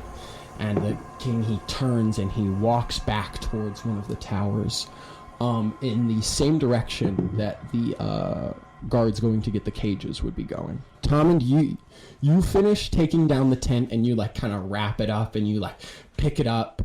Wendy, you said you were helping him? Okay, so where are the two of you taking this tent? Oh, I had meant that I was taking it into my possession from the Blackguard's possession. It's mine now. Okay, yeah, that's what I figured, but it's a big-ass tent. You can't really just carry it around. You gotta put it somewhere. We could, maybe put it where the carriages stand, Yeah, we'll go put it at our carriage, I guess. Okay, so you head over towards one of the front towers, the Tower of the Panther, which is the guard tower, named after the commander of the guard, Moraz, who is the Black Panther. The stables is just right inside the Tower of the Panther. It's been shoveled out a little bit so you can get through the door now, and the two of you head in carrying this tent between you. All of a sudden, you hear this, Hey! Oh my god! It's the troll hunter here! Oh no! Barney and Barney come running up to you from inside the Panther Tower. They just both go for a hug. I'll go in for a You hug. go in for the hug, they give you. Oh, can we help you with that? You need to get that somewhere? Like, you guys heading to the carriages with that? Oh, yeah, we were just King Goth didn't seem too happy to see this, so we're gonna go hide it in our cart so he doesn't have to look at this anymore. Good idea. Nice work, you guys. Hey, is the troll hunter here? We'd really like to see him. He's actually off helping with some other duties at the moment. Yeah, he's pretty important. Makes sense. Yeah. He's so important. Yeah. What are you two up to? Oh, dude, we gotta go to work soon. We gotta start carrying cages. Yeah, calling all Blackguard in. King's birthday today, man. It's gonna be awesome. I guess we better come help. Yeah, you better. Okay, here, let's go put this tent down. Okay. Okay, we'll cut back over to Erris and Anchorage. What are the two of you doing? We're scoping out what they're doing with the cages. Okay, yeah, you're following the guards. Right. I want to see if we can find where Bellamy is. You guys head back. This procession is leading you towards the Tower of the King, which is the farthest back of the 5 towers, and the one where the king resides. You enter into the bottom floor, and it's this massive cylindrical room that has just been turned into this dark maze of cages. Uncountable number of cages here. Absolutely insane. And the smell is horrible, and the sound is worse. All of the animals crying out to try and be set free, to no avail at all. And the guards emotionlessly start picking up cages and carrying them out into the snow, where many of the animals wail even more. Oh my god, you know what I'm gonna do? What are you gonna do? I cast How could I? Detect Evil and Good, and that finds Faye. I mean, there's hundreds of Fae here, but you recognize Bellamy. Make me an investigation check to try and make your way through this maze of cages to where you can kind of feel Bellamy's presence. That's a 13. A 13. You search and you search and you search, but it takes you a while. You reach many dead ends that are pretty much impossible to cross with just walls piled high of cages, until you finally make it back around to see a guard with Bellamy's cage in his hands walking out of the tower. Bellamy, grabs onto the bars and, shakes a little bit, but he doesn't see you. Let's just follow him. Wait till he puts the cage down. I have an idea. Okay. I want to pick up a cage that's nearby and accidentally walk into that guy. Okay. Make me a deception check, Anchorage. I'll give you advantage, though, because that's a pretty good move. I got a new die. That's a 12. You crash into him. How convincing it is, you're not really quite sure. It's not your best performance. Both of you drop the cages to the ground and they tumble over. What kind of creature did you pick up? Just curious. Something small. Something small. You pick up a little worm dragon. It's just starting to sprout its wings. You drop both cages and Bellamy's cage falls and rolls a little bit, and he's like, "Ow! Hey, I watch where you're walking, you fucking idiot!" And then he looks over and he sees you, and his eyes go wide. And the guard goes, "What'd you say to me, you stupid little rodent?" And Bellamy goes, "Oh, I called you a fucking idiot!" And the guard goes, "Oh, I oughta." Are there other guards around? Yeah, there's a few others. Probably 2 others that can see what's going on clearly. As they argue, I'm gonna go ahead and cut in and be like, "You can't hurt that gopher, dude. It is for Goth." That's true. He looks over and he's like, "No, I just can't kill it." And he kicks the cage. And Bellamy goes, "Hey, you fucking asshole! What the hell? Why don't you get down here? I'll give you a piece of me." And hold on, I'm gonna roll persuasion for Bellamy. The guard looks at him and he's like, "Oh, really? You think you're some little hotshot, little fey boy?" And he leans down and gets his face real close to the cage. and he spits on Bellamy, and Bellamy pulls out the knife and stabs him in the eye. Oh! And he reaches out with his little clawed hand, and he grabs the guy's ear, and he pulls his head into the knife over and over and over again. And from inside the cage, and then just drops the guard's head to the ground. The other 2 guards look over in horror, and Bellamy goes, "Little help, Anchorage." Can I use a reaction to bless me, Bellamy, and Erris? Yes. Roll initiative. Gosh. Not you guys. That's a 16 from me. A 16. Okay. An Erris from you. That's gonna be an 11. An 11. So Anchorage, you actually get to start. I'm just gonna charge over and stab, or try to hit one of the other guards with my short sword. Okay, we'll hit. We'll say advantage because he does not expect the fellow blackguard to turn around and stab him. So you get your full sneak attack? Mm-hmm. Yeah. Okay. That's a 13. A 13, that does hit. They're not in heavy guard uniforms at all. They're just in their leathers. Is there one more guard? There is one more guard. Okay. That's 12 damage. You want to describe your kill for us, Anchorage? Yeah, I just run over and stab one of the guys right through. Yeah, you just run him right through and just drop him to the ground. A little bit of little blood curtain as you pull out the knife. That is going to bring us to you, Erris. While the other guard is taken aback by watching Anchorage completely murk that other guard, I'm going to go ahead and sneak behind him. Okay. And take my quarterstaff and just try and stab. hit. Okay, you're going to shillelagh him? Yeah. And it's where the quarterstaff is imbued with nature's power. Right, so you get to add your spell attack modifier to hit, right? Yeah. Okay. That's gonna be an 18. An 18, that hits. Yeah. So go ahead and roll damage. Oh.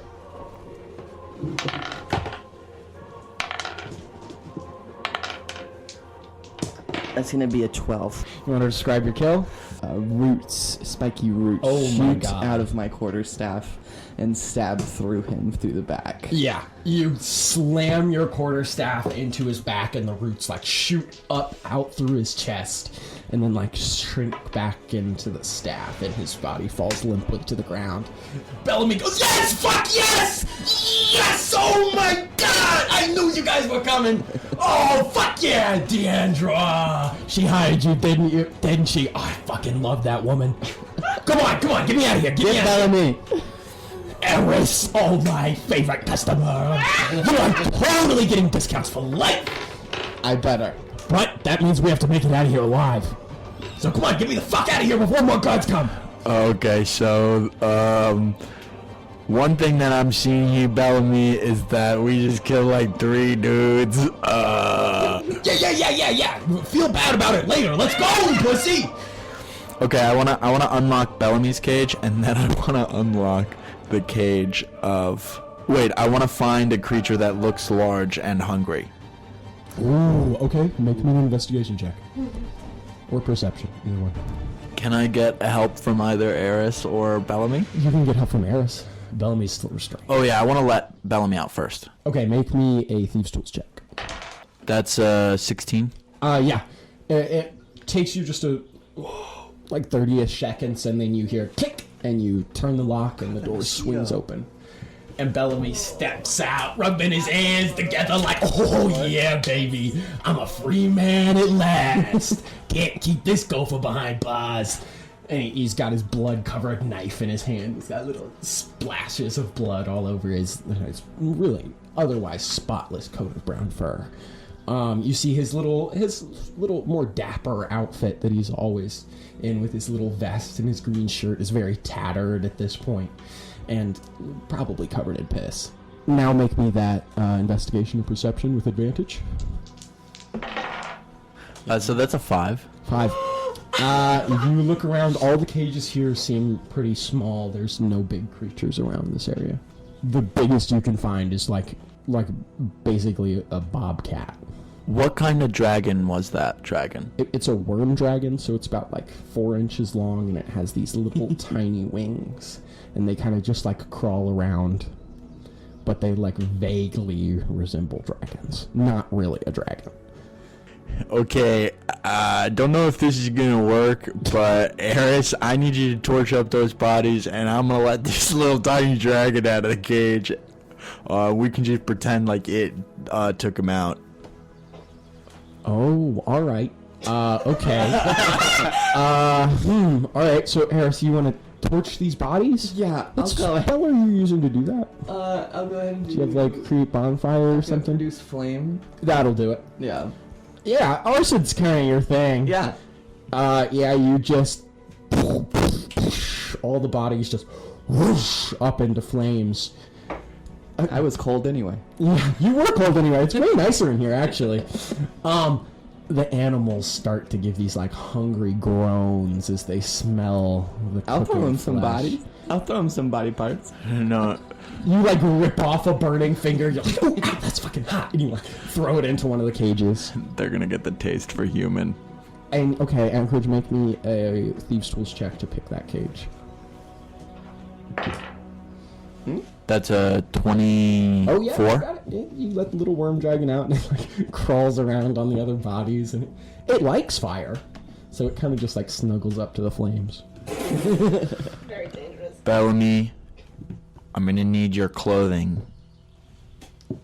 He's like, all right, nobody look, and he takes off his vest and his shirt, and he's like still covered in fur. He looks no different. I hand you the clothes. Oh, this is so embarrassing. I want to take it and light it on fire and then throw it back in the cage that he was in and lock it. Okay, nice. Yeah, you do it. Nice. Very nice. Good, nice touch. Where are you guys going now? The fuck out of here. Okay, as you're going the fuck out of here, Tommund and Wendy are just like walking up to the door of the King's Tower. Because you guys said you were going to look for the cages, right? So you would just about now be finding them. As Erris and Anchorage come walking out. How do you guys have Bellamy? I can carry him if he would like to be carried, or So he the can just be- he's about like, he's not large, and the Okay. snow is high. Yeah. So he will just like sink right into it and disappear. I have my cloak. Can I be like kind of hiding him a little? Yeah, bit you can under hide him the under cloak? your cloak. Yeah. Sure. Yeah. Bellamy, you need to go full gopher mode, dude. No speaking, just gopher. He like a little furry thumb pops out of the cloak. Wendy and Tommund, you both see that, and you're like, wait, holy shit, is that the gopher? Oh my god. Let's go, let's go. Let's get out of Are here. Barney and Bunny with us? No. No? No, they stayed in the. Oh, okay. They stayed behind. They're, Oh, y'all, did y'all see Barney and Barney? Yeah, we did. They asked for No. you, actually. I love those little rascals. those little rascals. So what did you guys do in the meantime? Let's just say I got a little toasty in there. Are you guys going to one of the other towers? There's the Tower of Gods, which is the smallest and kind of like the sanctuary temple area of this, and then there's the Tower of Commerce, which is like the shopping district. Which I don't think You you should guys probably should do bring either. Bellamy back to the cart, right? You can take Bellamy back to the cart too. That'll take a return to the Tower of the Panther, where your cart is in the guard tower. I mean, you guys were just there, right? Yeah, we were. I mean, Barney and Barney are there. We probably shouldn't head back, but we could tell them that we sent you back there to say hi to them. Yeah. Yeah. Oh, that's smart. Okay.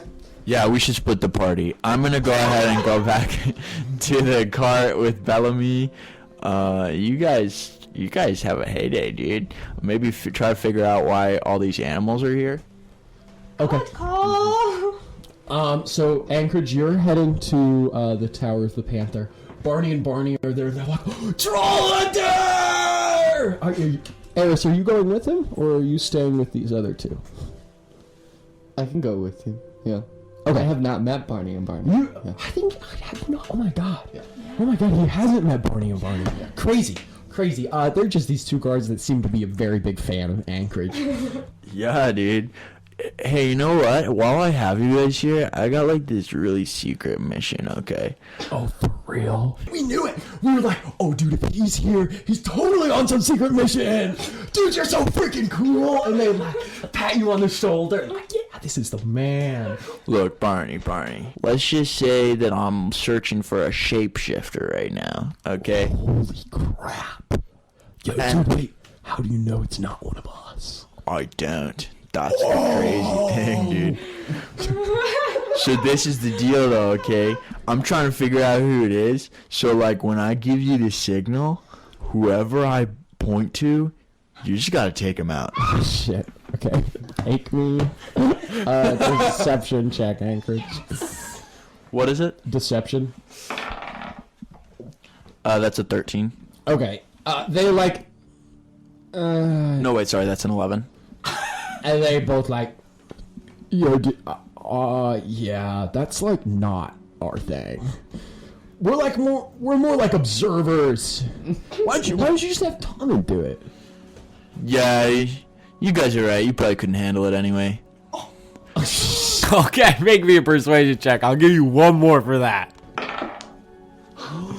That's 25. Oh, fuck off. Okay, well, I shouldn't have given you another chance. That was my bad. Wait. One of the Barneys goes, come on, Barney, we totally got this. And the other one goes, oh, all right. I knew I could count on you guys. Yeah, you can always count on us, man. You just enlisted 2 hitmen. Yes. The 2 most incompetent hitmen. I'm just rolling my eyes throughout this interaction. So then you guys taking Bellamy to the carriage? Yes. You bring him to the carriage, and Emilio like pops out from the coconuts, and he's like, "Hello, how are things going? Hey, I thought I maybe smelled one of my family members. Did they maybe make a show or something?" Look. Emilio, nah, there are no vampires here, dude. No worries. None are here. You probably just are smelling yourself, dude. You gotta take a shower or something.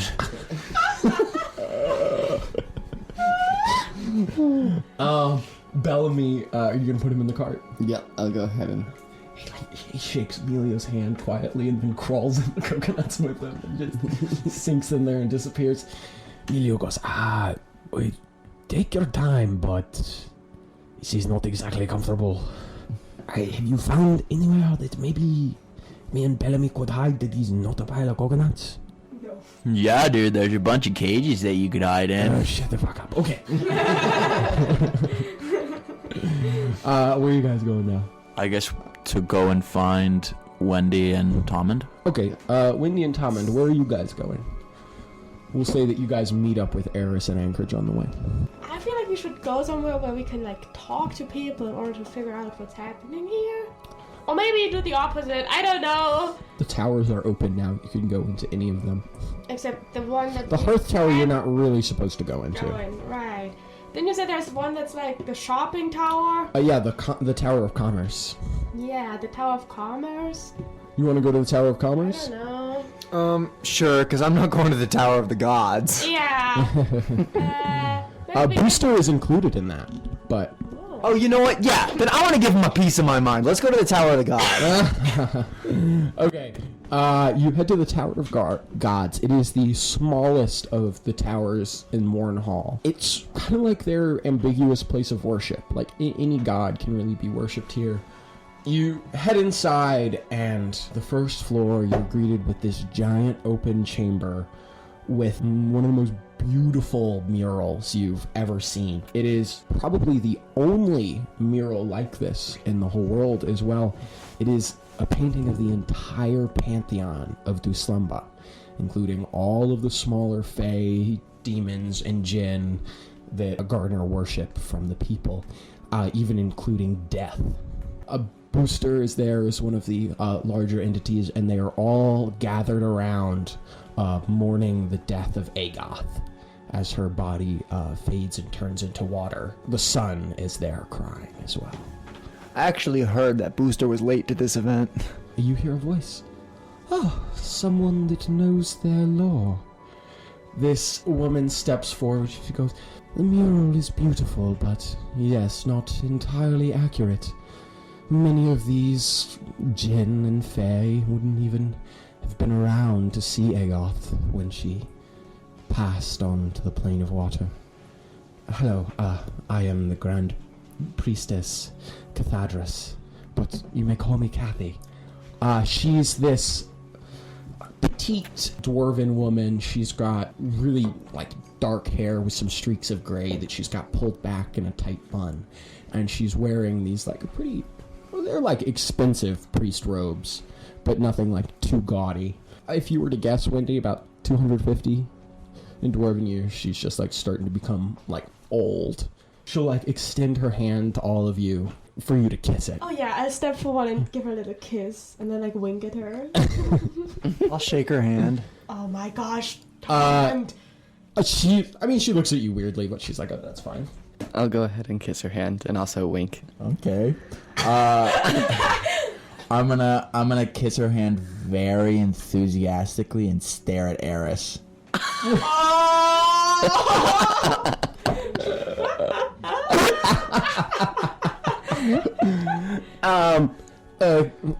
Cathandras, or Kathy as she's told you to call her, doesn't seem to catch the hint at all. She's still just staring up at the mural. What brings the four of you to my house today? Before I ask that, to which of these guys are you loin-locked? Truly, such an elegant way to put it. You can't be in partnership with one of these guys unless they got you by the marbles. I would say I'm partners with no god. If I worship any, it's the scripture.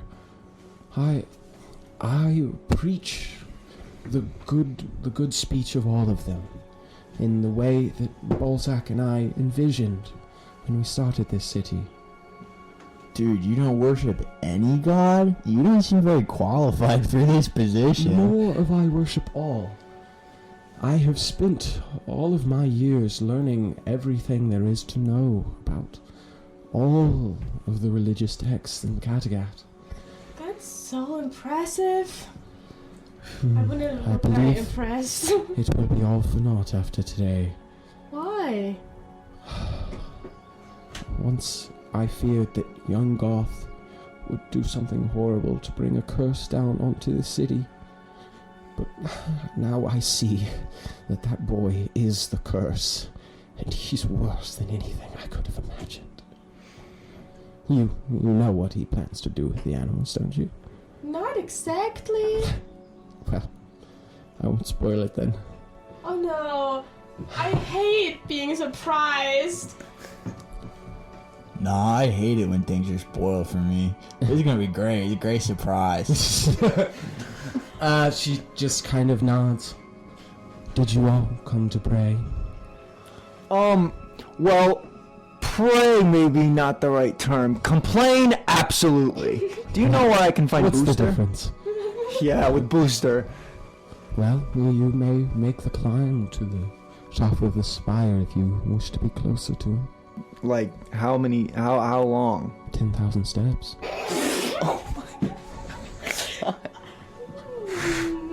Tommund! Booster does not make it easy to complain to him. You better really want this. It's understandable, honestly.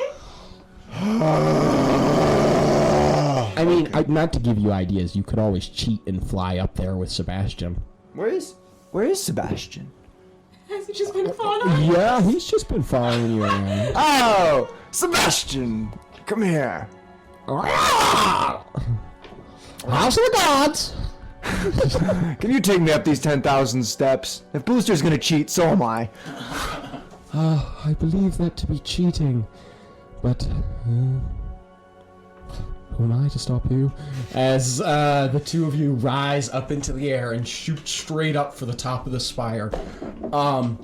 It's completely like an open plan, just with stairs winding up around the sides. You make the flight very quickly, Tommund, and you reach the top. You're completely alone up here. It's this silent room, and the roof is all made of like clear glass, and you can see right up into the heavens. The snow clouds have fully cleared by now, and the sky is beautiful. Suddenly, the whole tower begins to hum with energy as you hear this magnificent voice booming throughout the room. Who has made the 10,000 step climb to complain to the great Booster? I didn't do your silly climb, Booster. Oh, it's just you, Tommund. Booster materializes. The gigantic, absolutely jacked guy. He's balding a little bit more than the last time you saw him, but you're pretty sure he's doing that on purpose.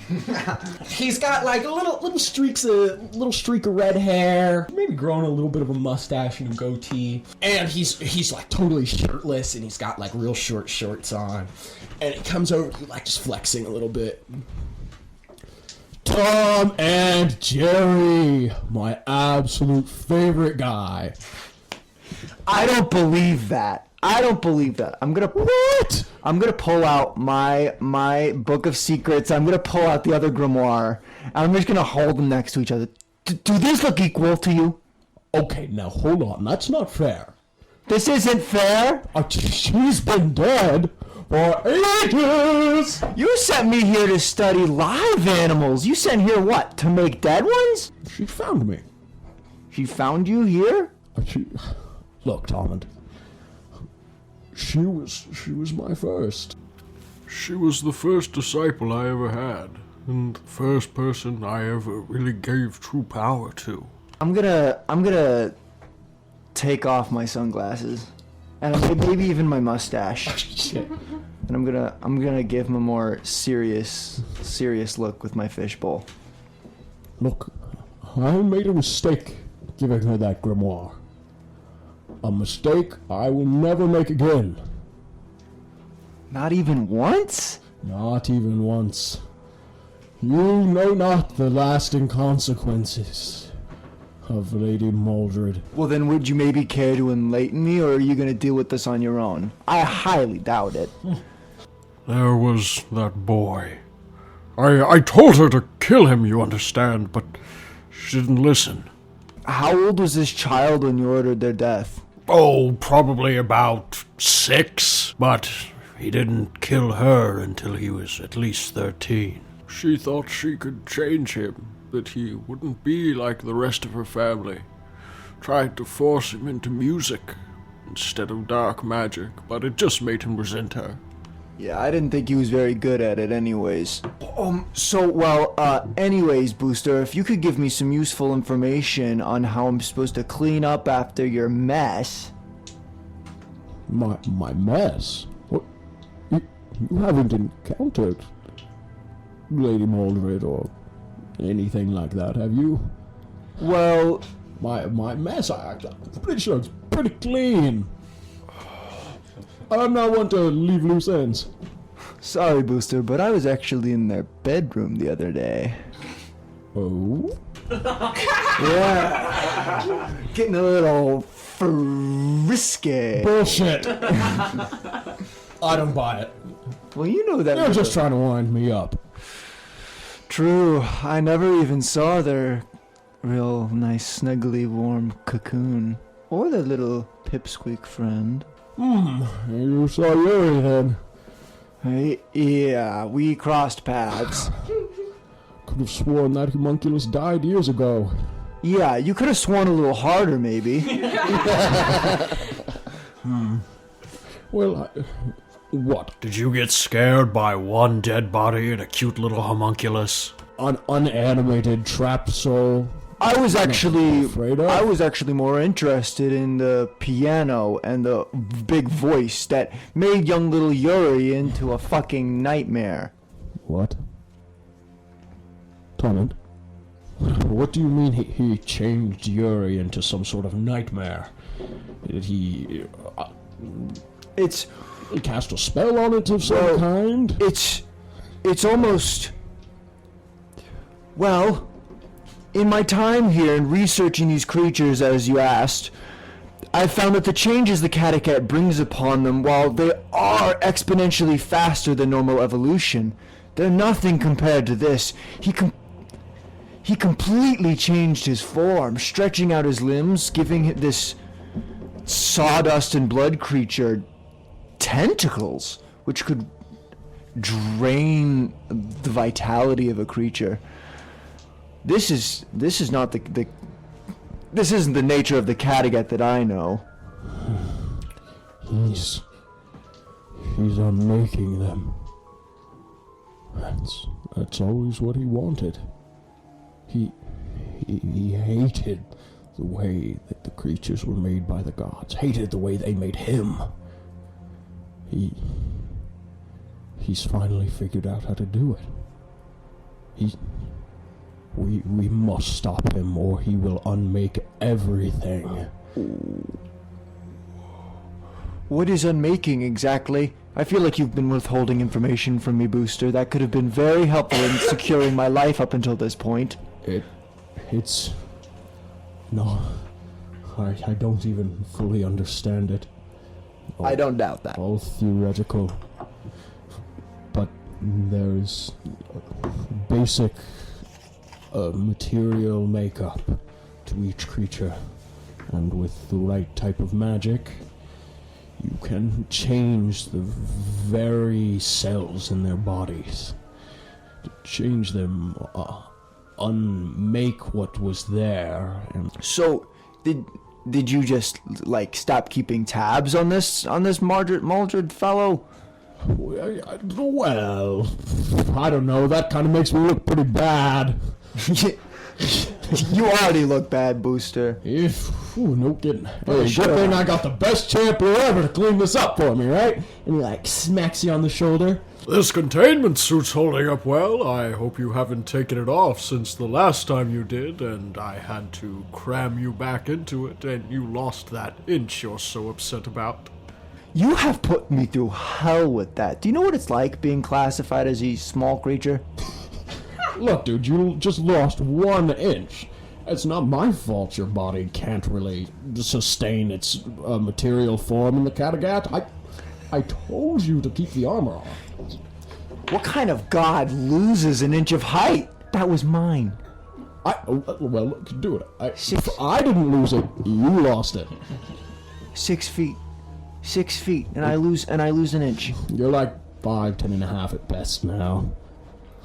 Are you saying you lost even more, Booster? I don't know. You just look a little smaller than the last time I saw you. Well, how am I gonna clean this up? You gonna help me out in some way? You gonna boost me?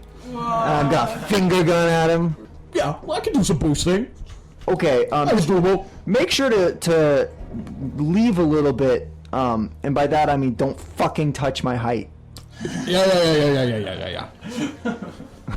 Okay, I'm done being serious. I'm gonna put my mustache and sunglasses back on. We're seeing you, Tommund. Don't cheat next time. It's lame. The perk goes, Well, hold on. You haven't told me what to do. Don't get unmade yourself. That's for sure. That would be a fucking disaster. I don't really know what to do.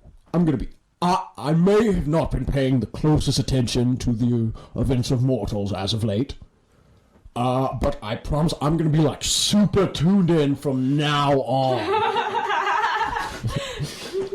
You better leave that cat and mouse alone and start paying attention to things that matter. Hey, don't bring your namesakes into this. You know nothing about them. Nothing! Tell me more. They're family at this point. I'm lonely. Okay. He's not going to explain the plot of Tom and Jerry to you. Are you descending back down to your party? Yeah, I'll go back down there. Okay. All of you, Tommund is gone for hours and hours and hours and hours. Do you guys just wait in the Tower of the Gods? Could I like talk to Kathy again? Yeah, Kathy. Kathy, I'm sorry. Like my companion there, sometimes he's a little bit rude. I'd really like to know what the king plans to do with those creatures. Make me a persuasion check. Yes. That's a 16. Oh, 16? Oh, sweet girl. Isn't it obvious? You think he plans to release them all? No, of course not. He's going to kill them. But how? I don't know. I don't even understand why. I tried to get his mother to stop him, but she won't listen. She's likely the only one that knows the plan, besides the king himself. His mother is around? Yes, she stays with him everywhere and babies him. I can't help but blame her parenting in part for the disaster we are about to experience. Wow. That seems like bad parenting to me. What else could it be? I'm just really confused because there doesn't seem to be like a place to kill all those creatures or like free measurements to handle it. Again, I don't know what he plans to do. He really hasn't discussed his plans with me in length. Who would he discuss his plans with besides his mother? Perhaps the panther, Moraz. Ah, yes, this one I've met already. Lovely guy. He was his father's most trusted friend, and he takes good care of Goth. Good. Alright, Casey. You know, I guess you'd better stay in here. I plan on it. I don't wish to watch this. I will remain here with my gods and try and make peace with them for what I've done and what I've let happen. And she just continues sitting there staring at the mural. I want to pull Wendy and Erris aside and turn to Wendy. How flexible is that thing that you were doing where you change what you look like? It's kind of very flexible. Do you think that maybe you could turn into this is just a hypothetical, of course, but say a large panther? I believe I can't quite change my So you can only change your height by 1 foot. Yeah, exactly. Moraz is at least 7 feet tall. He's gigantic, and you're probably 5 foot. But why would I want to look so disgusting? Well, sometimes you gotta break a few eggs to make an omelet, you know what I mean? Yeah, but what would be the plan after we have 2 more asses?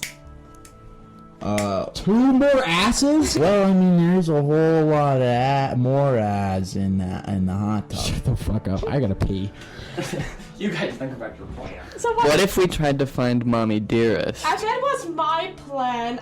Also, Erris, and it sounds a lot more comfortable than turning into this weird, horrible creature. It is I, Tommund Jerry.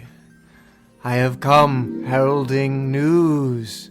Great thanks for my dear friend Julian Monet for keeping my darkest and deepest secrets. Thank you, my sweet, sweet Julian. I'll see you soon on your Spotify page at Julian Monet. And remember, kids, whenever you're rolling 420s, make sure you're rolling with spectral craft. Kathy, one last question. I'm just really not satisfied. I'm so curious. What do you think, where would the mother of the king reside? The Tower of the King. That makes a lot of sense. Doesn't it? Yeah. Have you ever been in there? Many times, hundreds. It's a beautiful place. It was decorated for Balzac, but he never saw the inside of it. He I would died before love it to was see the finished. inside of it. Do you think they'd give me a tour? Certainly not. Oh, The chambers will be closed until the king comes down for the festival. Oh, too bad. Man. Well, I mean, what about for like us black guards? No, goodness no. Only the closest king's guard are even allowed in there. Interesting. You really are new to this.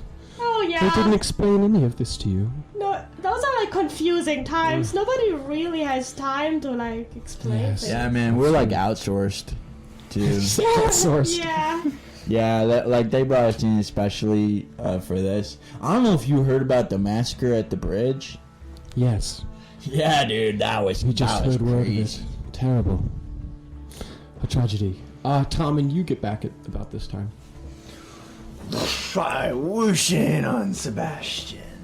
Tommund, where have you been? Yo, what booster set? Oh. Well, between a worthless musclehead and a puddle, I'm gonna think that we have no divine help in this situation. Sweet. Awesome. Worthless musclehead in a puddle. Gotham booster. Oh yeah, baby. What I could figure out is that the issue we're currently facing with this kid Goth, or with this King Goth, I'm gonna look at Kathy and just she shakes. She doesn't care. Might be second most important on my agenda.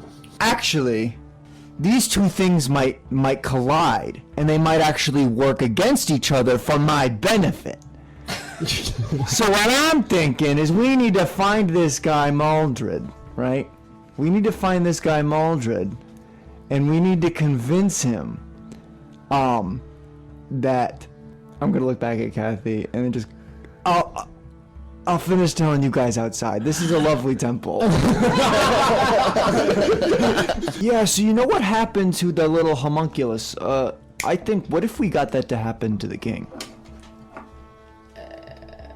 I mean, if we could get that to happen to him.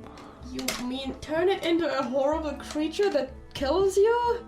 It would kill Goth, but then we would have to kill the creature. Well, everyone would. True. What if that's Goth's plan with all these little creatures? You guys have now stepped outside. The snow has stopped, and hundreds of the cages are now gathered in the center of the courtyard, and the guards are still bringing out more. The sun is starting to sink lower in the sky, and the Tower of the King becomes increasingly empty as the cages are pretty much all brought out into this courtyard. I don't know. I think we should try to at least like get some information on what's going to happen. And I feel like best plan we had so far was trying to somehow spy on the queen. Or like King Mother, I guess. Spy on the queen? The King Mother. King Mother, yeah. The King Mother, why? So we talked to that lovely lady inside, and she told us that apparently she's like one of like the only people the king trusts. And also she seems to be a really shitty parent. But that's just a side note. We could, if we are going down the road of eavesdropping on Mommy Dearest, I could always transform into... Yeah, that seemed like the best idea we had so far. Yeah, Erris can get in there pretty easy. I figure I could probably sneak in there. I'll go ahead and transform. Okay, wait, how about you don't turn into a... Oh no, you can turn into something that can fly. No fly. No fly. Sad. Well, yeah, then spider seems cool. They can climb walls. So what creature are you doing, Erris? Squirrel. Squirrel? We just do the squirrel. What does your squirrel form look like? It is a pure black squirrel. Adorable. Yes.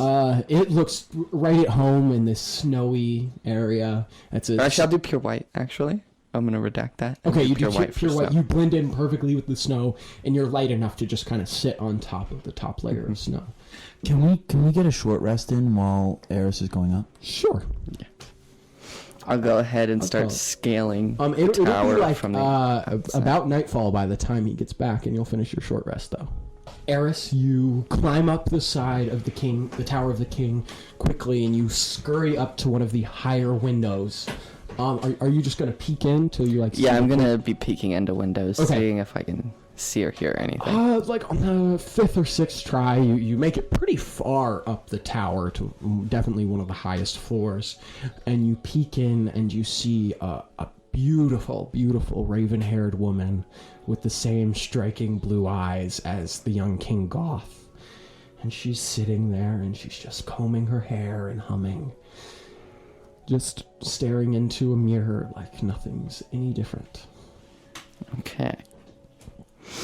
We have found Mummy.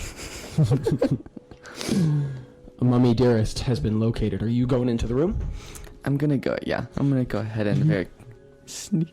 You climb into this little room. It's very lavishly decorated. It's beautiful. There's flowers and vases all around the room. And there's beautiful pictures and paintings of the young King Goth. She's very proud of her son. And her, like, standing together, looking very regal. And one painting of her late husband, King Balzac, looking very barbaric and heroic, standing against a blizzard. What you doing, Erris? Are there any documents of any sort anywhere? Documenting anything? No documents. Okay. You can see. Well, she seems to be just chilling on her own, so I'm not sure how to trigger a conversation. And you could try. You can just wait if you'd like. Yes. Okay. You find a little. Do you want to try and hide as your little squirrel form? Okay. Make me a stealth check. We'll say squirrels get +3 to stealth. Okay. 9. 9. I mean, you like you're a small animal. You like curl up in the corner there, and you wait for a while. It runs about an hour, and then Goth comes in. Oh dear God. And in his hand is a very ornate silver rune engraved crossbow. And he's got a quiver with him, and he goes, "Mother, do you think this quiver matches my kingly garb well enough? Or should I get the other one?" She looks over and she goes, "Oh, my sweet boy, you look wonderful. You're growing up so fast, I can't believe you're 16 today. You're finally a man, no longer the boy king." And she, like, pinches his cheek and goes, "Mother, stop it!" He was, like, kind of hefts the crossbow, like, over towards the mirror that the Queen Mother was looking at herself in, and he, like, poses up a little bit. And he points it and sights it. "Oh, yes, people are going to fear me after today. Oh, Mother, this has been such a wonderful, wonderful birthday. One of those Voldemort vampires tried to kill me, and Moraz ripped his head off." He just cackles a little bit in this very boyish, kind of cruel way. "Well, Mother, are you ready for the festivities to begin? I wouldn't want you to miss anything." She goes, "Of course, dear boy. You have your crossbow? Are you sure that'll be enough arrows?" "No, you're right, Mother. I should get another. After all, I will need to do this myself." And the two of them walk out of the room. Okay. I'm gonna go ahead and leave it at that and escape through the window again. You climb out through the window and you rush down in your little squirrel form and you touch down on the ground and scurry over to where your friends are waiting. Yes. The sun is starting to slip behind the horizon a little bit. I'm gonna stay a squirrel for a second, just in case. But I just can't. got like a few more minutes of squirrel form. Yeah. Because I think it lasts for like an hour, maybe 2 hours or something. Okay. I'm gonna go ahead and scurry up to them. Okay. Can my squirrel talk? Yeah, your squirrel can talk. Yeah, okay. I've not learned much, but it does seem that whatever is about to happen is happening very soon as the sun is going down. And I did see Goth along with his mother, and it seems that he personally needs a plethora of arrows through his crossbow for whatever, I do not know, but he at least needed to be ready to defend himself, I am assuming, or to at least attack multiple creatures. As the sun sets, a horn sounds that marks the beginning of the celebration. Goth can be seen walking out of the Tower of the King with his mother behind him, and Moraz as well. The three of them walk towards the cages, and as they do, all of the people that have gathered here for the birthday, they start coming out of the Hearth Tower or wherever they were and gathering in this huge crowd around these hundreds and hundreds and hundreds of cages. Goth is dressed the same as you saw him, Erris, but he has another quiver on his belt now, and his crossbow is slung over his shoulder, and he's just smirking away. Hundreds of guards start pouring out of the Tower of the Panther and make a bit of a wall in between the crowd and where the cages are. They're going to try and also separate you guys off from the cages. Are you going to join the wall of the guards? Or because you are in Blackguard uniform. Is Barney and Barney here? Yeah, they are. They joined the wall. I want to go over to them. Barney. Yeah. I feel like the shapeshifter is near. Oh shit, dude. I need you to get as close to Goth as possible. Right, in case it goes for the king. Yeah, good exactly. idea. They kind of break off from the wall, and they walk over just a little closer, and they kind of stand by the cages. There's a few other guards doing that too. And the wall just kind of, it'll fill in a little bit unless you guys want to take the place. We take the place. 4 of you slip into the wall of the guard. Sebastian gives you a look, Tommund, and he takes off into the air and begins his circle. Can I just listen if somebody around us says something interesting? For example, on what we are expected to do as guards. That conversation is being had. One of them's like, are we supposed to keep the monsters from the people or the people from the monsters? I don't understand. There's many whispers of what's going on. From the crowd, you hear people like, God, what is this? What are you doing now? And it's one of them yells no longer the boy king! And there's just shouts from the crowd until Goth clears his throat and silence falls over the crowd. Before he starts speaking, can I do the thing where I can detect good and evil? Oh yeah, sure. Celestial fiend in any consecrated or desecrated place or object. You just start putting that up. There's little stuff. There's definitely stuff coming. You're getting senses from the cages. You can feel that there's definitely, maybe even a celestial in there. Definitely a fiend. An undead. It's one of pretty much every monster in the category, as far as you can tell. Goth clears his throat and addresses his people. Says, the other kingdoms live in fear of these monsters. But their fear is misplaced. They should fear Kattegat's people and their king. And he just really throws his hands up when he says that, and the crowd roars. But that all changes tonight, as I do what even my father, the greatest monster hunter of all time, could never do. After tonight, I shall no longer be known as Goth, the boy king, but instead as Goth, the monster slayer king. By the end of this night, not only will I have seen every single type of creature in the Kattegat, but I will have killed it with my own hands!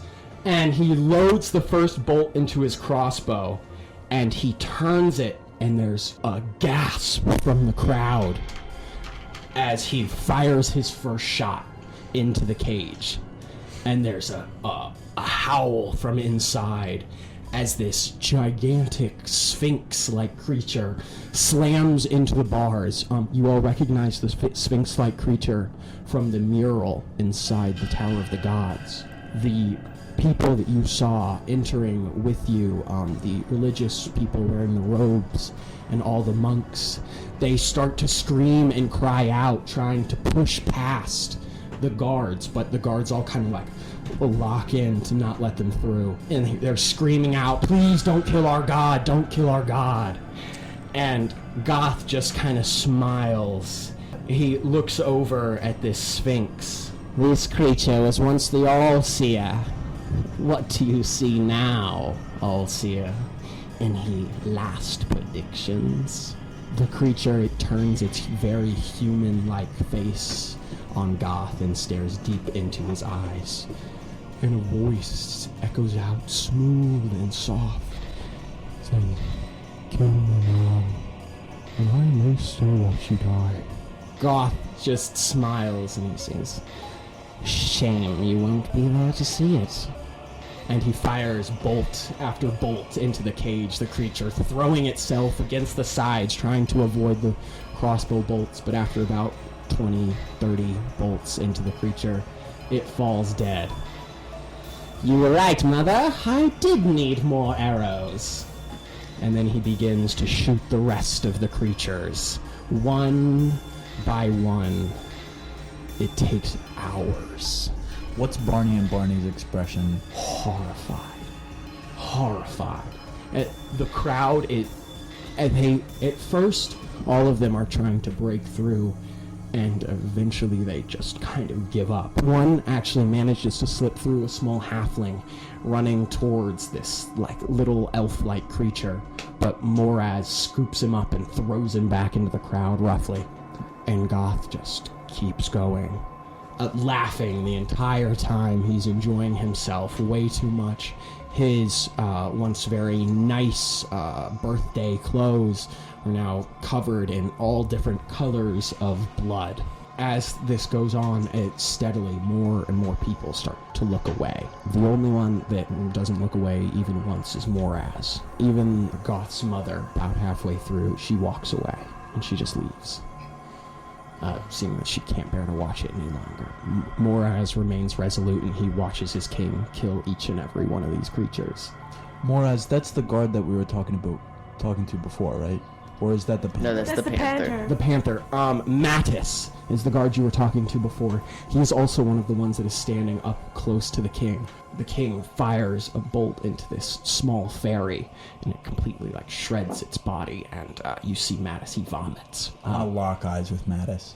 He shakes his head. His loyalty is unwavering, despite his disgust. The moon is high in the sky by the time Goth begins to come to the end of the creatures. He fires some of the last of his few bolts into a unicorn that is forced to be laying down in this very small cage. And he looks about and he goes, "I believe that's the last of them. You all may address your king again. Now, as the Monster Slayer King, which I shall be known as forever onwards, for I have killed one of every creature in the Kattegat." And then you hear a voice. "King, I believe you missed one." This voice, smooth and rough from the crowd. He looks back. "What? No, they're dead. I'm sure of it." And the voice says, "No, King, look closely. The All-Seer moves." The king, "What? I'm sure I killed that beast." And he walks over back towards the first cage where he killed the All-Seer, this giant human-faced sphinx. And he kicks the cage a little bit and he goes, "No, it is certainly dead. Whoever you are, you don't know what you're talking about." And then the All-Seer shakes. "Never mind. Looks like you're still up for some more." And he'll cock back his crossbow and he fires a bolt into it, and the bolt sinks way deeper than all the others, the fletching almost disappearing into the creature's body. That's strange, but he doesn't even really think anything of it. He just fires and fires and fires and fires. And then something starts oozing out of the holes. Blood seeping out, congealing and solidifying into these worm-like tentacles. And suddenly the All-Seer's dead corpse begins to retch and writhe on the ground, vomiting out more blood that congeals into tentacles. Can I break formation and tackle the king out of the way? Yeah. You break formation. You know what's about to happen. You've seen this before. As the creature's skin starts to invert on itself, and its eyes slide back to disappear in its head, you rush forward. Goth is looking very confused. He doesn't really understand what's happening. And you just tackle him to the ground. Make me an athletics check. That's a 5. That's a 5. You're not fast enough. Someone else gets there first. Moraz, the giant panther, in his heavy clad armor, charges forward and tackles the king out of the way as all the tentacles shoot out at once for where the king was standing seconds before. But instead of striking the king, they strike Moraz. The tentacles pull the giant creature up against the bars, and suddenly a figure starts to materialize next to the cage, revealing starting with the boots, these heavy iron-toed boots, and then they rise up to reveal long, wavy robes covering the legs, and it reaches up and the chest starts to form. Bare-chested, skin stretched tight to the bones. You can see every individual rib. And then the horrible face and head starts to come into sight. Rotten flesh of the face is dark and brown, the skin flaking off after years and years of being exposed to oxygen far after the body was dead. The eyes are pale and glossed over, but still gleam with intelligence. But the most unsettling thing is the creature's teeth. The figure lets out a huge smile. All his teeth are gigantic and perfectly white. They almost seem to be made of ivory. And then you look a little closer. They are definitely made of ivory. Anchorage, you're basically right next to him, because you ran up to tackle the king. You look at his teeth and you're quite sure they're fake. They're like veneers. And they appear to be made of piano keys. Dude, where'd you get your grill done? He's almost completely bald with just a few strands of wispy hair. And his brow is set, drooping far over his eyes. And he smiles to the crowd around. Many of you will have forgotten me, but I am here to remind you, I am Mordred, the Unmaker. Watch in horror as I unmake your world. And he grabs Moraz by the face, and his fingers jab deep into the panther's head as he starts to squeeze, as the panther writhes and shakes his giant form. The bones and joints snap and break into these strange, twisted, horrible shapes. As his eyes slide back in his head, his ears rot and disappear, his skin inverts, bone showing all across Moraz's body. You can see almost his entire skull, but where the eye holes in the skull would be have been erased, and it's just smooth skull. The giant panther-like teeth now fully exposed as the lips have inverted on themselves and disappeared.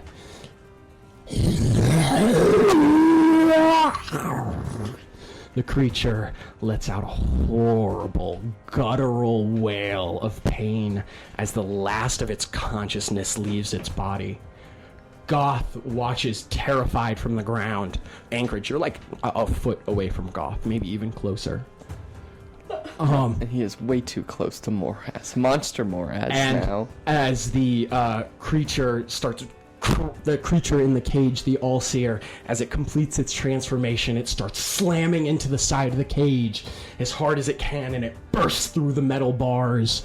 Its giant wings spread out, now not feathery like an eagle's that the Sphinx had before, but stretched thin with bright pink skin, veins visible all around it, tentacles pouring from just about every hole that the crossbow created in the All-Seer.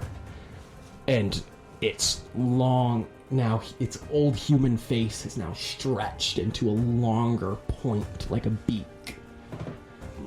Maldred turns and looks at you, Anchorage.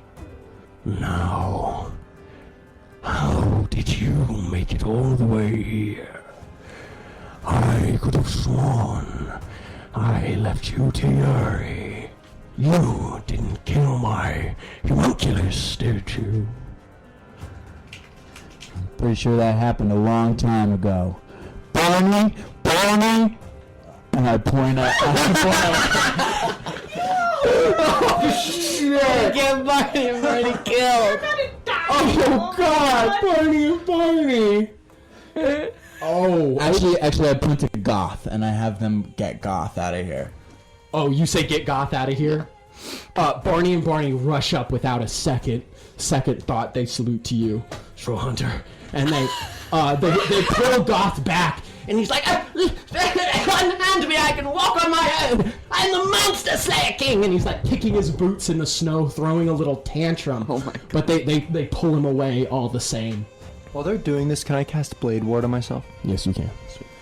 You cast Blade Ward on yourself. And Maldred turns and he goes, "Well, do you think you'll be as lucky this time?" Staring at you, Anchorage, as he raises his hands like kind of Night King style. And all the cages begin to shake. So you just asked him, like, do you think you're going to be as lucky this time? Mm-hmm. Okay, well then he goes like, well, I'm just gonna do the same that I did last time, and I'm just gonna, get my warhammer and charge at it. Okay. So, Wendy, you extend your... do you have your shield? No. No shield? Two-handed. You drop your shield to the ground. Your round buckler sticks in the snow. You crack your neck. Alright, Maldred. I got your creation last time, you motherfucker. Let's see how delicate your head is. Yeah, that's exactly what Wendy thinks. You reach your hands out in front of you, and your giant warhammer zips into your hands, and you charge at Maldred, letting out your best dwarven war cry.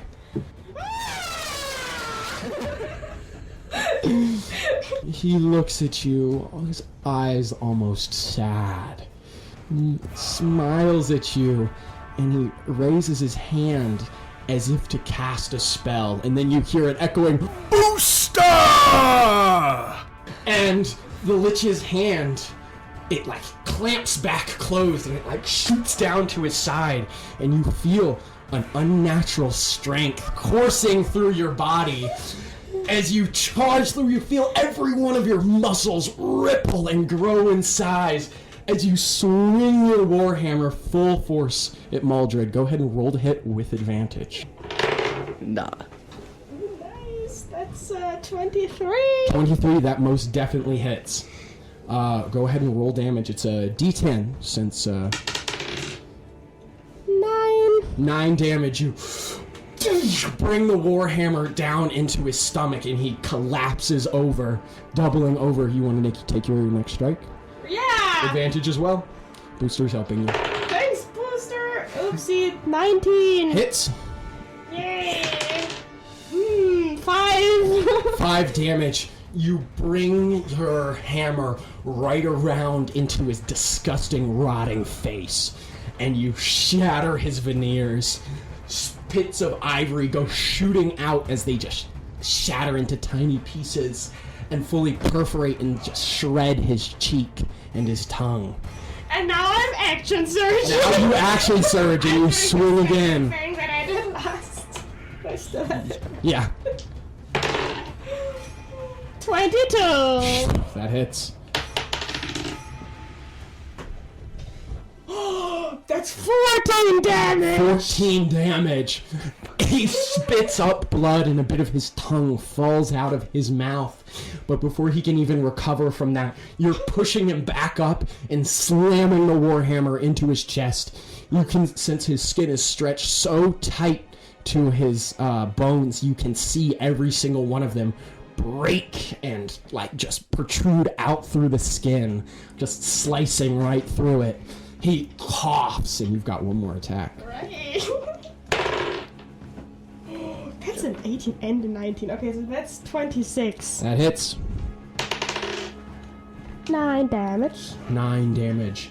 You strike with your last hit for this turn, and you bring it into his knee, and you just snap it. He falls down to being on one knee, and he coughs. The crowd goes silent. They're like, oh my god, did she do it? And then...